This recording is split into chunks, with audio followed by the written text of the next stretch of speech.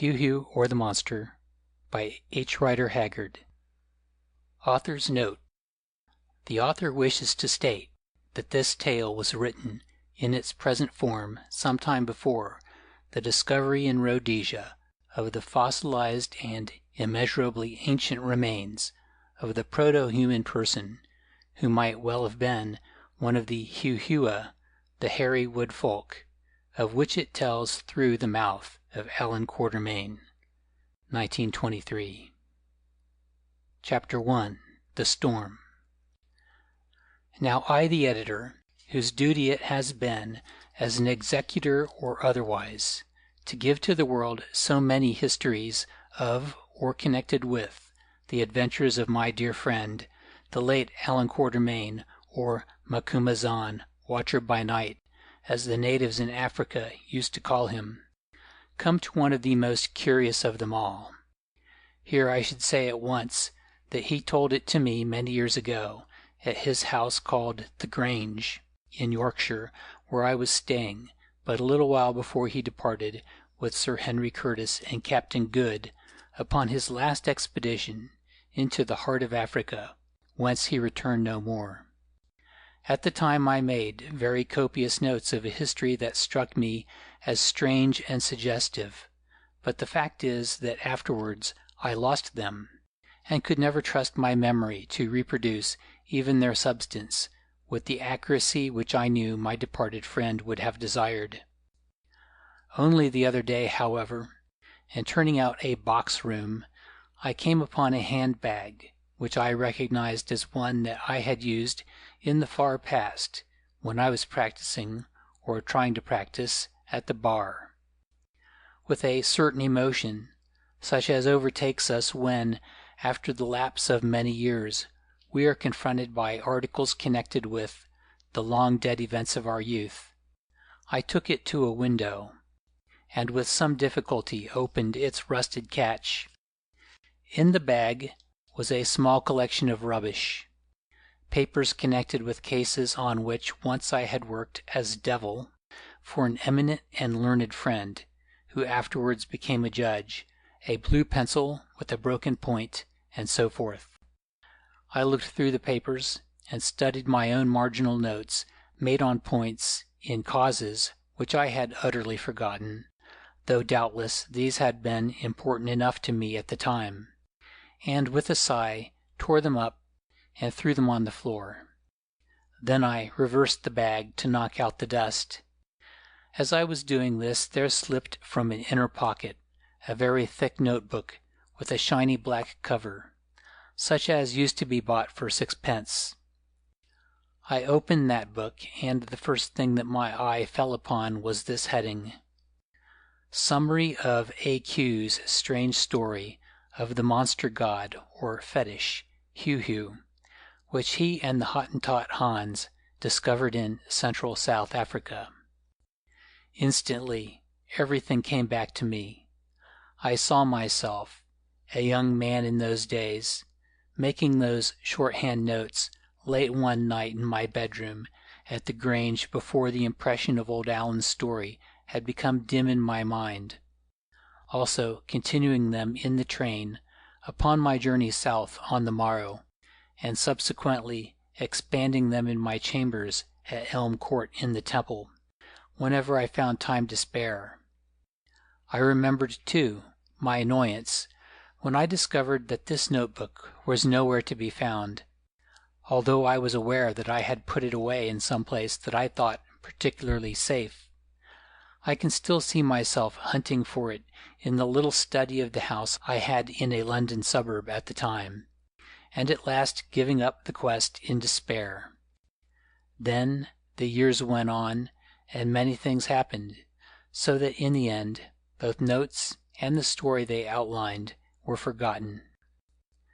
Now they have appeared again from the dust heap of the past, reviving many memories, and I set out the tale of this particular chapter of the history of the adventurous life of my beloved friend Allan Quatermain, who so long ago was gathered to the shades that await us all. One night after a day's shooting, we, That is, old Allan, Sir Henry Curtis, Captain Good, and I were seated in the smoking room of Quatermain's house, the Grange, in Yorkshire, smoking and talking of many things. I happened to mention that I had read a paragraph, copied from an American paper, which stated that a huge reptile of an antediluvian kind had been seen by some hunters in a swamp of the Zambezi, and asked Allan if he believed the story. He shook his head and answered, in a cautious fashion, which suggested to me, I remember, his unwillingness to give his views as to the continued existence of such creatures on the earth, that Africa is a big place, and it was possible that in its recesses prehistoric animals or reptiles lingered on. I know that this is the case with snakes, he continued hurriedly, as though to avoid the larger topic, for once I came across one as large as the biggest anaconda that is told of in South America, or occasionally they are said to reach a length of 60 feet or even more.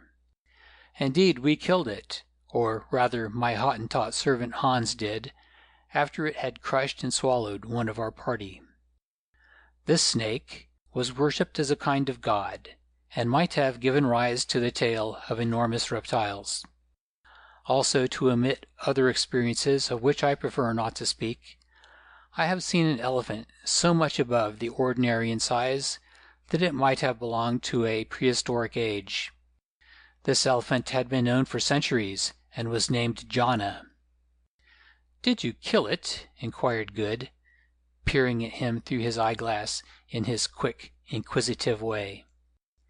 Allan colored beneath his tan and wrinkles, and said, rather sharply for him, who was so gentle and hard to irritate, "Have you not learned, Good, that you should never ask a hunter, and above all a professional hunter, whether he did or did not kill a particular head of game, unless he volunteers the information? However, if you want to know, I did not kill that elephant. It was Hans who killed it, and thereby saved my life. I missed it with both barrels, at a distance of a few yards." "Oh, I say, Quatermain," ejaculated the irrepressible Good, "do you mean to tell us that you missed a particularly big elephant that was only a few yards off? You must have been in a pretty fright to do that." "Have I not said that I missed it, Good? For the rest, perhaps you are right, and I was frightened, for as you know, I never set myself up as a person remarkable for courage. In the circumstances of the encounter with this beast, Jana, any one might have been frightened, indeed, even you yourself, Good. Or if you choose to be charitable, you may conclude that there were other reasons for that disgraceful, yes, disgraceful exhibition of which I cannot bear to think and much less to talk, seeing that in the end it brought about the death of old Hans, whom I loved." Now Good was about to answer again, for argument was as the breath of his nostrils, but I saw Sir Henry stretch out his long leg and kick him on the shin, after which he was silent. "To return," said Allan hastily, as one does who desires to escape from an unpleasant subject. "In the course of my life I did once meet, not with a prehistoric reptile, but with a people who worshipped a monster god, or fetish, of which perhaps the origin may have been a survival from the ancient world." He stopped with the air of one who meant to say no more, and I asked eagerly, "What was it, Allan?" "To answer that would involve a long story, my friend," he replied, "and one that, if I told it, Good, I am sure, would not believe. Also, it is getting late and might bore you. Indeed, I could not finish it tonight. There are whiskey, soda, tobacco, and whatever Curtis and Good may do, here, fortified by these, I remain between you and the door, until you tell me that tale, Allan. You know it is rude to go to bed before your guests, so please get on with it at once," I added, laughing. The old boy hummed and hawed and looked cross, but as we all sat round him in an irritating silence, which seemed to get upon his nerves, he began at last. "Well, if you will have it, Many years ago, when by comparison I was a young man, I camped one day well up among the slopes of the Drakensberg. I was going up Pretoria way with a load of trade goods, which I hoped to dispose of amongst the natives beyond, and when I had done so, to put in a month or two game shooting towards the north. As it happened, when we were in an open space of ground between two of the foothills of the Berg, we got caught in a most awful thunderstorm, one of the worst that ever I experienced. If I remember right, it was about mid-January, and you, my friend, this was addressed to me, know what Natal thunderstorms can be at that hot time of the year.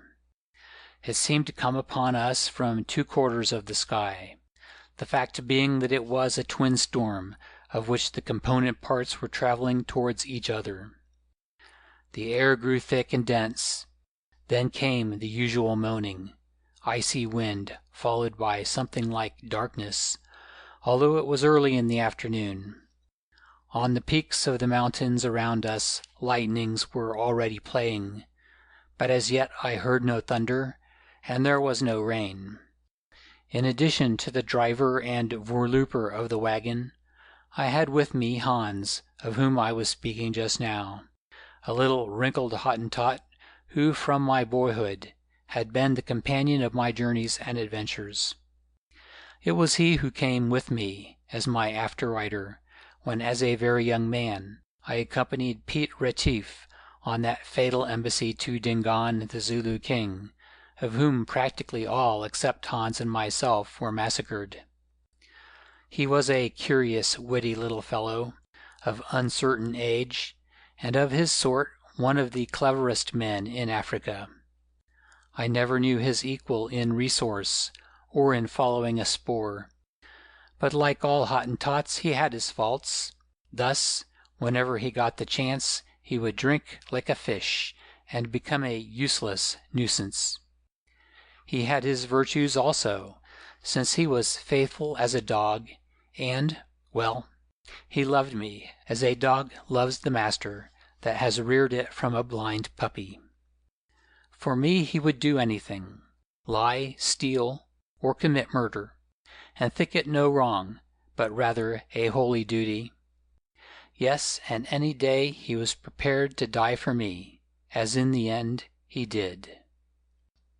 Allan paused, ostensibly to knock out his pipe, which was unnecessary, as he had only just filled it, but really, I think, to give himself a chance of turning towards the fire, in front of which he was standing, and thus to hide his face.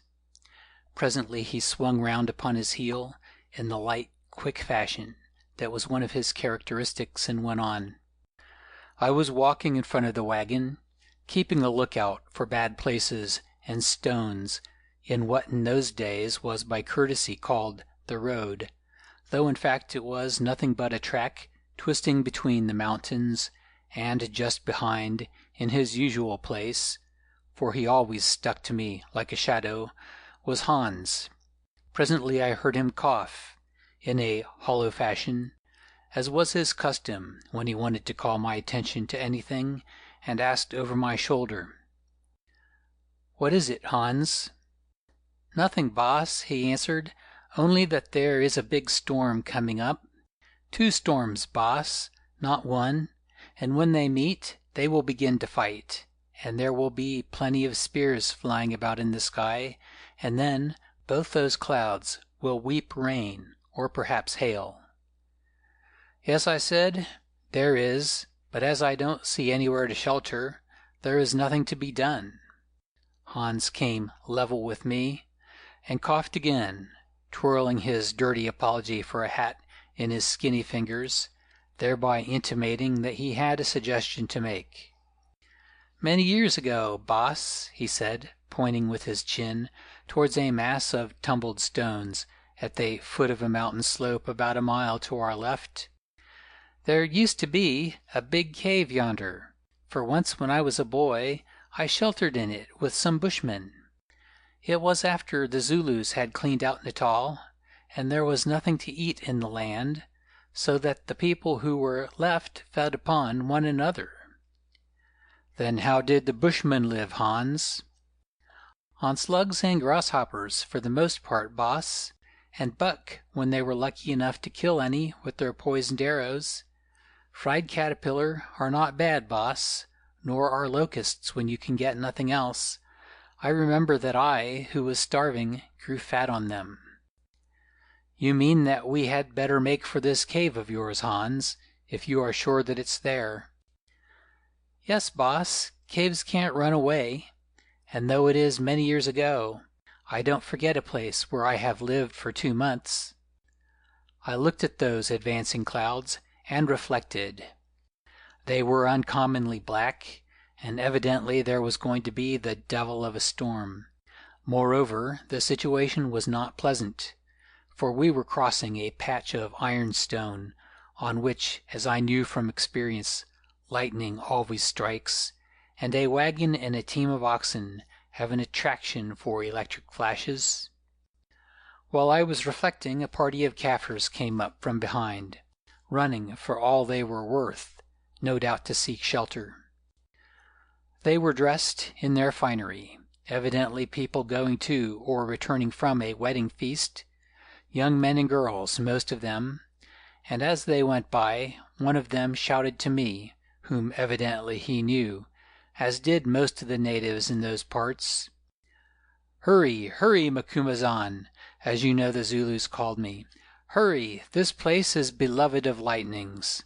And he pointed with his dancing stick, first to the advancing tempest, and then to the ground where the ironstone cropped up. That decided me, and running back to the wagon, I told the voorlooper to follow Hans, and the driver to flog up the oxen. Then I scrambled in behind, and off we went, turning to the left, and heading for the place at the foot of the slope, where Hans said the cave was. Luckily the ground was fairly flat and open, hard too. Moreover, although he had not been there for so many years, Hans' memory of the spot was perfect. Indeed, as he said, it was one of his characteristics never to forget any place that he had once visited.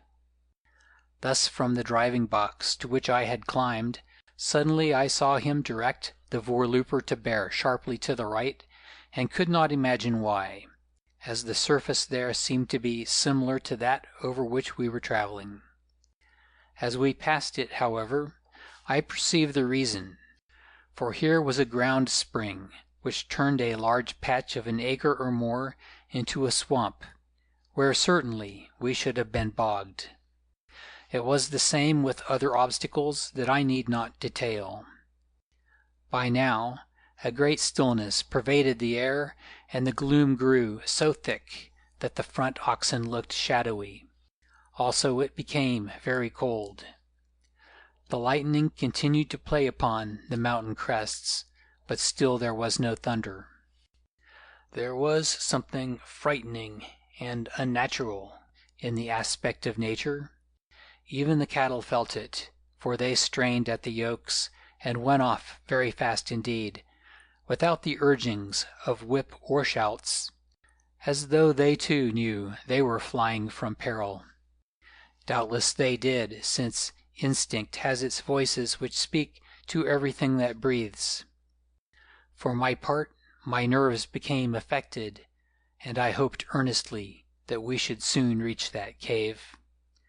Presently I hoped it still more, for at length those clouds met, and from their edges, as they kissed each other, came an awful burst of fire. Perhaps it was a thunderbolt that rushed down and struck the earth with a loud detonation. At any rate, it caused the ground to shake, and me to wish that I were anywhere else, for it fell within 50 yards of the wagon, exactly where we had been a minute or so before. Simultaneously, there was a most awful crash of thunder, showing that the tempest now lay immediately overhead. This was the opening of the ball, the first sudden burst of music.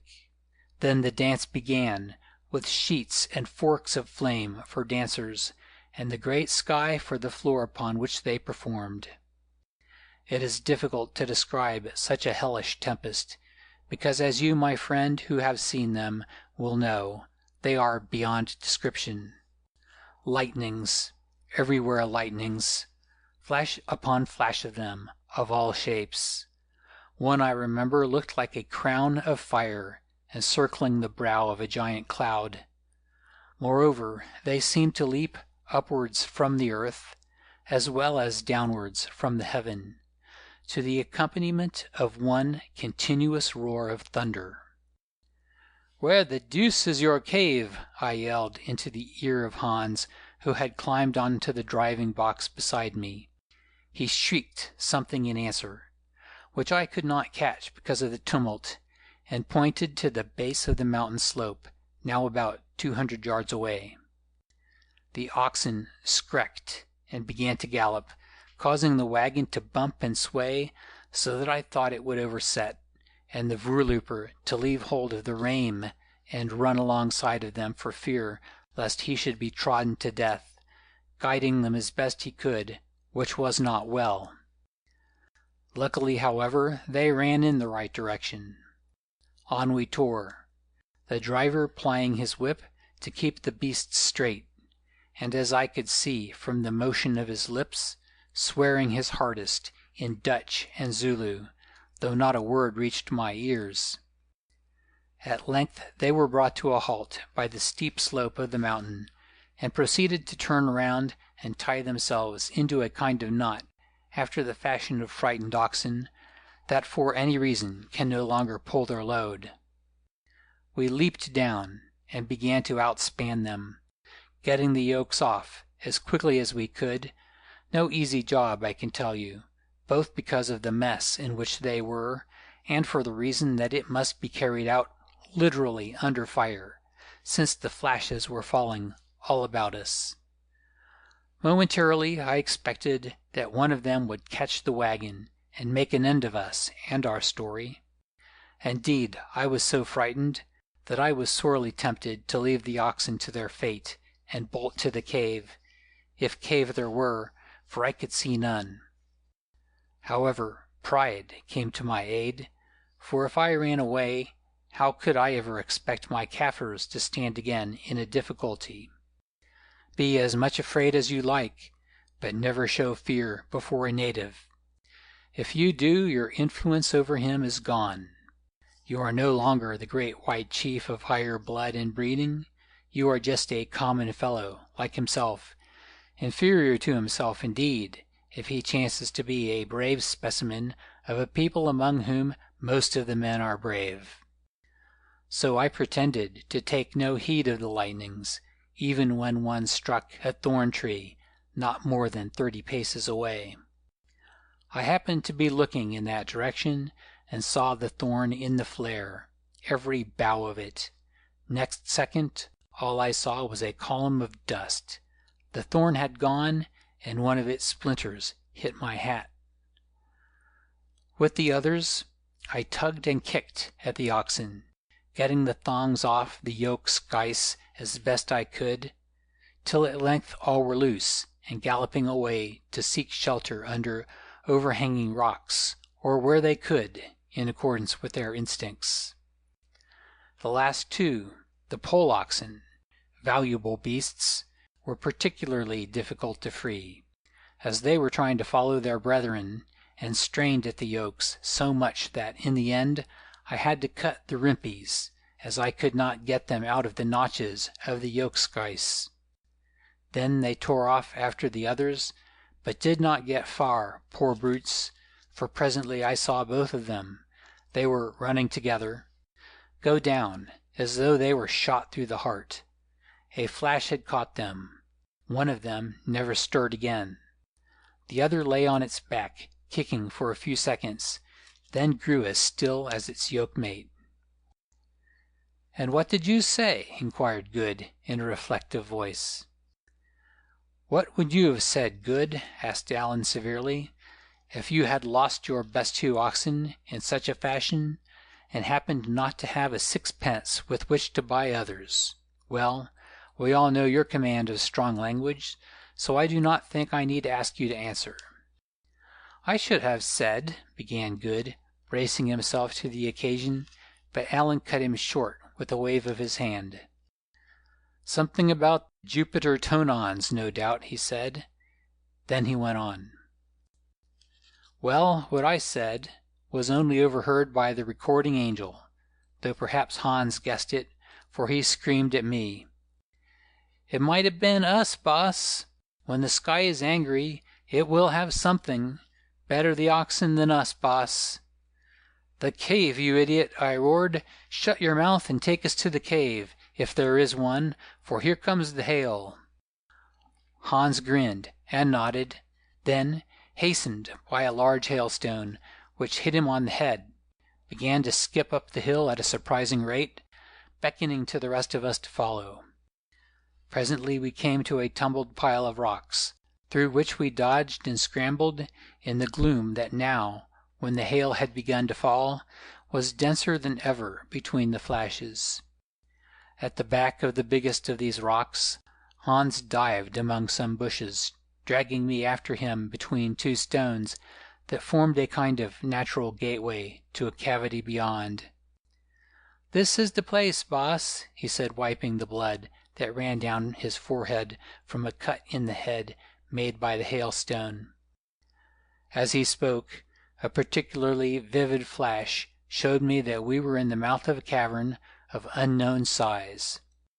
That it must be large, however, I guessed from the echoes of the thunder that followed the flash, which seemed to reverberate in that hollow place from unmeasured depths in the bowels of the mountain. End of Chapter 1. Chapter 2. The Picture in the Cave.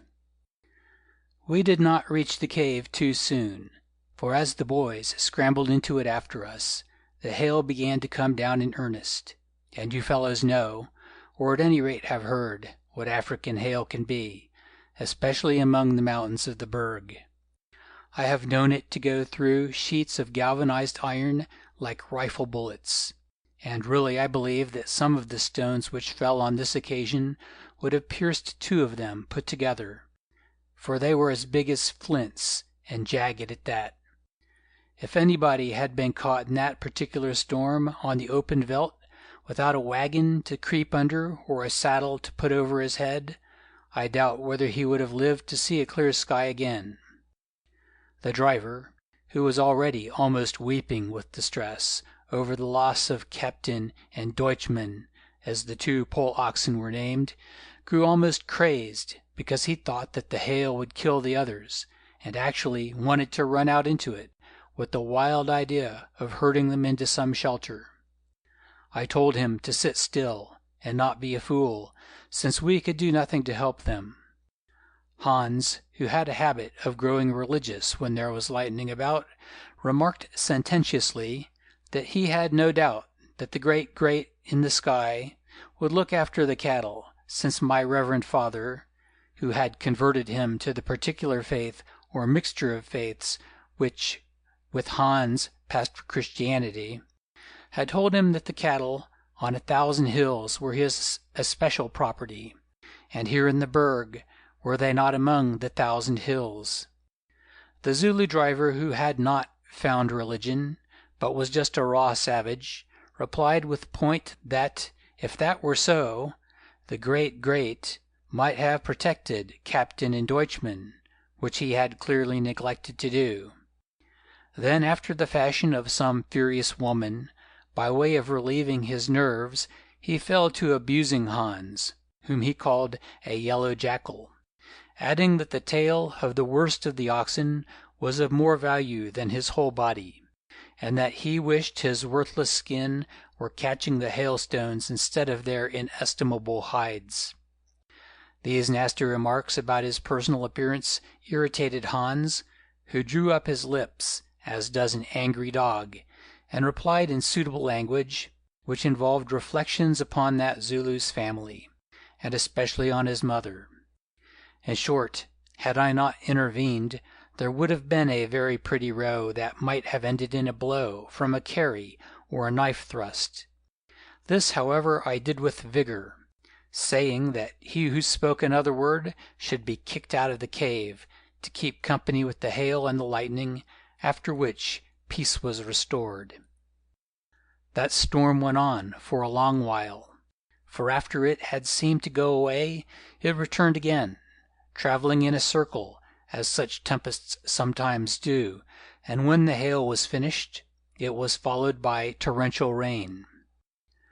The result was that by the time the thunder had ceased to roar and echo among the mountain tops, darkness was at hand, so it became evident that we must stop where we were for the night, especially as the boys who had gone out to look for the oxen reported that they could not find them.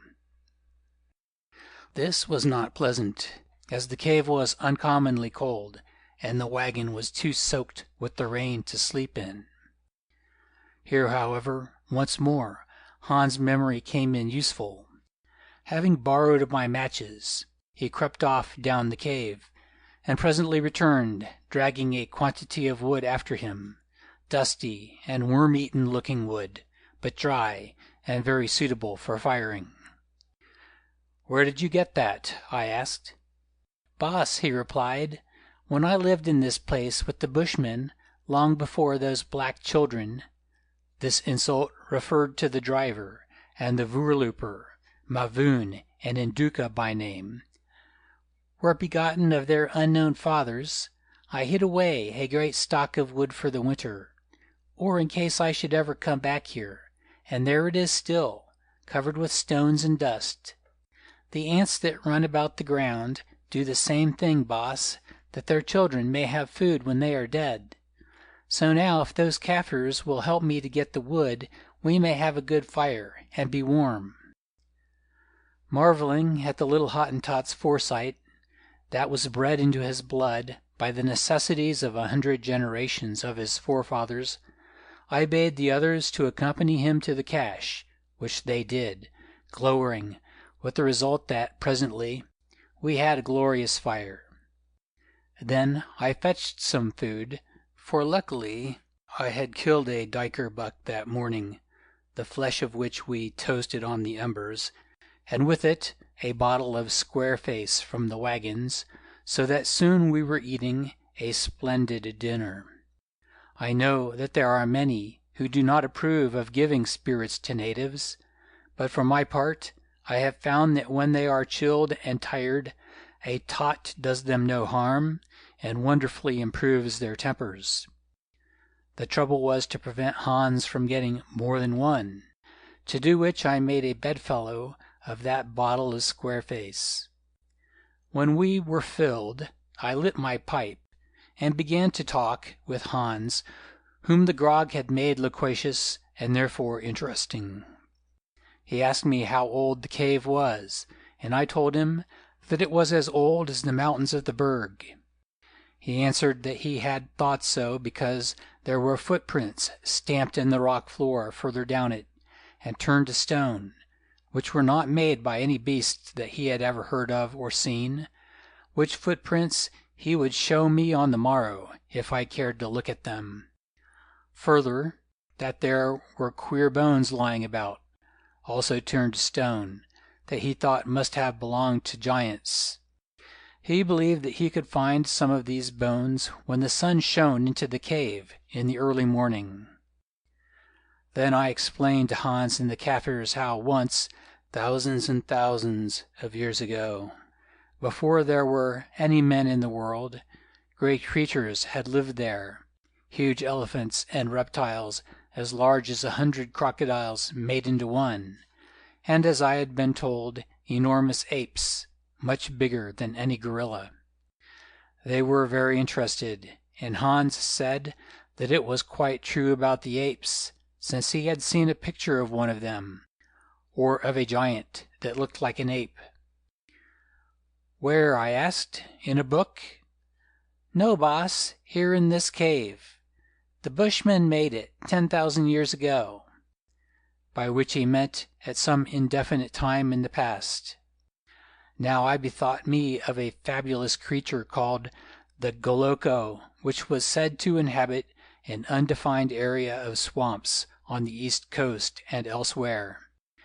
This animal, in which I may add, I did not in the least believe, for I set it down as a native bogey, was supposed to be at least 8 foot high, to be covered with gray hair, and to have a claw in the place of toes.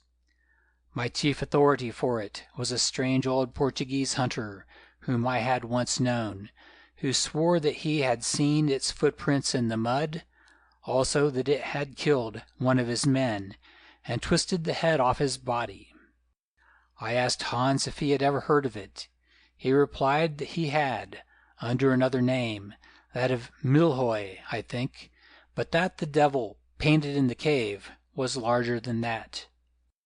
Now I thought that he was pitching me a yarn, as natives will, and said that, if so, he had better show me the picture forthwith. "Best wait until the sun shines in the morning, boss," he replied, "for then the light will be good. Also, this devil is not nice to look at night." "Show it me," I repeated with asperity. "We have lanterns from the wagon."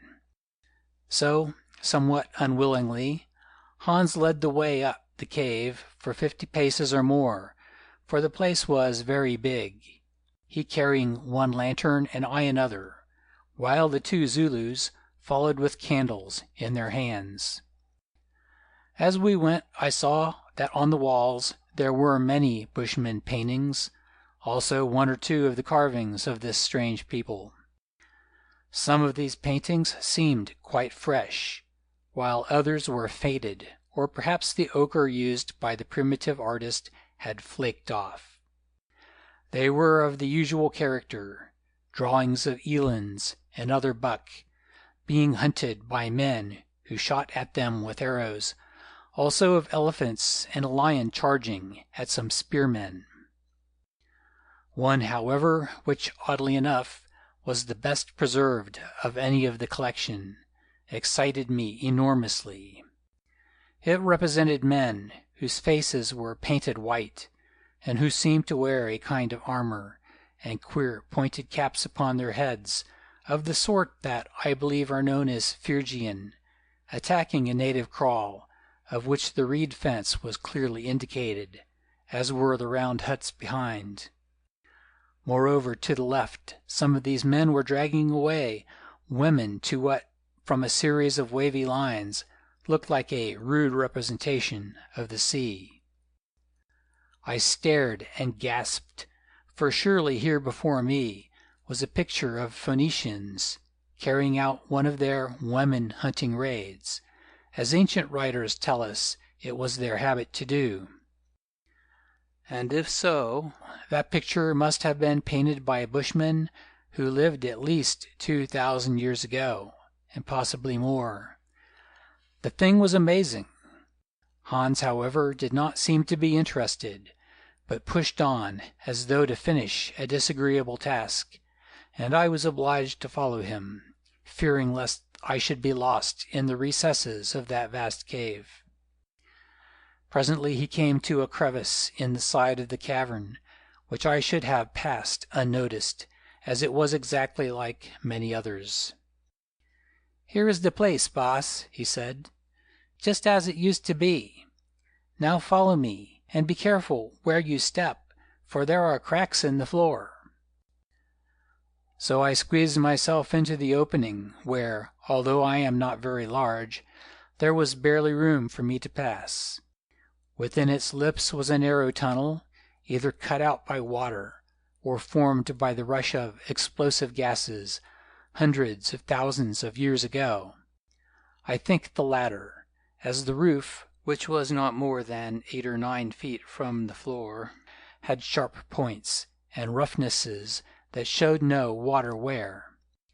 But as I have not the faintest idea how these great African caves were formed, I will not attempt to discuss the matter. This floor, however, was quite smooth, as though for many generations it had been worn by the feet of men, which no doubt was the case. When we had crept 10 or 12 paces down the tunnel, Hans called to me to stand quite still, not to move on any account.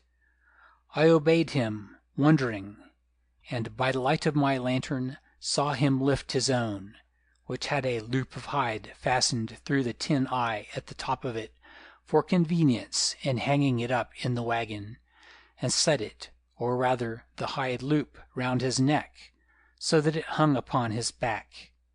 Then he flattened himself against the side of the cavern, with his face to the wall, as though he did not wish to see what was behind him, and cautiously crept forward with sidelong steps, gripping the roughnesses in the rock with his hands.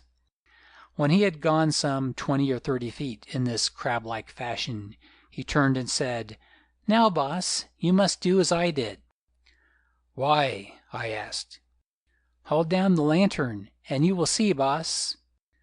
I did so, and perceived that a pace or two farther on there was a great chasm in the floor of the tunnel of unknown depth, since the lamplight did not penetrate to its bottom.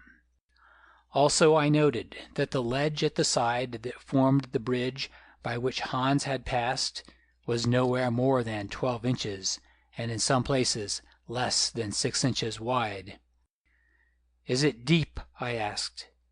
By way of answer, Hans found a bit of broken rock and threw it into the gulf. I listened, and it was quite a long while before I heard it strike below. "I told the boss," said Hans in a superior tone, "that he had better wait until tomorrow, when some light comes down this hole. But the boss would not listen to me, and doubtless he knows best. Now, would the boss like to go back to bed, as I think wisest, and return tomorrow?" If the truth were known, there was nothing that I should have liked better, for the place was detestable. But I was in such a rage with Hans for playing me this trick, that even if I thought that I was going to break my neck, I would not give him the pleasure of mocking me in his sly way. "No," I answered quietly, "I will go to bed when I have seen this picture you talk about, and not before."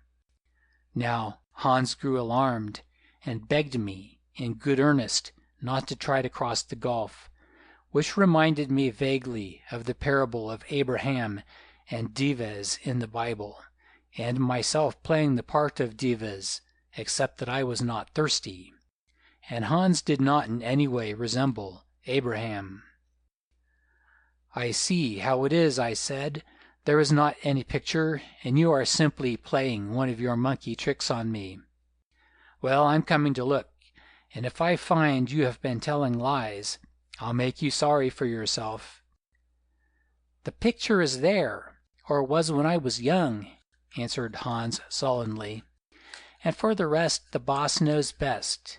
If he breaks every bone in his body presently, don't let him blame me, and I pray that he will tell the truth, all of it, to his reverend Father in the sky, who left him in my charge, saying that Hans begged him not to come, but that because of his evil temper he would not listen. Meanwhile the boss had better take off his boots, since the feet of those bushmen, whose spooks I feel all about me, have made the ledge very slippery." In silence I sat down and removed my boots, thinking to myself that I would gladly give all my savings that were on deposit in the bank at Durban to be spared this ordeal. What a strange thing is the white man's pride, especially if he be of the Anglo-Saxon breed, or what passes by that name. There was no need for me to take this risk, yet rather than be secretly mocked at by Hans and those Kaffirs, here I was about to do so, just for pride's sake. In my heart I cursed Hans, and the cave, and the hole, and the picture, and the thunderstorm that brought me there, and everything else I could remember. Then, as it had no strap like that of Hans, although it smelt horribly, I took the tin loop of my lantern in my teeth, because it seemed the only thing to do, put up a silent but most earnest prayer, and started as though I liked the job. To tell the truth, I remember little of that journey except that it seemed to take about 3 hours instead of under a minute, and the voices of woe and lamentation from the 2 Zulus behind, who insisted upon bidding me a tender farewell as I proceeded, amidst other demonstrations of affection, calling me their father and their mother for 4 generations. Somehow I wiggled myself along that accursed ridge, shoving my stomach as hard as I could against the wall of the passage, as though this organ possessed some prehensile quality, and groping for knobs of rock, on which I broke 2 of my nails. However, I did get over all right, although, just towards the end, one of my feet slipped, and I opened my mouth to say something, with the result that the lantern fell into the abyss, taking with it a loose front tooth. But Hans stretched out his skinny hand, and meaning to catch me by the coat collar, got hold of my left ear, and thus painfully supported, I came to firm ground and cursed him into heaps. Although some might have thought my language pointed, he did not resent it in the least, being too delighted at my safe arrival. "Never mind the tooth, boss," he said. "It is best that it should be gone without knowing it, as it were, because you see you can now eat crusts and hard biltong again, which you have not been able to do for months. The lantern, however, is another matter, though perhaps we can get a new one at Pretoria or wherever we go." Recovering myself, I peered over the edge of the abyss. There, far, far below, I saw my lantern, which was of a sort that burns oil, flaring upon a bed of something white, for the container had burst and all the oil was on fire. "What is that white stuff down there?" I asked. "Lime?" "No, boss. It is the broken bones of men. Once when I was young, with the help of the bushmen, I let myself down by a rope that we twisted out of rushes and buckskins, just to look, boss. There is another cave underneath this one, boss, but I didn't go into it because I was frightened." "And how did all those bones come there, Hans? Why, there must be hundreds of them." "Yes, boss, many hundreds, and they came this way. Since the beginning of the world, the bushmen lived in this cave and set a trap here by laying branches over the hole and covering them with dust, so that they looked like rock. Just as one makes a game pit, boss. Yes, they did this until the last of them were killed not so long ago by the Boers and Zulus, whose sheep and beasts they stole. Then, when their enemies attacked them, which was often, for it has always been right to kill bushmen, they would run down the cave and into the cleft and creep along the narrow edge of rock, which they could do with their eyes shut. But the silly Kaffirs, or whoever it might be, running after them to kill them, would fall through the branches and get killed themselves. They must have done this quite often, boss, since there are such a lot of their skulls down there, many of them quite black with age, and turned to stone." "One might have thought that the Kaffirs would have grown wiser, Hans." "Yes, boss, but the dead keep their wisdom to themselves, for I believe that when all the attackers were in the passage, then other bushmen, who had been hiding in the cave, came up behind, and shot them with poisoned arrows, and drove them on into the hole, so that none went back. Indeed, the bushmen told me that this used to be their father's plan. Also, if any did escape, in a generation or 2 all was forgotten, and the same thing happened again, because, boss, there are always plenty of fools in the world, and the fool who comes after is just as big as the fool who went before. Death spills the water of wisdom upon the sand, boss, and sand is thirsty stuff that soon grows dry again. If it were not so, boss, men would soon stop falling in love with women, and yet even great ones, like you, boss, fall in love." Having delivered this thrust, in order to prevent the possibility of answer, Hans began to chat with the driver and the voorlooper on the other side of the gulf. "Be quick and come over, you brave Zulus there," he said, "for you are keeping your chief waiting, and me also." The Zulus, holding their candles forward, peered into the pit below. "Ow," said one of them, "are we bats that we can fly over a hole like that, or baboons that we can climb on a shelf no wider than a spear, or flies that we can walk upon a wall? Ow, we are not coming. We will wait here. That road is only for yellow monkeys like you, or for those who have the white man's magic, like the Inkoos Macumazahn." "No," replied Hans reflectively, "you are none of these creatures, which are all of them good in their way. You are just a couple of low-born Kaffir cowards, black skins blown up to look like men. I, the yellow jackal, can walk the gulf, and the boss can walk the gulf, but you, windbags, cannot even float over it, for fear lest you should burst in the middle. Well, windbags, float back to the wagon, and fetch the coil of small rope that is in the voorkissie, for we may want it." One of them replied in a humbled voice that they did not take orders from him, a Hottentot, whereon I said, "Go and fetch the rope, and return at once." So they went with a dejected air, for Hans' winged words had gone home, and again they learned that at the end he always got the best of a quarrel. The truth is that they were as brave as men can be, but no Zulu is any good underground, and least of all in the dark, in a place that he thinks haunted. "Now, boss," said Hans, "we will go and look at the picture. That is, unless you are quite sure I am lying, and that there is no picture, in which case it is not worth while to take the trouble. And you had better sit here and cut your broken nails until Mavoon and Induka come back with the rope." "Oh, get on, you poisonous little vermin," I said, exasperated by his jeers, emphasizing my words with a tremendous kick.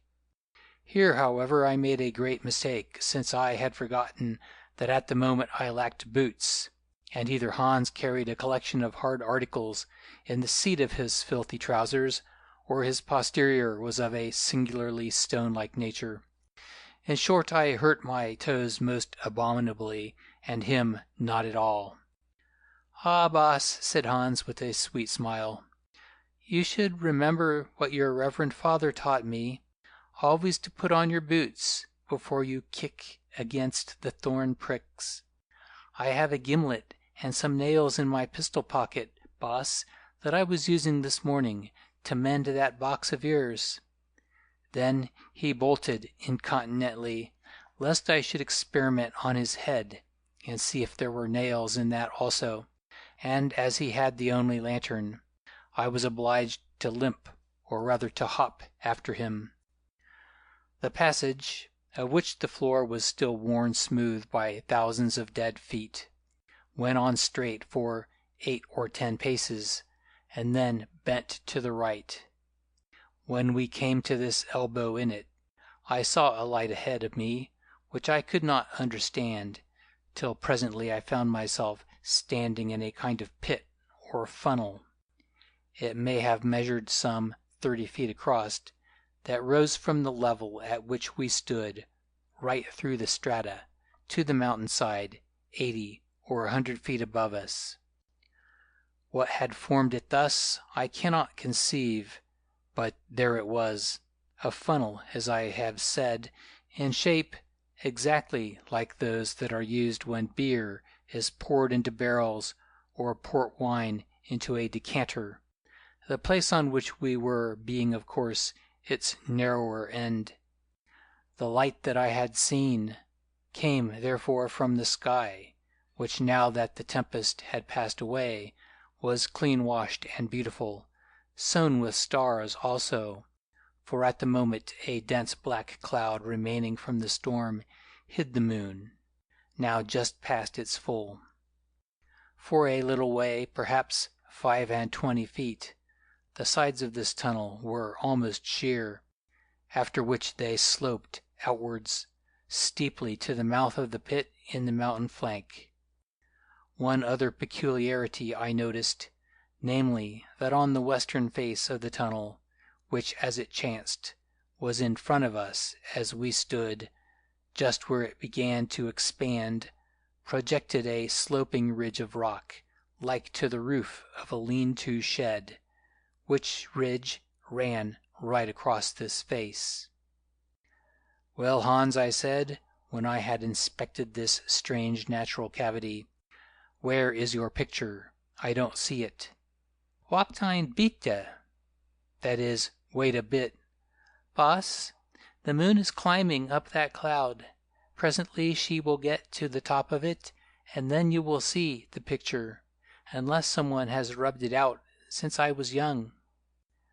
I turned to look at the cloud, and to witness a sight of which I never have grown tired, the uprising of the glorious African moon out of her secret halls of blackness.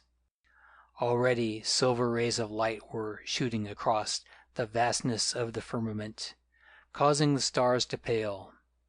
Then suddenly her bent edge appeared, and with extraordinary swiftness grew and grew, till the whole splendid orb emerged from a bed of inky vapor, and for a while rested on its marge, perfect, wonderful.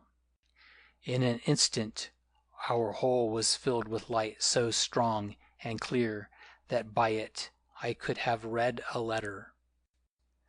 For a few moments I stood thrilled with the beauty of the scene, and forgetting all else in its contemplation, till Hans said with a hoarse cackle, "Now turn round, boss, and look at the pretty picture."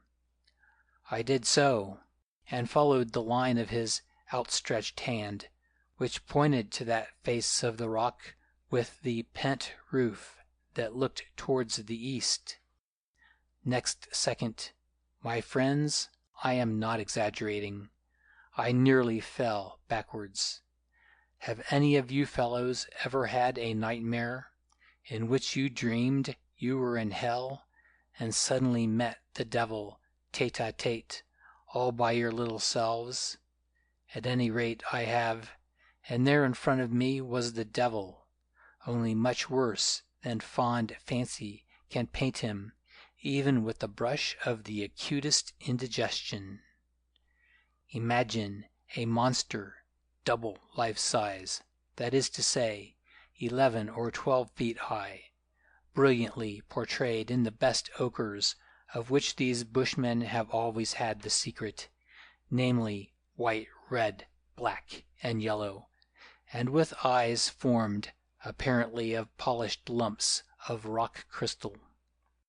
Imagine this thing as a huge ape, to which the biggest gorilla would be but a child, and yet not an ape but a man, and yet not a man but a fiend. It was covered with hair like an ape, long gray hair that grew in tufts. It had a great red bushy beard like a man. Its limbs were tremendous, the arms being of abnormal length, like to the arms of a gorilla, but, mark this, it had no fingers, only a great claw where the thumb should be. The rest of the hand was all grown together into one piece like a duck's foot, although what should have been the finger part was flexible, and could grip like fingers, as shall be seen. At least that is what the picture suggested, though it occurred to me afterwards that it might represent the creature as wearing fingerless gloves, such as men in this country use when cutting fences. The feet, however, which were certainly shown as bare, were the same. I mean that there were no toes, only one terrible claw where the big toe should be. The carcass was enormous. Supposing it to have been drawn from life, the original, I should guess, would have weighed at least 30 stone. The chest was vast, indicating gigantic strength, and the paunch beneath wrinkled and protuberant. But, and here came one of the human touches, about its middle the thing wore a mucha, or rather a hide, tied round it by the leg skins, which hide seemed to have been dressed. So much for the body. Now for the head and face. These I know not how to describe, but I will try. The neck was as that of a bull, and perched horribly on the top of it was a quite small head, which, notwithstanding the great red beard whereof I have spoken, that grew upon the chin, and a wide mouth, from whose upper jaw projected yellow tushes, like to those of a baboon, that hung over the lower lip, was curiously feminine in appearance. Indeed, that of an old she-devil, with an aquiline nose. The brow, however, was disproportionate to the rest of the face, being prominent, massive, and not unintellectual, while set deep in it, and unnaturally far apart, were those awful glaring crystal eyes. That was not all, for the creature seemed to be laughing cruelly, and the drawing showed why it laughed. One of its feet was set upon the body of a man, into which the great claw was driven deep. One of its hands held the head of the man, that evidently it had just twisted from the body.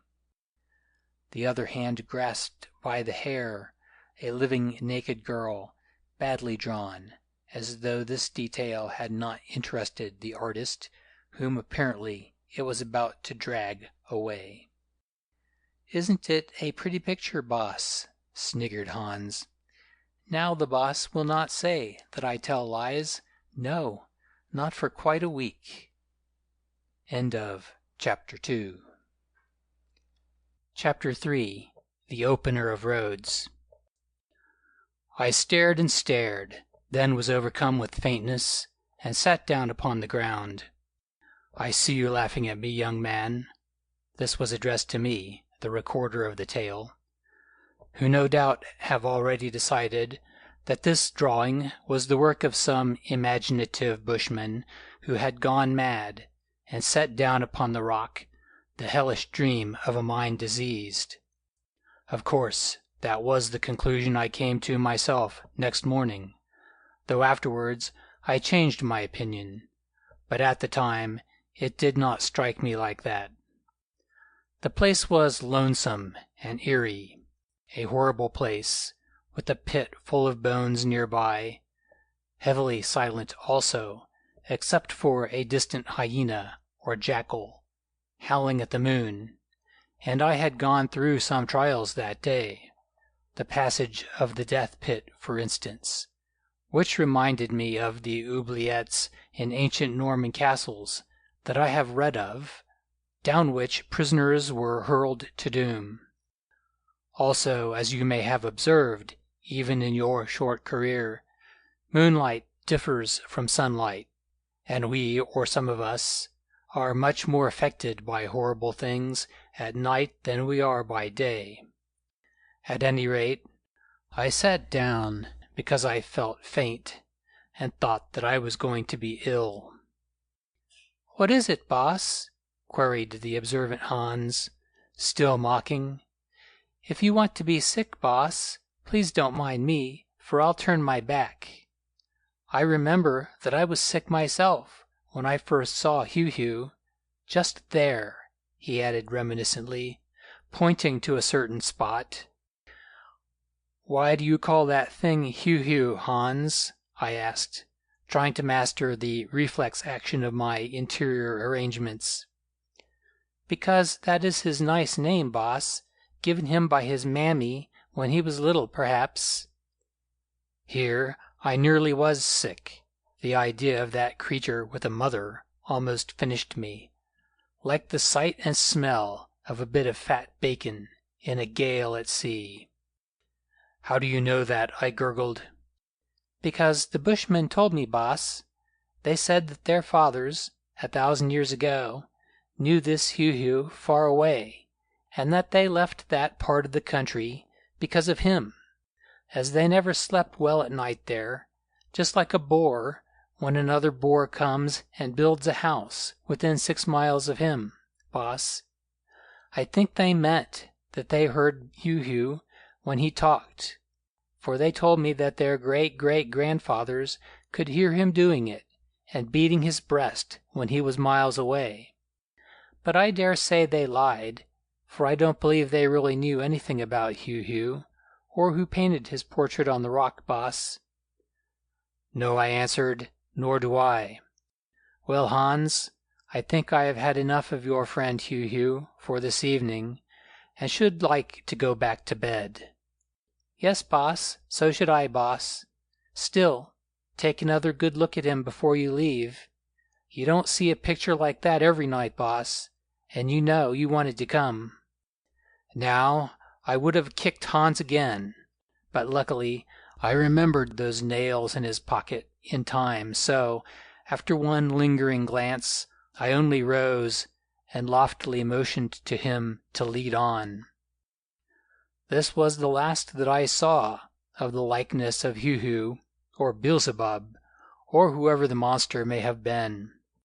Somehow, although I intended to return to examine it more closely by the light of day, when morning came, I thought that I would not risk another scramble over that ledge, but would be satisfied with the memory of first impressions. These, they say, are always the best, like first kisses, as Hans added, when I explained this to him. Not that I could forget Heu-Heu. On the contrary, it is not too much to say that this devilish creature haunted me. I could not dismiss that picture as some mere flight of distorted savage imagination from 100 characteristics. I knew, or thought I knew it, erroneously, as I now believe, to be Bushman's work, and was certain that no Bushman, even if he had delirium tremens, not a complaint from which these people ever suffered, because they lacked the opportunity of doing so, could have evolved this monstrous creation out of his own soul. If a Bushman has a soul. No, Bushman or not, that artist was drawing something that he had seen, or thought that he had seen. Of this there were several indications. Thus on Heu-Heu's right arm the elbow joint was much swollen, as though he had once suffered an injury there. Again, the claw of one of his horrible hands, the left, I think, was broken and divided at the point. Further, there was a wart or protuberance upon the brow, just beneath where the long iron-gray tufts of hair parted in the middle, and hung down on each side of the demoniacal, womanish face. Now, the painter must have remembered these blemishes, and set them down faithfully, copying from some original, real or imagined. Certainly, I reflected, he would not have invented them. Where, then, did he get his model? I have mentioned that I had heard rumors of creatures called Ngulakos, which I took it, if they existed at all, were peculiarly terrific apes of an unknown variety. Heu-Heu then might be a most distinguished and improved specimen of these apes. Yet that could scarcely be, for this beast was more man than monkey, notwithstanding his huge claws where thumbs and big toes should be. Or perhaps I should say that he was more devil than either. Another idea occurred to me. He might have been the god of these Bushmen, only I never heard that they had any god, except their own stomachs. Afterwards I questioned Hans on this point, but he replied that he did not know, as the bushmen he lived with in the cave had never told him anything to that effect. It was true, however, that they did not go to the place where the picture was, except through fear of enemies, and that when they did, they would not look or speak about it more than they could help. Perhaps he suggested, with his usual shrewdness, Heu-Heu might be the god of some other people, with whom the bushmen had nothing to do. Another question: when was this work executed? Owing to its sheltered position, the colors were still fairly bright, but it must have been a long while ago. Hans said that the bushmen told him that they did not know who painted it, or what it represented, but that it was old, which might mean anything or nothing, since to a people without writing, 5 or 6 generations become remote antiquity. One thing was certain, however, that another of the paintings in that cave was undoubtedly old, that of the Phoenicians raiding a kraal, of which I have spoken, which can scarcely have been executed since the time of Christ. Of this I am sure, for I examined it carefully on the following morning, and it was not more faded than that of the monster. Further, in his picture, a piece of the rock had scaled off just above the left knee, and I had noticed that the surface thus exposed seemed as much weathered as that of the surrounding rock outside the limits of the painting. On the other hand, it must be remembered that the Phoenician picture was under cover, while that of Heu-Heu was exposed to the air and would therefore age more rapidly. Well, all that night I dreamed of this horrid Heu-Heu, dreamed that he was alive and challenging me to fight him, dreamed that someone was calling to me to rescue her. It was certainly her, not him, from the power of the beast. Dreamed that I did fight him, and that he got me down, and was about to twist my head off, as he had done to the man in the picture, when something happened, I do not know what, and I woke up, covered with perspiration, and in a most pitiable fright. Now, at the time I visited this cave, I was not far from the borders of Zululand, on one of my trading expeditions, the wagon being laden with blankets, beads, iron pots, knives, hoes, and such other articles as the simple savage loves, or in those days loved to pay for, in cattle. Before the storm overtook us, however, I was contemplating leaving the Zulus alone on this trip, and trying to break new ground somewhere north of Pretoria, among less sophisticated natives, who might put a higher value on my wares. After seeing Heu-Heu as it chanced, I changed my mind for 2 reasons. The first of these was that the lightning had killed my 2 best oxen, and I thought that I could replace these without cash expenditure in Zululand, where debts were owing to me that I might collect in kind. The second was connected with that confounded and obsessing Heu-Heu. I felt convinced that only one man in the world could tell me about this monster, if indeed there were anything to tell, namely old Zikali, the wizard of the Black Kloof, the thing that should never have been born, as Chaka, the great Zulu king, named him. I think that I have told you all about Zikali before, but in case I have not, I will say that he was the greatest witch doctor who ever lived in Zululand, and the most terrible. No one knew when he was born, but undoubtedly he was very ancient, and under his native name of Opener of Roads, had been known and dreaded in the land for some generations. For many years, since my boyhood indeed, he and I had been friends in a fashion, though of course I was aware that from the first he was using me for his own ends, as indeed became very clear before all was done, and he had triumphed over and brought about the fall of the Zulu royal house, which he hated.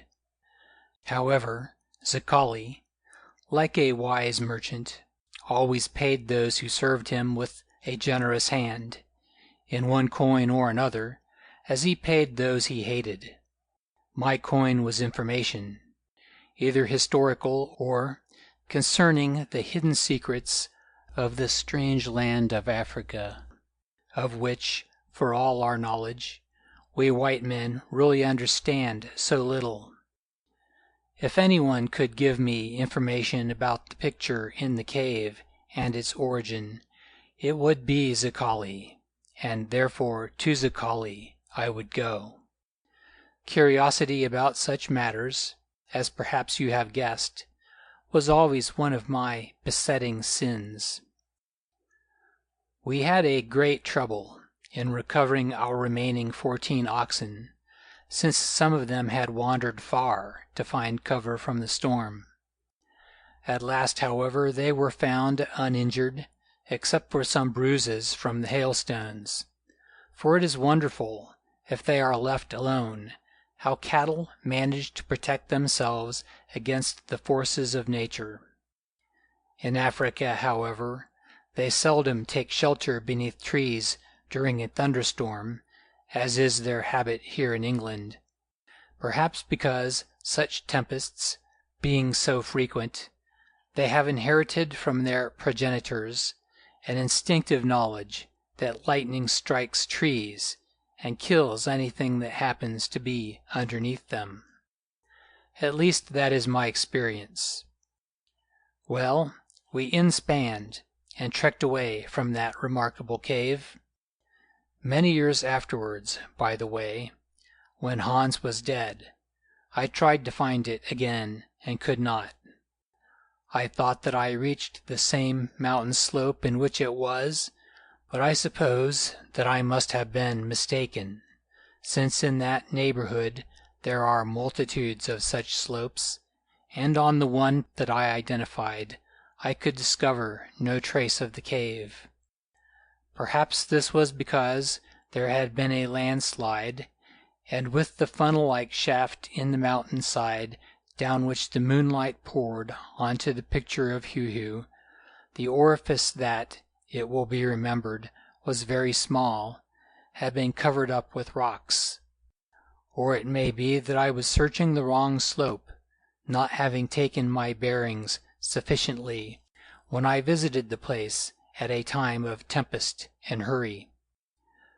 Further, I was pressed, and desiring to reach a certain outspan before night fell, could only give about an hour to the quest, and when it failed, was obliged to get on. Nor have I ever met anyone who was acquainted with this cave, so I suppose that it must have been known to the Bushmen and Hans only, dead now, all of them, which is a pity, because of the wonderful paintings that it contains or contained. You will remember I told you that just before the storm broke, we were overtaken by a party of Kaffirs going to or returning from some feast.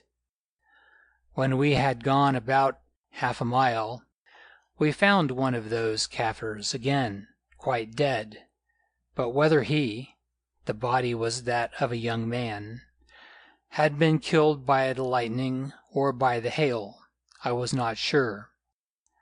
Evidently his companions were so frightened that they had left him where he lay, proposing, I suppose, to return and bury him later. So you will see that when it gave us shelter, this cave did us a good turn. Now, I will skip all the details of my trek into Zululand, which was as are other treks, only slower, because it was a hard job to get that heavily laden wagon along with but 14 oxen. Once, indeed, we stuck in a river, the White Umfalasi, quite near to the Nangela rock or cliff, which frowns above a pool of the river. I shall never forget that accident, because it caused me to be the unwilling witness of a very dreadful sight. Whilst we were fast in the drift, a party of men appeared upon the brow of this Nangela rock, about 250 yards away, dragging with them 2 young women. Studying them through my glasses, I came to the conclusion, from the way they moved their heads and stared wildly about them, that these young women were blind, or had been blinded. As I looked at them, wondering what to do, the men seized the women by the arms and hurled them over the edge of the cliff. With a piteous wail, the poor creatures rolled down the stratified rock into the deep pool below, and there the crocodiles got them, for distinctly I saw the rush of the reptiles. Indeed, in this pool they were always on the lookout, as it was a favorite place of execution under the Zulu kings. When their horrible business was finished, the party of slayers, there were about 15 of them, came down to the ford to interview us. At first I thought there might be trouble, and to tell the truth, should not have been sorry, for the sight of this butchery had made me furious and reckless. As soon as they found out, however, that the wagon belonged to me, Macumazahn, they were all amiability, and wading into the water, tackled on to the wheels, with the result that, by their help, we came safe to the farther bank. There I asked their leader who the 2 murdered girls might be. He replied that they were the daughters of Panda the king. I did not question this statement, although, knowing Panda's kindly character, I doubted very much whether they were actually his children. When I asked why they were blind, and what crime they had committed, the captain replied that they had been blinded by the order of Prince Cetewayo, who even then was the real ruler of Zululand, because they had looked where they should not. Further inquiry elicited the fact that these unhappy girls had fallen in love with 2 young men, and run away with them against the king's orders, or Cetewayo's, which was the same thing. The party were overtaken before they could reach the Natal border, where they would have been safe. The young men were killed at once, and the girls brought up for judgment, with the result that I have described. Such was the end of their honeymoon. Moreover, the captain informed me cheerfully that a body of soldiers had been sent out to kill the fathers and mothers of the young men, and all who could be found in their kraals. This kind of free love must be put a stop to, he said, as there had been too much of it going on. Indeed, he did not know what had come to the young people in Zululand, who had grown very independent of late, contaminated no doubt by the example of the Zulus in Natal, where the white men allowed them to do what they liked without punishment. Then, with a sigh over the degeneracy of the times, this crusted old conservative took a pinch of snuff, bade me a hearty farewell, and departed, singing a little song, which I think he must have invented, as it was about the love of children for their parents. If it had been safe, I should have liked to let him have a charge of shot behind to take away as a souvenir, but it was not. Also, after all, he was but an executive officer, a product of the iron system of Zululand in the day of the kings. Well, I trekked on, trading as I went, and getting paid in cows and heifers, which I sent back to Natal, but could come by no oxen that were fit for the yoke, and much less any that had been broken in, since in those days such were almost unknown in Zululand. However, I did hear of some that had been left behind by a white trader, because they were sick or footsore, I forget which, who took young cattle in exchange for them. These were said now to be fat again, but no one seemed to know exactly where they were.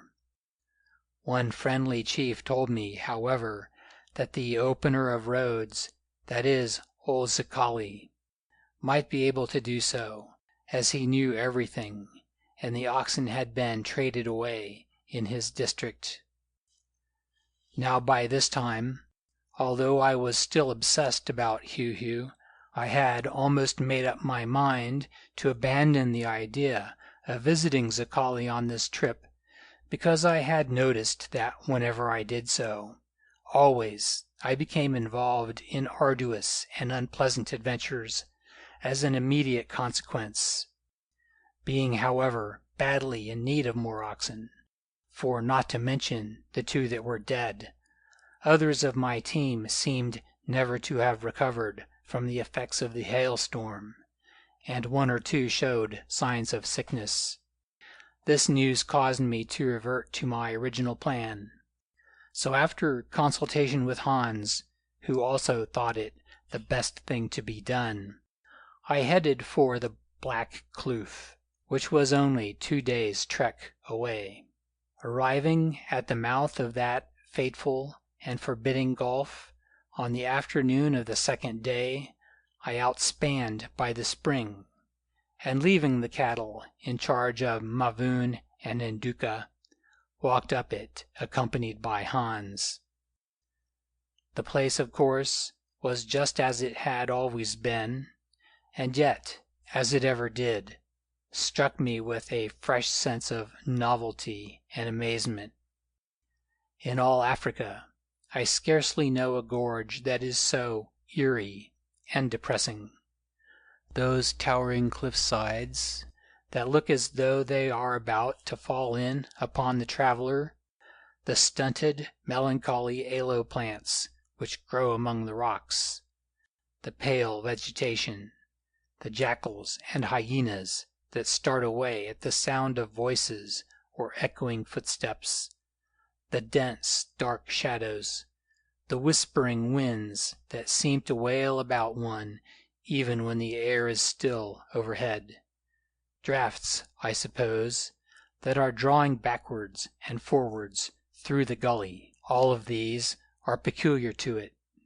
The ancients used to declare that particular localities had their own genii or spirits, but whether these were believed to be evolved by the locality or to come thither because it suited their character and nature, I do not know.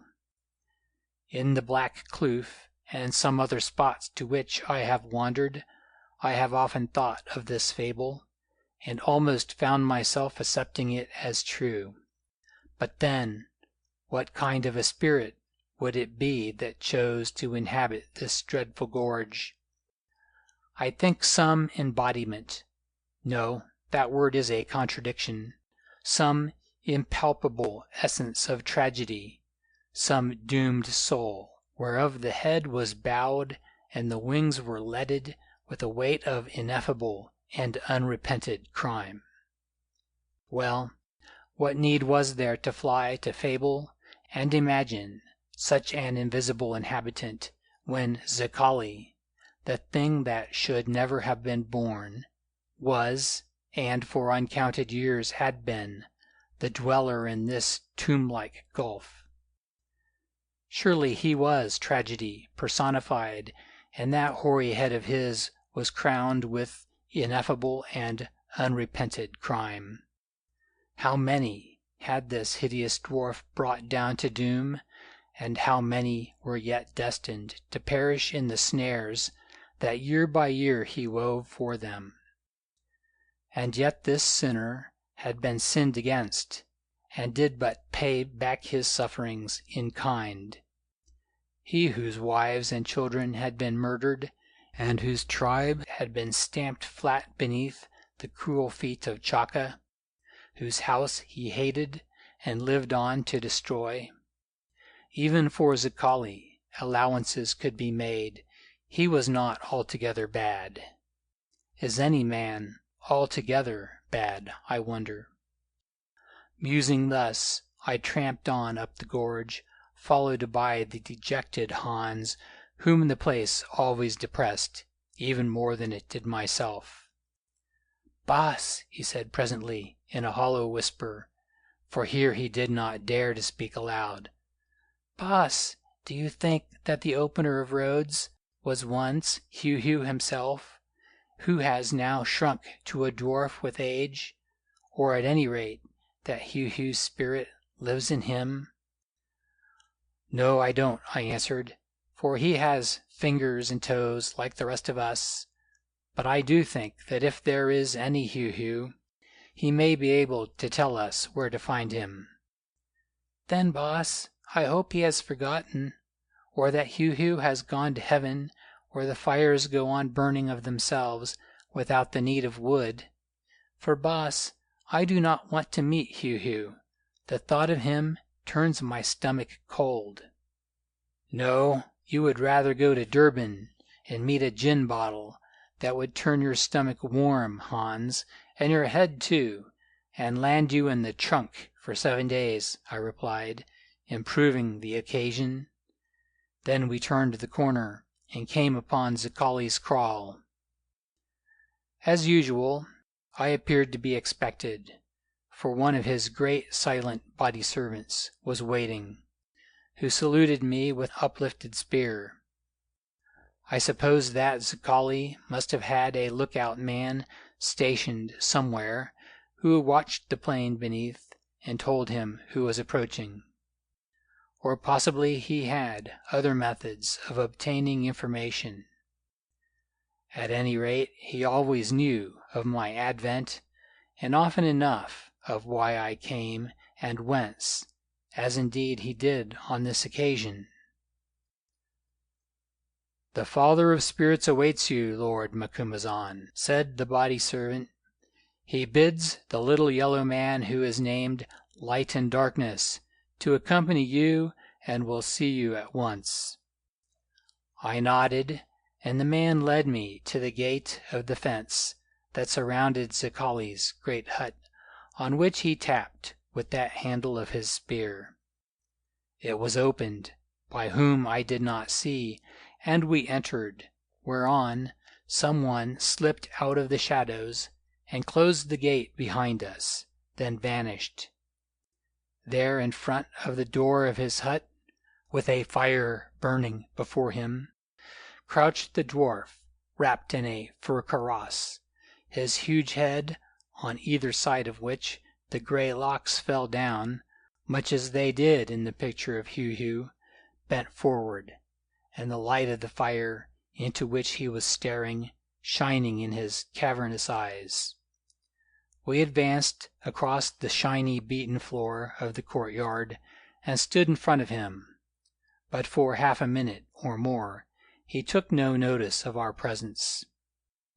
At length, without looking up, he spoke in that hollow, resounding voice which was unlike to any other I ever heard, saying, "Why do you always come so late, Macumazahn, when the sun is off the hut and it grows cold in the shadow? You know I hate the cold, as the aged always do, and I was minded not to receive you." "Because I could not get here before, Zekali," I answered. "Then you might have waited until tomorrow morning, unless, perhaps, You thought that I should die in the night, which I shall not do. No, nor for many nights. Well, here you are, little white wanderer who hops from place to place like a flea.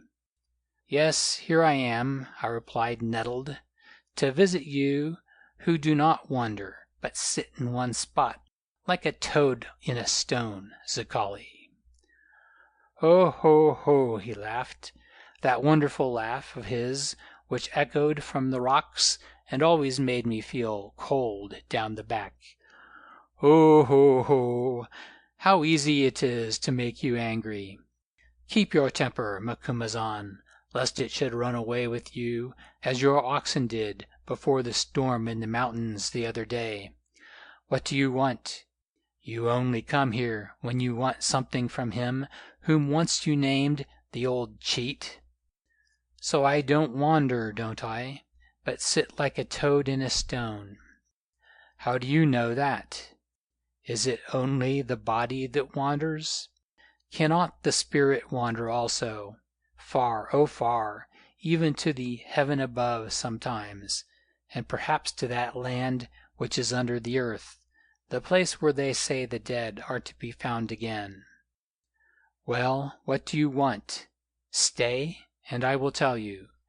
Who explain yourself so badly, who, although you think that you speak Zulu like a native, have never really learnt it properly, because to do that you must think in it, and not in your own stupid tongue, that has no words for many things. Man, my medicines. A figure darted out of the hut, set down a cat-skin bag before him, and was gone again. Zicali plunged his claw-like hand into a bag, and drew out a number of knuckle-bones, polished but yellow with age, which he threw carelessly onto the ground in front of him, then glanced at them. "Ha," he said, "something about cattle, I see. Yes, you want to get oxen, broken oxen, not wild ones, and think that I can tell you where to do it cheap. By the way, what present have you brought for me? Is it a pound of your white man's snuff?" As a matter of fact, it was a quarter of a pound. Now, am I right about the oxen? Yes, I replied, rather amazed. That astonishes you. It is wonderful, isn't it, that the poor old cheat should know what you want? Well, I'll tell you how it is done. You lost 2 oxen by lightning, did you not? You therefore naturally would want others, especially as some of those which remain, here he glanced at the bones once more, were hurt, yes, by hailstones, very large hailstones, and others are showing signs of sickness, red water, I think. Therefore it isn't strange that the poor old cheat should guess that you needed oxen, is it? Only a silly Zulu would put such a thing down to magic. About the snuff, too, which I see you have taken from your pocket, a very little parcel, by the way. You've brought me snuff before, haven't you? Therefore it isn't strange that I should guess that you would do so again, is it? No magic there. None, Zicali. But how did you learn of the lightning killing the cattle, and of the hailstorm? How did I learn that the lightning killed your pole oxen, Captain and Deutschman? Why, are you not a very great man, in whom all are interested? And is it wonderful that I should be told of accidents that happen 100 miles or so away?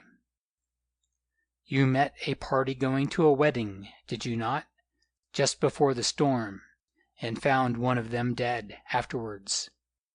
By the way, he wasn't killed by lightning or by hail.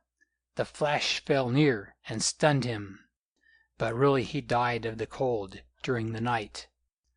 I thought that you might like to know that, as you are curious on the point. Of course those Kaffirs would have told me all about it, would they not? No magic again, you see. That's how we poor witch doctors gain repute. just by keeping our eyes and ears open. When you are old, you might set up in the trade yourself, Macumazahn, since you do the same thing, even at night, they say." Now, while he went on mocking me, he had gathered up the bones out of the dust, and suddenly threw them again with a curious spiral twist that caused them to fall in a little heap, perched on one another. He looked at them and said, "Why, what do these silly things remind me of? They are some of the tools of my trade, you know, Macumazahn, used to impress the fools that come to see us witch doctors, who think that they tell us secrets, and to take off their attention while we read their hearts. Somehow or other, they remind me of rocks piled one on another as on a mountain slope, and look, there is a hollow in the middle, like the mouth of a cave. Did you chance to take refuge from that storm in a cave, Macumazahn?" "Oh, you did? Well, see how cleverly I guessed it. No magic there again, only just a guess. Isn't it likely that you would go to a cave to escape from such a tempest, leaving the wagon outside? Look at that bone there, lying a little distance off the others. That's what made me think of the wagon being outside, but the question is, what did you see in the cave? Anything out of the way, I wonder? The bones can't tell me that, can they? I must guess that somehow else, mustn't I? Well, I'll try to do so, just to give you, the wise white man, another lesson in the manner that we poor rascals of witch doctors do our work and take in fools. But won't you tell me, Macumazahn?"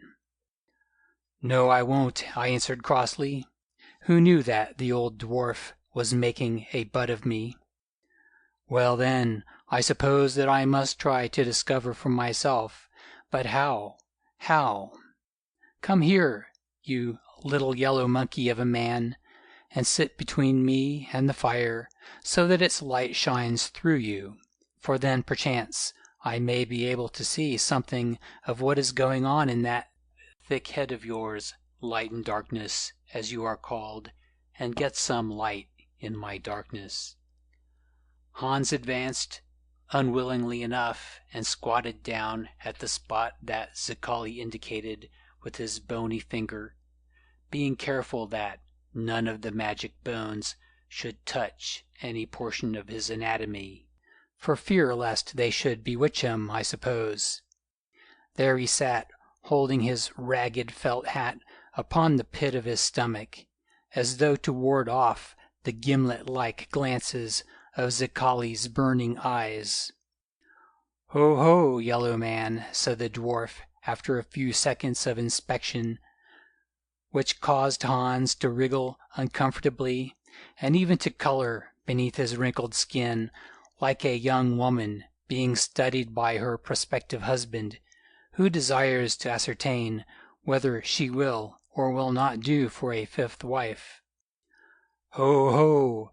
It seems to me that you knew this cave before you went there in the storm, but of course I should guess that, for how otherwise would you have found it in such a hurry?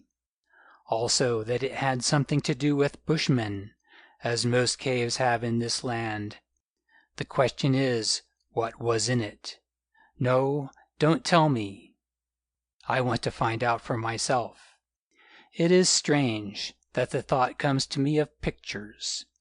No, it isn't strange, since the bushmen often used to paint pictures in caves. Now, you shouldn't nod your head, yellow man, because it makes the riddle too easy. Just stare at me and think of nothing at all. Pictures, lots of them, but one principal picture, I think, something that was difficult to come at, yes, dangerous even. Was it perchance a picture of yourself that a bushman drew long ago when you were young and handsome, yellow man? There again you are shaking your head. Keep it quite still, will you, so that the thoughts in it don't ripple like water beneath a wind. At least it was a picture of something hideous. but much bigger than you. Ah, it grows and grows. I am getting it now. Macumazahn, come and stand by me. And you, Yellow Man, turn your back so that you face the fire. Bah! It burns badly, does it not? And the air is so cold, so cold.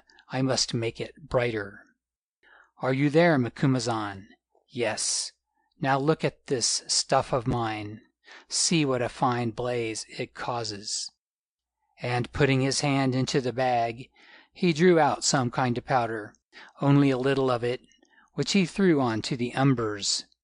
Then he stretched his skinny fingers over them as though for warmth, and slowly lifted his arms high into the air.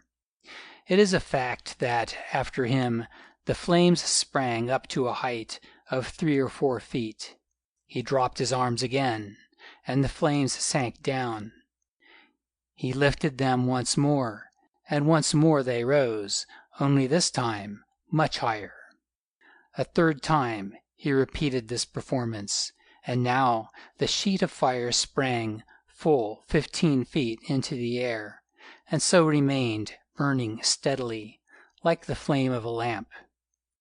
Look at that fire, Macumazahn, and you also, Yellow Man, he said in a strange voice, a sort of dreamy, far-off voice, and tell me if you see anything in it, for I can't. I looked, and for a moment perceived nothing. Then some shape began to grow upon the blazing background. It wavered, it changed. It became fixed and definite, yes, clear and real. There before me, etched in flame, I saw Heu-Heu. Heu-Heu, as he had been in the painting on the cave wall, only, as it seemed to me, alive, for his eyes blinked. Heu-Heu, looking like a devil in hell. I gasped, but stood firm. As for Hans, he ejaculated in his vile Dutch, Allemachtig, dat is die lelijke old deal. That is, Almighty, there is the ugly old devil, and having said this, rolled over onto his back and lay still, frozen with terror. Ho, ho, ho, laughed Zicali. Ho, ho, ho, and from a dozen places the walls of the kloof echoed back, ho, ho, ho. End of Chapter 3. Chapter 4. The Legend of Heu-Heu. Zicali stopped laughing and contemplated us with his hollow eyes. Who was it who first said that all men are fools? He asked. I do not know, but I think it must have been a woman, a pretty woman, who played with them and found that it was so. If so, she was wise, as all women are in their narrow way, which the saying shows, since they are left out of it. Well, I will add to the proverb, all men are cowards, also in one matter or another, though in the rest they may be brave enough. Further, they are all the same, for what is the difference between you, Macumazahn, wise white man, who have dared death 100 times, and yonder little yellow ape? Here he pointed to Hans, lying upon his back, with rolling eyes and muttering prayers to a variety of gods between his chattering teeth. Both of you are afraid, one as much as the other, the only difference being that the White Lord tries to conceal his fear, whilst the yellow monkey chatters it out, as monkeys do. Why are you so frightened? Just because, by a common trick, I show to your eyes a picture of that which is in the minds of both of you. Mark you again, not by magic, but by a common trick, which any child could learn, if somebody taught it to him. I hope that you will not behave like this when you see Heu-Heu himself, for if you do, I shall be disappointed in you, and soon there will be 2 more skulls in that cave of his. But then, perhaps, you will be brave. Yes, I think so. I think so, since never would you like to die remembering how long and loud I should laugh when I heard of it." Thus the old wizard rambled on, as was his fashion, when he wished to combine his acrid mockery with a desire to gain space for thought, till presently he grew silent, and took some of the snuff which I had brought him, for he had been engaged in opening the packet while he talked, all the while continuing to watch us, as though he would search out our very souls. Now, because I thought that I must say something, if only to show that he had not frightened me with his accursed manifestations, or whatever they were, I answered, "You are right, Zicali, when you say that all men are fools, seeing that you are the first and biggest fool among them." "I have often thought it, Macumazahn, for reasons that I keep to myself. But why do you say so? Let me hear, who would learn whether yours are the same as my own." "First, because you talk as though there were such a creature as Heu-Heu, which, as you know well, does not live and never did. And secondly, because you speak as though Hans and I would meet it face to face, which we shall never do. So cease from such nonsense, and show us how to make pictures in the fire, an art, you tell us, any child can learn." "If they are taught, Macumazahn, if they are taught how. But were I to do this, I should indeed be the first of fools. Do you think that I wish to establish 2 rival cheats? You see, between ourselves, I give myself my right name. In the land to trade against me? No, no, let us each keep the knowledge he has earned for himself. For if it becomes common to all, who will pay for it? But why do you believe that you will never stand face to face with Heu-Heu, except in pictures on rock or fire?" "Because he doesn't exist," I answered with irritation, "and if he does, I suppose his home is a long way off, and I cannot trek without fresh oxen." "Ah," said Zicali, "that reminds me again that those who told me of how you refuged in the cave from the storm and the rest, said that you wanted more oxen. So, knowing that you would be in as great a hurry to get to Heu-Heu as a young man is to find his first wife, I made ready. The story you heard was quite true. A white trader did leave a very fine team of footsore oxen in this neighborhood, salted, every one of them, which after 3 moons' rest are now fat and sound. I will have them driven up tomorrow morning, and take care of yours while you are away."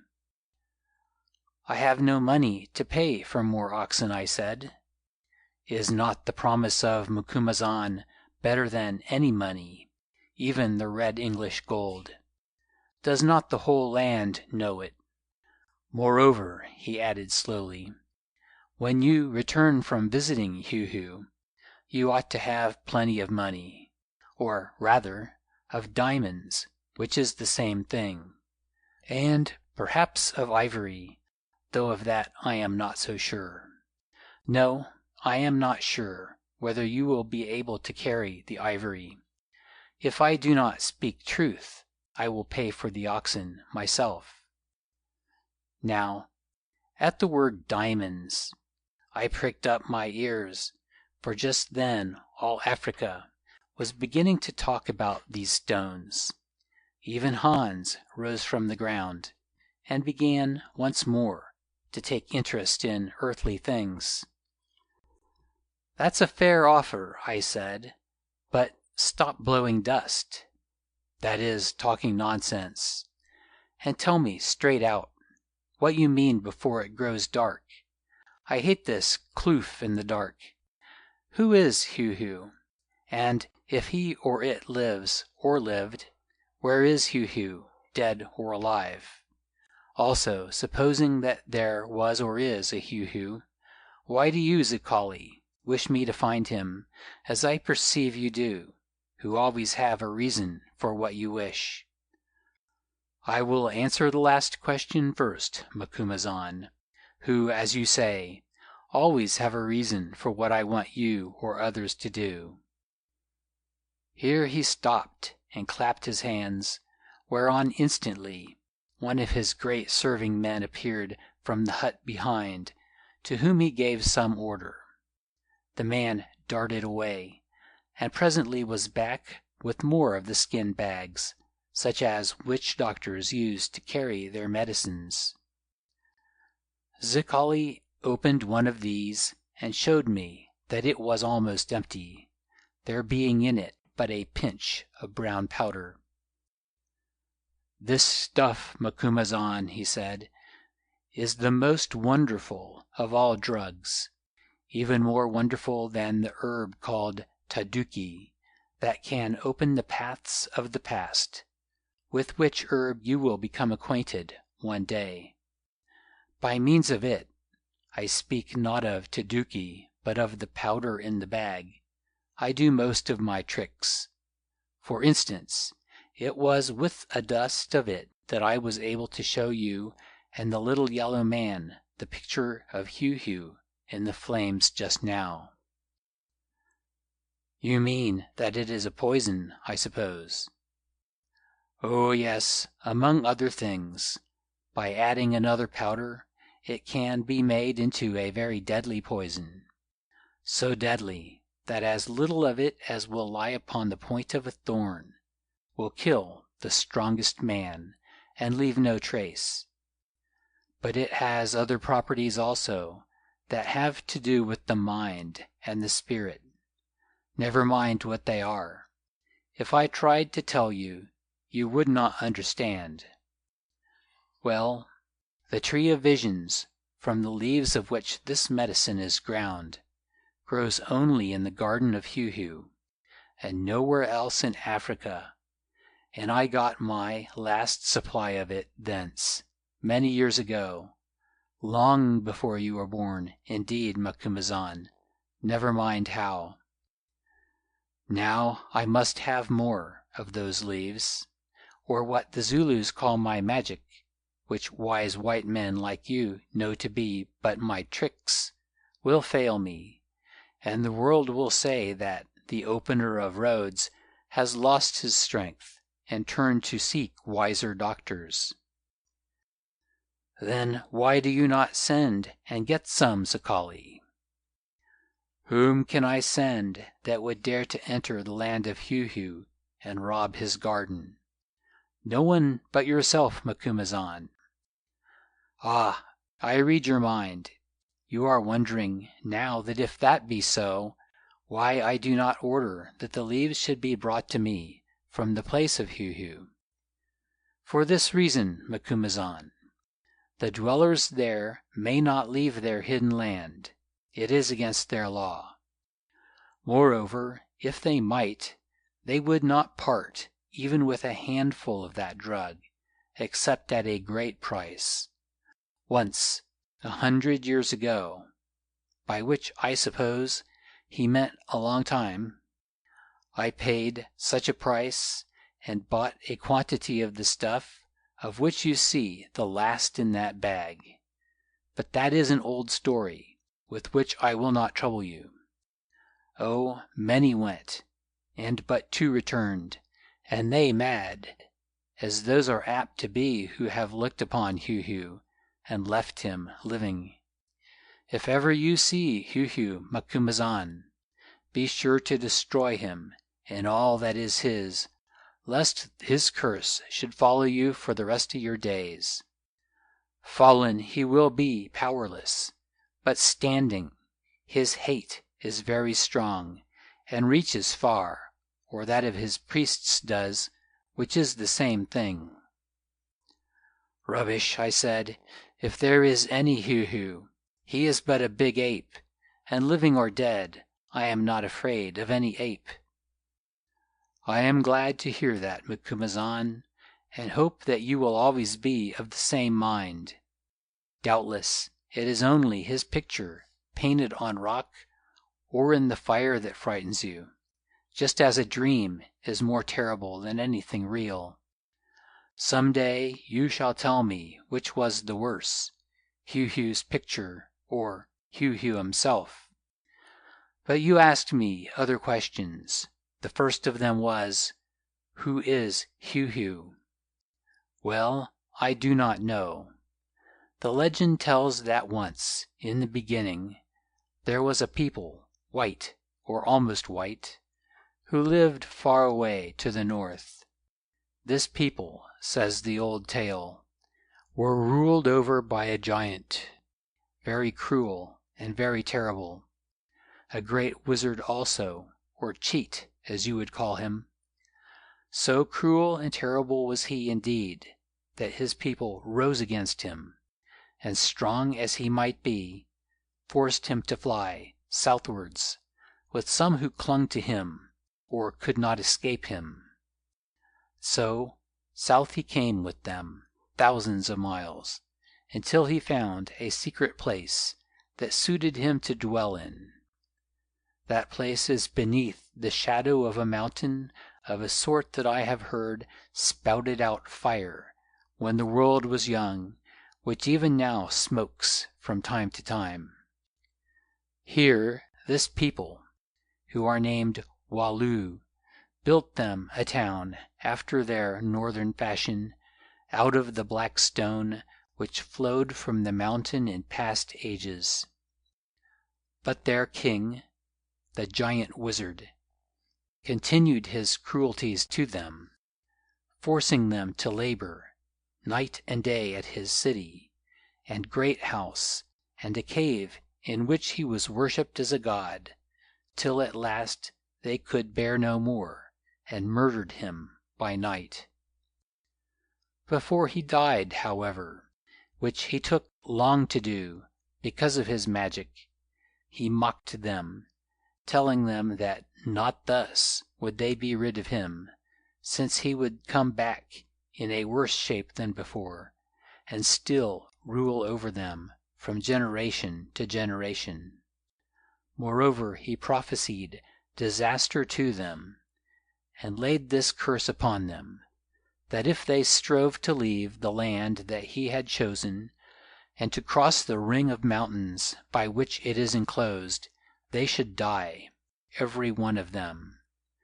This indeed happened, or so I have heard, since even if one of them travels down the river, by which alone that country can be approached from the desert, and sets foot in the desert, he dies, sometimes by sudden sickness, or sometimes by the teeth of lions and other wild beasts that live in the great swamp where the river enters the desert, whither the elephants and other game come to drink from hundreds of miles around.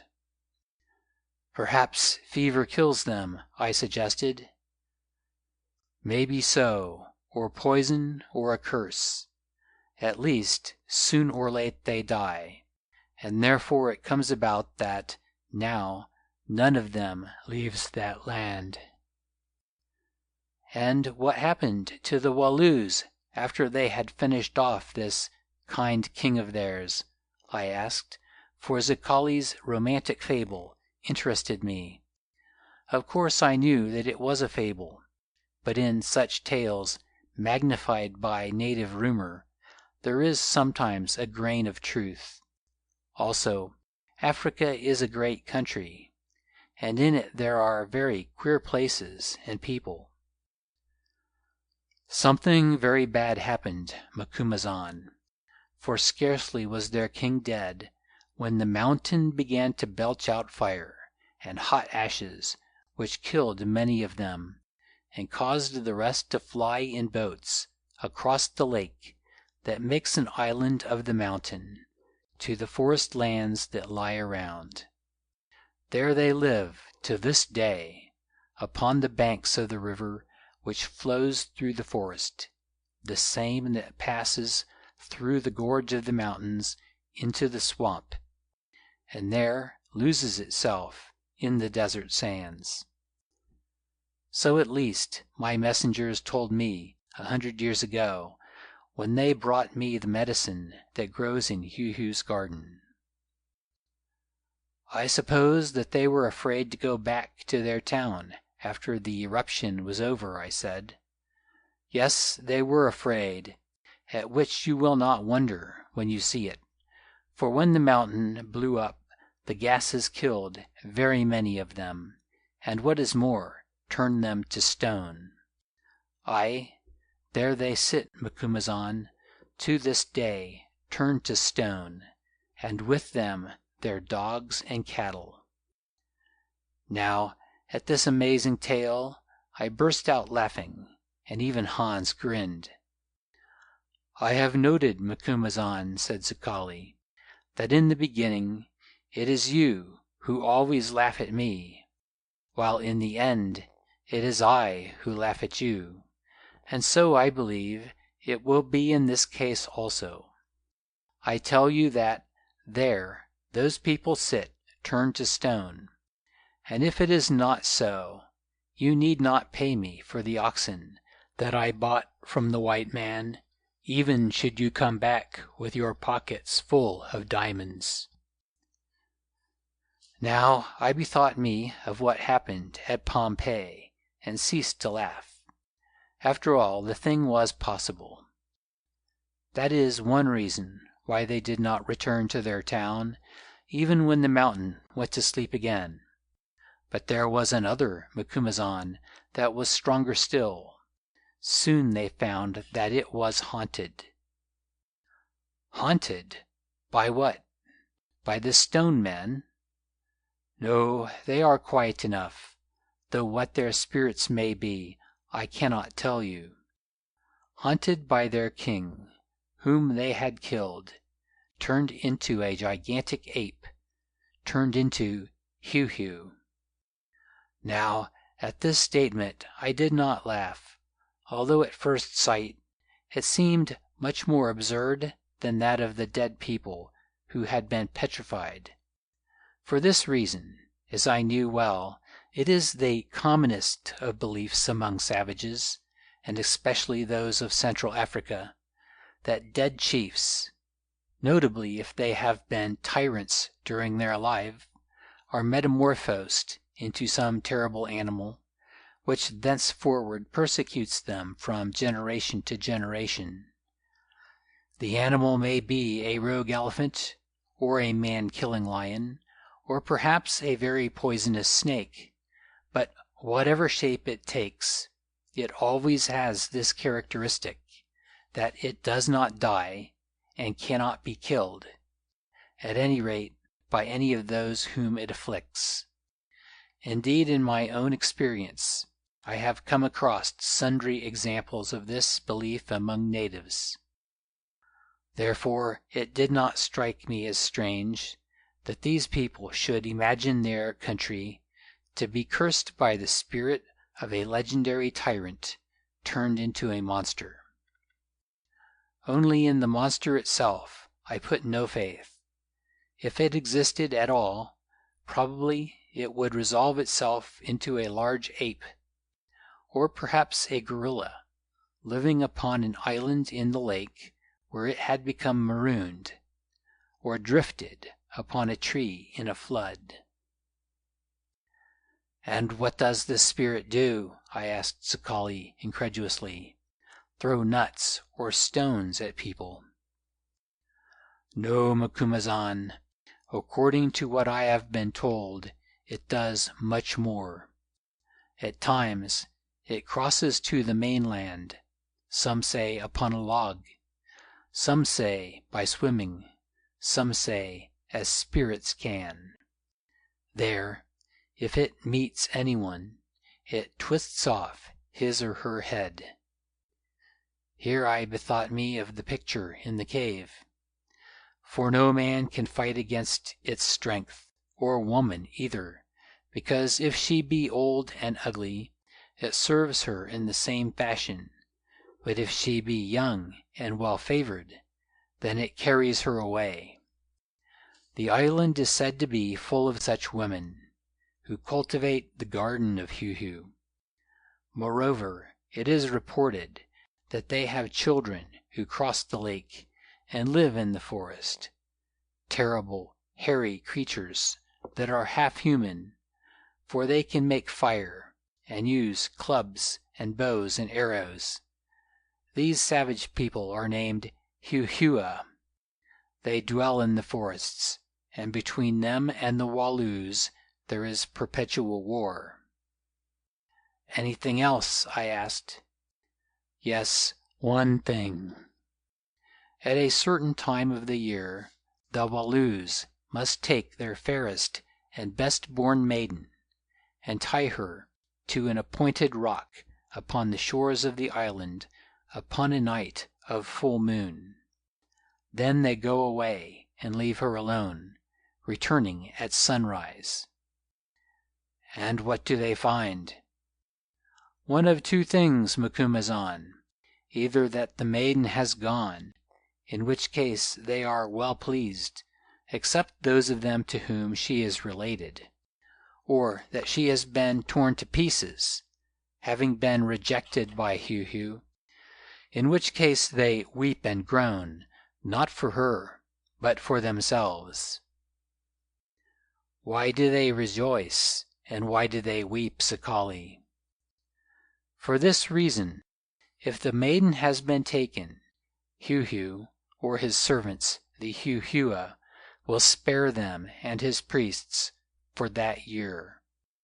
Moreover, their crops will prosper, and they be free from sickness. If she has been killed, he or his servants haunt them, snatching away other women, and they will have bad harvests. Also fever and other ills fall upon them. Therefore the offering of the maiden is their great ceremony, which, should she be taken, is followed by the feast of rejoicing, and should she be rejected and slain, by the fast of lamentation and the sacrifice of her parents or others. A pleasant religion, Sakali. Tell me, is it one that pleases these Walloos?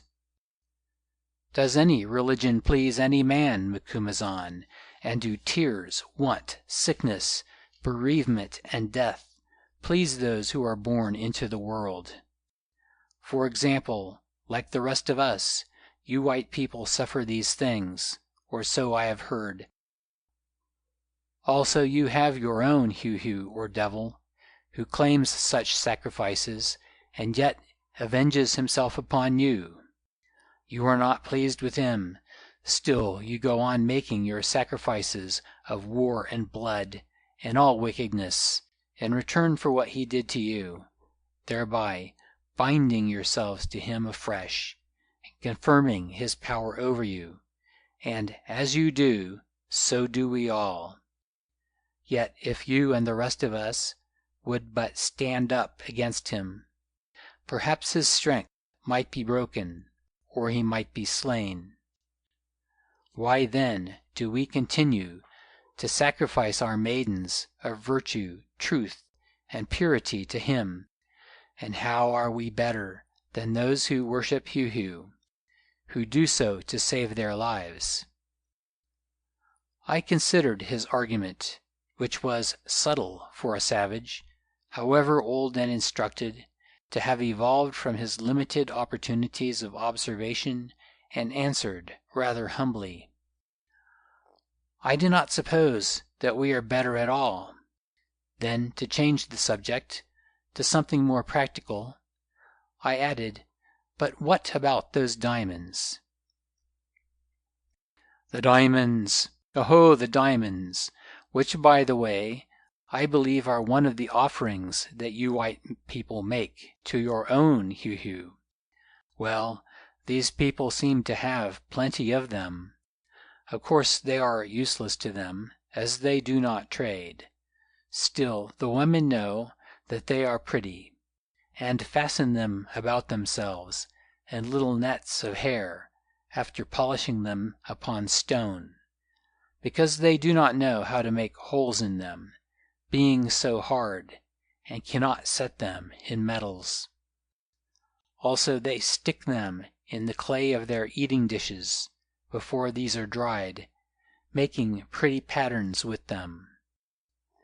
It seems that these stones, and others that are red, are washed down by the river, from some desert, across which it flows above, through a tunnel in the mountains, I believe. At any rate they find them in plenty, in the gravel on its banks, which they set the children to sift in such closely woven sieve of human hair, or in some such fashion. Stay, I will show you what they are like, for my messengers brought me a fistful or two many years ago. And he clapped his hands. Instantly, as before, one of his servants appeared, to whom he gave certain instructions. The man went, and presently returned with a little packet of ancient wrinkled skin that looked like a bit of an old glove. This he untied and gave to me. Within were a quantity of small stones that looked and felt like diamonds, very good diamonds, as I judged from their color, though none of them were large. Also among them was a sprinkling of other stones that might have been rubies, though of this I could not be sure. At a guess, I should have estimated the value of the parcel at 200 or 300 pounds. When I had examined them, I offered them back to Zicali, but he waved his hands and said, "Keep them, Macumazahn, keep them. They are no good to me, and when you come to the land of Heu-Heu, compare them with those you will find there, just to show yourself that in this matter I do not lie." "When I come to the land of Heu-Heu," I exclaimed indignantly, "where then is this land, and how am I to reach it?" "That I propose to tell you tomorrow, Macumazahn, not tonight, since it would be useless to waste time and breath upon the business until I know two things. First, whether you will go there, and secondly, whether the Walloos will receive you if you do go. When I have heard the answer to the second question, we will talk of the first, Zicali. But why do you try to make a fool of me? These Walloos and the savage Heu-Heuas with whom they fight, I understand dwell far away. How then can you have the answer by tomorrow?" There are ways, he answered dreamily, then seemed to go into a kind of doze, with his great head sunk upon his breast. I stared at him for a while, till, growing weary of the occupation, I looked about me, and noted that, a sudden, it was growing dusk. Whilst I did so, I began to hear screechings in the air, sharp, thin screechings, such are made by rats. "Look, boss," whispered Hans, in a frightened voice, "his spirit's come," and he pointed upwards. I did look, and far above, as though they were descending from the sky, saw some wide-winged, flittering shapes, 3 of them. They descended in circles very swiftly, and I perceived that they were bats, enormous and evil-looking bats. Now they were wheeling about us so closely that twice their outstretched wings touched my face, sending a horrid thrill through me, and each time that a creature passed, it screeched in my ear, setting my teeth on edge. Hans tried to beat away one of them from investigating him, whereon it clung to his hand and bit his finger, or so I judged from the yell he gave, after which he dragged his hat down over his head and plunged his hands into his pockets. Then the bats concentrated their attention upon Zicali. Round and round him they went in a dizzy whirl, which grew closer and closer, till at last 2 of them settled on his shoulders just by his ears, and began to twitter in them, whilst the 3rd hung itself onto his chin and thrust its hideous head against his lips.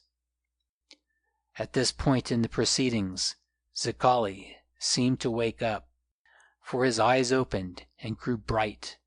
Also with his skinny hands he stroked the bats upon his shoulders as though they were pet birds. More, he seemed to speak with the creature that hung to his chin, talking in a language which I could not understand, while it twittered back the answers in its slate pencil notes. Then suddenly he waved his arms, and all 3 of them took flight again, wheeling outwards and upwards, till presently they vanished in the gloom. "I tame bats, and these are quite fond of me," he said by way of explanation, then added, "Come back tomorrow morning, Macumazahn, and perhaps I shall be able to tell you whether the Walloos wish for a visit from you, and if so, to show you a road to their country." So we went, glad enough to get away, since the opener of roads, with his peculiar talk and manifestations, as I believe they call them in spiritualistic circles, was a person who soon got upon one's nerves, especially at nightfall. As we stumbled down that hateful gorge in the gloom, Hans asked, "What were those things that hung to Zicali's shoulders and chin?" "Bats, very large bats. What else?" I answered. "I think a great deal else, boss. I think that they are his familiars, whom he is sending to those Walloos, just as he said." "Do you believe in the Walloos and the Heu-Heu, then, Hans? I don't." "Yes, I do, boss. And what is more, I believe that we shall visit them, because Zicali means that we should. And who is there that can fight against the will of the opener of roads?" End of chapter 4. Chapter 5. Allan Makes a Promise. I never could sleep well in the neighborhood of the Black Kloof. It always seemed to me to give out evil and disturbing emanations, nor was this night any exception to the rule.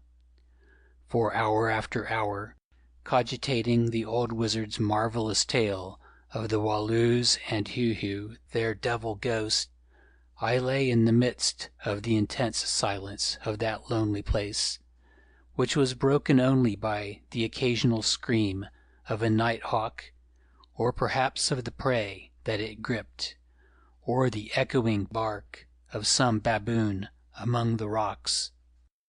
The story was foolishness, and yet there were so many strange peoples hidden away in the vast recesses of Africa, and some of them had these extremely queer beliefs or superstitions. Indeed, I began to wonder whether it is not possible for these superstitions, persisted in through ages, to produce something concrete, at any rate, to the minds of those whom they affect. Also there were odd circumstances connected with this tale, or romance, that might in a way be called corroborative. For instance, the picture of Heu-Heu in the cave, which Zicali, by his infernal arts or tricks, reproduced in the flame of fire. For instance, the diamonds and rubies, or crystals and spinels, whichever they might be, that at present reposed in the pocket of my shooting coat. These, presuming them to be the former, must have come from some very far-off or hidden spot, since I had never seen or heard of such in any place that I had visited, as they were entirely unlike those which, at that time, they were beginning to find at Kimberley, being, for one thing, much more water-worn. Still, the presence of diamonds in a certain district had nothing to do with the possible existence of a Heu-Heu, therefore they proved nothing, one way or the other. And if there were a Heu-Heu, did I wish to meet him face to face? In one sense, not at all, but in another, very much indeed. My curiosity was always great, and it would be wonderful to behold that which no white man's eyes had ever seen, and still more wonderful to struggle with and kill such a monster. A vision rose before my eyes of Heu-Heu, stuffed in the British Museum with a large painted placard underneath. Shot in Central Africa by Allan Quatermain, Esquire.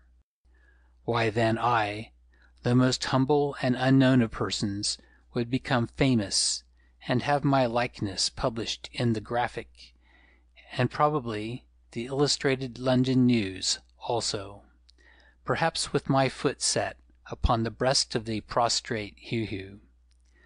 That indeed would be glory. Only Heu-Heu looked a very nasty customer, and the story might have a wrong ending. His foot might be set upon my breast, and he might be twisting off my head, as in the cave picture. Well, in that case, the illustrated papers would publish nothing about it. Then there was the story of the town full of petrified men and animals. This must be either true or false, since it lacked ghostly complications. Although I had never heard of anything of the sort, there might be such a place, and if so, it would be splendid to be its discoverer. Oh, of what was I thinking? Zicali's yarn must be nonsense and rank fiction. Yet it reminded me of something that I had heard in my youth, which for a long while I could not recall. At last, in a flash, it came back to me. My old father, who was a learned scholar, had a book of Grecian legends, and one of these about a lady called Andromeda, the daughter of a king who, in obedience to popular pressure, and in order to avert calamities from his country, tied her up to a rock to be carried off by a monster that rose out of the sea. Then a magically aided hero of the name of Perseus arrived at the critical moment, killed the monster, and took away the lady to be his wife. Why, this Heu-Heu story was the same thing over again. The maiden was tied to a rock, the monster came out of the sea, or rather the lake, and carried her off, whereby calamities were duly averted. So similar was it, indeed, that I began to wonder whether it were not an echo of the ancient myth that somehow had found its way into Africa. Only, hitherto, there had been no Perseus in Heu-Heu land. That role apparently was reserved for me. And if so, what should I do with the maiden? Restore her to a grateful family, I suppose, for certainly I had no intention of marrying her. Oh, I was growing silly with thinking. I would go to sleep. I would.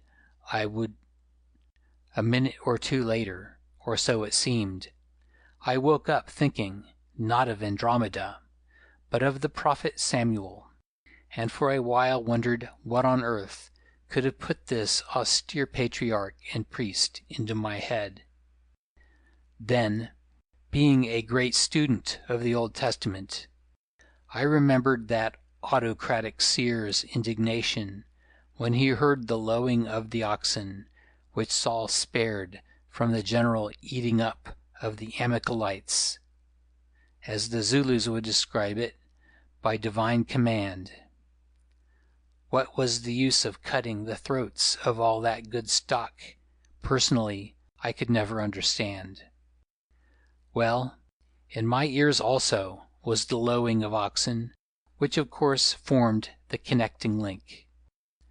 I marveled what they could be, for our own were grazing at a little distance, and poked my head out under the wagon hood to perceive a really beautiful team of Trek cattle, 18 of them, for there were 2 spare beasts, which had just been driven up to my camp by 2 strange Kaffirs. Then of course I remembered about the oxen, which Zicali promised to sell me upon easy terms, or under certain circumstances to give to me, and thought to myself that in this matter, at any rate, he had proved a wizard of his word. Slipping on my trousers, I descended from the wagon to examine them, and with the most satisfactory results. They had quite recovered from their poverty and footsoreness that had caused their former owner to leave them behind in Zicali's charge, and were now as fat as butter, looking as though they would pull anything, anywhere. Indeed, even the critical Hans expressed his unqualified approval of the beasts, which, as he pointed out from various indications, really seemed to be salted, and inoculated also, some of them, as could be seen from the loss of the ends of their tails. Having sent them to graze in charge of the Kaffirs who had brought them, for I did not wish them to mix with my own beasts, which showed signs of sickness, I breakfasted in excellent spirits, as wherever I might go, I was now set up with draught beasts, and then bethought me of my undertaking to revisit Zicali. Hans tried to excuse himself from accompanying me, saying that he wanted to study the new oxen, which those strange Zulus might steal, etc. The fact being, of course, that he was afraid of the old wizard, and would not go near him again unless he were obliged.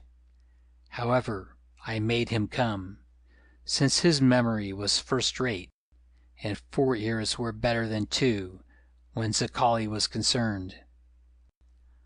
Off we trudged up the kloof, and, as before, without delay, were admitted within the fence surrounding the witch-doctor's hut, to find the opener of roads seated in front of it, as usual, with a fire burning before him.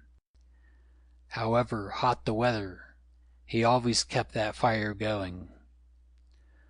"What do you think of the oxen, Macumazahn?" he asked abruptly. I replied with caution that I would tell him after I had proved them. "Cunning as ever," said Zicali. "Well, you must make the best of them, Macumazahn, and as I told you, you can pay me when you get back." "Get back from where?" I asked. "From wherever you are going, which at present you do not know." "No, I don't, Zicali," I said, and was silent. He also was silent for a long while, so long that at last he outwore my patience, and I inquired sarcastically whether he had heard from his friend Heu-Heu by bat post. "Yes, yes, I have heard, or think that I have heard, not by bats, but perchance by dreams or visions. Oho, Macumazahn, I have caught you again. Why do you always walk into my snare so easily? You see some bats, which in truth, as I told you, are but creatures that I have tamed by feeding them for many years, flitter about me and fly away, and you half believe that I have sent them 1,000 miles to carry a message and bring back an answer, which is impossible. Now, I will tell you the truth. Not thus do I communicate with those who are afar. Nay, I send out my thought, and it flies everywhere to the ends of the earth, so that the whole earth might read it, if it could. Yet perchance it is attuned to one mind only among the millions, by which mind it can be caught and interpreted. But for the vulgar, yes, and even for the wise white man who cannot understand, there remains the symbol of the bats and their message.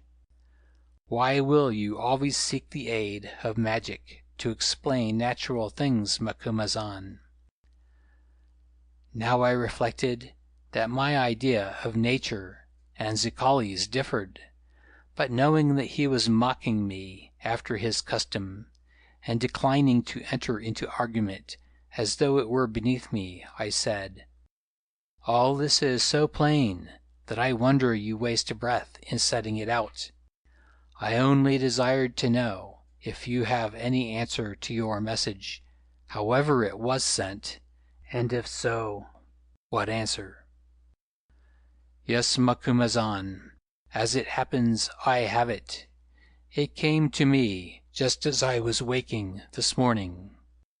This is its substance: that the chief of the Walloos, with whom my heart talked, and, as he believes, most of his people, will be very glad to welcome you in their land, though, as he believes again, the priests of Heu-Heu, who worship him as a god, and are sworn to his servants, will not be glad.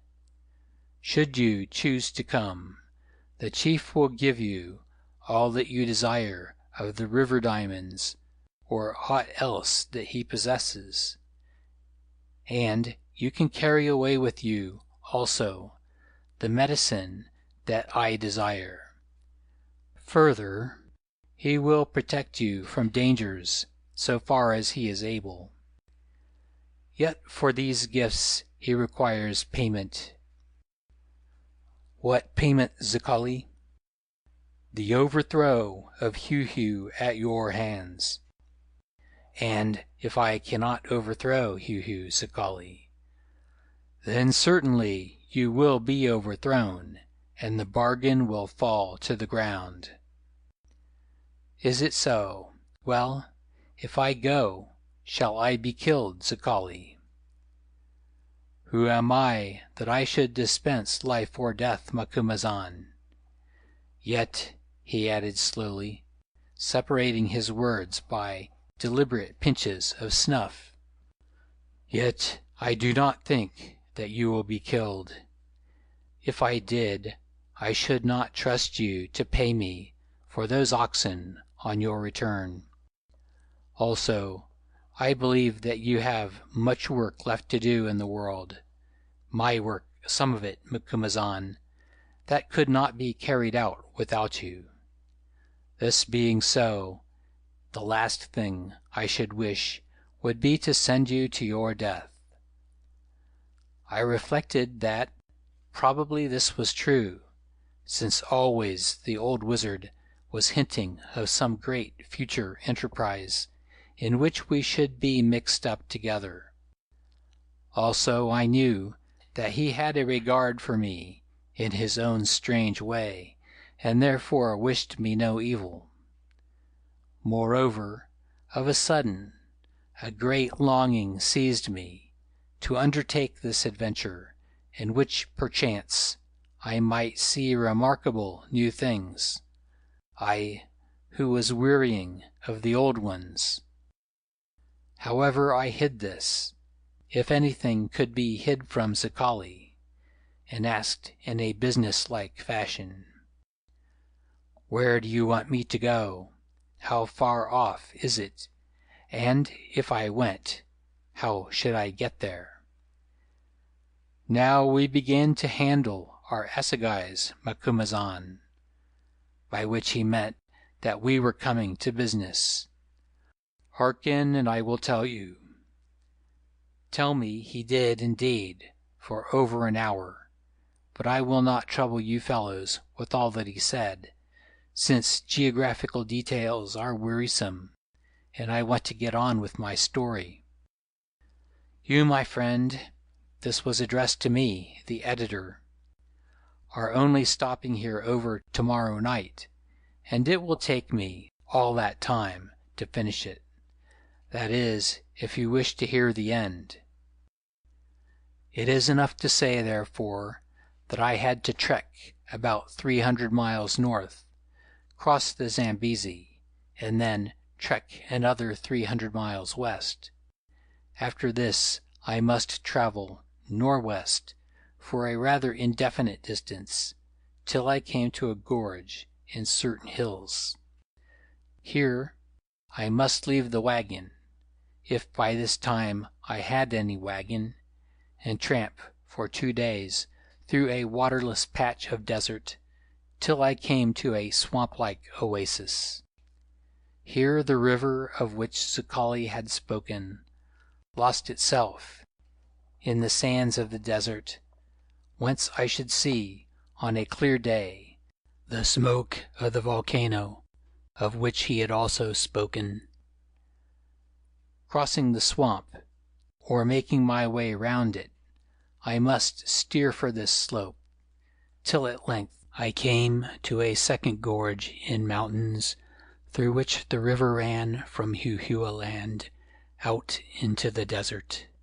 There, according to Zicali, I should find a party of Walloos waiting for me with canoes or boats, who would take me on into their country, where things would go as they were fated. Before you leave, my friend, I will give you a map of the route, which I drew after traveling it, in case you or anybody else should like to form a company and go to look for diamonds and fossilized men in Heu-Heu land, stipulating, however, that you do not ask me to take shares in the venture. If Allan ever gave me this map, of which after the lapse of so many years I am not sure, I have put it away so carefully that it is entirely lost, nor do I propose to hunt for it amidst the accumulated correspondence of some 35 years. Moreover, if it were found and published, it might lead to foolish speculation and probable loss of money among maiden ladies, the clergy, and other venturesome persons. Editor. So that's the trek, I said, when at last Zicali had finished. Well, I tell you straight out that I am not going to make it through unknown country. How could I ever find my way without a guide? I am off to Pretoria, with your oxen or without them. Is it so, Macumazahn? I begin to think that I am very clever. I thought that you would talk like that, and therefore have made ready by finding a man who will lead you straight to the house of Heu-Heu. Indeed, he is here, and I will send for him. And he summoned a servant in his usual way, and gave an order. Whence does he come? Who is he, and how long has he been here? I asked.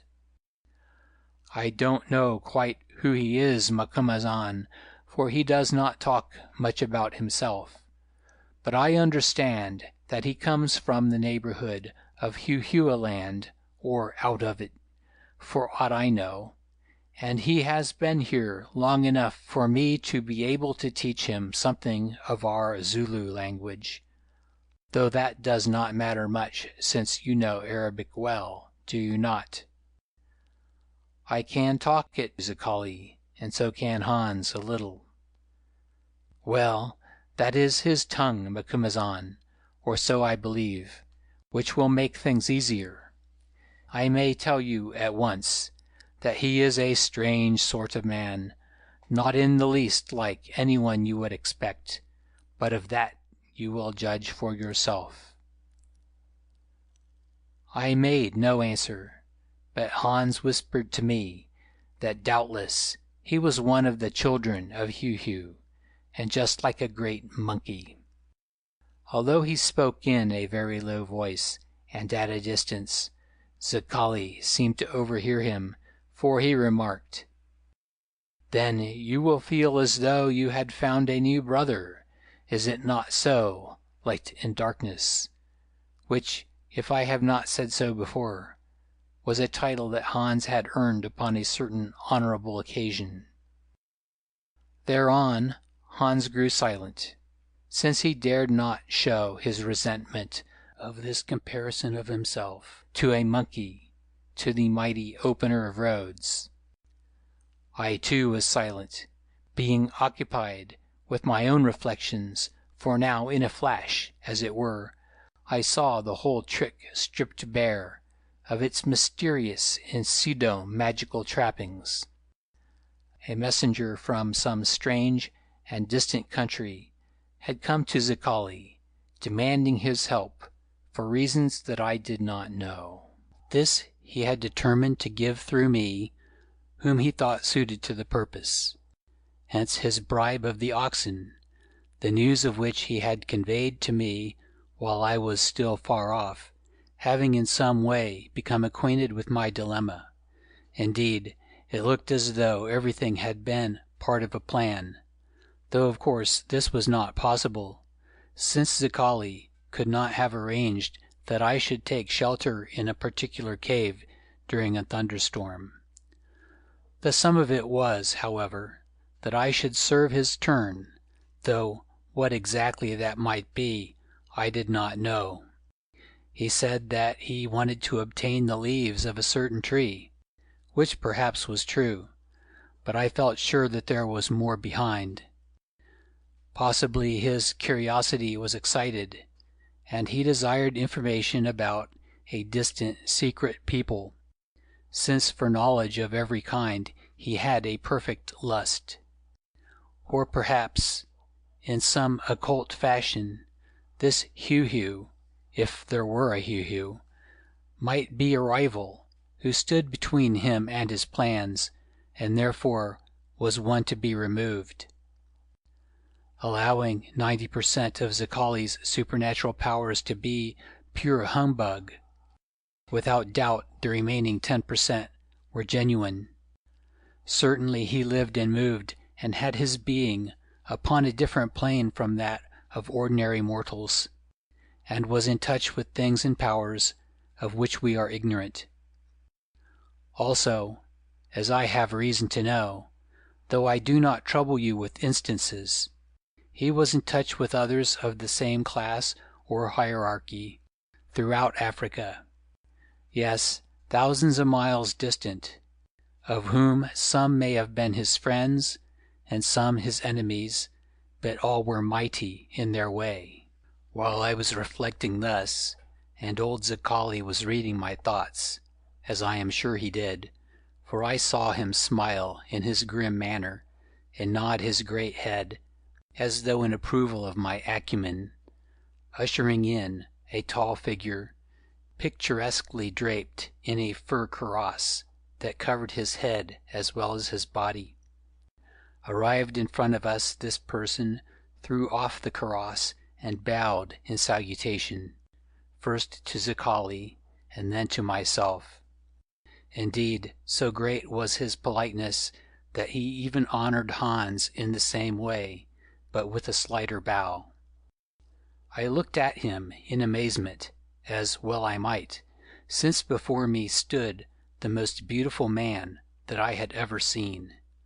He was tall, something over 6 feet high, and superbly shaped, having a deep chest, a sinewy form, and hands and feet that would have done credit to a Greek statue. His face, too, was wonderful, if rather somber, perfectly chiseled and almost white in color, with great dark eyes, and there was something about it that suggested high and ancient blood. He looked indeed as though he had just stepped straight out of the bygone ages. He might have been an inhabitant of the lost continent of Atlantis, or a sunburned old Greek, for his hair, which was chestnut brown, curled tightly, even where it hung down upon his shoulders, though none grew upon his chin, or about the curved lips. Perhaps he was shaven. In short, he was a glorious specimen of mankind, differing from any other I had seen. His costume, too, was striking and peculiar, although dilapidated. Indeed, it might have been rifled from the body of an Egyptian pharaoh. It consisted of a linen robe that seemed to be twisted about him, which was broidered at the edges with faded purple, a tall and battered linen headdress, shaped like the lower half of a soda-water bottle, reversed and coming to a point, a leather apron, narrow at the top, but broadening toward the knees, also broidered, and sandals of the same material. I stared at him amazed, wondering whether he belonged to some people unknown to me, or was another of Zicali's illusions, and so did Hans, for his muddy little eyes nearly fell out of his head, and he asked me in a whisper, "Is he a man, boss, or a spirit?" For the rest, the stranger wore a plain torque or necklet, apparently of gold, and about him was girdled a cross-hilted sword with an ivory handle and a red sheath. For a while this remarkable person stood before us, his hands folded, his head bent in a humble fashion, though it was really I who should have been humble, owing to the physical contrast between us. Apparently, he did not think it proper to speak first, while Zicali squatted there grimly, not helping me at all. At last, seeing that something must be done, I rose from the stool upon which I was seated and held out my hand. After a moment's hesitation, the splendid stranger took it, but not to shake in the usual fashion, for he bent his head and gently touched my fingers with his lips, as though he were a French courtier and I a pretty lady. I bowed again with the best grace I could command, then, putting my hand in my trouser pocket, said, "How do you do?" and as he did not seem to understand, repeated it in the Zulu word, Sakubona. This also failing, I greeted him in the name of the Prophet in my best Arabic. Here I struck oil, as an American friend of mine named Brother John used to say, for he replied in the same tongue, or something like it, speaking in a soft and pleasing voice, but without alluding to the Prophet. He addressed me as Great Lord Macumazahn, whose fame and prowess echo across the earth, and a lot of other nonsense, with which I could see that Zicali had stuffed him, that may be omitted. "Thank you," I cut in. "Thank you, Mr. and I paused. "My name is Issachar," he said. "And a very nice name, too, though I never heard one like it," I replied. "Well, Issachar, what can I do for you?" An inadequate remark, I admit, but I wanted to come to the facts. "Everything," he answered fervently, pressing his hands to his breast. "You can save from death a most beautiful lady who will love you." "Will she?" I exclaimed. "Then I will have nothing to do with that business, which always leads to trouble." Here Zicali broke in for the first time, speaking very slowly to Issachar in Zulu, which I remembered he said he had been teaching him, and saying, "The Lord Macumazahn is already full of woman's love, and has no room for more. Speak not to him of love, O Issachar, lest you should anger the ghost of one who haunts this spot, a certain royal Mamina, whom once he knew too well.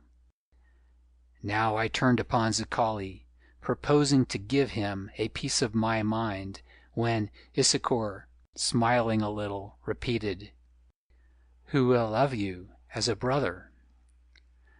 "That's better," I said, "though I don't know that I want to take on a sister at my time of life, but I suppose you mean that she will be much obliged." "That is so, O Lord. Also the reward will be great."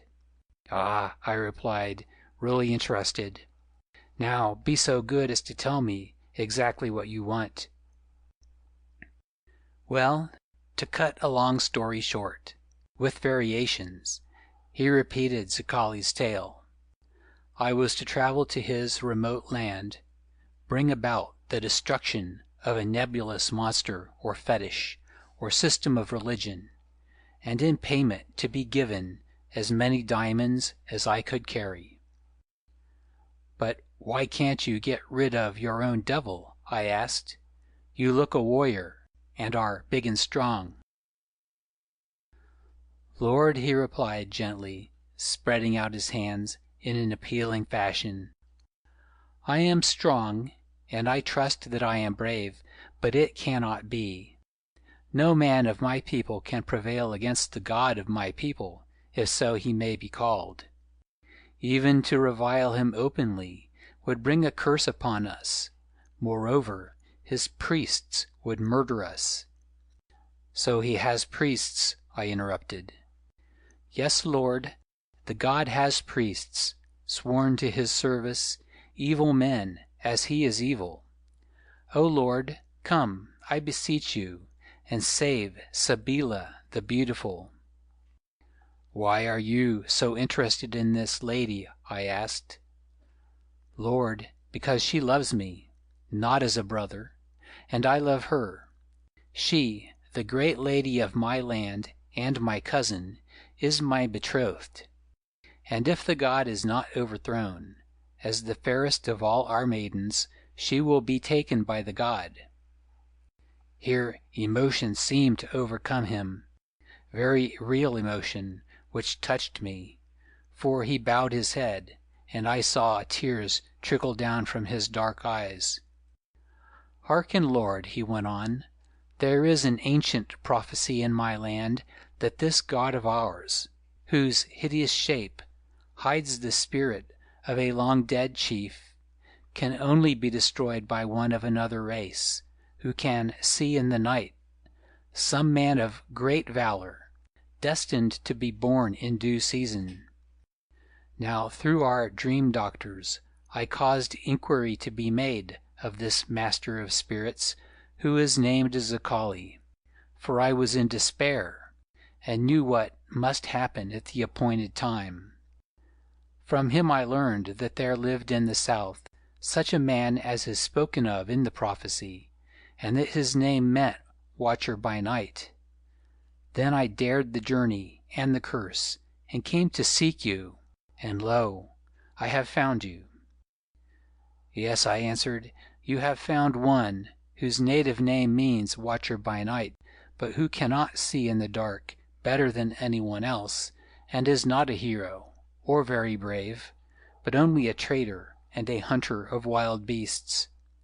Yet I tell you, Issachar, that I do not wish to interfere with your gods and priests and tribal matters, or to give battle to some great ape, if it exists, on the chance of earning a pocketful of bright stones should I live to take them away, and of getting a bundle of leaves that this doctor desires. You had better seek some other white man with eyes like a cat's, and more strength and courage, Issachar." "How can I seek another when, without doubt, you are the one appointed, Lord? If you will not come, then I return to die with Sabeela, and all is finished." He paused a few moments and continued, "Lord, I can offer you little, but is not a good deed its own reward? And will not the memory of it feed your heart through life and death? Because you are noble, I beseech you to come, not for what you may gain, but just because you are noble, and will save others from cruelty and wrong. I have spoken. Choose." "Why did you not bring Zakali his accursed leaves yourself?" I asked furiously. "Lord, I could not come to the place where that tree grows in the garden of Heu-Heu, nor indeed did I know that this master of spirits needed that medicine. Lord, be noble according to your nature, which is known afar." Now I tell you, fellows, when I heard this I felt flattered. We all think that we are noble at times, but there are precious few who tell us so, and therefore the thing came as a pleasant surprise from this extraordinarily dignified, handsome, and it would appear in his own fashion, well-educated son of Ham, if he were a son of Ham. To my mind he looked more like a prince in disguise, somebody of unknown but highly distinguished race, who had walked out of a fairy book. But when I came to think of it, that was exactly what he said he was. Anyway, he was a most discriminating person, with a singular insight into character. It did not occur to me at the moment that Zakali was also a discriminating person with an insight into character, which had induced him to bring us two together for secret purposes of his own, or that, in order to impress me, he had stuffed Issachar with the story of a predestined white man, told of in prophecy, who could see in the dark, as without doubt he had done. Also, the adventure proposed was of an order so wild and unusual that it drew me like a magnet. Supposing that I lived to old age, could I, Allan Quatermain, bear to look back and remember that I had turned down an opportunity of that sort and was departing into the grave, without knowing if there was or was not a Heu-Heu, who snatched away lonely Andromedas, I mean Sabeelas, off rocks, and combined in his hideous personality the qualities of a god or fetish, a ghost, a devil, and a super-gorilla. Could I bury my two humble talents of adventure and straight shooting in that fashion? Really, I thought not, for if I did, how could I face my own conscience in those last failing years? And yet there was so much to be said on the other side, into which I need not enter. In the end, being unable to make up my mind, I fell into weakness, and determined to refer the matter to fate. Yes, I determined to toss up, using Hans for the spinning coin. "Hans," I said in Dutch, a tongue which neither of the other two understood, "shall we travel to this man's country, or shall we stay in our own? You have heard all. Speak, and I will accept your judgment. Do you understand?" "Yes, boss," said Hans, twirling his hat in his vacant fashion. "I understand that the boss, as is usual when he is in a deep pit, seeks the wisdom of Hans to get him out, of Hans who has brought him up from a child, and taught him most of what he knows, of Hans, upon whom his reverend father, the predicant, used to lean as upon a staff, that is, after he had made him into a good Christian. But the matter is important, and before I give my judgment that will settle it, one way or another, I would ask a few questions." Then he wheeled round, and addressing the patient Issachar in his vile Arabic, said, "Long boss with a hooked nose, tell me, do you know the way back to this country of yours, and if so, how much of it can be traveled in a wagon?" "I do," answered Issachar, "and all of it can be traveled in a wagon until the first range of hills is reached. Also, along it there is plenty of game and water, except in the desert of which you have been told. The journey should take about 3 moons, though, myself alone, I accomplished it in 2. Good, and if my boss, Macumazahn, comes to your country, how will he be received? Well, by most of the people, but not well by the priests of Heu-Heu, if they think he comes to harm their god, and certainly not well by the hairy folk who live in the forest, who are called the children of the god. With these he must be prepared to war, though the prophecy says that he will conquer all of them. Is there plenty to eat in your country? And is there tobacco, and something better than water to drink, Long Boss? There is plenty of all these things. There is wealth of every kind, O counselor of the White Lord, and all of them shall be his and yours, though, he added with meaning, those who have to deal with the priests of the god and the hairy folk would do well to drink water, lest they should be found asleep. Have you guns there? Hans asked, pointing to my rifle. No, our weapons are swords and spears, and the hairy folk shoot with arrows from bows. Hans ceased from his questions and began to yawn as though he were tired, as he did so, staring up at the sky, where some vultures were wheeling. Boss, he said, how many vultures do you see up there? Is it 7 or 8? I have not counted them, but I think there are 7. No, Hans, there are 8. One, the highest, was hid behind a cloud. You are quite sure that there are 8, boss? Quite, I answered angrily. Why do you ask such silly questions when you can count for yourself? Hans yawned again and said, Then we will go with this fine hook-nosed boss to the country of Heu-Heu. That is settled. What the deuce do you mean, Hans? What on earth has the number of vultures got to do with the matter? Everything, boss. You see, the burden of this choice was too heavy for my shoulders, so I lifted my eyes and put up a prayer to your reverend father to help me, and in doing so saw the vultures. Then your reverend father in heaven above seemed to say to me, If there are an even number of vultures, Hans, then go. If an odd number, then stop where you are.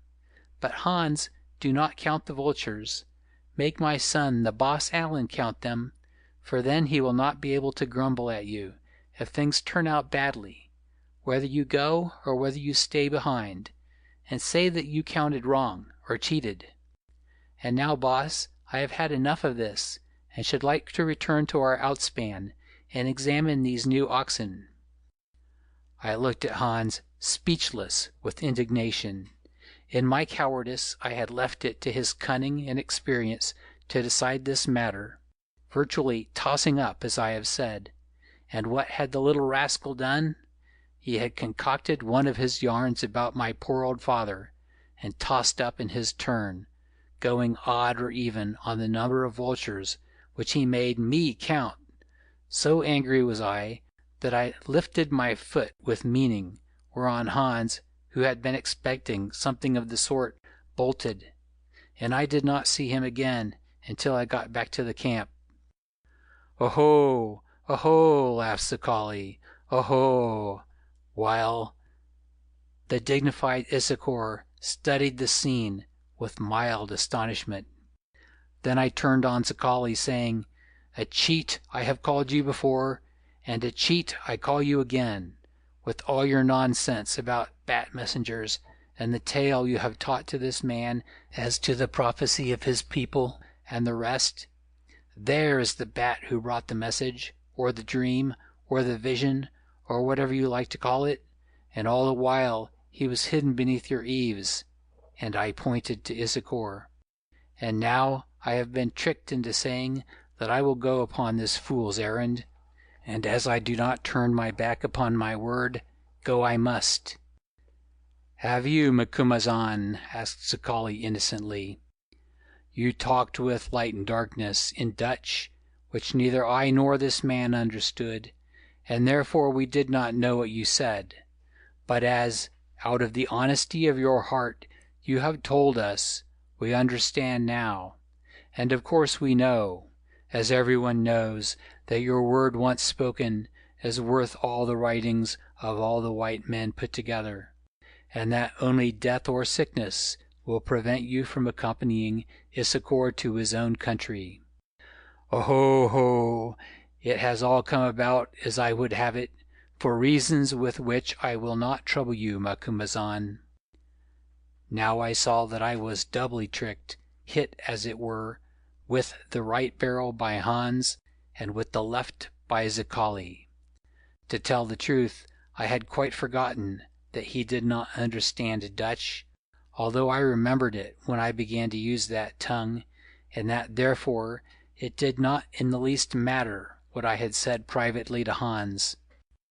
But if Zicali did not understand Dutch, of which after all I am not so sure, at any rate he understood human nature and could read thoughts, for he went on, "Do not boil within yourself like a pot with a stone on its lid, Macumazahn, because your crafty foot has slipped, and you have repeated publicly in one tongue what you had already said secretly in another, and therefore made a promise to both of us. For all the while, Macumazahn, you had made that promise, and your white heart would not have suffered you to swallow it again, just because we could not hear it with our ears. No, that great white heart of yours would have risen into your throat and shut it fast. So kick away the burning sticks from beneath the water of your anger, and let it cease from boiling, and go forth as you have promised, to see wonderful things, and do wonderful deeds, and snatch the pure and innocent out of the hands of evil gods or men. Yes, and burn my fingers scooping your porridge out of the blazing pot, Zicali, I said with a snort. Perhaps, Macumazahn, perhaps, for if I had no porridge to be saved, should I have taken all this trouble? But what does that matter to you, to the brave white lord who seeks the truth as a thrown spear seeks the heart of the foe? You will find plenty of truth yonder, Macumazahn, new truth, and what does it matter if the spear is a little red after it has reached the heart of things? It can be cleaned again, Macumazahn, it can be cleaned, and amidst many other services you will have done one to your old friend, Zicali the cheat. Here Allan glanced at the clock and stopped. I say, do you know what time it is? He said. 20 minutes past 1, by the head of Chaka. If you fellows want to finish the story tonight, you can do so for yourselves, according to taste. I'm off, or out shooting tomorrow. I shan't hit a haystack sitting. End of Chapter 5. Chapter 6. The Black River. On the following evening, pleasantly tired after a capital day's shooting, and a good dinner, once more the four of us, Curtis Good, myself, the editor, and old Allan, were gathered round the fire in his comfortable den at the Grange. Now then, Allan, I said, get on with your tale. What tale? He asked, pretending to forget, for he was always a bad starter where his own reminiscences were concerned. That about the monkey man and the fellow who looked like Apollo, answered Good. I dreamt about it all night, and that I rescued the lady, a dark girl dressed in blue, and that, just as I was about to receive a well-earned kiss of thanks, she changed her mind and turned into stone, which is just what she would have done if she had any sense in her head, and you were concerned, Good, said Allan severely, adding, perhaps it was your dream that made you shoot more vilely than usual today. I saw you miss 8 cock pheasants in succession at that last corner. And I saw you kill 18 in succession at the first, replied Good cheerily. So you see, the average was all right. Now then, get on with the romance. I like romance in the evening, after a dose of the hard facts of life in the shape of impossible cock pheasants. Romance, began Allan indignantly, Am I the romantic? Pray, do not confuse me with yourself, Good." Here I intervened, imploring him not to waste time in arguing with Good, who was unworthy of his notice, and at last mollified he began. "Now I am in a hurry, and want to be done with this job that dries up my throat, who, having lived so much alone, am not used to talking, like a politician, and makes me drink more whiskey and water than I ought. You are in a hurry too, all of you, especially Good, who wants to get to the end of the story in order that he may argue about it and try to show that he would have managed much better. And you, my friend, because you have to leave tomorrow morning early, and must see to your packing before you get to bed. Therefore, I am going to skip a lot, all about our journey, for instance, although, in fact, it was one of the most interesting treks I ever made, and for much of the way through a country that was quite new to me, about which one might write a book. I will simply say, therefore, that in due course, after some necessary delay, to repack the wagon, leaving behind all articles that were not wanted in Zicali's charge, we trekked from the Black Kloof. The oxen that I had bought, on credit, from Zicali were in the yokes, and we drove with us his 2 extra beasts, as well as 4 of the best of my old team to serve as spares. Also I took, in addition to my own driver and voorlooper, Mavoon and Induka, 2 other Zulus, Zicali's servants, who I knew would be faithful because they feared their terrible master, although I knew also that they would spy upon me, and if ever they returned alive, make report of everything to him.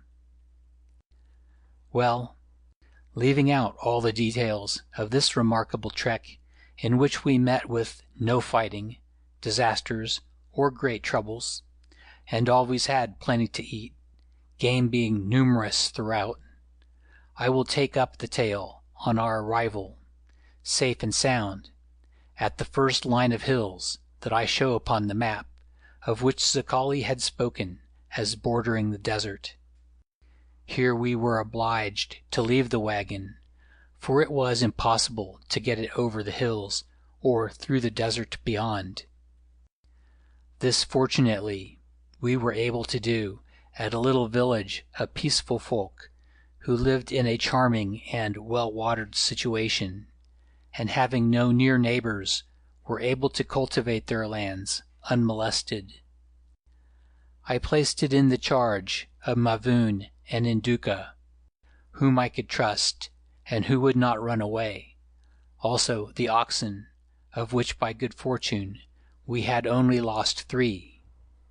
With them, as Issachar declared that we must go on alone, I left Zicali's servants, knowing that they would keep an eye upon my men, and my men on them, and promised the headman of the village a good present if we found everything safe on our return.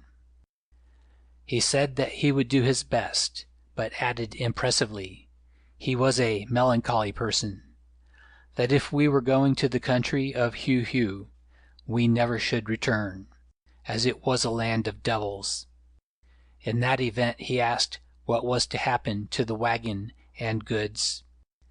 I replied that I had given orders that if I did not reappear within a year, it was to trek back to whence we came, and announced that we were gone, but that he need not be afraid, as, being a great magician, I knew that we should be back long before that time. He shrugged his shoulders, looking doubtfully at Issachar, and there the conversation ended.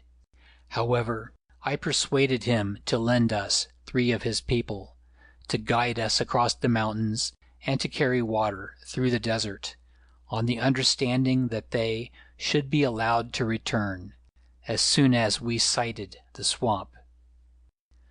Nothing would induce them to go nearer to the country of Heu-Heu. So in due course off we started, leaving Mavoon and Induka almost in tears, for the gloom of the headman had spread to them, and they too believed that they would see us no more. Hans, it is true, they never would have missed, since they hated him as he hated them, but in my case the matter was different, because they loved me in their own way. Our baggage was light. Rifles I took a double-barreled express, as much ammunition as we could manage, some medicines, blankets, etc., a few spare clothes and boots for myself, a couple of revolvers, and as many vessels of one sort or another as possible to carry water, including 2 paraffin tins slung at either end of a piece of wood, after the fashion of a milkman's yoke. Also we had tobacco, a good supply of matches, candles, and a bundle of dried biltong to eat in case we found no game. It doesn't sound much, but before we got across that desert, I felt inclined to throw away half of it. Indeed, I don't think we could have got the stuff over the mountain pass, which proved to be precipitous, without the assistance of the 3 water-bearers. It took us 12 hours to reach and cross that mountain's crest, just beneath which we camped, and another 6 to descend the other side next day. At its foot was thin, tussocky grass, with occasional thorn trees growing in a barren veldt that by degrees merged into desert. By the last water we camped for the 2nd night, then, having filled up all our vessels, started out into the arid sandy wilderness. Now you fellows know what an African desert is, for we went through a worse one than this on our journey to Solomon's Mines. Still, the particular specimen I am speaking of was pretty bad. To begin with, the heat was tremendous. Then in parts it consisted of rolling slopes or waves of sand, up which we must scramble and down which we must slide, a most exhausting process. Further, there grew in it a variety of thick-leaved plant with sharp spines that, if touched, caused a painful soreness, which abominable and useless growths made it impossible to travel at night, or even, if the light were low, when they could not be seen and avoided. We spent 3 days crossing that wretched desert, that had another peculiarity. Here and there, in its waste, columns of stone, polished by the blowing sand, stood up like obelisks, sometimes in one piece, monoliths, and sometimes in several, piled on each other. I suppose that they were the remains of strata, hard cores that had resisted the action of wind and water, which in the course of thousands or millions of years had worn away the softer rock, grinding it to dust. Those obelisk-like columns gave a very strange appearance to that wilderness, suggesting the idea of monuments. Also, incidentally, they were useful, since it was by them that our water-bearing guides, who were accustomed to haunt the place, to kill ostriches, or to steal their eggs, steered their path. Of these ostriches we saw a good number, which showed that the desert could not be so very wide, since in it there seemed to be nothing for them to live on, unless they ate the prickly plants. There was no other life in the place. Fortunately, by dint of economy and self-denial, our water held out until on the afternoon of the 3rd day, as we trudged along, parched and weary, from the crest of one of the sand waves we saw, far off, a patch of dense green that marked the end, or rather the beginning, of the swamp. Now, our agreement with the guides was that when they came in sight of this swamp they should return, for which purpose we had saved some of the water for them to drink on their homeward journey. After a brief consultation, however, they determined to come on with us, and when I asked why, wheeled round and pointed to dense clouds that were gathering in the heavens behind us. These clouds, they explained, foretold a sand tempest in which no man could live in the desert. Therefore they urged us forward at all speed. Indeed, exhausted as we were, we covered the last 3 miles between us and the edge of the swamp at a run. As we reached the reeds, the storm burst, but still we plunged forward through them, till we came to a spot where they grew densely, and where by digging pits in the mud with our hands, we could get water which, thick as it was, we drank greedily. Here we crouched for hours while the storm raged. It was a terrific sight, for now the face of the desert behind was hidden by clouds of driven sand, which, even among the reeds, fell upon us thickly, so that occasionally we had to rise and shake its weight off us. Had we still been in the desert, we should have been buried alive. As it was, we escaped, though half choked, and with our skins fretted by the wear of the particles of sand. So we squatted all night, till before dawn the storm ceased and the sun rose in a perfectly clear sky. Having drunk more water, of which we seemed to need enormous quantities, we struggled back to the edge of the swamp and from the crest of a sand wave looked about us. Issachar stretched out his arm towards the north and touched me on the shoulder. I looked, and far away, staining the delicate blue of the heavens, perceived a dark, mushroom-shaped patch of vapor. "It is a cloud," I said. "Let us go back to the reeds. The storm is returning." "No, Lord," he answered. "It is the smoke from the fire mountain of my country." I studied it and said nothing, reflecting, however, that in this particular, at any rate, Zicali had not lied. If so, was it not possible that he had spoken truth about other matters also? If there existed a volcano, as yet unreported by any explorer, might there not also be a buried city, filled with petrified people, and even a Heu-Heu? No, in Heu-Heu I could not believe. Here, after they had filled themselves and their gourds with water, the 3 natives from the village left us, saying that they would go no farther, and that they could now depart safely, as the sandstorm would not return for some weeks. They added that our magic must be very strong, since had we delayed, even for a few hours, we should certainly all have been killed. So they departed, and we camped by the reeds, hoping to rest after our exhausting journey. In this, however, we were disappointed, for as soon as the sun went down, we became aware that this vast area of swampy land was the haunt of countless game that came thither, I suppose, from all the country round in order to drink and to fill themselves with its succulent growths.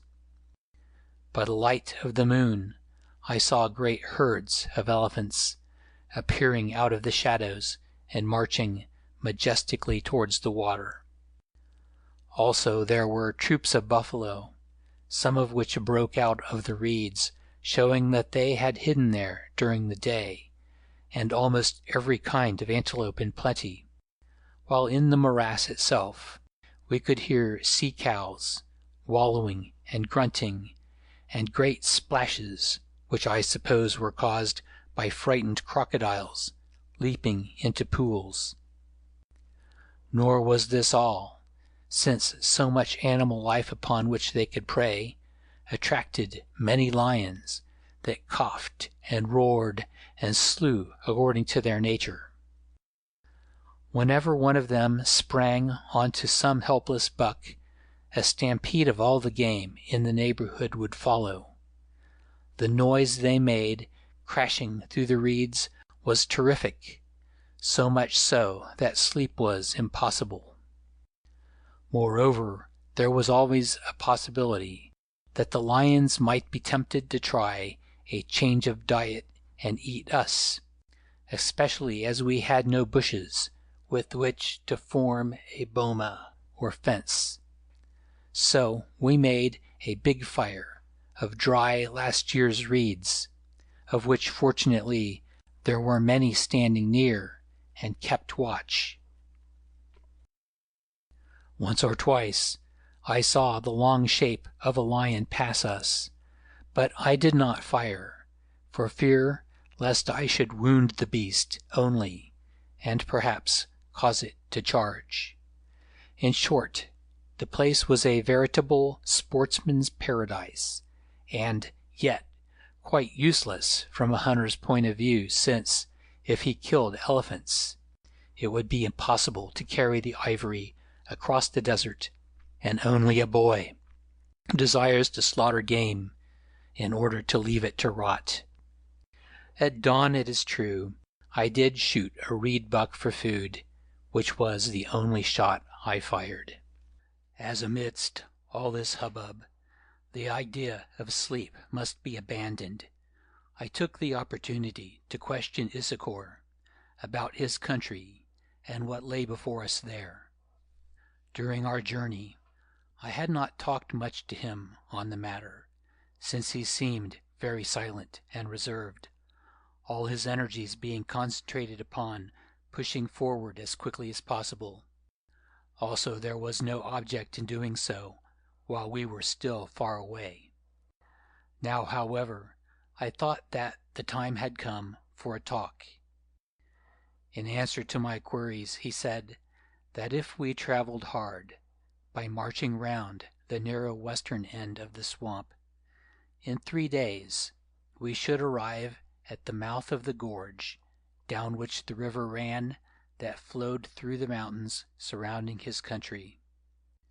These mountains, I should add, we had sighted as a black line in the distance, almost as soon as we entered the desert, which showed that they were high. Here, if we reached it without accident, he hoped to find a boat waiting, in which we could be paddled to his town, though why anybody should be expecting us I could not elicit from him.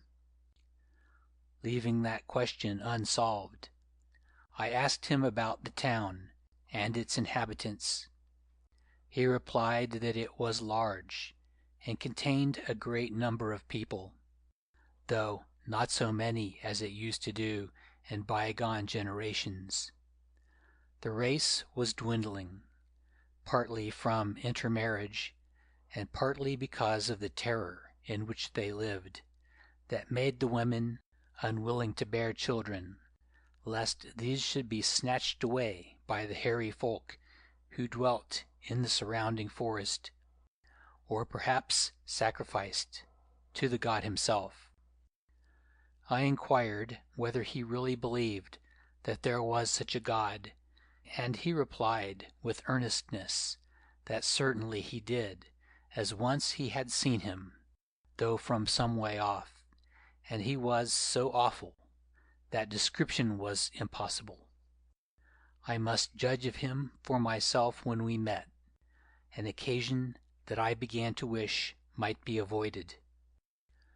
I cross-examined him persistently about this god, but with small result, for the subject seemed to be one on which he did not care to dwell. I gathered, however, that he, Issachar, had been in a canoe when he saw Heu-Heu on a rock at dawn, surrounded by women, upon the occasion of some sacrifice, and that he had not looked much at him, because he was afraid to do so. He added that Heu-Heu never came to the mainland, though his priests did. Then, dropping the subject of Heu-Heu, he went on to tell me of the system of government among the Walloos, which it appeared was a hereditary chieftainship that could be held either by men or women. The present chief, an old man, like the people, was named Walloo, as indeed were all the chiefs of the tribe in succession, for Walloo was really a title which he thought had come with them from whatever land they inhabited in the dark forgotten ages. He had but one child living, a daughter, the lady Sabeela, of whom he had spoken to me at the hut of the opener of roads, she who was doomed to sacrifice. He, Issachar, was her second cousin, being descended from the brother of her grandfather, and therefore of the pure Walloo blood. Then, if this lady died, I suppose you would be the chief, Issachar, I said. Yes, Lord, by descent, he answered, yet perhaps not so.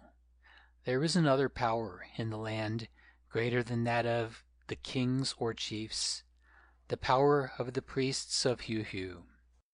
It is their purpose, Lord, should Sabeela die, to seize the chieftainship for themselves.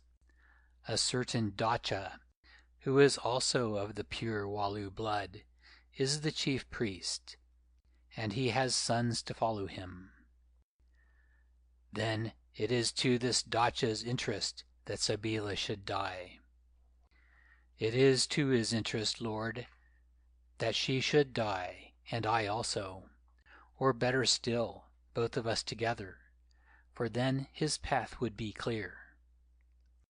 But what of her father, the Walloo?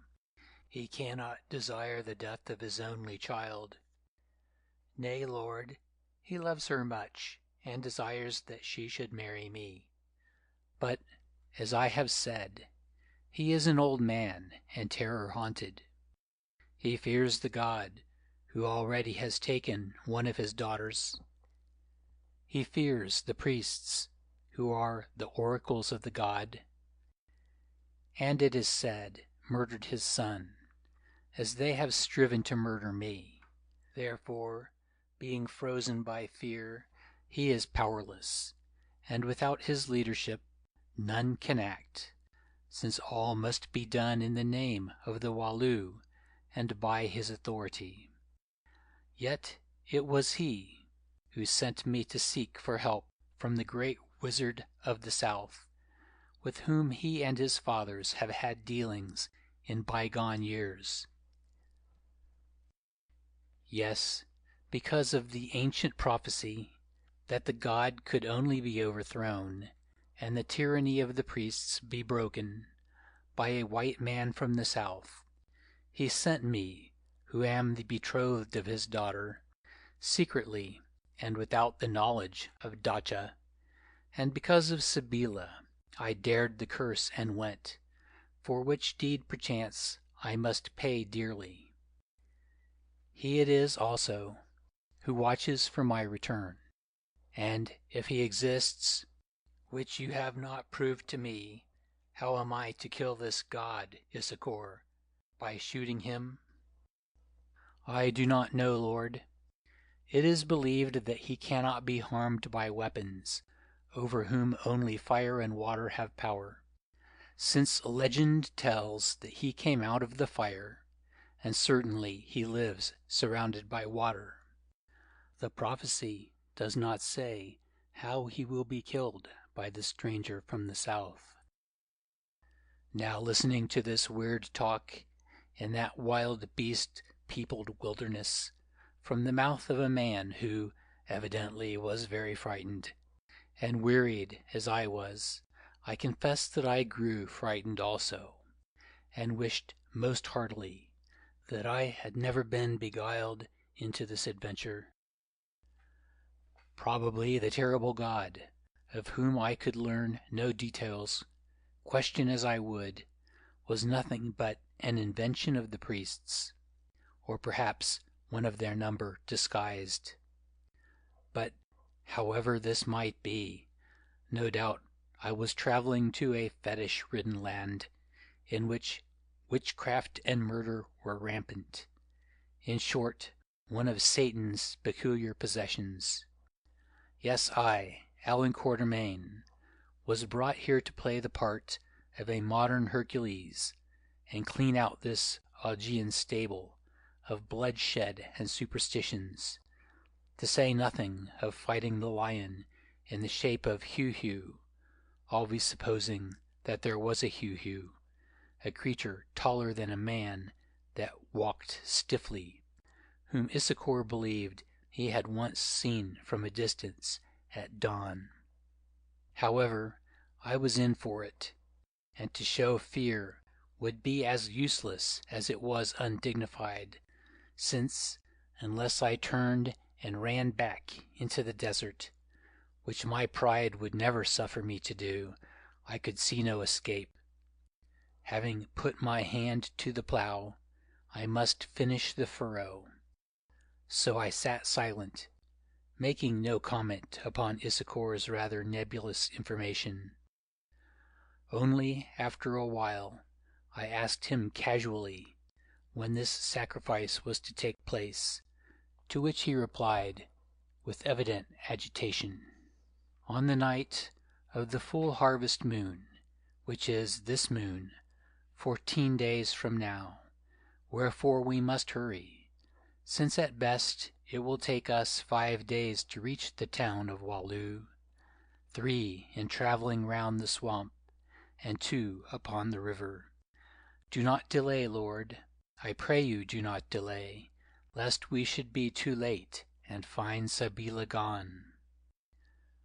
"No," I answered, "I shall not be late, and I can assure you, my friend Issachar, that the sooner I am through with this business, one way or another, the better I shall be pleased. And now that all those beasts in the swamp seem to have grown a little quieter, I will try to go to sleep."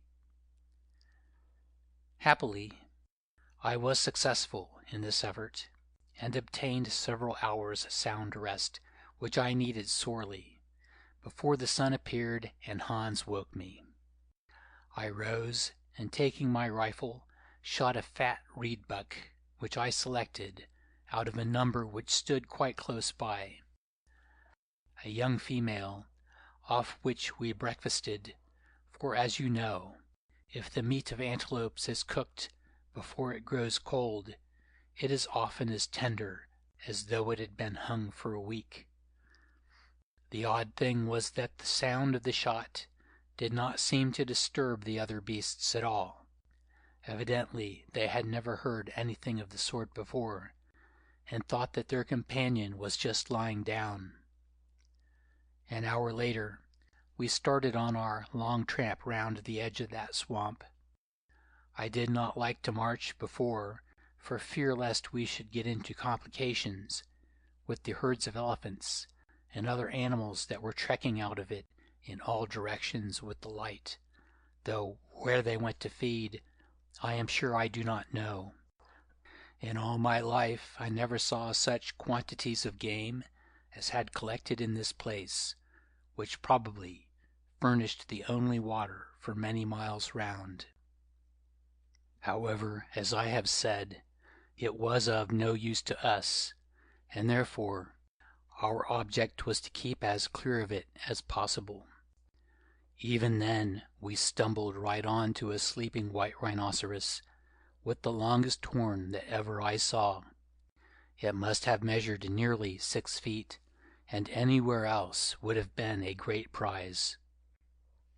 Fortunately, the wind was blowing from it to us, so it did not smell us, and charged off in another direction, for as you know, the rhinoceros is almost blind.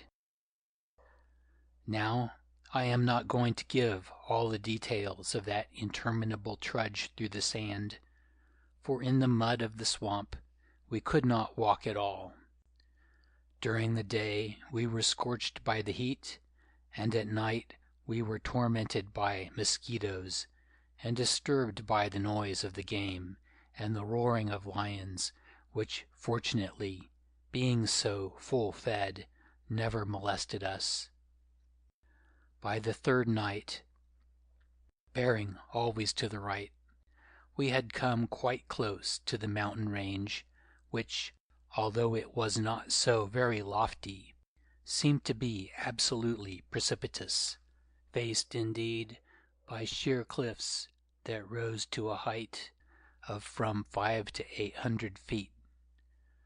To what extraordinary geological conditions these black cliffs and the desert by which they were surrounded owe their origin, I am sure I do not know, but there they were, and no doubt are. Before sunset on this third day, by Issachar's direction, we collected a huge pile of dried reeds, which we set upon the crest of a sand mound, and after dark fired them, so that for a quarter of an hour or so they burned in a bright column of flame. Issachar gave no explanation of this proceeding, but as Hans remarked, doubtless it was a signal to his friends. Next morning, at his request, we started on before the dawn, taking our chance of meeting with elephants or buffaloes, and at sunrise found ourselves right under the cliffs. An hour later, following a little bay in them where there was no swamp, because here the ground rose of a sudden, we turned a corner and perceived a tall, white-robed man with a big spear standing upon a rock, evidently keeping a lookout. As soon as he saw us, he leapt down from the rock with the agility of a klip-springer and came towards us. After one curious glance at me, he went straight to Issachar, knelt down, and taking his hand, pressed it to his forehead, which showed me that our guide was a venerated person. Then they conversed together in low tones, after which Issachar came to me and said that so far all was well, as our fire had been seen, and a big canoe awaited us. We went on, guided by the sentry, and after one turn suddenly came on quite a large river, which had been hidden by the reeds. To the left appeared this deep, slow-flowing river. To the right, within 100 paces, indeed, it changed into swamp or morass, of which the pools were fringed with very tall and beautiful papyrus plants. Such open water as there was being almost covered by every kind of wild fowl that rose in flocks with a deafening clamor. This stream, the Black River, as the Walloos called it, was bordered on either side by precipices through which I suppose it had cut its way in the course of millenniums, so high and impending that they seemed almost to meet above, leaving the surface of the water nearly dark. It was a stream gloomy as the Roman Styx, and glancing at it, I half expected to see Charon and his boat approaching to row us to the infernal fields. Indeed, into my mind there floated a memory of the poet's lines, which I hope I quote correctly. In Kubla Khan a river ran through caverns measureless to man, down to a sunless sea. I confess honestly that the aspect of the place filled me with fear.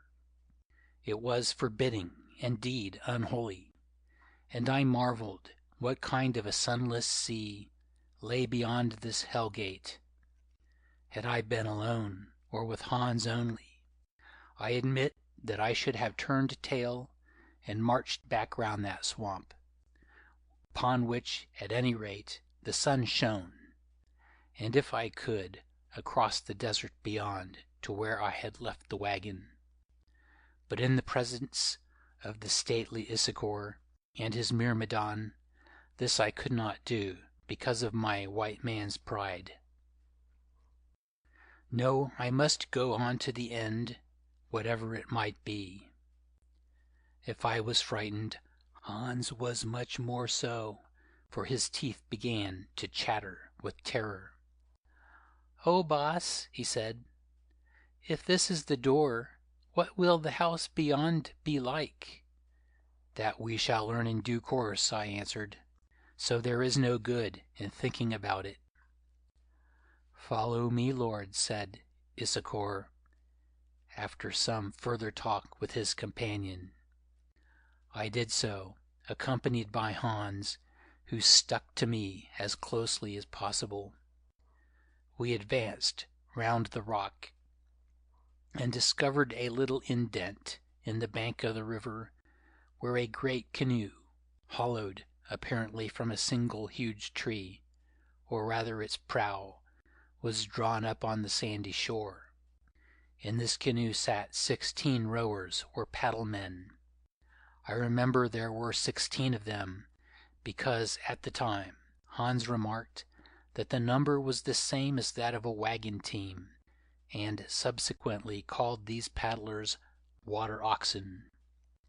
As we approached, they lifted their paddles in salute, apparently of Issachar, since of me and my companion, except by swift, surreptitious glances, they took no notice.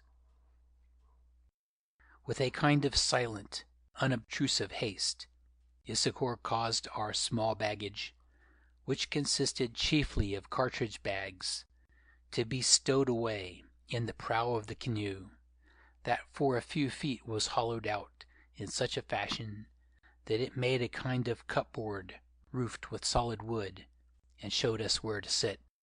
Next, he entered it himself, while the lookout man ran down the canoe and took hold of the steering oar. Then at a word, all the paddlers backwatered, and the craft slid off the sandy beach into the river, which was full to the banks. Almost in flood indeed. It seemed that here the rain had been nearly incessant for some months, and the lowering sky showed that, ere long, there was much more to come. End of chapter 6. Chapter 7. The Walloo. In perfect stillness, except for the sound of the dipping of the paddles in the water, we glided away very swiftly up the placid river.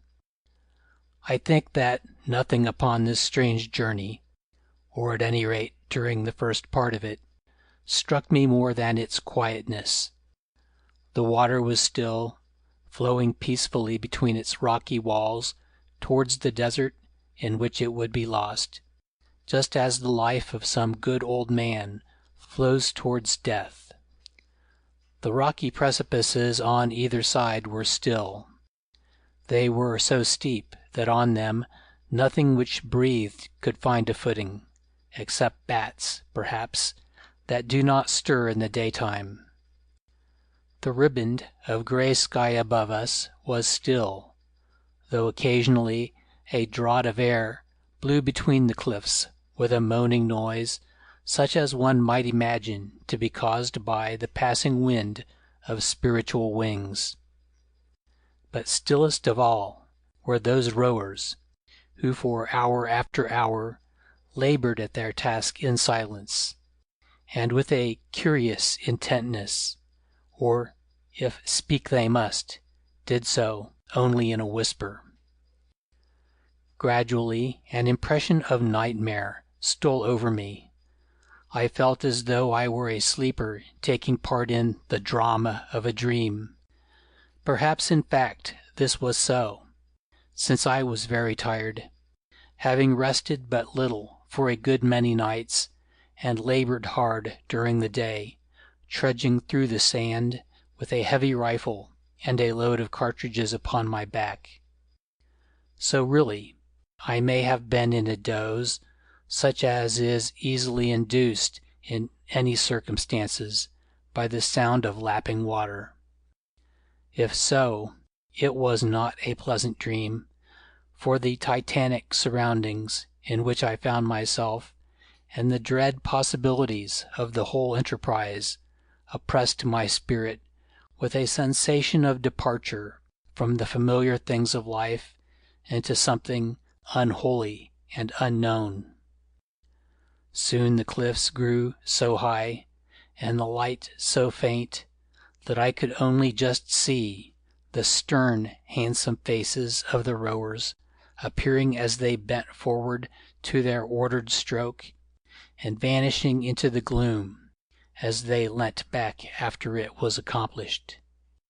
The very regularity of the effort produced a kind of mesmeric effect which was unpleasant. The faces looked to me like those of ghosts, peeping at one through the cracks of the curtains round a bed, then vanishing, continually to return and peep again. I suppose that, at last, I went to sleep in good earnest. It was a haunted sleep, however, for I dreamed that I was entering into some dim Hades, where all realities had been replaced by shadows, strengthless but alarming. At length I was awakened by the voice of Issachar, saying that we had come to the place where we must rest for the night, as it was impossible to travel in the dark and the rowers were weary. Here the cliffs widened out a little, leaving a strip of shore upon either side of the river, upon which we landed. By the last light that struggled to us from the line of sky above, we ate such food as we had, supplemented by biscuits of a sort that were carried in the canoe, for no fire was lighted. Before we had finished, dense darkness fell upon us, for the moonbeams were not strong enough to penetrate into that place, so that there was nothing to be done except lie down upon the sand and sleep with the wailing of the night air between the cliffs for a lullaby. The night passed somehow. It seemed so long that I began to think, or dream, that I must be dead and waiting for my next incarnation, and when, occasionally, I half woke up, was only reassured by hearing Hans at my side muttering prayers in his sleep to my old father, of which the substance was that he should be provided with a half-gallon bottle of gin. At last, a star that shone in the black riband far above vanished, and the riband turned blue, or rather gray, which showed that it was dawn. We rose and stumbled into the canoe, for it was impossible to see where to place our feet, and started. Within a few hundred yards of our sleeping place, suddenly the cliffs that hemmed in the river widened out, so that now they rose at a distance of a mile or more from either bank, flat, water-leveled land. These banks, which here were steep, were clothed with great dark-colored spreading trees, of which the boughs projected far over the water, and cut off the light almost as much as the precipices had done lower down the stream. Thus we still traveled in gloom, especially as the sun was not yet up. Presently, through this gloom, to which my trained eyes had grown accustomed, I thought that I caught sight of tall, dark-hued figures moving between the trees. Sometimes these figures seemed to stand upright and walk upon their feet, and sometimes to run swiftly upon all fours. "Look, Hans," I whispered. Everyone whispered in that place. "There are baboons." "Baboons, boss," he answered. "Were ever baboons such a size? No, they are devils." Now from behind me Issachar also whispered, "They are the hairy men who dwell in the forest, Lord. Be silent, I pray you, lest they should attack us." Then he began to consult with the rowers in low tones, apparently as to whether we should go on or turn back. Finally we went on, paddling at a double pace. A moment later a sound arose in that dim forest, a sound of indescribable weirdness that was half an animal grunt and half a human cry, which to my ears shaped itself into syllables, Heu-Heu. In an instant it was taken up upon all sides, and from everywhere came this wail of Heu-Heu, which was so horrid to hear that my hair stood up even straighter than usual. Listening to it, I understood whence came the name of the god I had traveled so far to visit. Nor was this all, for there followed heavy splashes in the water, like to those made by plunging crocodiles, and in the deep shadow, beneath the spreading trees, I saw hideous heads swimming towards us. "The hairy folk have smelt us," whispered Issachar again, in a voice that I thought perturbed. "Do nothing, Lord. They are very curious. Perhaps when they have looked, they will go away." "And if they don't?" I asked, a question to which he returned no answer. The canoe was steered over towards the left bank, and driven forward at great speed with all the strength of the rowers. Now in this space of open water, upon which the light began to shine more strongly, I saw a beast-like, bearded head, that yet undoubtedly was human, yellow-eyed, thick-lipped, with strong, gleaming teeth, coming towards us at the speed of a very strong swimmer, for it had entered the water above us and was traveling downstream. It reached us, lifted up a powerful arm that was completely covered with brown hair like to that of a monkey, caught hold of the gunwale of the boat just opposite to where I sat, and reared its shoulders out of the water, thereby showing me that its great body was for the most part also covered with long hair. Now its other hand was also on the gunwale, and it stood in the water, resting on its arms, the hideous head so close to me that its stinking breath blew into my face. Yes, there it stood and jabbered at me. I confess that I was terrified, who never before had seen a creature like this. Still, for a while, I sat silent. Then of a sudden I felt that I could bear no more, who believed that the brute was about to get into the boat, or perhaps drag me out of it. I lost control of myself, and drawing my heavy hunting knife, the one you see on the wall there, friends, I struck at the hand that was nearest.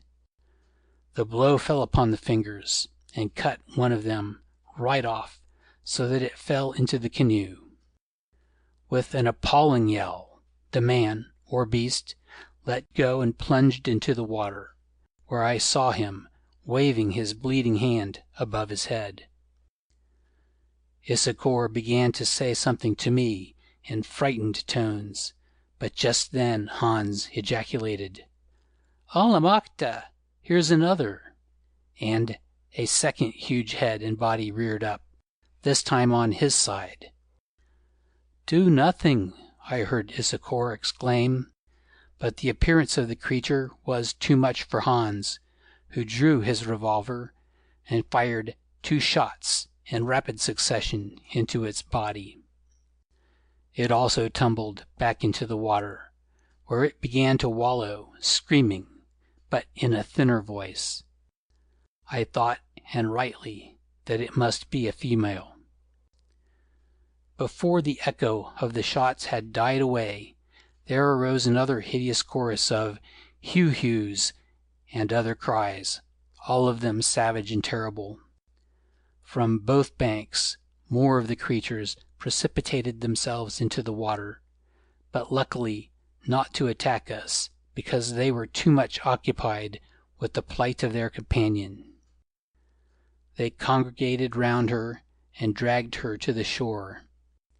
Yes, I saw them lift the body out of the stream, for by this time I was sure from its hanging arms and legs that it was dead, and Actwith showed me that, although they had the shape and the covering of beasts, in fact they were human.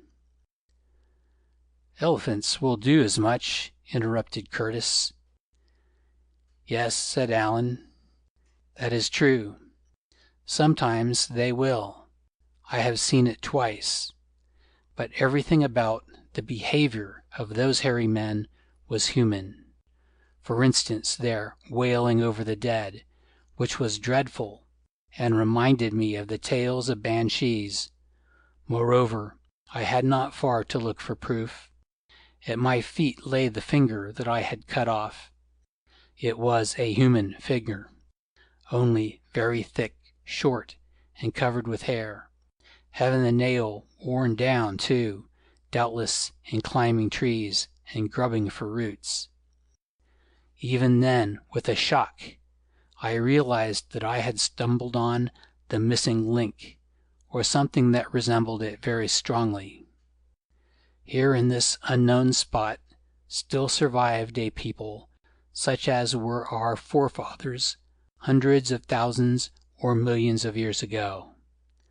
Also I reflected that I ought to be proud, for I had made a great discovery, although to tell the truth, just then I should have been quite willing to resign its glory to someone else.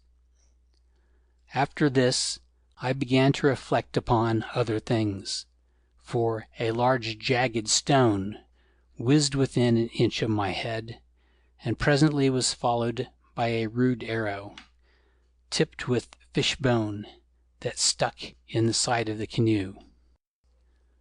Amidst a shower of these missiles, which fortunately, beyond a bruise or two, did us no harm, we headed out into midstream again where they could not reach us, and as no more of the hairy people swam from the banks to cut us off, soon were pursuing our way in peace. For once, however, the imperturbable Issachar was much disturbed. He came forward and sat by me and said, "A very evil thing has happened, Lord.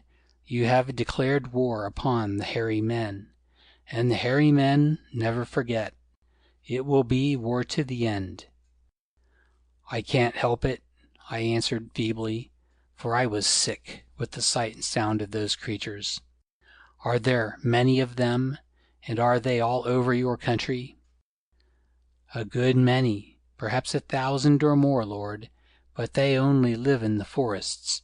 You must never go into the forest, Lord, at any rate not alone, or on the island where Heu-Heu lives, for he is their king, and keeps some of them about him." "I have no present intention of doing so," I answered. Now, as we went, the cliffs receded farther and farther from the river, till at length they ceased altogether. We were through the lip of the mountains, if I may so call it, and had entered a stretch of unbroken virgin forest, a veritable sea of great trees that occupied the rich land of the plain and grew to an enormous size and tallness. Moreover, before us, appeared clearly the cone of the volcano, broad, but of no great height, over which hung the mushroom-shaped cloud of smoke. All day long we traveled up this tranquil river, rejoicing in the comparative brightness in its center, although of course the trees upon either edge overhung it much. Late in the afternoon a bend of the banks brought us within sight of a great sheet of water, from which apparently the river issued, although as I learned afterwards, it flowed into it upon the other side, from I know not whence. This lake, for it was a big lake, many miles in circumference, surrounded an island of considerable size, in the center of which rose the volcano, now a mere gray-hued mountain that looked quite harmless, although over it hung that ominous cloud of smoke, which, oddly enough, one could not see issuing from its crest. I suppose that it must have gone up in steam and condensed into smoke above. At the foot of the mountain, upon a plain between it and the lake, with the help of my glasses I could see what looked like buildings of some size, constructed of black stone or lava. "They are ruins," said Issachar, who had observed that I was examining them. "Once the great city of my forefathers stood yonder, until the fire from the mountain destroyed it." "Then does nobody live on the island now?" I asked. "The priests of Heu-Heu live there, Lord. Also Heu-Heu himself lives there in a great cave upon the farther side of the mountain, or so it is said, for none of us has ever visited that cave, and with him some of the hairy people who are his servants. My grandfather did so, however, and saw him there. Indeed, as I have told you, I once saw him myself, but what he looked like you must not ask me, Lord, for I do not remember," he added hastily. "In front of the cave is his garden, where grows the magic tree of which the master of spirits yonder in the south desires leaves to mix with his medicines, the tree that gives dreams with long life and vision." "Does Heu-Heu eat of this tree?" I asked. "I do not know, but I know that he eats the flesh of beasts. Because of these we must make offerings to him, and sometimes of men, or so it is said. Near the foot of the garden burn the eternal fires, and between them is the rock upon which the offerings are made." Now, I thought to myself that I should much like to see this place, of which it was evident that Issachar knew, or would tell, very little, where there was a great cave in which dwelt a reputed demon, with his slaves and hierophants, and where too grew a tree supposed to be magical, flanked by eternal fires. What were these eternal fires, I wondered? I could only suppose that they had something to do with the volcano.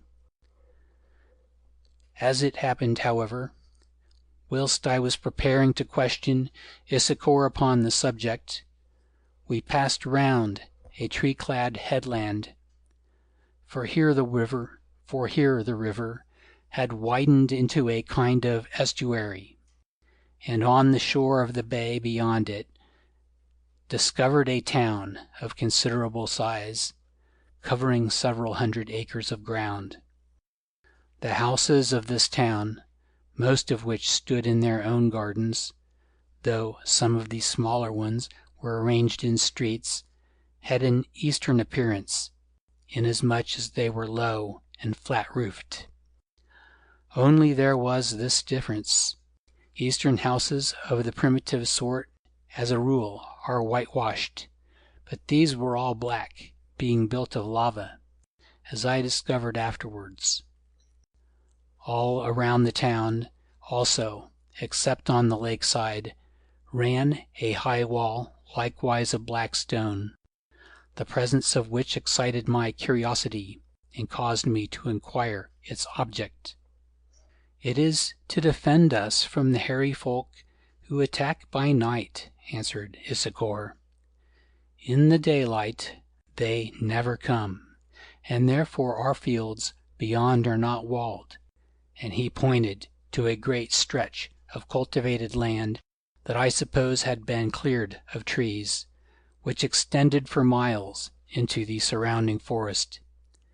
Then he went on to explain that they labored there while the sun was up, and at nightfall returned to the town, except certain of them who slept in forts or blockhouses to guard the crops and cattle kraals. Now I looked at this place and thought to myself that never in my life had I seen one more gloomy, especially in the late afternoon under a sullen, rain-laden sky. The black houses, the high black walls that reminded me of a prison, the black waters of the lake, the outlook onto the black volcano, and the black mass of the forest behind, all contributed to this effect. "Oh, boss, if I lived here, I should soon go mad," said Hans, and upon my word I agreed with him. Now we paddled towards the shore, and presently ran alongside a little jetty formed of stones loosely thrown together, on which we landed. Evidently our approach had been observed, for a number of people, 40 or 50 of them perhaps, were collected at the shore end of the jetty, awaiting us. A glance showed me that although of varying ages, and both sexes, in type they all resembled our guide, Issachar. That is to say, they were tall, well-shaped, light-colored, and extremely handsome, also clothed in white robes, while some of the men wore hats of the Pharaonic type that I have described. The women's headdress, however, consisted of a close-fitting linen cap with lappets hanging down on either side, and was extraordinarily becoming to their severe cast of beauty. From what race could this people have sprung, I wondered. I had not the faintest idea. To me they looked like the survivals of some ancient civilization. Conducted by Issachar, we advanced, carrying our scanty baggage, a forlorn and battered little company. As we drew near, the crowd separated into two lines, men to the right and women to the left, like the congregation in a very high church, and stood quite silent, watching us intently with their large melancholy eyes. Never a word did they say as we passed between them, only watched and watched till I felt quite nervous. They did not even offer any greeting to Issachar, although it seemed to me that he had earned one after his long and dangerous journey. I observed, however, although at the time I took little notice of the matter, and afterwards forgot all about it until Hans brought the circumstance back to my mind, that a certain dark man of austere countenance, clothed rather differently from the rest, approached Issachar, addressed him, and thrust something into his hand. Issachar glanced at this object, whatever it might be, and distinctly I saw him tremble and turn pale. Then he hid it away, saying nothing. Turning to the right, we marched along a roadway that bordered the lake, which was constructed about 12 feet above its level, perhaps to serve as a protection against inundation, till we came to a wall in which was a door built of solid balks of wood. This door opened as we approached, and passing it, we found ourselves in a large garden cultivated with taste and refinement, for in it were beds of flowers, the only cheerful thing I ever saw in this town that it appeared was named Walloo, after the tribe or its ruler. At the end of the garden stood a long, solid, flat-roofed house built of the prevailing lava rock. Entering, we found ourselves in a spacious room which, as dusk was gathering, was lit with cresset-like lamps of elegant shape placed upon pedestals cut from great tusks of ivory. In the center of this room were two large chairs made of ebony and ivory, with high backs and footstools, and in these chairs sat a man and a woman who were well worth seeing. The man was old, for his silver hair hung down upon his shoulders, and his fine, sad face was deeply wrinkled. At a glance, I saw that he must be the king or chief, because of his dignified, if somewhat senile, appearance. Moreover, his robes, with their purple borders, had a royal look, and about his neck he wore a heavy chain, of which seemed to be gold, while in his hand was a black staff tipped with gold, no doubt his scepter. For the rest, his eyes had a rather frightened air, and his whole aspect gave an idea of weakness and indecision. The woman sat in the other chair, with the light from one of the lamps shining full upon her, and I knew at once that she must be the Lady Sabeela, the love of Issachar. No wonder that he loved her, for she was beautiful exceedingly, tall, well-developed, straight as a reed, great-eyed, with chiseled features that were yet rounded and womanly, and wonderfully small hands and feet. She too wore purple-bordered robes. About her waist hung a girdle thickly sewn with red stones that I took to be rubies, and upon her shapely head, serving as a fillet for her abundant hair, which flowed down her in long waving strands of a rich and ruddy hue of brown or chestnut, was a simple golden band. Except for a red flower on her breast, she wore no other ornament, perhaps because she knew that none was needed. Leaving us by the door of the chamber, Issachar advanced and knelt before the old man, who first touched him with his staff, and then laid a hand upon his head. Presently he rose, went to the lady, and knelt before her also, whereon she stretched out her fingers for him to kiss, while a look of sudden hope and joy, which even at that distance I could distinguish, gathered on her face. He whispered to her for a while, then turned and began to speak earnestly to her father. At length he crossed the room, came to me and led me forward, followed by Hans at my heels. "O Lord Macumazahn," he said, "here sit the Walloo, the prince of my people, and his daughter, the Lady Sabeela. O Prince, my cousin, this is the white noble, famous for his skill and courage, whom the Wizard of the South made known to me, and who at my prayer, out of the goodness of his heart, has come to help us in our peril." "I thank him," said the Walloo, in the same dialect of Arabic that was used by Issachar. "I thank him in my own name, in that of my daughter, who now alone is left to me, and in the name of my people."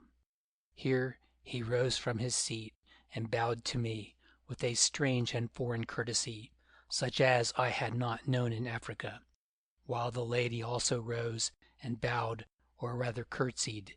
Seating himself again, he said, "Without doubt you are weary and would rest and eat, after which perchance we may talk."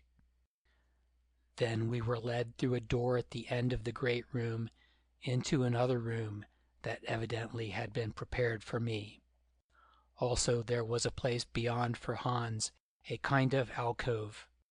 Here water, which I noticed had been warmed, an unusual thing in Africa, was brought in a large earthenware vessel by two quiet women of middle age, and with it an undershirt of beautiful fine linen, which was laid upon a bed or cushioned couch that was arranged upon the floor and covered by fur rugs. I washed myself, pouring the warm water into a stone basin that was set upon a stand, and put on the shirt, also the change of clothes that I had with me, and with the help of Hans and a pair of pocket scissors, trimmed my beard and hair. Scarcely had I finished when the women reappeared, bringing food on wooden platters, roast lamb it seemed to be, and with it drink in jars of earthenware that were of elegant shape and powdered all over with the little rough diamonds of which Zicali had given me specimens that evidently had been set in it in patterns before the clay dried. This drink, by the way, was a kind of native beer, sweet to the taste, but pleasant and rather strong, so that I had to be careful lest Hans should take too much of it. After we had finished our meal, which was very welcome, for we had eaten no properly cooked food since we left the wagon, Issachar arrived and took us back to the large room, where we found the Walloo and his daughter seated as before, with several old men squatting about them on the ground. A stool having been set for me, the talk began. I need not enter into all its details, since in substance they set out what I had already heard from Issachar, namely, that there dwelt something, or somebody, on the island in the lake who required annually the sacrifice of a beautiful virgin. This was demanded through the head priest of a college, also established on the island, which acknowledged the being, real or imaginary, that lived there as its god or fetish. Further, that creature, if he existed, was said to be the king of all the hairy folk who inhabited the forests. Lastly, there was a legend that he was the reincarnation of some ancient monarch of the Walloo folk, who had come to a bad end at the hands of his indignant subjects, at some date undefined. Walloo, it seemed, was their correct name, that of the Heu-Heu applying only to the hairy men of the woods. This story I dismissed at once, being quite convinced that it was only a variant of a very common African fable.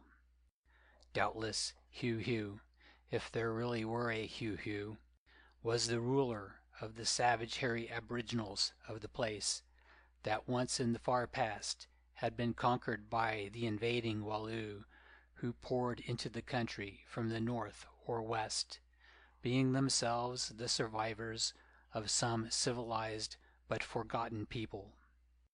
This conclusion, I may add, I never found any reason to doubt.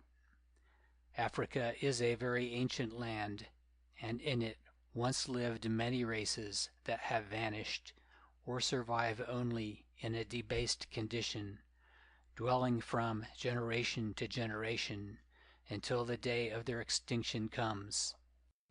Here I may state briefly the final opinions at which I have arrived about this people. Almost certainly these Walloos were such a dying race, hailing, as names among them seem to suggest, from some region in West Africa, where their forefathers had been highly civilized. Thus, although they could not write, they had traditions of writing, and even inscriptions graven upon stones, of which I saw several in a character that I did not know, though to me it had the look of Egyptian hieroglyphics. Also, they still had knowledge of certain cultured arts, such as the weaving of fine linen, the carving of wood and marble, the making of pottery, and the smelting of metals, with which their land abounded, including gold, that they found in little nuggets in the gravel of the streams. Most of these crafts, however, were dying out, except those that were necessary to life, such as the molding of pottery and the building of houses and walls, and particularly agriculture, in which they were very proficient. When I saw them, all the higher arts were practiced only by very old men, as they never intermarried with any other blood. Their hereditary beauty, which was truly remarkable, remained to them, but owing to the causes I have mentioned already, the stock was dwindling, the total population being now not more than half of what it was within the memory of the fathers of their oldest men. Their melancholy, which now had become constitutional, doubtless was induced by their gloomy surroundings and the knowledge that as a race they were doomed to perish at the hands of the savage aboriginals who once had been their slaves.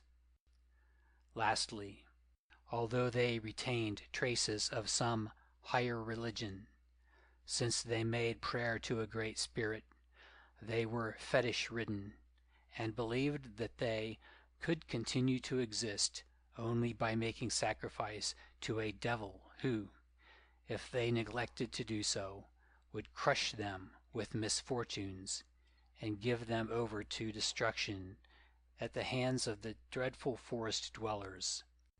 Therefore they, or a section of them, became the priests of this devil called Heu-Heu, and thereby kept peace between them and the hairy men. Nor was this the end of their troubles, since, as Issachar had told me, these priests, after the fashion of priests all the world over, now aspired to the absolute rule of the race, and for this reason plotted the extinction of the hereditary chief and all his family. Such in substance was the lugubrious story that the unhappy Walloo poured into my ears that night, ending it in these words: "Now you will understand, O Lord Macumazahn, why, in our extremity and in obedience to the ancient prophecy, which has come down to us from our fathers, we communicated with the great wizard of the south, with whom we had been in touch in ancient days, praying him to send us the helper of the prophecy. Behold, he has sent you, and now I implore you to save my daughter from the fate that awaits her.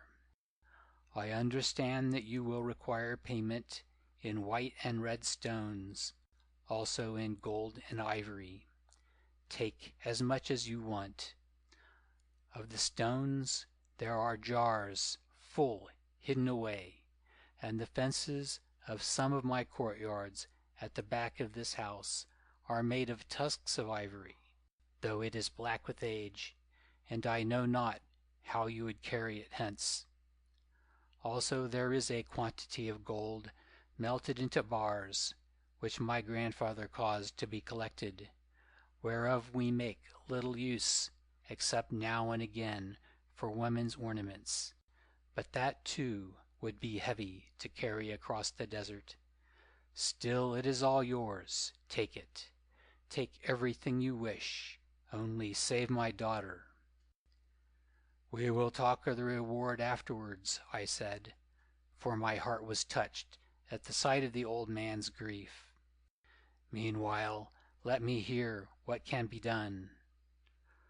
"Lord, I do not know," he answered, wringing his hands. "The third night from this is that of the full moon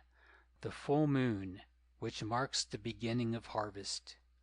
On that night we must carry my daughter, on whom the lot has fallen, to the island in the lake where stands the smoking mountain, and bind her to the pillar upon the rock of offering that is set between the two undying fires. There we must leave her, and at the dawn, so it is said, Heu-Heu himself seizes her and carries her into his cavern, where she vanishes forever. Or if he does not come, his priests do, to drag her to the god, and we see her no more. Then why do you take her to the island? Why do you not call your people together, and fight and kill this god or his priests? Lord, because not one man among us, save perhaps Issachar yonder, who can do nothing alone, would lift a hand to save her. They believe that if they did, the mountain would break into flames, as happened in the bygone ages, turning all upon whom the ashes fell into stone. Also that the waters would rise and destroy the crops, so that we must die of starvation, and that any who escaped the fire and the water and the want would perish at the hands of the cruel wood devils. Therefore if I ask the Walloos to save the maiden from Heu-Heu, they will kill me and give her up in accordance with the law. I understand, I said, and was silent. Lord, went on the old Walloo presently, here with me you are safe, for none of my people will harm you or those with you. But I learned from Issachar that you have stabbed a hairy man with a knife, and that your servant slew one of their women with the strange weapon that you carry. Therefore from the wood devils you are not safe, for if they can, they will kill you both and feast upon your bodies. That's cheerful, I thought to myself, but made no further answer, for I did not know what to say. Just then the Walloo rose from his chair, saying that he must go to pray to the spirits of his ancestors to help him, but that we would talk again upon the morrow. After this he bade us good night, and departed without another word, followed by the old men, who all this while had sat silent, only nodding their heads from time to time, like porcelain images of Chinese mandarins. End of chapter 7. Chapter 8. The Holy Isle. When the door closed behind him, I turned to Issachar and asked him straight out if he had any plan to suggest. He shook his noble-looking head and answered, "None," as it was impossible to resist both the will of the people and the law of the priests. "Then what is the use of your having brought me all this way?" I inquired with indignation. "Cannot you think of some scheme? For instance, would it not be possible for you and this lady to fly with us down the river and escape to a land which is not full of demons?" "It would not be possible," he answered in a melancholy voice. "Day and night we are watched and should be seized before we had traveled a mile. Moreover, could she leave her father, and could I leave all my relations to be murdered in payment for our sacrilege?" "Have you no thought in your mind at all?" I asked again. "Is there nothing that would save the lady Sabeela?" "Nothing, Lord, except the end of Heu-Heu and his priests. It is to you, great Lord, that we look to find a way to destroy them, as the prophecy declares will be done by the white deliverer from the south." "Oh, dash the prophecy! I never knew prophecies to help anybody yet," I ejaculated in English, as I contemplated that beautiful but helpless pair. Then I added in Arabic, "I am tired and am going to bed. I hope that I shall find more wisdom in my dreams than I do in you, Issachar," I added, staring at the man in whom I seemed to detect some subtle change, some access of fatalistic helplessness, even of despair. Now Sabeela, seeing that I was angry, broke in. O Lord, be not wrath, for we are but flies in the spider's web, and the threads of that web are the priests of Heu-Heu, and the posts to which it is fixed are the beliefs of my people, and Heu-Heu himself is the spider, and in my breast his claws are fixed. Now listening to her allegory, I thought to myself that a better one might have been drawn from a snake and a bird, for really, like the rest of them, this poor girl seemed to be mesmerized with terror, and to have made up her mind to sit still, waiting to be struck by the poisoned fangs. Lord, she went on, we have done all we could. Did not Issachar make a great journey to find you?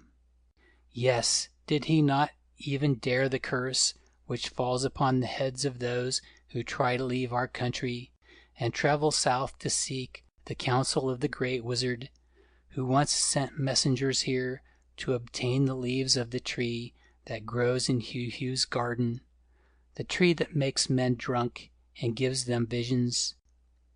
Yes, I answered, he did that, lady, and might I say to you that his health seems none the worse. Those curses of which you speak have not hurt him. It is true they have not hurt his body, yet, she said in a musing voice, as though a new thought had struck her. Well, if that is true, Sabeela, may it not be true also that all this talk about the power of Heu-Heu is nonsense? Tell me, have you ever spoken with or seen Heu-Heu? No, Lord, no, though unless you can save me, I shall soon see him. Well, and has anyone else?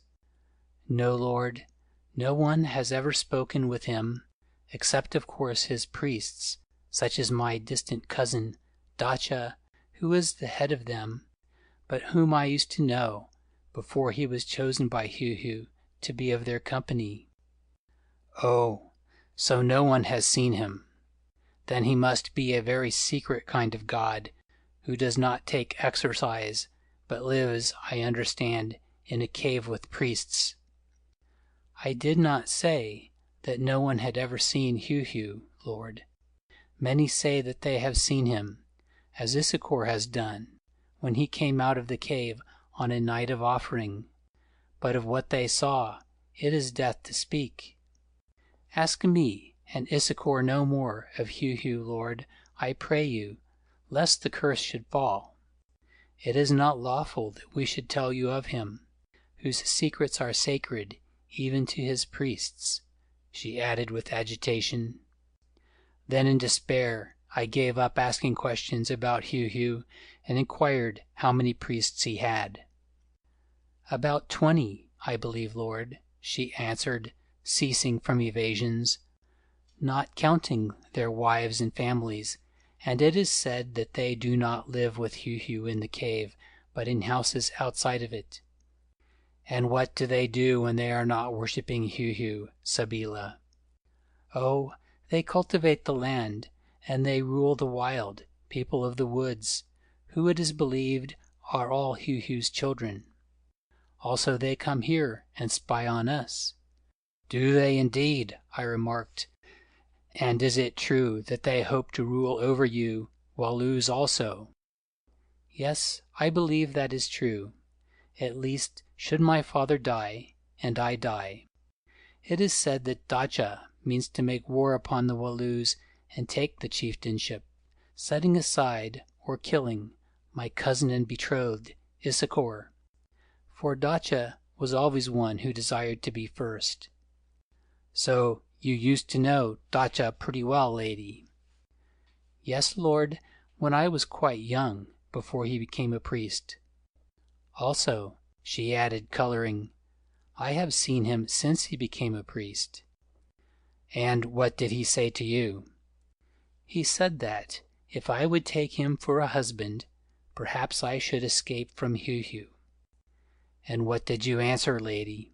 Lord, I answered that I would rather go to Heu-Heu. Why?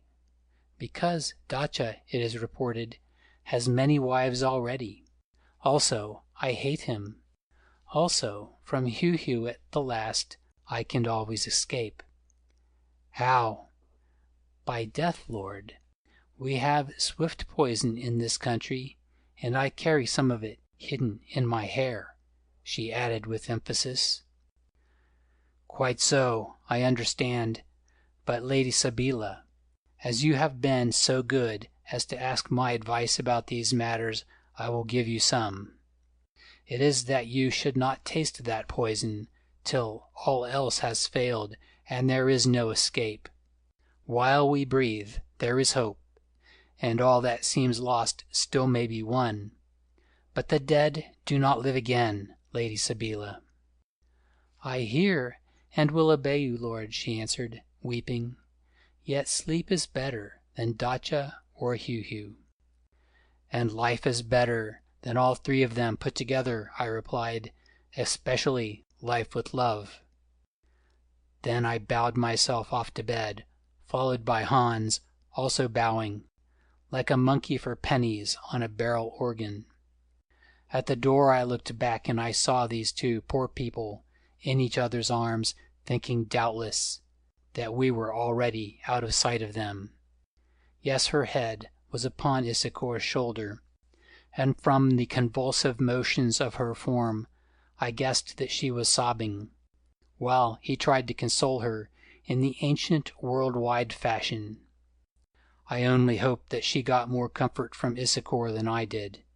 To me, now he seemed to be but a singularly unresourceful member of a played-out race, though it is true that he had courage, since otherwise he would not have attempted the journey to Zululand. Also, as I have said, quite suddenly he had changed in some subtle fashion. When we were in our own room, with the door bolted, it had no windows, light and ventilation being provided by holes in the roof. I gave Hans some tobacco, and bade him sit down on the other side of the lamp, where he squatted upon the floor like a toad. Now, Hans, I said, tell me all the truth of this business, and what we are to do to help this pretty lady, and the old chief, her father.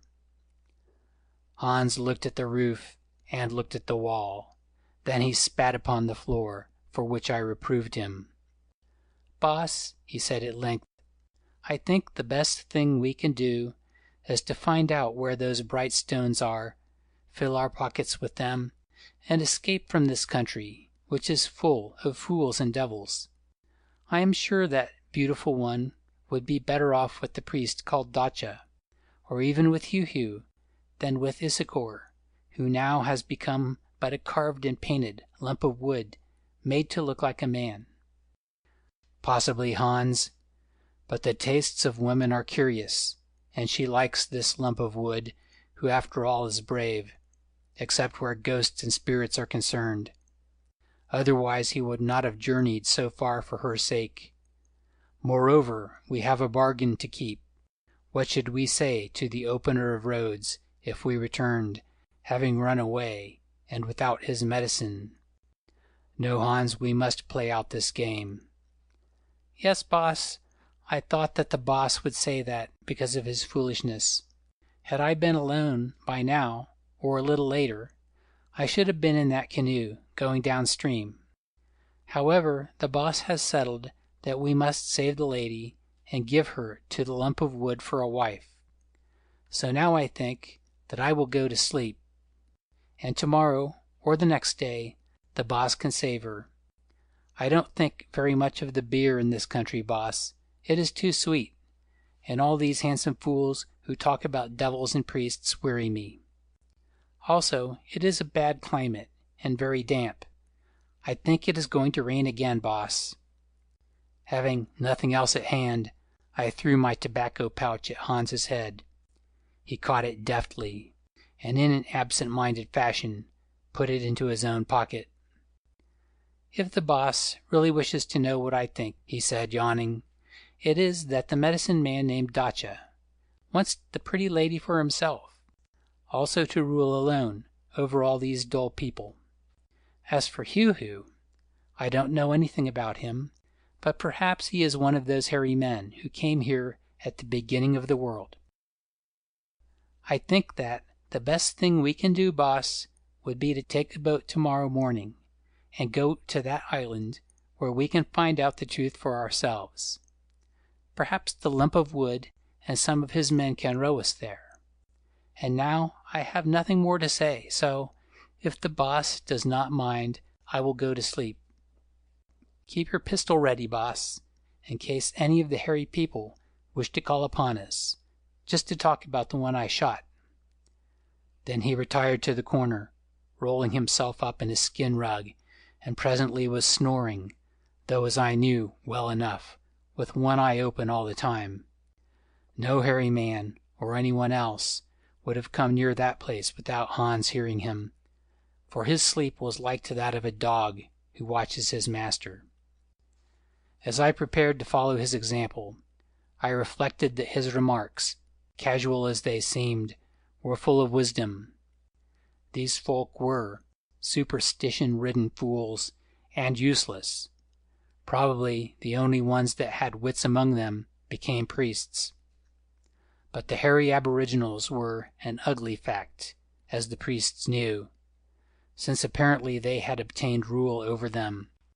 For the rest, the only thing to do was to visit the Holy Island, and find out the truth for ourselves, as Hans had said.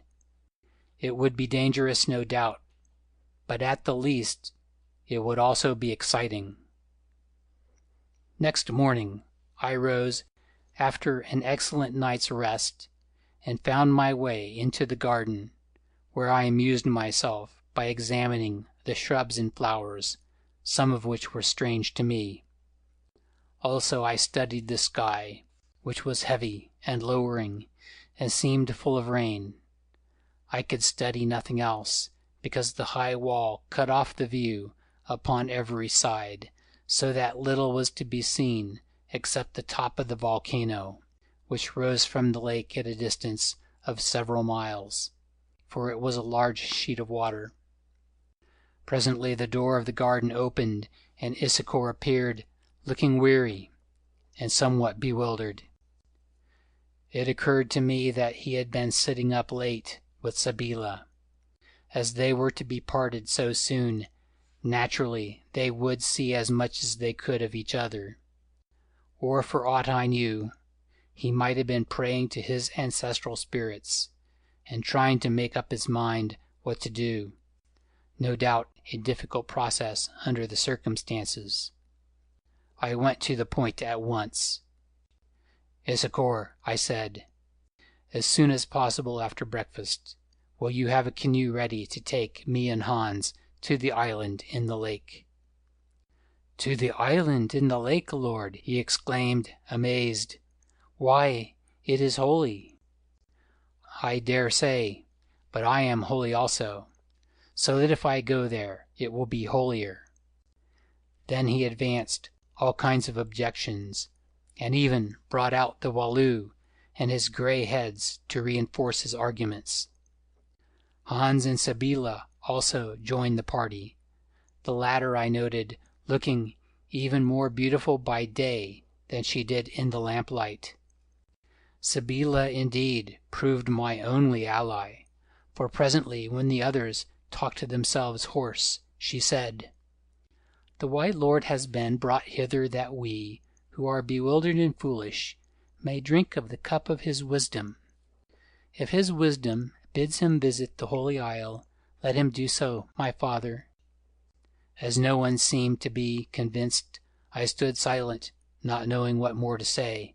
Then Hans took up his parable, speaking in his bad coast Arabic. "Boss, Issachar, though he is so big and strong, and all these others are afraid of Heu-Heu and his priests.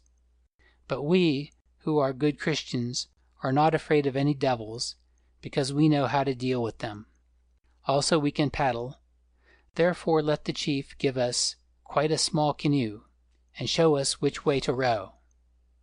and we will go to the island by ourselves." In sporting parlance, this shot hit the bull in the eye, and Issachar, who, as I have said, was a brave man at bottom, fired up and answered, "Am I a coward that I should listen to such words from your servant, Lord Macumazahn? I and some others, whom I can find, will row you to the island, though on it we will not set our foot, because it is not lawful for us to do so. Only, Lord, if you come back no more, blame me not." "Then that is settled," I replied quietly, "and now, if we may, let us eat, for I am hungry." About 2 hours later, we started from the quay, taking with us all our small possessions, down to some spare powder in flasks, which we had brought to reload fired cartridge cases, for Hans refused to leave anything behind with no one to watch it. The canoe, which was given to us, was much smaller than that in which we had come up the river, though, like it, hollowed from a single log, and its crew consisted of Issachar, who steered, and 4 other Walloos who paddled, stout and determined-looking fellows, all of them. The island was about 5 miles away, but we made a wide circuit to the south, I suppose in the hope of avoiding observation, and therefore it took us the best part of 2 hours to reach its southern shore. As we approached, I examined the place carefully through my glasses, and observed that it was much larger than I had thought, several miles in circumference, indeed, for in addition to the central volcanic cone, there was a great stretch of low-lying land all around its base, which land seemed not to rise more than a foot or 2 above the level of the lake. In character, except on these flats by the lake, it was stony and barren, being in fact strewn with lumps of lava ejected from the volcano during the last eruption. Issachar informed me, however, that the northern part of the island, where the priests lived, which had not been touched by the lava stream, was very fertile. I should add that the crater of the volcano seemed to bear out his statement as to the direction of the flow, since on the south it was blown away to a great depth, whereas the northern segment rose in a high and perfect wall of rock. The day was very misty, a circumstance which favored our approach, and the sky, which, as I have said, was black and pregnant with coming rain, seemed almost to touch the crest of the mountain. These conditions, until we were quite close, prevented us from seeing that a stream of glowing lava, not very broad, was pouring down the mountainside. When they discovered this, the Walloos grew much alarmed, and Issachar told me that such a thing had not been known for 100 years, and that he thought it portended something unusual, as the mountain was supposed to be asleep. "It is awake enough to smoke, anyway," I answered, and continued my examination. Among the stones, and sometimes half buried by them, I saw what appeared to be the remains of those buildings of which I have spoken.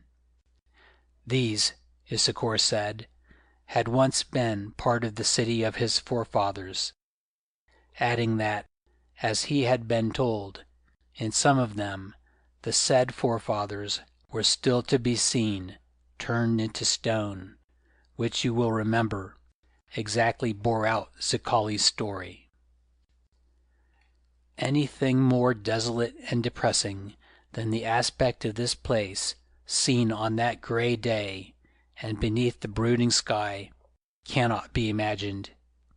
Still, I burned to examine it, for this tale of fossilized people excited me, who have always loved the remains of antiquity and strange sights. Forgetting all about Heu-Heu and his priests for the moment, I told the Walloos to paddle to the shore, and after a moment of mute protest, they obeyed, running into a little bay. Hans and I stepped easily onto the rocks, and carrying our bags and rifles, started on our search. First, however, we arranged with Issachar that he should await our return, and then row us back around the island so that we might have a view of the priest's settlement. With a sigh, he promised to do so, and at once paddled out to about 100 yards from the shore, where the canoe was anchored by means of a pierced stone tied to a cord. Off went Hans and I towards the nearest group of ruins. As we approached them, Hans said, "Look out, boss! There's a dog between those rocks." I stared at the spot he indicated, and there, sure enough, saw a large gray dog with a pointed muzzle, which seemed to be fast asleep. We drew nearer, and as it did not stir, Hans threw a stone and hit it on the back. Still it did not stir, so we went up and examined it. "It is a stone dog," I said. "The people who lived here must have made statues." For as yet I did not believe the stories I had heard about petrified creatures, which, after all, must be very legendary. "If so, boss, they put bones into their carvings. Look," and he touched one of the dog's front paws, which was broken off. There, in the middle of it, appeared the bone fossilized. Then I understood. The animal had been fleeing away to the shore when the poisonous gases overcame it at the time of the eruption. After this, I suppose, some rain of petrifying fluid had fallen on it and turned it into stone. It was a marvelous thing, but I could not doubt the evidence of my own eyes. All the tale was true, and I had made a great discovery. We hurried on to the houses, which of course now were roofless, and in some instances choked with lava, though the outer walls, being strongly built of rock, still stood. On certain of these walls were the faint remains of frescoes, one of people sitting at a feast, another of a hunting scene, and so forth. We passed on to a second group of buildings, standing at some distance against the flank of the mountain and more or less protected by an overhanging ledge or shelf of stone. These appeared to have been a palace or a temple, for they were large, with stone columns that had supported the roofs. We went on through the great hall to the rooms behind, and in the furthermost, which was under the ledge of rock, and probably had been used as a store chamber, we saw an extraordinary sight. There, huddled together, and in some instances clasping each other, were a number of people, 20 or 30 of them, men, women, and children, all turned to stone. Doubtless the petrifying fluid had flowed into the chamber through cracks in the rock above and done its office on them. They were naked, every one, which suggested that their clothing had either been burnt off them or had rotted away before the process was complete. The former hypothesis seemed to be borne out by the fact that none of them had any hair left upon their heads. The features were not easy to distinguish, but the general type of the bodies was certainly very similar to that of the Walloos. Speechless with amazement, we emerged from that death chamber and wandered about the place. Here and there we found the bodies of others who had perished in the great catastrophe, and once came across an arm projecting from a mass of lava, which seemed to show that many more were buried underneath. Also, we found a number of fossilized goats in a kraal. What a place to dig in, I thought to myself. Given some spades, picks, and blasting powder, what might one not find in these ruins? All the relics of a past civilization, perhaps, its inscriptions, its jewelry, the statues of its gods, even perhaps its domestic furniture, buried beneath the lava and the dust, though probably this had rotted. Here certainly was another Pompeii, and perhaps beneath that another Herculaneum. Whilst I mused thus over glories passed away, and wondered when they had passed, Hans dug me in the ribs, and in his horrible Boer Dutch ejaculated a single word, "Kek," which, as perhaps you know, means "look," at the same time nodding towards the lake. I did look, and saw our canoe paddling, for all it was worth, going hell for leather, as my old father used to say, towards the Walloo shore. "Now why is it doing that?" I asked. "I expect because something is behind it, boss," he replied with resignation, then sat down on a rock, pulled out his pipe, filled it, and lit a match. As usual, Hans was right, for presently, from round the curve of the island, there appeared 2 other canoes, very large canoes, rowing after ours with great energy and determination, and as I guessed, with malignant intent. "I think those priests have seen our boat, and mean to catch it if they can," remarked Hans, spitting reflectively. "Though as Issachar has got a long start, perhaps they won't.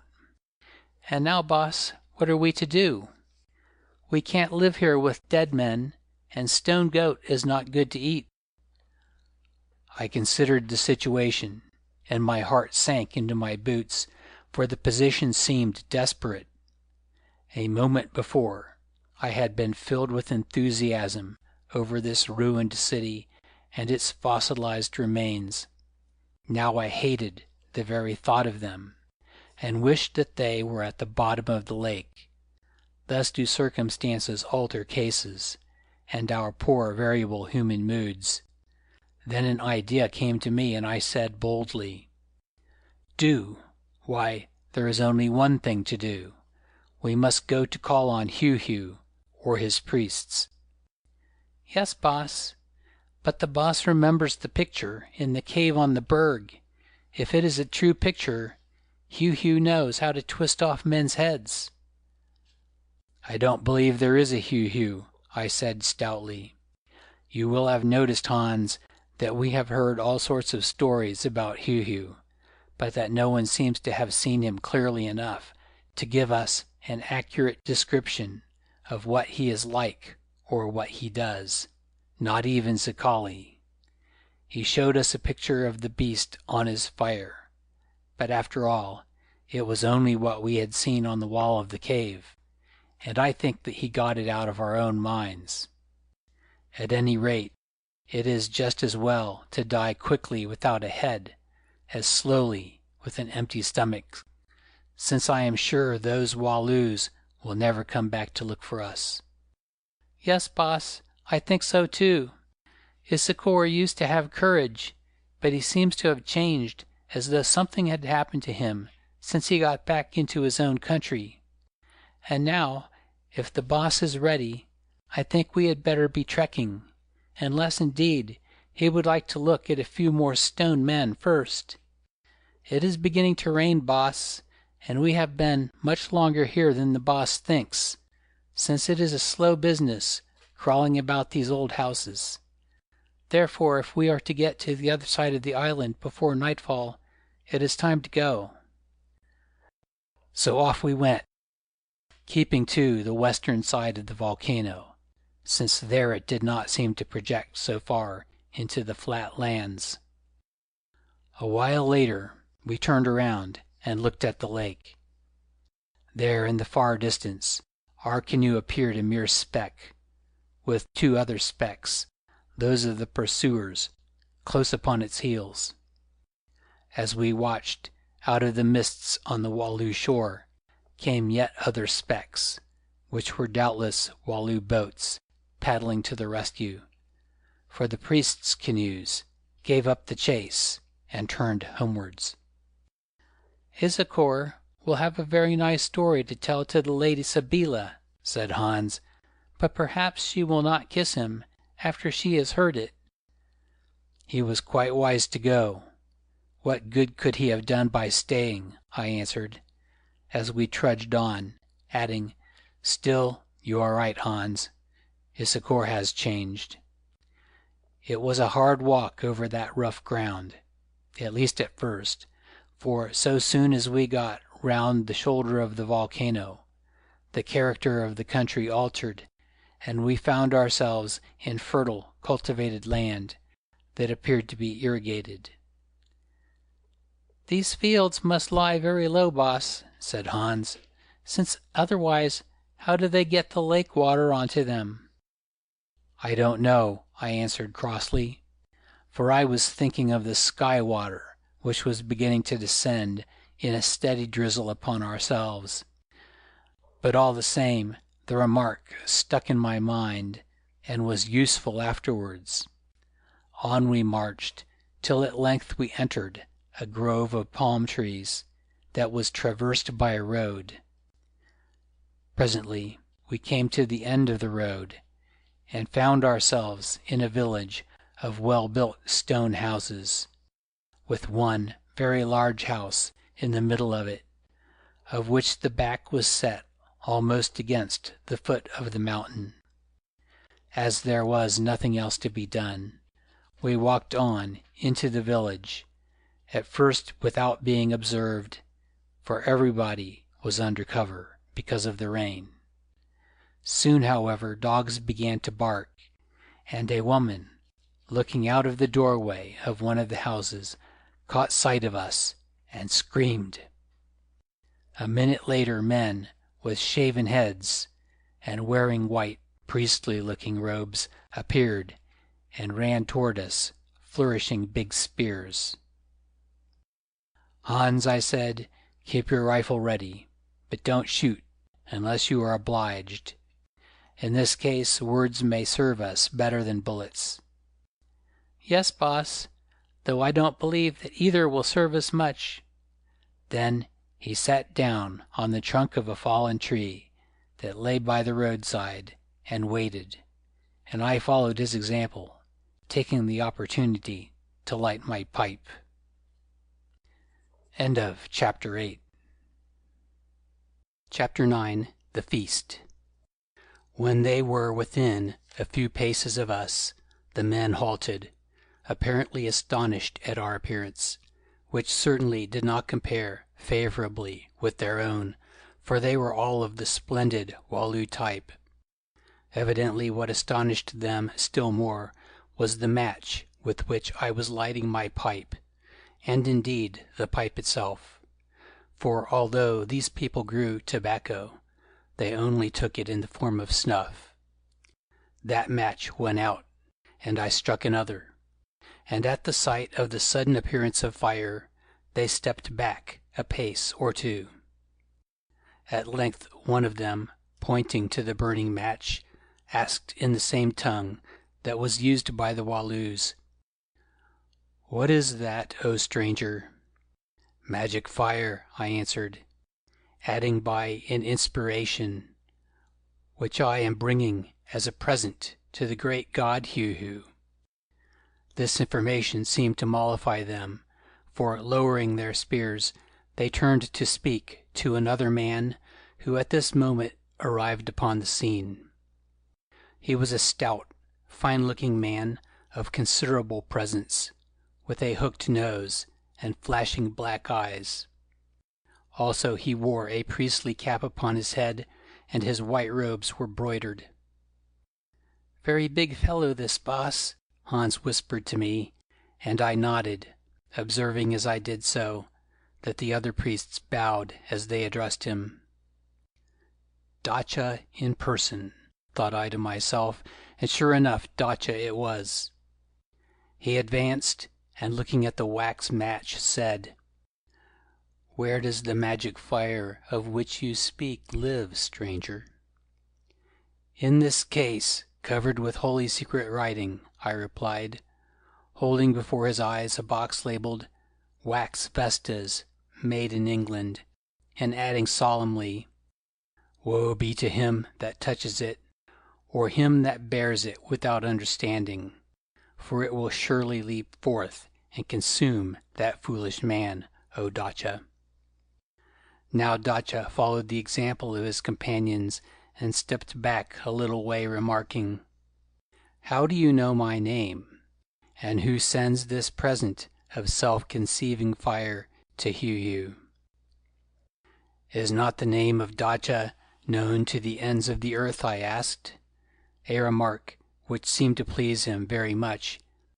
"Yes, and as far as his spells can travel, which is to the sky and back again. As to who sends the magic fire, it is a great one, a wizard of the best, if not quite so good as Dacha, who is named Zekali, who is named the Opener of Roads, who is named the thing that should never have been born." "We have heard of him," said Dacha. "His messengers were here in our father's day. And what does Zekali want of us, O stranger?" "He wants leaves of a certain tree that grows in Heu-Heu's garden, that is called the Tree of Visions, that he may mix them with his medicines." Dacha nodded, and so did the other priests. Evidently they knew all about the Tree of Visions, as I, or rather Zekali, had named it. Then why did he not come for them himself?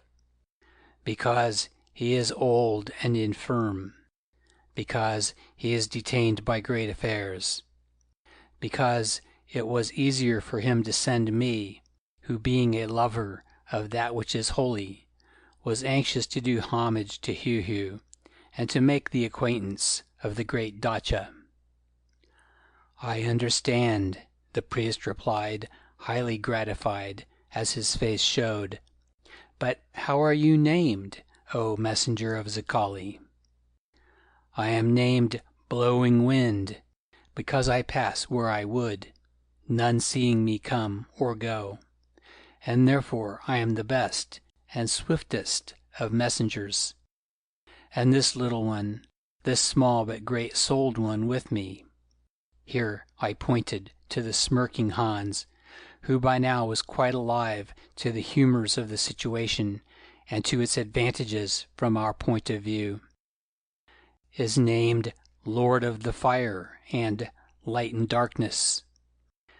This was true enough, and worked in very well, because it is he who is guardian of the magic fire.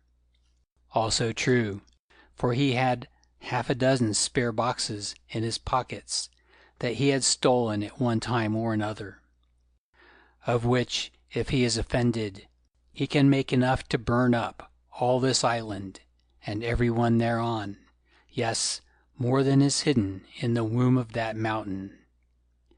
"Can he, by Heu-Heu?" said Dacha, regarding Hans with great respect.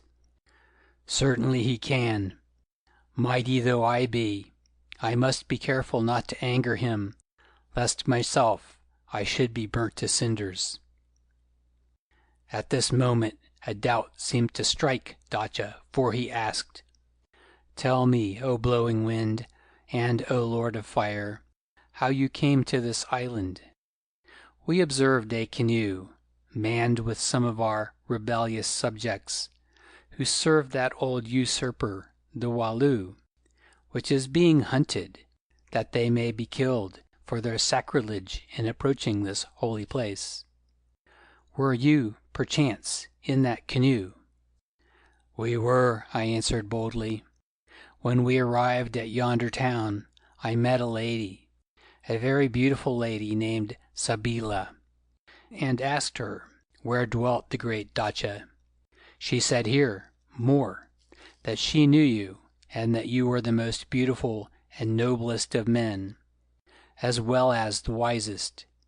She said also that with some of her servants, including a stupid fellow named Issachar, of whom she can never be rid wherever she goes, she herself would paddle us to the island on the chance of seeing your face again.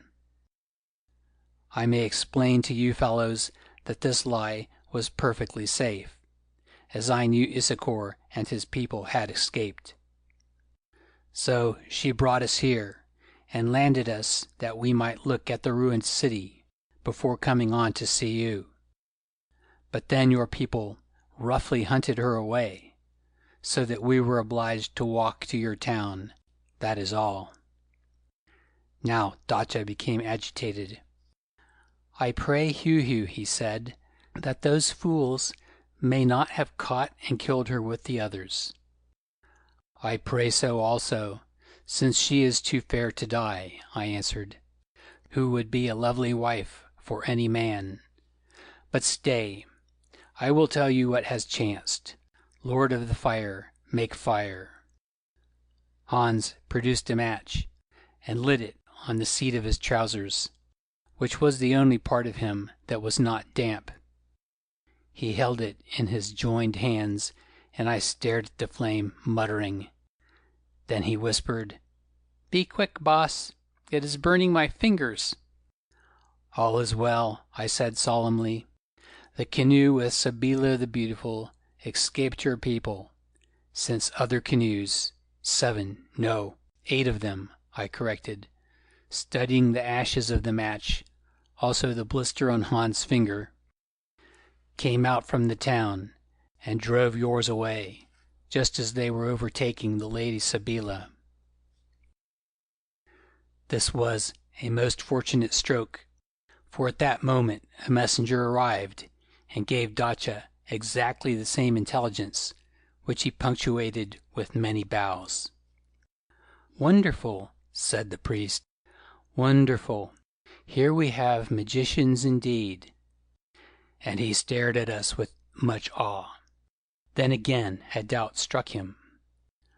"Lord," he said, "Heu-Heu is the ruler of the savage hairy people, who live in the woods, and are named Heu-Heuas after him.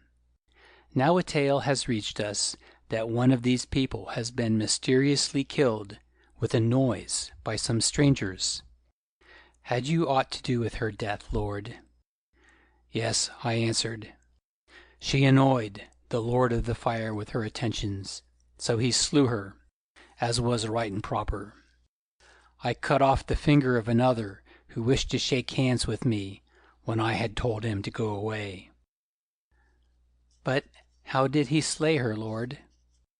"Now I may explain that there was one inhabitant of this place that greeted us with no cordiality at all, namely, a large and particularly ferocious dog, that all this while had been growling around us, and finally had got hold of Hans' coat, which it held between its teeth, still growling.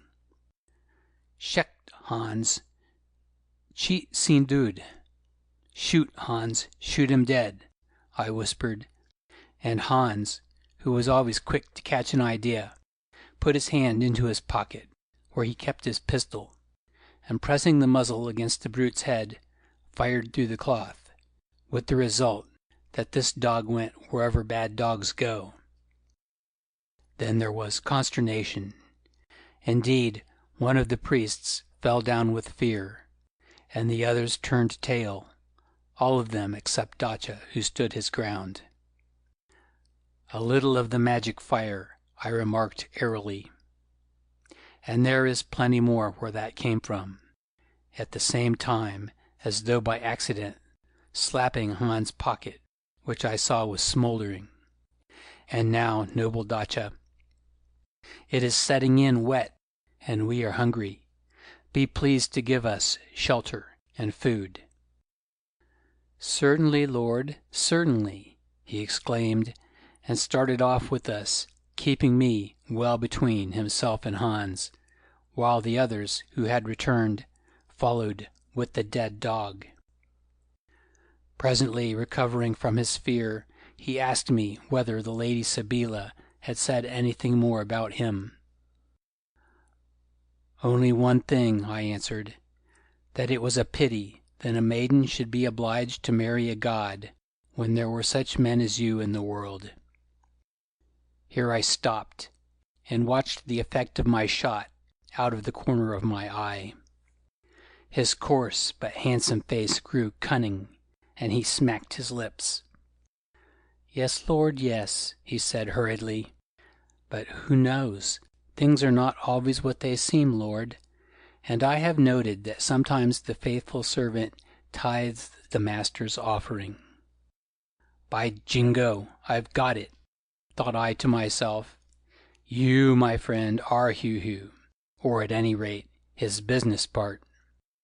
But aloud, glancing at the redoubtable Hans, I only remarked something to the effect that Dotch's powers of observation were keen, and that, like the Lord of the Fire himself, as he said truly, things were not always what they seemed.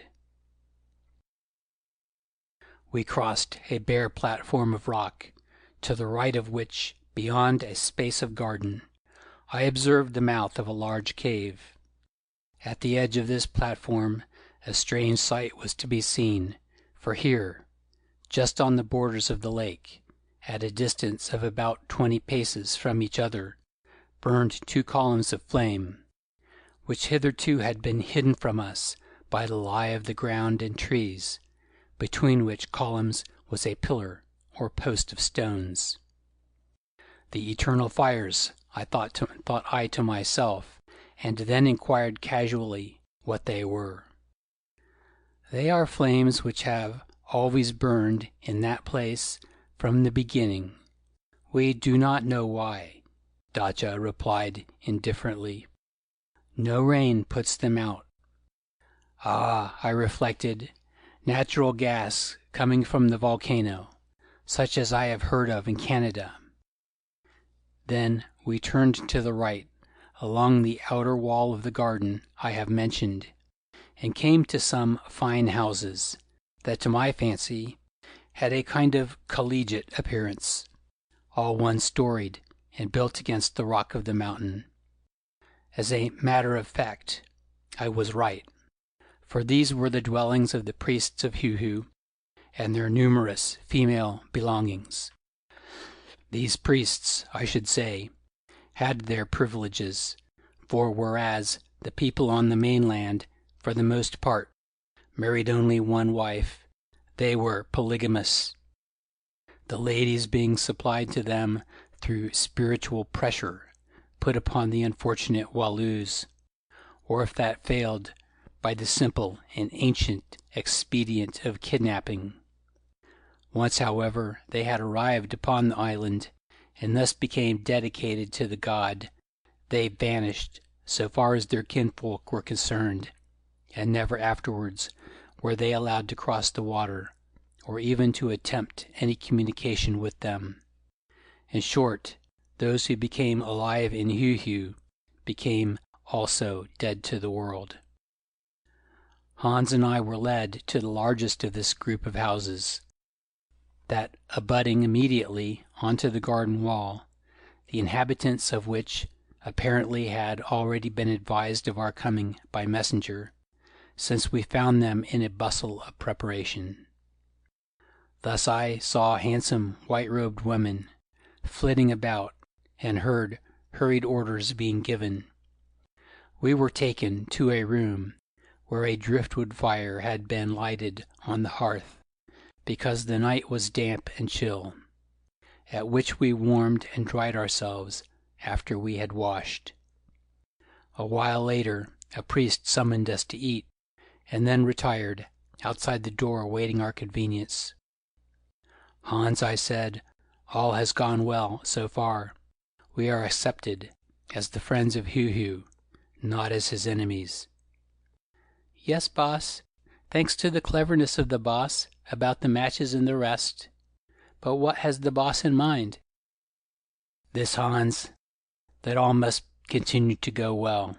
For remember, what is our duty? Namely, to save the lady, Sabeela, if we can, as we have sworn to do.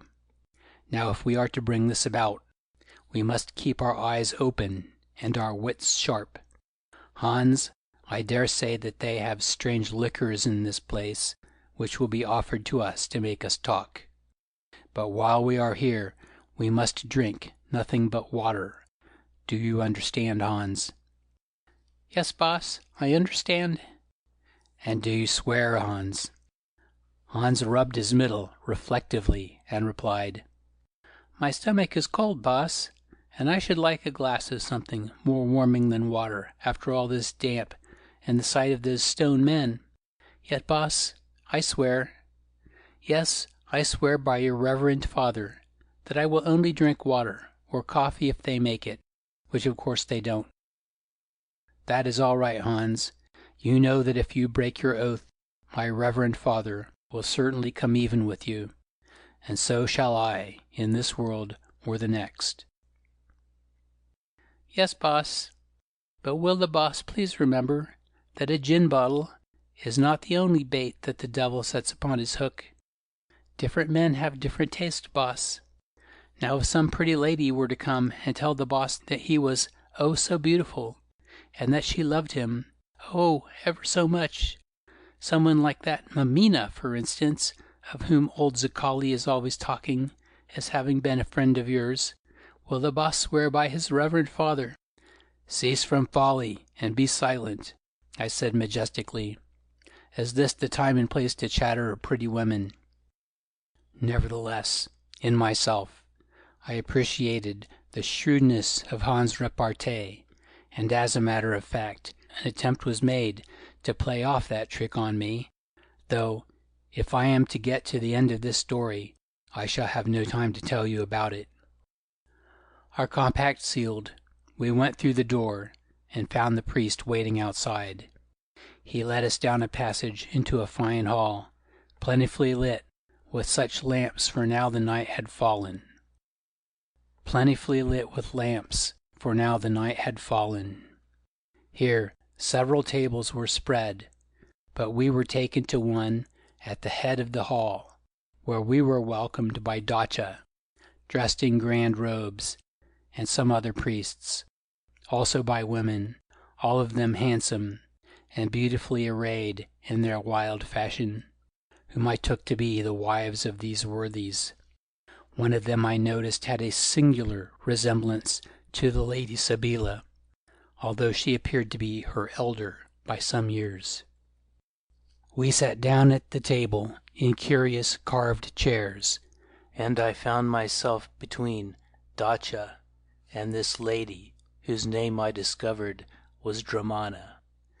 The feast began, and I may say at once that it was a very fine feast, for it appeared that we had arrived upon a day of festival. Indeed, I had not eaten such a meal for years. Of course, it was barbaric in its way. Thus the food was served in great earthenware dishes, already cut up. There were no knives or forks, the fingers of the eaters taking their place, and the plates consisted of the tough green leaves of some kind of water lily that grew in the lake, which were removed after each course and replaced by fresh ones. Of its sort, however, it was excellent, and included fish of a good flavor, kid cooked with spices, wild fowl, and a kind of pudding made of ground corn and sweetened with honey. Also there was plenty of the strong native beer, which was handed round in ornamented earthenware cups, that were, however, inlaid not with small diamonds and rubies, but with pearls, found, I was informed, in the shells of freshwater mussels, and set in the clay when damp. These pearls were irregular in shape, and for the most part not large, but the effect of them thus employed was very pretty. Still, some attained to a considerable size, since Dramana and the other women wore necklaces of them bored and strung upon fibers. Without going into further details, I may say that this feast and its equipment convinced me more than ever that these people had once belonged to some unknown but highly civilized race which was now dying out in this its last home and sinking into barbarism before it died. In pursuance of our agreement, Hans, who squatted on a stool behind me, for he would not sit at the table, and I, saying that we were bound by a vow to touch nothing else, drank water only, although I heard him groan each time the beer cups went round. I may add that this happened frequently, and the amount of liquor consumed was considerable, as became evident by the behavior of the drinkers, many of whom grew more or less intoxicated, with the usual unpleasant results that I need not describe. Also, they grew affectionate, for they threw their arms about the women and began to kiss them in a way which I considered improper. I observed, however, that the lady called Dramana drank but little. Also, as she sat between me and an extremely deaf priest, who became sleepy in his cups, she was, of course, freed from any such unwelcome attentions. All these circumstances, and especially the fact that Dacha was much occupied with a handsome female on his left, gave Dramana and myself opportunities of conversation which I think were welcome to her. After a few general remarks, presently she said, in a low voice, "I hear, Lord, that you have seen Sabeela, the daughter of the Walloo, chief of the mainland. Tell me of her, for she is my sister, on whom I have not looked for a long while. For we never visit the mainland, and those who dwell there never visit us, unless they are obliged," she added significantly. "She is beautiful, but lives in great terror, because she, who desires to be married to a man, must be married to a god," I answered. "She does well to be afraid, Lord, for by you sits that god." And with a shiver of disgust and the slightest possible motion of her head, she indicated Dacha, who had become quite drunken, and at the moment was engaged in embracing the lady on his left, who also seemed to be somewhat the worse for alcoholic wear, or to put it plainly, half seas over. "Nay," I answered, "the god I mean is called Heu-Heu, not Dacha." "Heu-Heu, Lord. You will learn all about Heu-Heu before the night is over. It is Dacha whom she must marry." "But Dacha is your husband, lady." "Dacha is the husband of many, Lord," and she glanced at several of the most handsome women present. "For the god is liberal to his high priest. Since I was bound between the eternal fires, there have been 8 such marriages, though some of the brides have been handed on to others or sacrificed for crimes against the god, or attempting to escape, or for other reasons. Lord," she went on, dropping her voice till I could scarcely catch what she said, although my hearing is so keen, "be warned by me, unless you are indeed a god greater than Heu-Heu, and your companion also, whatever you may see or hear, lift neither voice nor hand. If you do, you will be rent to pieces, without helping anyone, and perhaps bring about the death of many, my own among them. Hush! Speak of something else. He is beginning to watch us.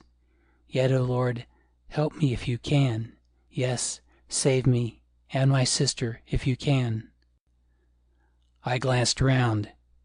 Dacha, who had ceased embracing the lady, was looking at us suspiciously, as though he had caught some word, Perhaps Hans thought so as well, for he managed to make a great clatter, either by tumbling off his stool or dropping his drinking cup, I know not which, that drew away Dacha's half-drunken attention from us and prevented him from hearing anything.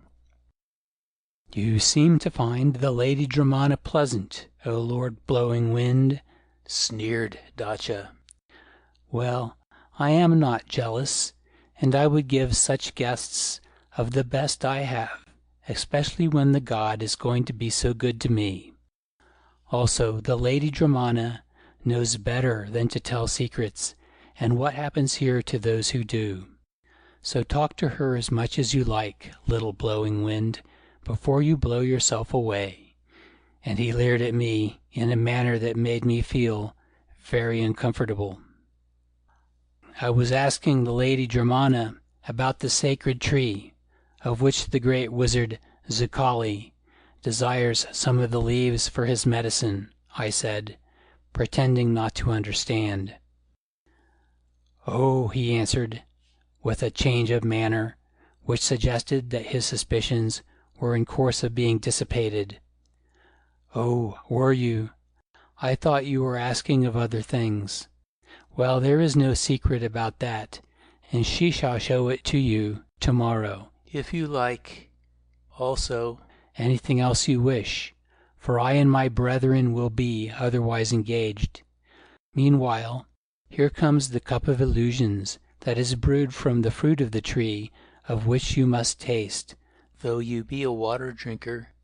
And yes, and the yellow dwarf, Lord of the Fire, also. For in it we pledge the god into whose presence we must enter very soon."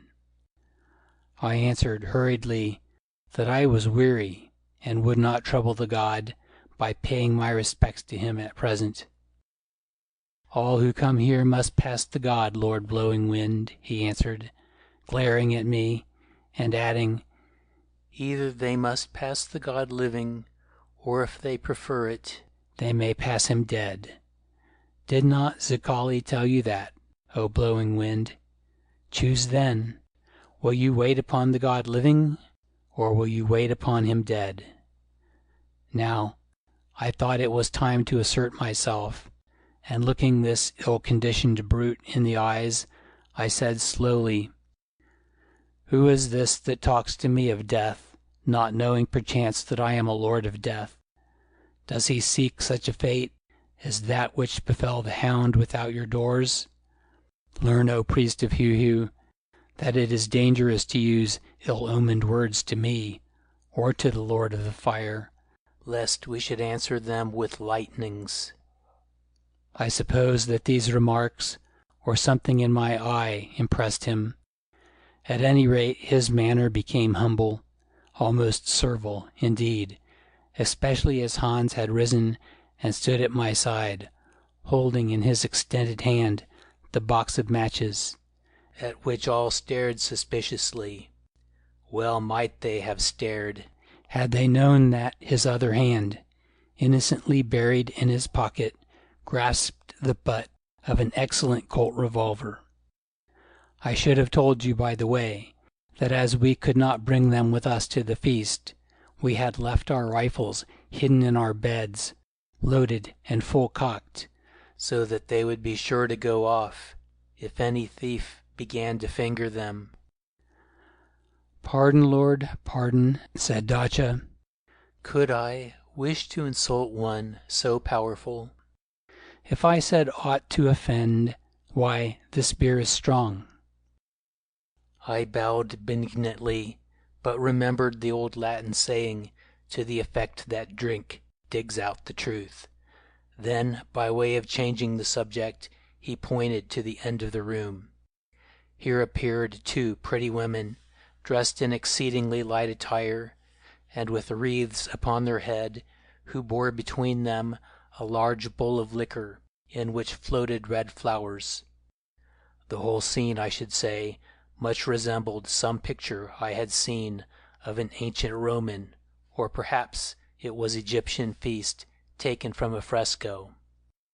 They brought the bowl to Dacha, and with a simultaneous movement of their graceful forms lifted it up, whereon all of the company, who were not too drunk, rose, bowed towards the bowl, and twice cried out together, "The cup of illusions! The cup of illusions!"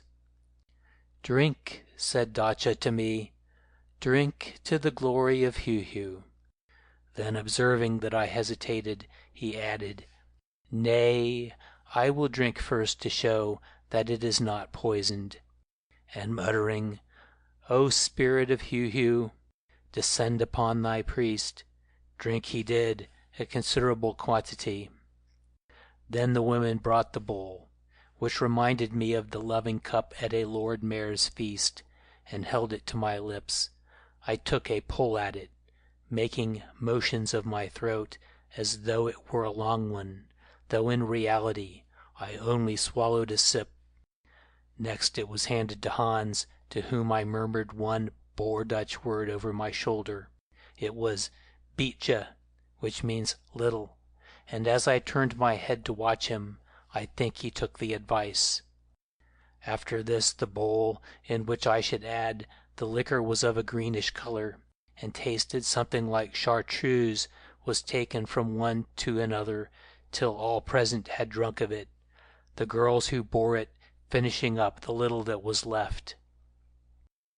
This I saw, but after it I did not see much else for a while, for small as had been my draught, the stuff went to my head and seemed to cloud my brain. Moreover, all kinds of queer visions, some of them not too desirable, sprang up in my mind, and with them a sense of vastness that was peopled by innumerable forms, beautiful forms, grotesque forms, forms of folk that I had known, now long dead, forms of others whom I had never seen, all of whom had this peculiarity, that they seemed to be staring at me with a strange intentness.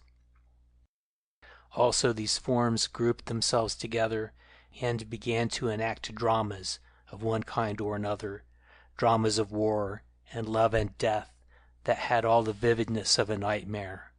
Presently, however, these illusions passed away, and I remained filled with a great calm and a wonderful sense of well-being, also with my powers of observation rendered most acute. Looking about me, I noted that all who had drunk seemed to be undergoing similar experiences. At first they showed signs of excitement, then they grew very still and sat like statues, with their eyes fixed on vacancy, speaking not a word, moving not a muscle. This state lasted quite a long time, till at length those who had drunk first appeared to awake, for they began to talk to each other in low tones. I noted that every sign of drunkenness had vanished. One and all they looked as sober as a whole bench of judges. Moreover, their faces had grown solemn, and their eyes seemed to be filled with some cold and fateful purpose. End of Chapter 9. Chapter 10. The Sacrifice. After a solemn pause, Dacha rose and said in an icy voice, "I hear the god calling us. Let us pass into the presence of the god and make offering of the yearly sacrifice." Then a procession was formed. Dacha and Dramana went first. Hans and I followed next, and after us came all who had been at the feast, to a total of about 50 people. "Boss," whispered Hans, "after I had drunk that stuff, which was so nice and warming that I wished you had let me have more of it, your reverend father came and talked to me." "And what did he say to you, Hans?" "He said, boss, that we were going into a very queer company, and had better keep our eyes skinned. Also that it would be wise not to interfere in matters that do not concern us." I reflected to myself that within an hour I had received advice of the same sort from a purely terrestrial source, which was an odd coincidence, unless indeed Hans had overheard or absorbed it subconsciously. To him I only observed, however, that such mandates must be obeyed, and that, whatever chanced, he would do well to sit quite still, keeping his pistol ready, but only use it in case of absolute necessity to save ourselves from death. The procession left the hall by a back entrance behind the table at which we had sat, and entered a kind of tunnel that was lit with lamps, though whether this was hollowed in the rock or built of blocks of stone I am not sure. After walking for about 50 paces down this tunnel, suddenly we found ourselves in a great cavern, also dimly lit with lamps, mere spots of light in the surrounding blackness. Here all the priests, including Dacha, left us. At least, peering about, I could not see any of them. The women alone remained in the cave, where they knelt down singly, and at a distance from each other, like scattered worshippers in a dimly lit cathedral when no service is in progress. Dramana, to whose charge we seemed to have been consigned, led us to a stone bench, upon which she took her seat with us. I noted that she did not kneel and worship like the others. For a while we remained thus in silence, staring at the blackness in front, where no lamps burned. It was an eerie business in such surroundings that, I confess, began to get upon my nerves. At length I could bear it no longer, and in a whisper asked Dramana whether anything was about to happen, and if so, what. "The sacrifice is about to happen," she whispered back. "Be silent, for here the ears of the god are everywhere." I obeyed, thinking it safer, and another 10 minutes or so went by in an intolerable stillness. "When does the play begin, boss?" muttered Hans in my ear. Once I had taken him to a theater in Durban to improve his mind, and he thought that this was another, as indeed it was, if of an unusual sort. I kicked him on the shins to keep him quiet, and just then, at a distance, I heard the sound of chanting. It was a weird and melancholy music that seemed to swing backwards and forwards between two bands of singers, each strophe and anti-strophe, if those are the right words, ending in a kind of wail or cry of despair which turned my blood cold. When this had gone on for a little while, I thought that I saw figures moving through the gloom in front of us. So did Hans, for he whispered, "The hairy people are here, boss." "Can you see them?" I asked in the same low voice. "I think so, boss. At any rate, I can smell them." "Then keep your pistol ready," I answered. A moment later I saw a lighted torch floating in the air in front of us, though the bearer of it I could not see.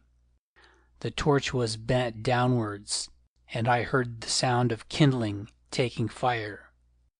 A little flame sprang up, revealing a pile of logs arranged for burning, and beyond it the tall form of Dacha, wearing a strange headdress and white priest-like robes, different from those in which he had been clad at the feast. Between his hands, which he held in front of him, was a white human skull, reversed. I mean that its upper part was toward the floor.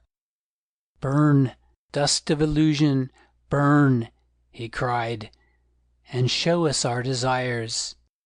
And out of the skull he emptied a quantity of powder onto the pile of wood.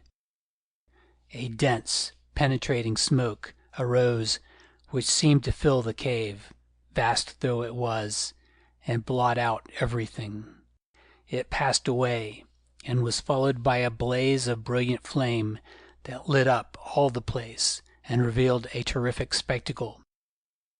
Behind the fire, at a distance of 10 paces or so, was an awful object an appalling black figure at least 12 feet in height, a figure of Heu-Heu, as we had seen him depicted in the cave of the Berg, only there his likeness was far too flattering. For this was the very image of the devil, as he might have been imagined by a mad monk, and from his eyes shot a red light. As I have said before, the figure was like to that of a huge gorilla, and yet no ape but a man, and yet no man but a fiend. There was the long gray hair growing in tufts about the body. There was the great red bushy beard.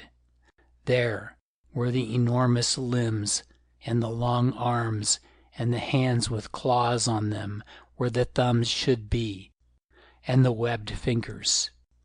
The bull neck, on the top of which sat the small head that somehow resembled an old woman's with a hooked nose, the huge mouth from which the baboon-like tushes protruded, the round, massive, able-looking brow, the deep-set, glaring eyes, now alight with a red fire, the cruel smile, all were there, intensified. There too was the shape of a dead man, into the breast of which the clawed foot was driven, and in the left hand the head that had been twisted from the man's body. Oh, evidently the painter of the picture in the Berg can have been no bushman, as once I had supposed, but some priest of Heu-Heu, whom fate or chance had brought thither in past ages, and who had depicted it to be the object of his private worship. When I saw the thing, I gasped aloud, and felt as though I should fall to the ground through fear, so hellish was it. But Hans gripped my arm and said, "Boss, be not afraid. It is not alive. It is but a thing of stone, and paint with fire set within." I stared again. He was right. Heu-Heu was but an idol. Heu-Heu did not live except in the hearts of his worshippers.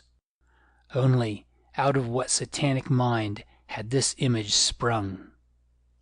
I sighed with relief, as this knowledge came home to me, and began to observe details.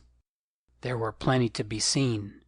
For instance, on either side of the statue stood a line of the hideous, hairy folk, men to the right and women to the left, with white cloths tied about their middles. In front of this line, behind their high priest Dacha, were the other priests, Heu-Heu's clergy, and on a raised table behind them, just at the foot of the base of the statue, which I now saw stood upon a kind of pedestal, so as to make it more dominant, lay a dead body, that of one of the hairy women, as the clear light of the flame revealed. "Boss," said Hans again, "I believe that is the gorilla woman I shot in the river. I seem to know her pretty face." "If so, I hope that we shall not join her on that table presently," I answered. After this, suddenly I went mad. Everybody went mad. I supposed that the vapor from that accursed powder had got into our brains. Had not Dacha called it the dust of illusion? Certainly of illusions there were plenty, most of them bad, like those of a nightmare.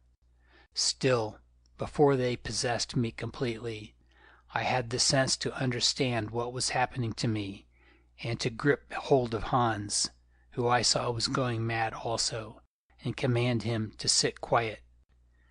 Then came the illusions, which really I can't describe to you. You fellows have read of the effects of opium smoking. Well, it was that kind of thing, only worse. I dreamed that Heu-Heu got off his pedestal and came dancing down the hall. Also that he bent over me and kissed me on the forehead. In fact, I think it was Dramana who kissed me, for she too had gone mad. Everything that I had done bad in my life reenacted itself in my mind, and, all put together, seemed to make me a sinner indeed, because you see the good was entirely omitted. The hairy folk began an infernal dance before the statue. The women around us raved and shouted with extraordinary expressions upon their faces. The priests waved their arms and set up yells of adoration, as did those of Baal in the Old Testament. In short, literally, there was the devil to pay. Yet, strangely enough, it was all wildly, deliriously exciting, and really I seemed to enjoy it. It shows how wicked we must be at bottom. A sight of hell while you remain on the terra firma of our earth is not uninteresting, even though you be temporarily affected by its atmosphere. Presently the nightmare came to an end, suddenly as it had commenced, and I woke up to find my head on Dramana's shoulder, or hers on mine, I forget which, with Hans engaged in kissing my boot under the impression that it was the chaste brow of some black maiden whom he had known about 30 years before. I kicked him on his snub nose, whereon he rose and apologized, remarking that this was the strongest daca, the hemp which the natives smoke with intoxicating effects, that he had ever tasted. Yes, I answered, and now I understand where Zakali's magic comes from. No wonder he wants more of the leaves of that tree, and thought it worthwhile to send us so far to get them. Then I ceased talking, for something in the atmosphere of the place absorbed my attention. A sudden chill seemed to have fallen upon it, and its occupants, who, in strange contrast to their recent excesses, now appeared to be possessed by the very spirit of Mrs. Grundy. There they stood, exuding piety at every pore, gazing with rapt countenances at the hideous image of their god. Only to me those countenances had grown very cruel. It was as though they awaited the consummation of some dreadful drama, with a kind of cold joy, which of course may have been an aftermath of their unholy intoxication. It was the scene at the feast repeated, but with a difference. There they had been drunken with liquor and sobered by the potent stuff they had swallowed after it. Now they had been made drunken with fumes and were sobered by I knew not what, their master Satan, perhaps. The fire still burnt brightly, though it gave off no more of these fumes, being fed, I suppose, with natural fuel, and by the light of it I saw that Dacha was addressing the image with impassioned gestures. What he said I do not know, for my ears were still buzzing, and of it I could hear nothing. But presently he turned and pointed to us, and then began to beckon. What is it he wants us to do? I asked of Dramana, who now was seated at my side, a perfect model of propriety. He says that you must come up and make your offering to the god. What offering? I asked, thinking that perhaps it would be of a painful nature. The offering of the sacred fire that the Lord of Fire, and she pointed to Hans, bears about with him. I was puzzled for a moment till Hans remarked, I think she means the matches, boss. Then I understood, and bade him produce a new box of best waxed vestas, and hold it out in his hand. Thus armed we advanced, and passing round the fire, bowed, as the Bible potentate whom the prophet cured bargained that he should be allowed to do in the house of Rimmon, to the beastly effigy of Heu-Heu. Then, in obedience to the muttered directions of Dacha, Hans solemnly deposited the box of matches upon the stone table, after which we were allowed to retreat. Anything more ridiculous than this scene it is impossible to imagine. I suppose that its intense absurdity was caused, or at any rate accentuated, by its startling and indeed horrible contrasts. There was the towering and demoniacal idol. There were the rogue priests, their faces alight with a fierce fanaticism. There, looking only half human, were the long lines of savage, hairy folk. There was the burning fire, reflecting itself to the furthest recess of the cavern, and showing the forms of the scattered worshippers.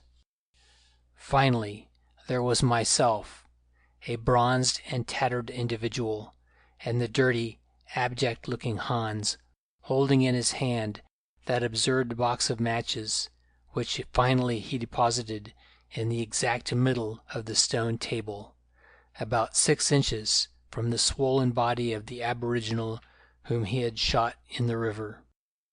In those vast surroundings, this box looked so lonely and so small that the sight of it moved me to internal convulsions.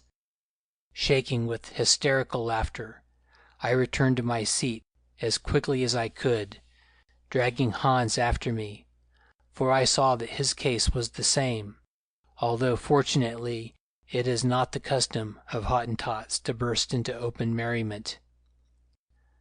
"What will Heu-Heu do with the matches, boss?" asked Hans. "Surely there must be plenty of fire where he is boss."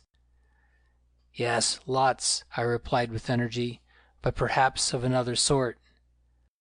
Then I observed that Dacha was pointing to the right, and that the eyes of all present were fixed in that direction.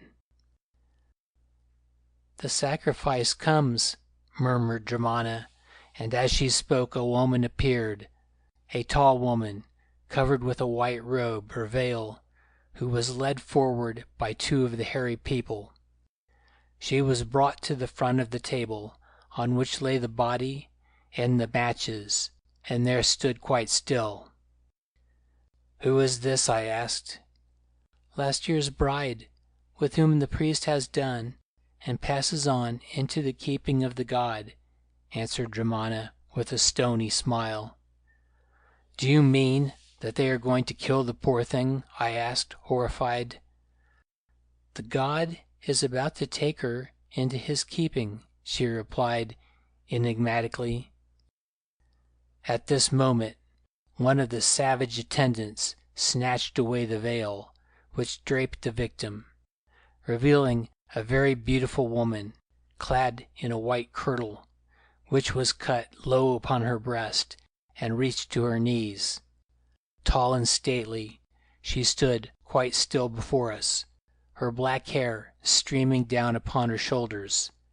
Then, as though at some signal, all the women in the audience stood up and screamed, "Wed her to the god! Wed her to the god!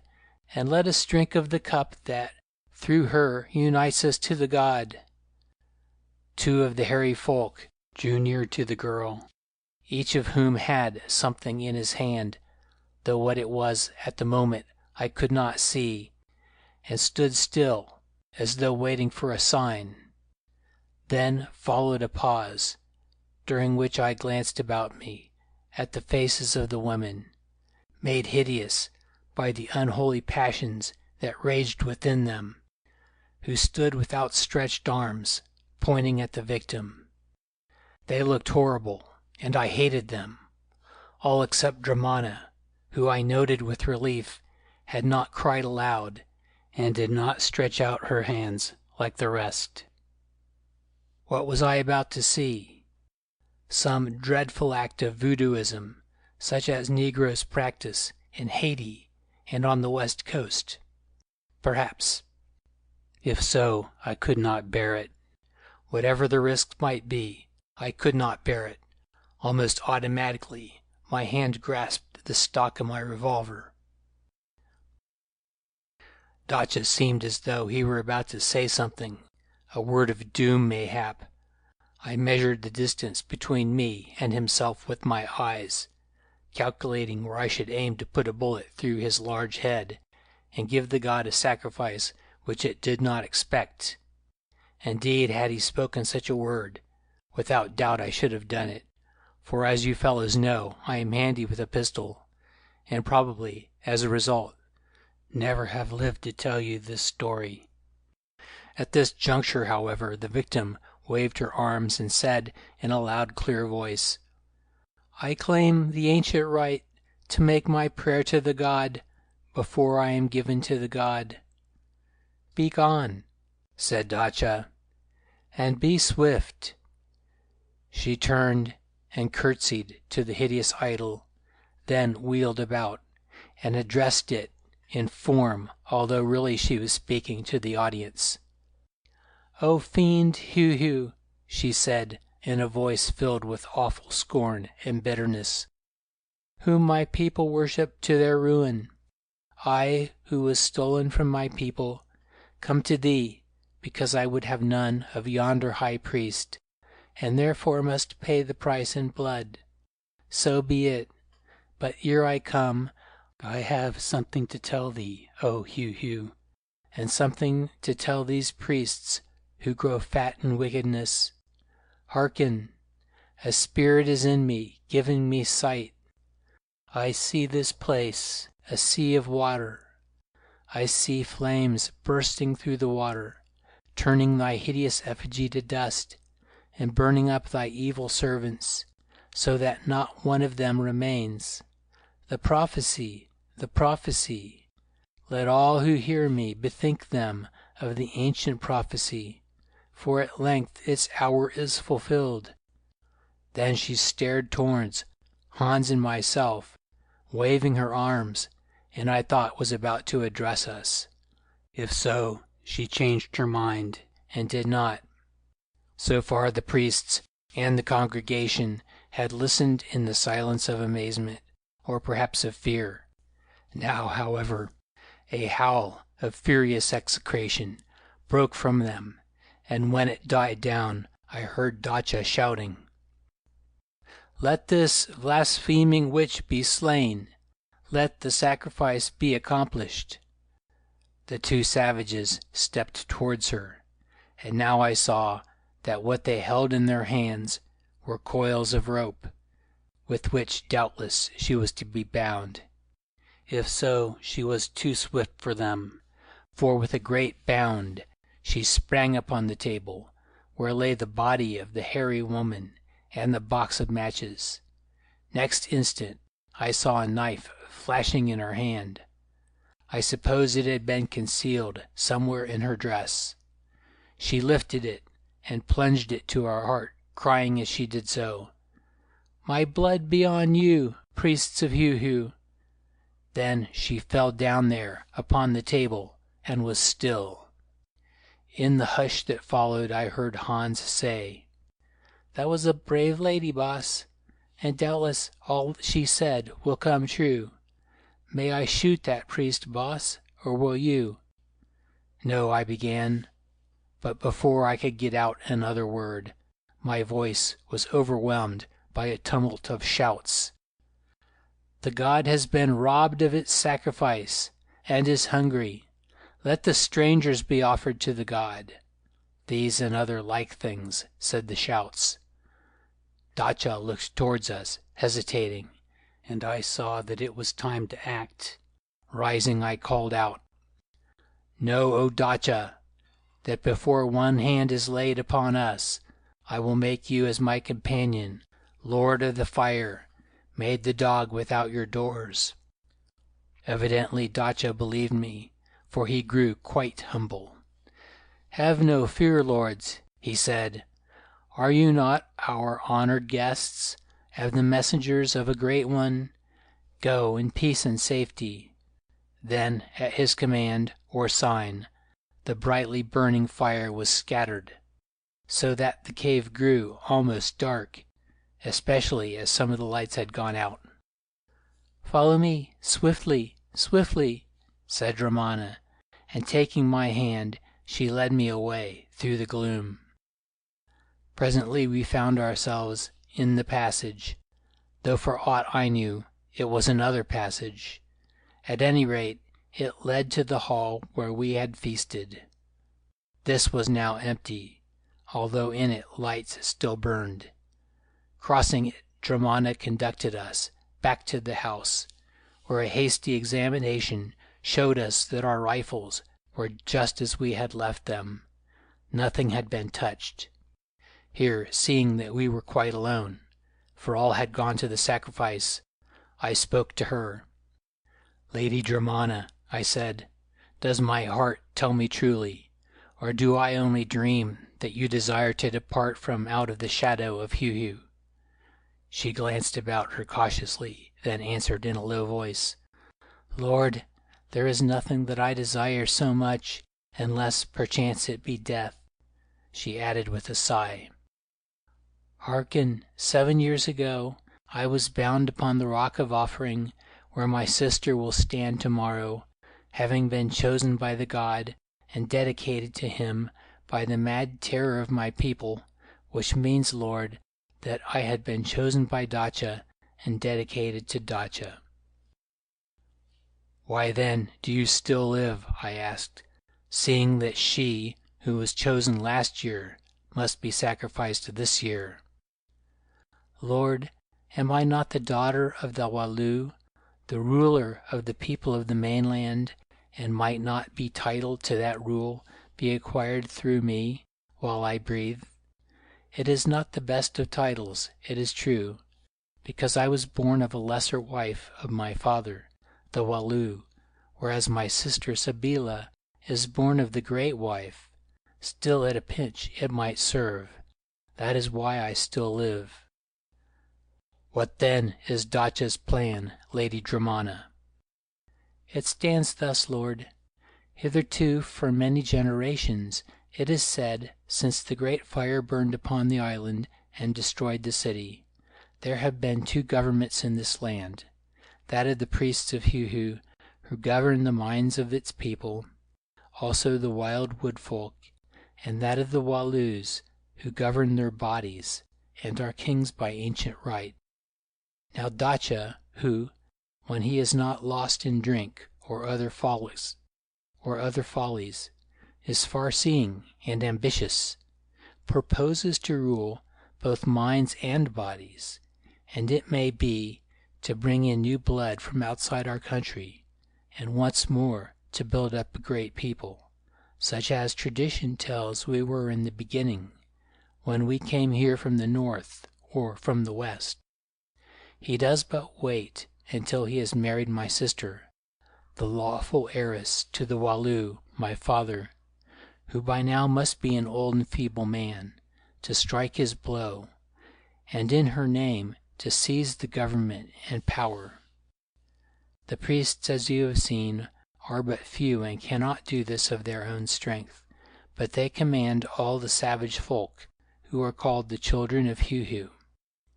Now these people are very angry, because the other day one of their women was killed upon the river, she who lay on the altar before the god, and this they think was done by the Walloo, not understanding that it was your servant, the yellow man there, who slew her. Or if they understand, they believe that he did so by the order of Issachar, whom we hear is betrothed to my sister Sabeela. Therefore they wish to make a great war upon the Walloo, under the guidance of the priests of Heu-Heu, whom they call their father, because his image is like to them. Already there mankind are gathering on the island, rowing themselves hither upon logs or bundles of reeds, and by tomorrow night all will be collected. Then, after what is called the Holy Marriage, when my sister Sabeela has been brought as an offering by the Walloo and bound to the pillar between the everlasting fires, led by Dacha, they will attack the city on the mainland, which they dare not do alone. It will surrender to them, and Dacha will kill my old father and the Lord Issachar, who stands next to him, and any of the ancient blood who cling to him, and cause himself to be declared Walloo. After this his purpose is to poison the forest folk, as he well knows how to do, and as I have told you, perhaps to bring new blood into the land, which is rich and wide, and found a kingdom." "A big scheme," I said, not without admiration, for on hearing it, to tell the truth, I began to conceive a certain respect for that villain Dacha, who at any rate had ideas, and presented a striking contrast to the helpless and superstition-ridden inhabitants of the island. "But, lady," I went on, "what is to happen to me and to my companion, who is named Lord of the Fire?" "I do not know, Lord, who have had little talk with Dacha since you came, or with any to whom he reveals his secrets. I think, however, that he is afraid of you, believing you to be magicians, or in league with the greatest of magicians, the prophet Zakali, who dwells in the south, with whom the priests of Heu-Heu communicate from time to time. Also it is probable that he holds that you may be able to help him to build up a nation, and that therefore he would wish to keep you in his service in this country, only killing you if you try to escape. On the other hand, when the wood folk come to understand that it was really you or one of you who killed the woman, they may clamor for your lives. Then, if he thinks it is wisest to please them, at the great feast which is called the finishing of the holy marriage, you may be tied upon the altar as a sacrifice, while the blood is drained from you, to be drunk by the priests with the lips of Heu-Heu. Perhaps that matter will be settled at the council of the priests tomorrow, Lord." "Thank you," I said. "Never mind the details." "Meanwhile," she went on, "for the present you are safe.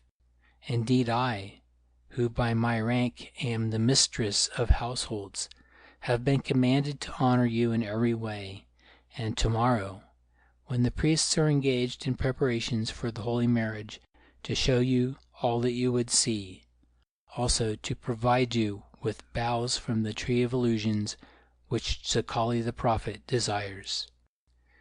"Thank you," I said again. "We shall be most happy to take a walk with you, even if it rains, as I think from the sounds upon the roof it is doing at present. Meanwhile, I understand that you wish to get out of this place, and to save your sister. Well, I may as well tell you at once, Lady Germana, that my companion, who chooses to assume the shape of a yellow dwarf, and I, who choose to be as I am, are in fact great magicians, with much more power than we seem to possess. Therefore it is quite possible that we may be able to help you in all ways, and to do other things more remarkable. Yet we may need your aid, since generally that which is mighty works through that which is small, and what I want to know is whether we can count upon it." "To the death, Lord," she answered. "So be it, Germana, for know that if you fail us, certainly you will die." End of Chapter 10. Chapter 11. The Sluice Gate. All that night it poured, not merely in the usual tropical torrent, but positively in waterspouts. Seldom in my life have I heard such rain as that which fell upon the roof of the house where we were, which must have been wonderfully well built, for otherwise it would have given way. When we rose in the morning and went to the door to look out, all the place was swimming, and a solid wall of water seemed to stretch from earth to heaven. "I think there will be a flood after this, boss," remarked Hans. "I think so too," I answered, "and if we were not here, I wish that it might be deep enough to drown every human brute upon this island." "It cannot do that, boss, because at the worst they will climb up the mountain, though it might get into the cave and give Heu-Heu a washing, which he needs." "If it got into the cave, it would probably get into the mountain as well," I began, then stopped, for an idea occurred to me. I had noticed that this cave sloped downwards somewhat steeply. I mean into the base of the mountain and toward its center. Probably, in its origin, it was a vent blown through the rock at some time in the past, when the volcano was very active, which, for aught I knew, remained unblocked, or only slightly blocked. Suppose now that a great volume of water ran down that cave and vanished into the interior of the mountain. Was it not probable that something unusual would happen? The volcano was still alive. This I knew from the smoke which hung above it, also by the stream of red-hot lava that we had seen trickling down its southern face. And fire and water do not agree well together.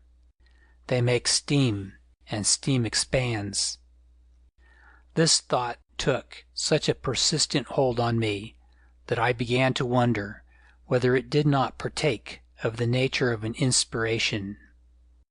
However, I said nothing of it to Hans, who, being a savage, did not understand such matters. A little while later, food was brought to us by one of the serving priests. With it came a message from Dacha to the effect that he grieved he could not wait on us that day, as he had many other matters to which he must attend, but that the Lady Dramana would do so shortly, and show us all there was to be seen, if the rain permitted.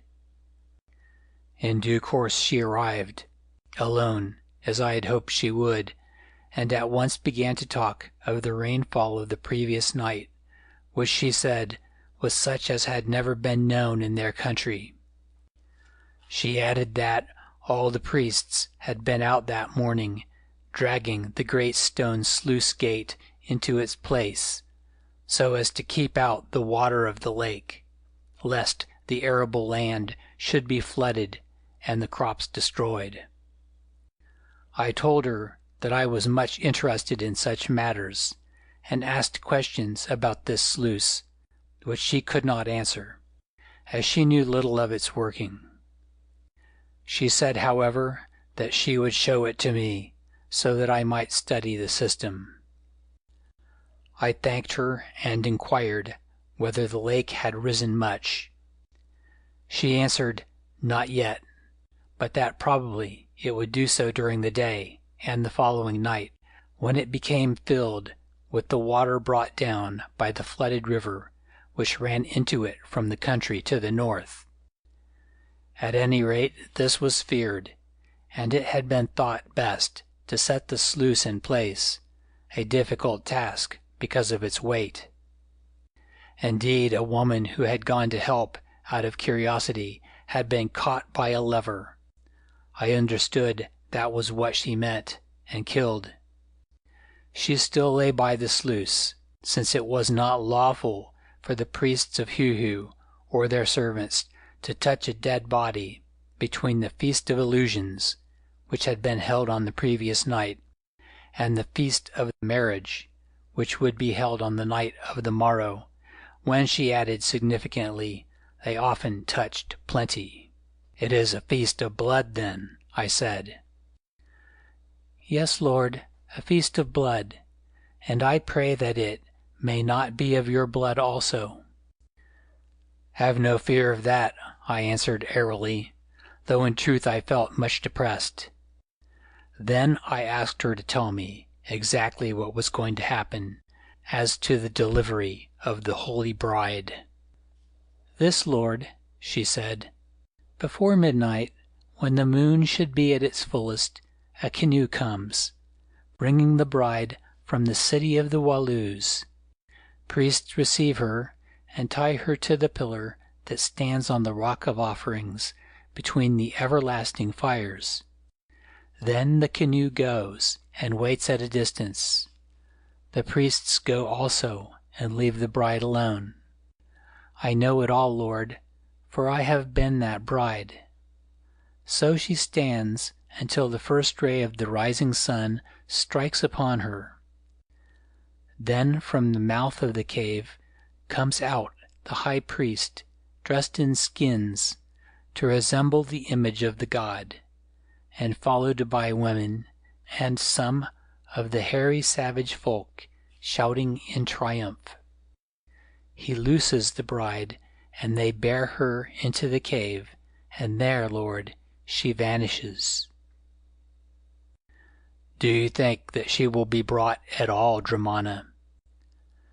Certainly she will be brought, since if my father, the Walloo, or Issachar, or any refused to send her, they would be killed by their own people, who believe that then disaster would overtake them. Unless you can save her by your arts, Lord, my sister Sabeela must become the wife of Heu-Heu, which means the wife of Dacha. I will think the matter over, I said, but if I make up my mind to help, am I right in understanding that you also desire to escape from this island? Lord, I have told you so already, and I will only add this. Dacha hates me, and when I have served his purpose and he has in his hands Sabeela, the true heiress to the chieftainship over our people, unless first I tread her road, certainly it will be my lot to stand where that poor woman stood last night, who slew herself to escape worse things.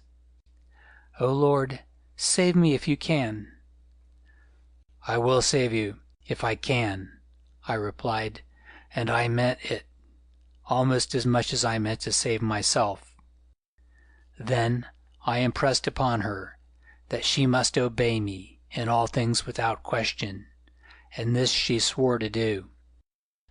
Also I asked her if she could provide us with a canoe. It is impossible, she replied. Dacha is clever. He has bethought him that you might depart in a canoe. Therefore every one of them has been moved round to the other side of the island, where they are kept under watch of the savage folk. That is why he gives you leave to roam about the place, because he knows that you cannot leave it, unless you have wings, for the lake is too wide for any man to swim, and if it were not, the Walloo shore is haunted by crocodiles. Now, my friends, as you may guess, this was a blow indeed. However, I kept my countenance, and said that, as this was the case, something else must be arranged, only asking casually if there were any crocodiles about this part of the island coast. She answered that there were none, because, as she supposed, the flame of the everlasting fires, or some smell from the smoke of the mountain, frightened them away. Next, as the torrents of rain had ceased, at any rate for a while, I suggested that we should go out, and we did so. Also, I did not mind much about the weather, as to protect us from it she had brought with her for our use and her own 3 of the strangest waterproofs I ever saw.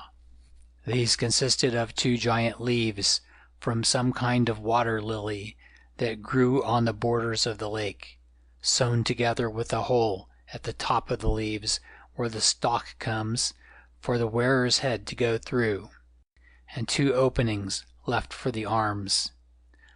For the rest, no mackintosh ever turned wet so well as did these leaves, the only drawback about them, as I was informed, being that they must be renewed once in every 3 days. We went out in rain, that here we should call fairly heavy, though it was but the merest drizzle compared to what had gone before. This rain, I may explain, had great advantages so far as we were concerned, seeing that in it not even the most curious woman put her nose outside her own door. So it came about that we were able to examine the village of the priests of Heu-Heu quite unobserved and at our leisure. This settlement was small, since there were never more than 50 priests in the college, if so it may be called, to whom, of course, must be added their wives and women, on an average, perhaps, of 3 or 4 per man. The odd thing was that there seemed to be no children and no old people. Either offspring did not arrive, and folk died young upon the island, or in both cases they were made away with, perhaps as sacrifices to Heu-Heu. I am sorry to say that in the pressure of great dangers I do not recall making any inquiry upon the point, or if I did, I cannot recall the answer given. It was only afterwards that I reflected upon this strange circumstance. The fact remains that on the island there were no young and no aged. Another possible explanation, by the way, is that both may have been exported to the mainland. Here I will add that with the exception of Dramana and a few discarded wives who may have been doomed to sacrifice, the women were fiercer bigots and more cruel votaries of Heu-Heu than were the men themselves. So indeed I had observed when I sat among them at the Feast of Illusions in the cave. For the rest, they all lived in dwellings such as that which was given to us, and were waited upon by servants or slaves from the savage race that was called Heu-Heu. Low as these Heu-Heu were, and disgusting as might be their appearance, like our South African bushmen, they were clever in their way, and when trained could do many things. Also, they were faithful to the commands of their god, Heu-Heu, or rather to those of his priests, though they hated the Walloos, from whom these priests sprang, and waged continual war against them.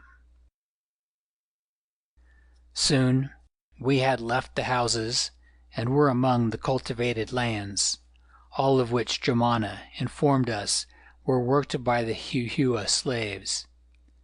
These labored here in gangs for a year at a time, and then were returned to their women in the forests on the mainland, for except as servants, none of them were allowed upon the island. These lands were extraordinarily fertile, as was shown by the crops on them, which, although much beaten down by the torrential rain, were now ready for harvest. They were enclosed by a kind of sea wall built of blocks of lava, and must at some time have been reclaimed from the muddy shallows of the lake, which accounted for their richness. Everywhere about them ran irrigation channels that were used in the dry sowing season and controlled by the Sluice Gate that has been mentioned. That is all I have to say about the gardens, except that the existence of this irrigation system is to my mind another proof that these Walloos sprang originally from some highly civilized race. Their fields extended to that extremity of the island which was nearest to the Walloo coast, and I know not how far in the other direction, for I did not go there.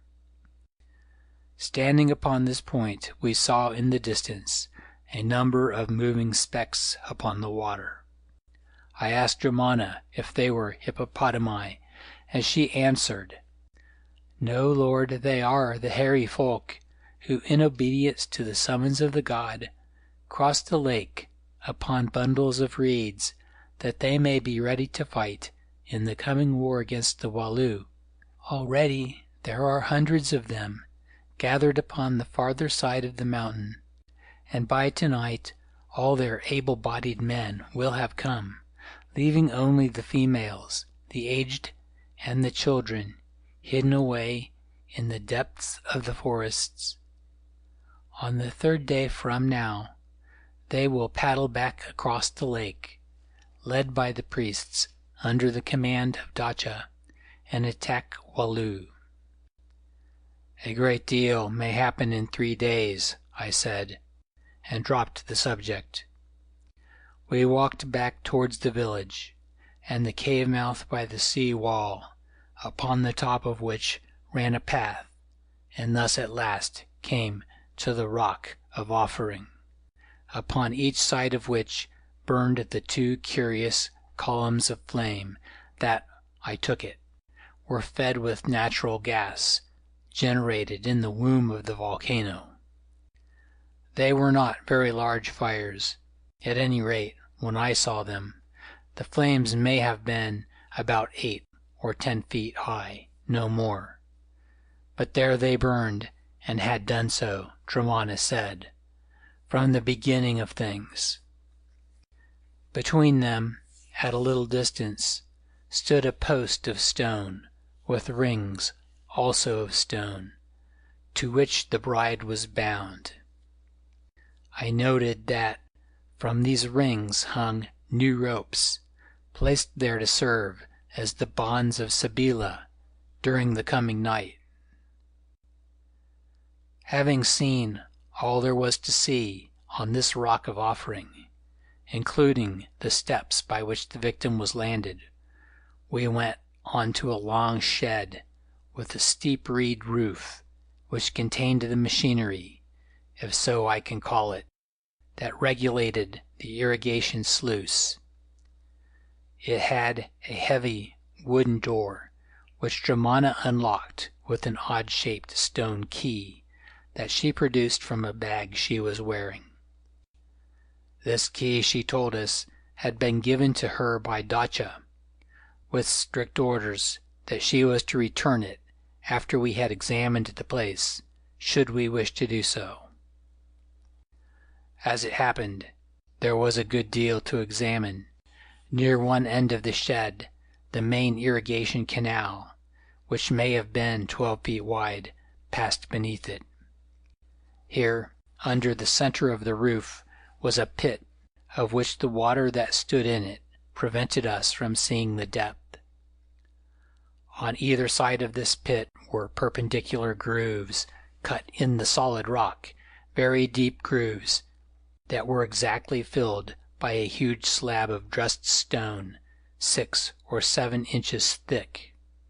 When this stone, or the upper part of it, was lifted out of the rock floor of the channel, where normally it stood in its niche, forming part of the bed of the channel, it entirely cut off the flow of water from the lake, and was, moreover, tall enough to stop any additional inflow at a time of flood.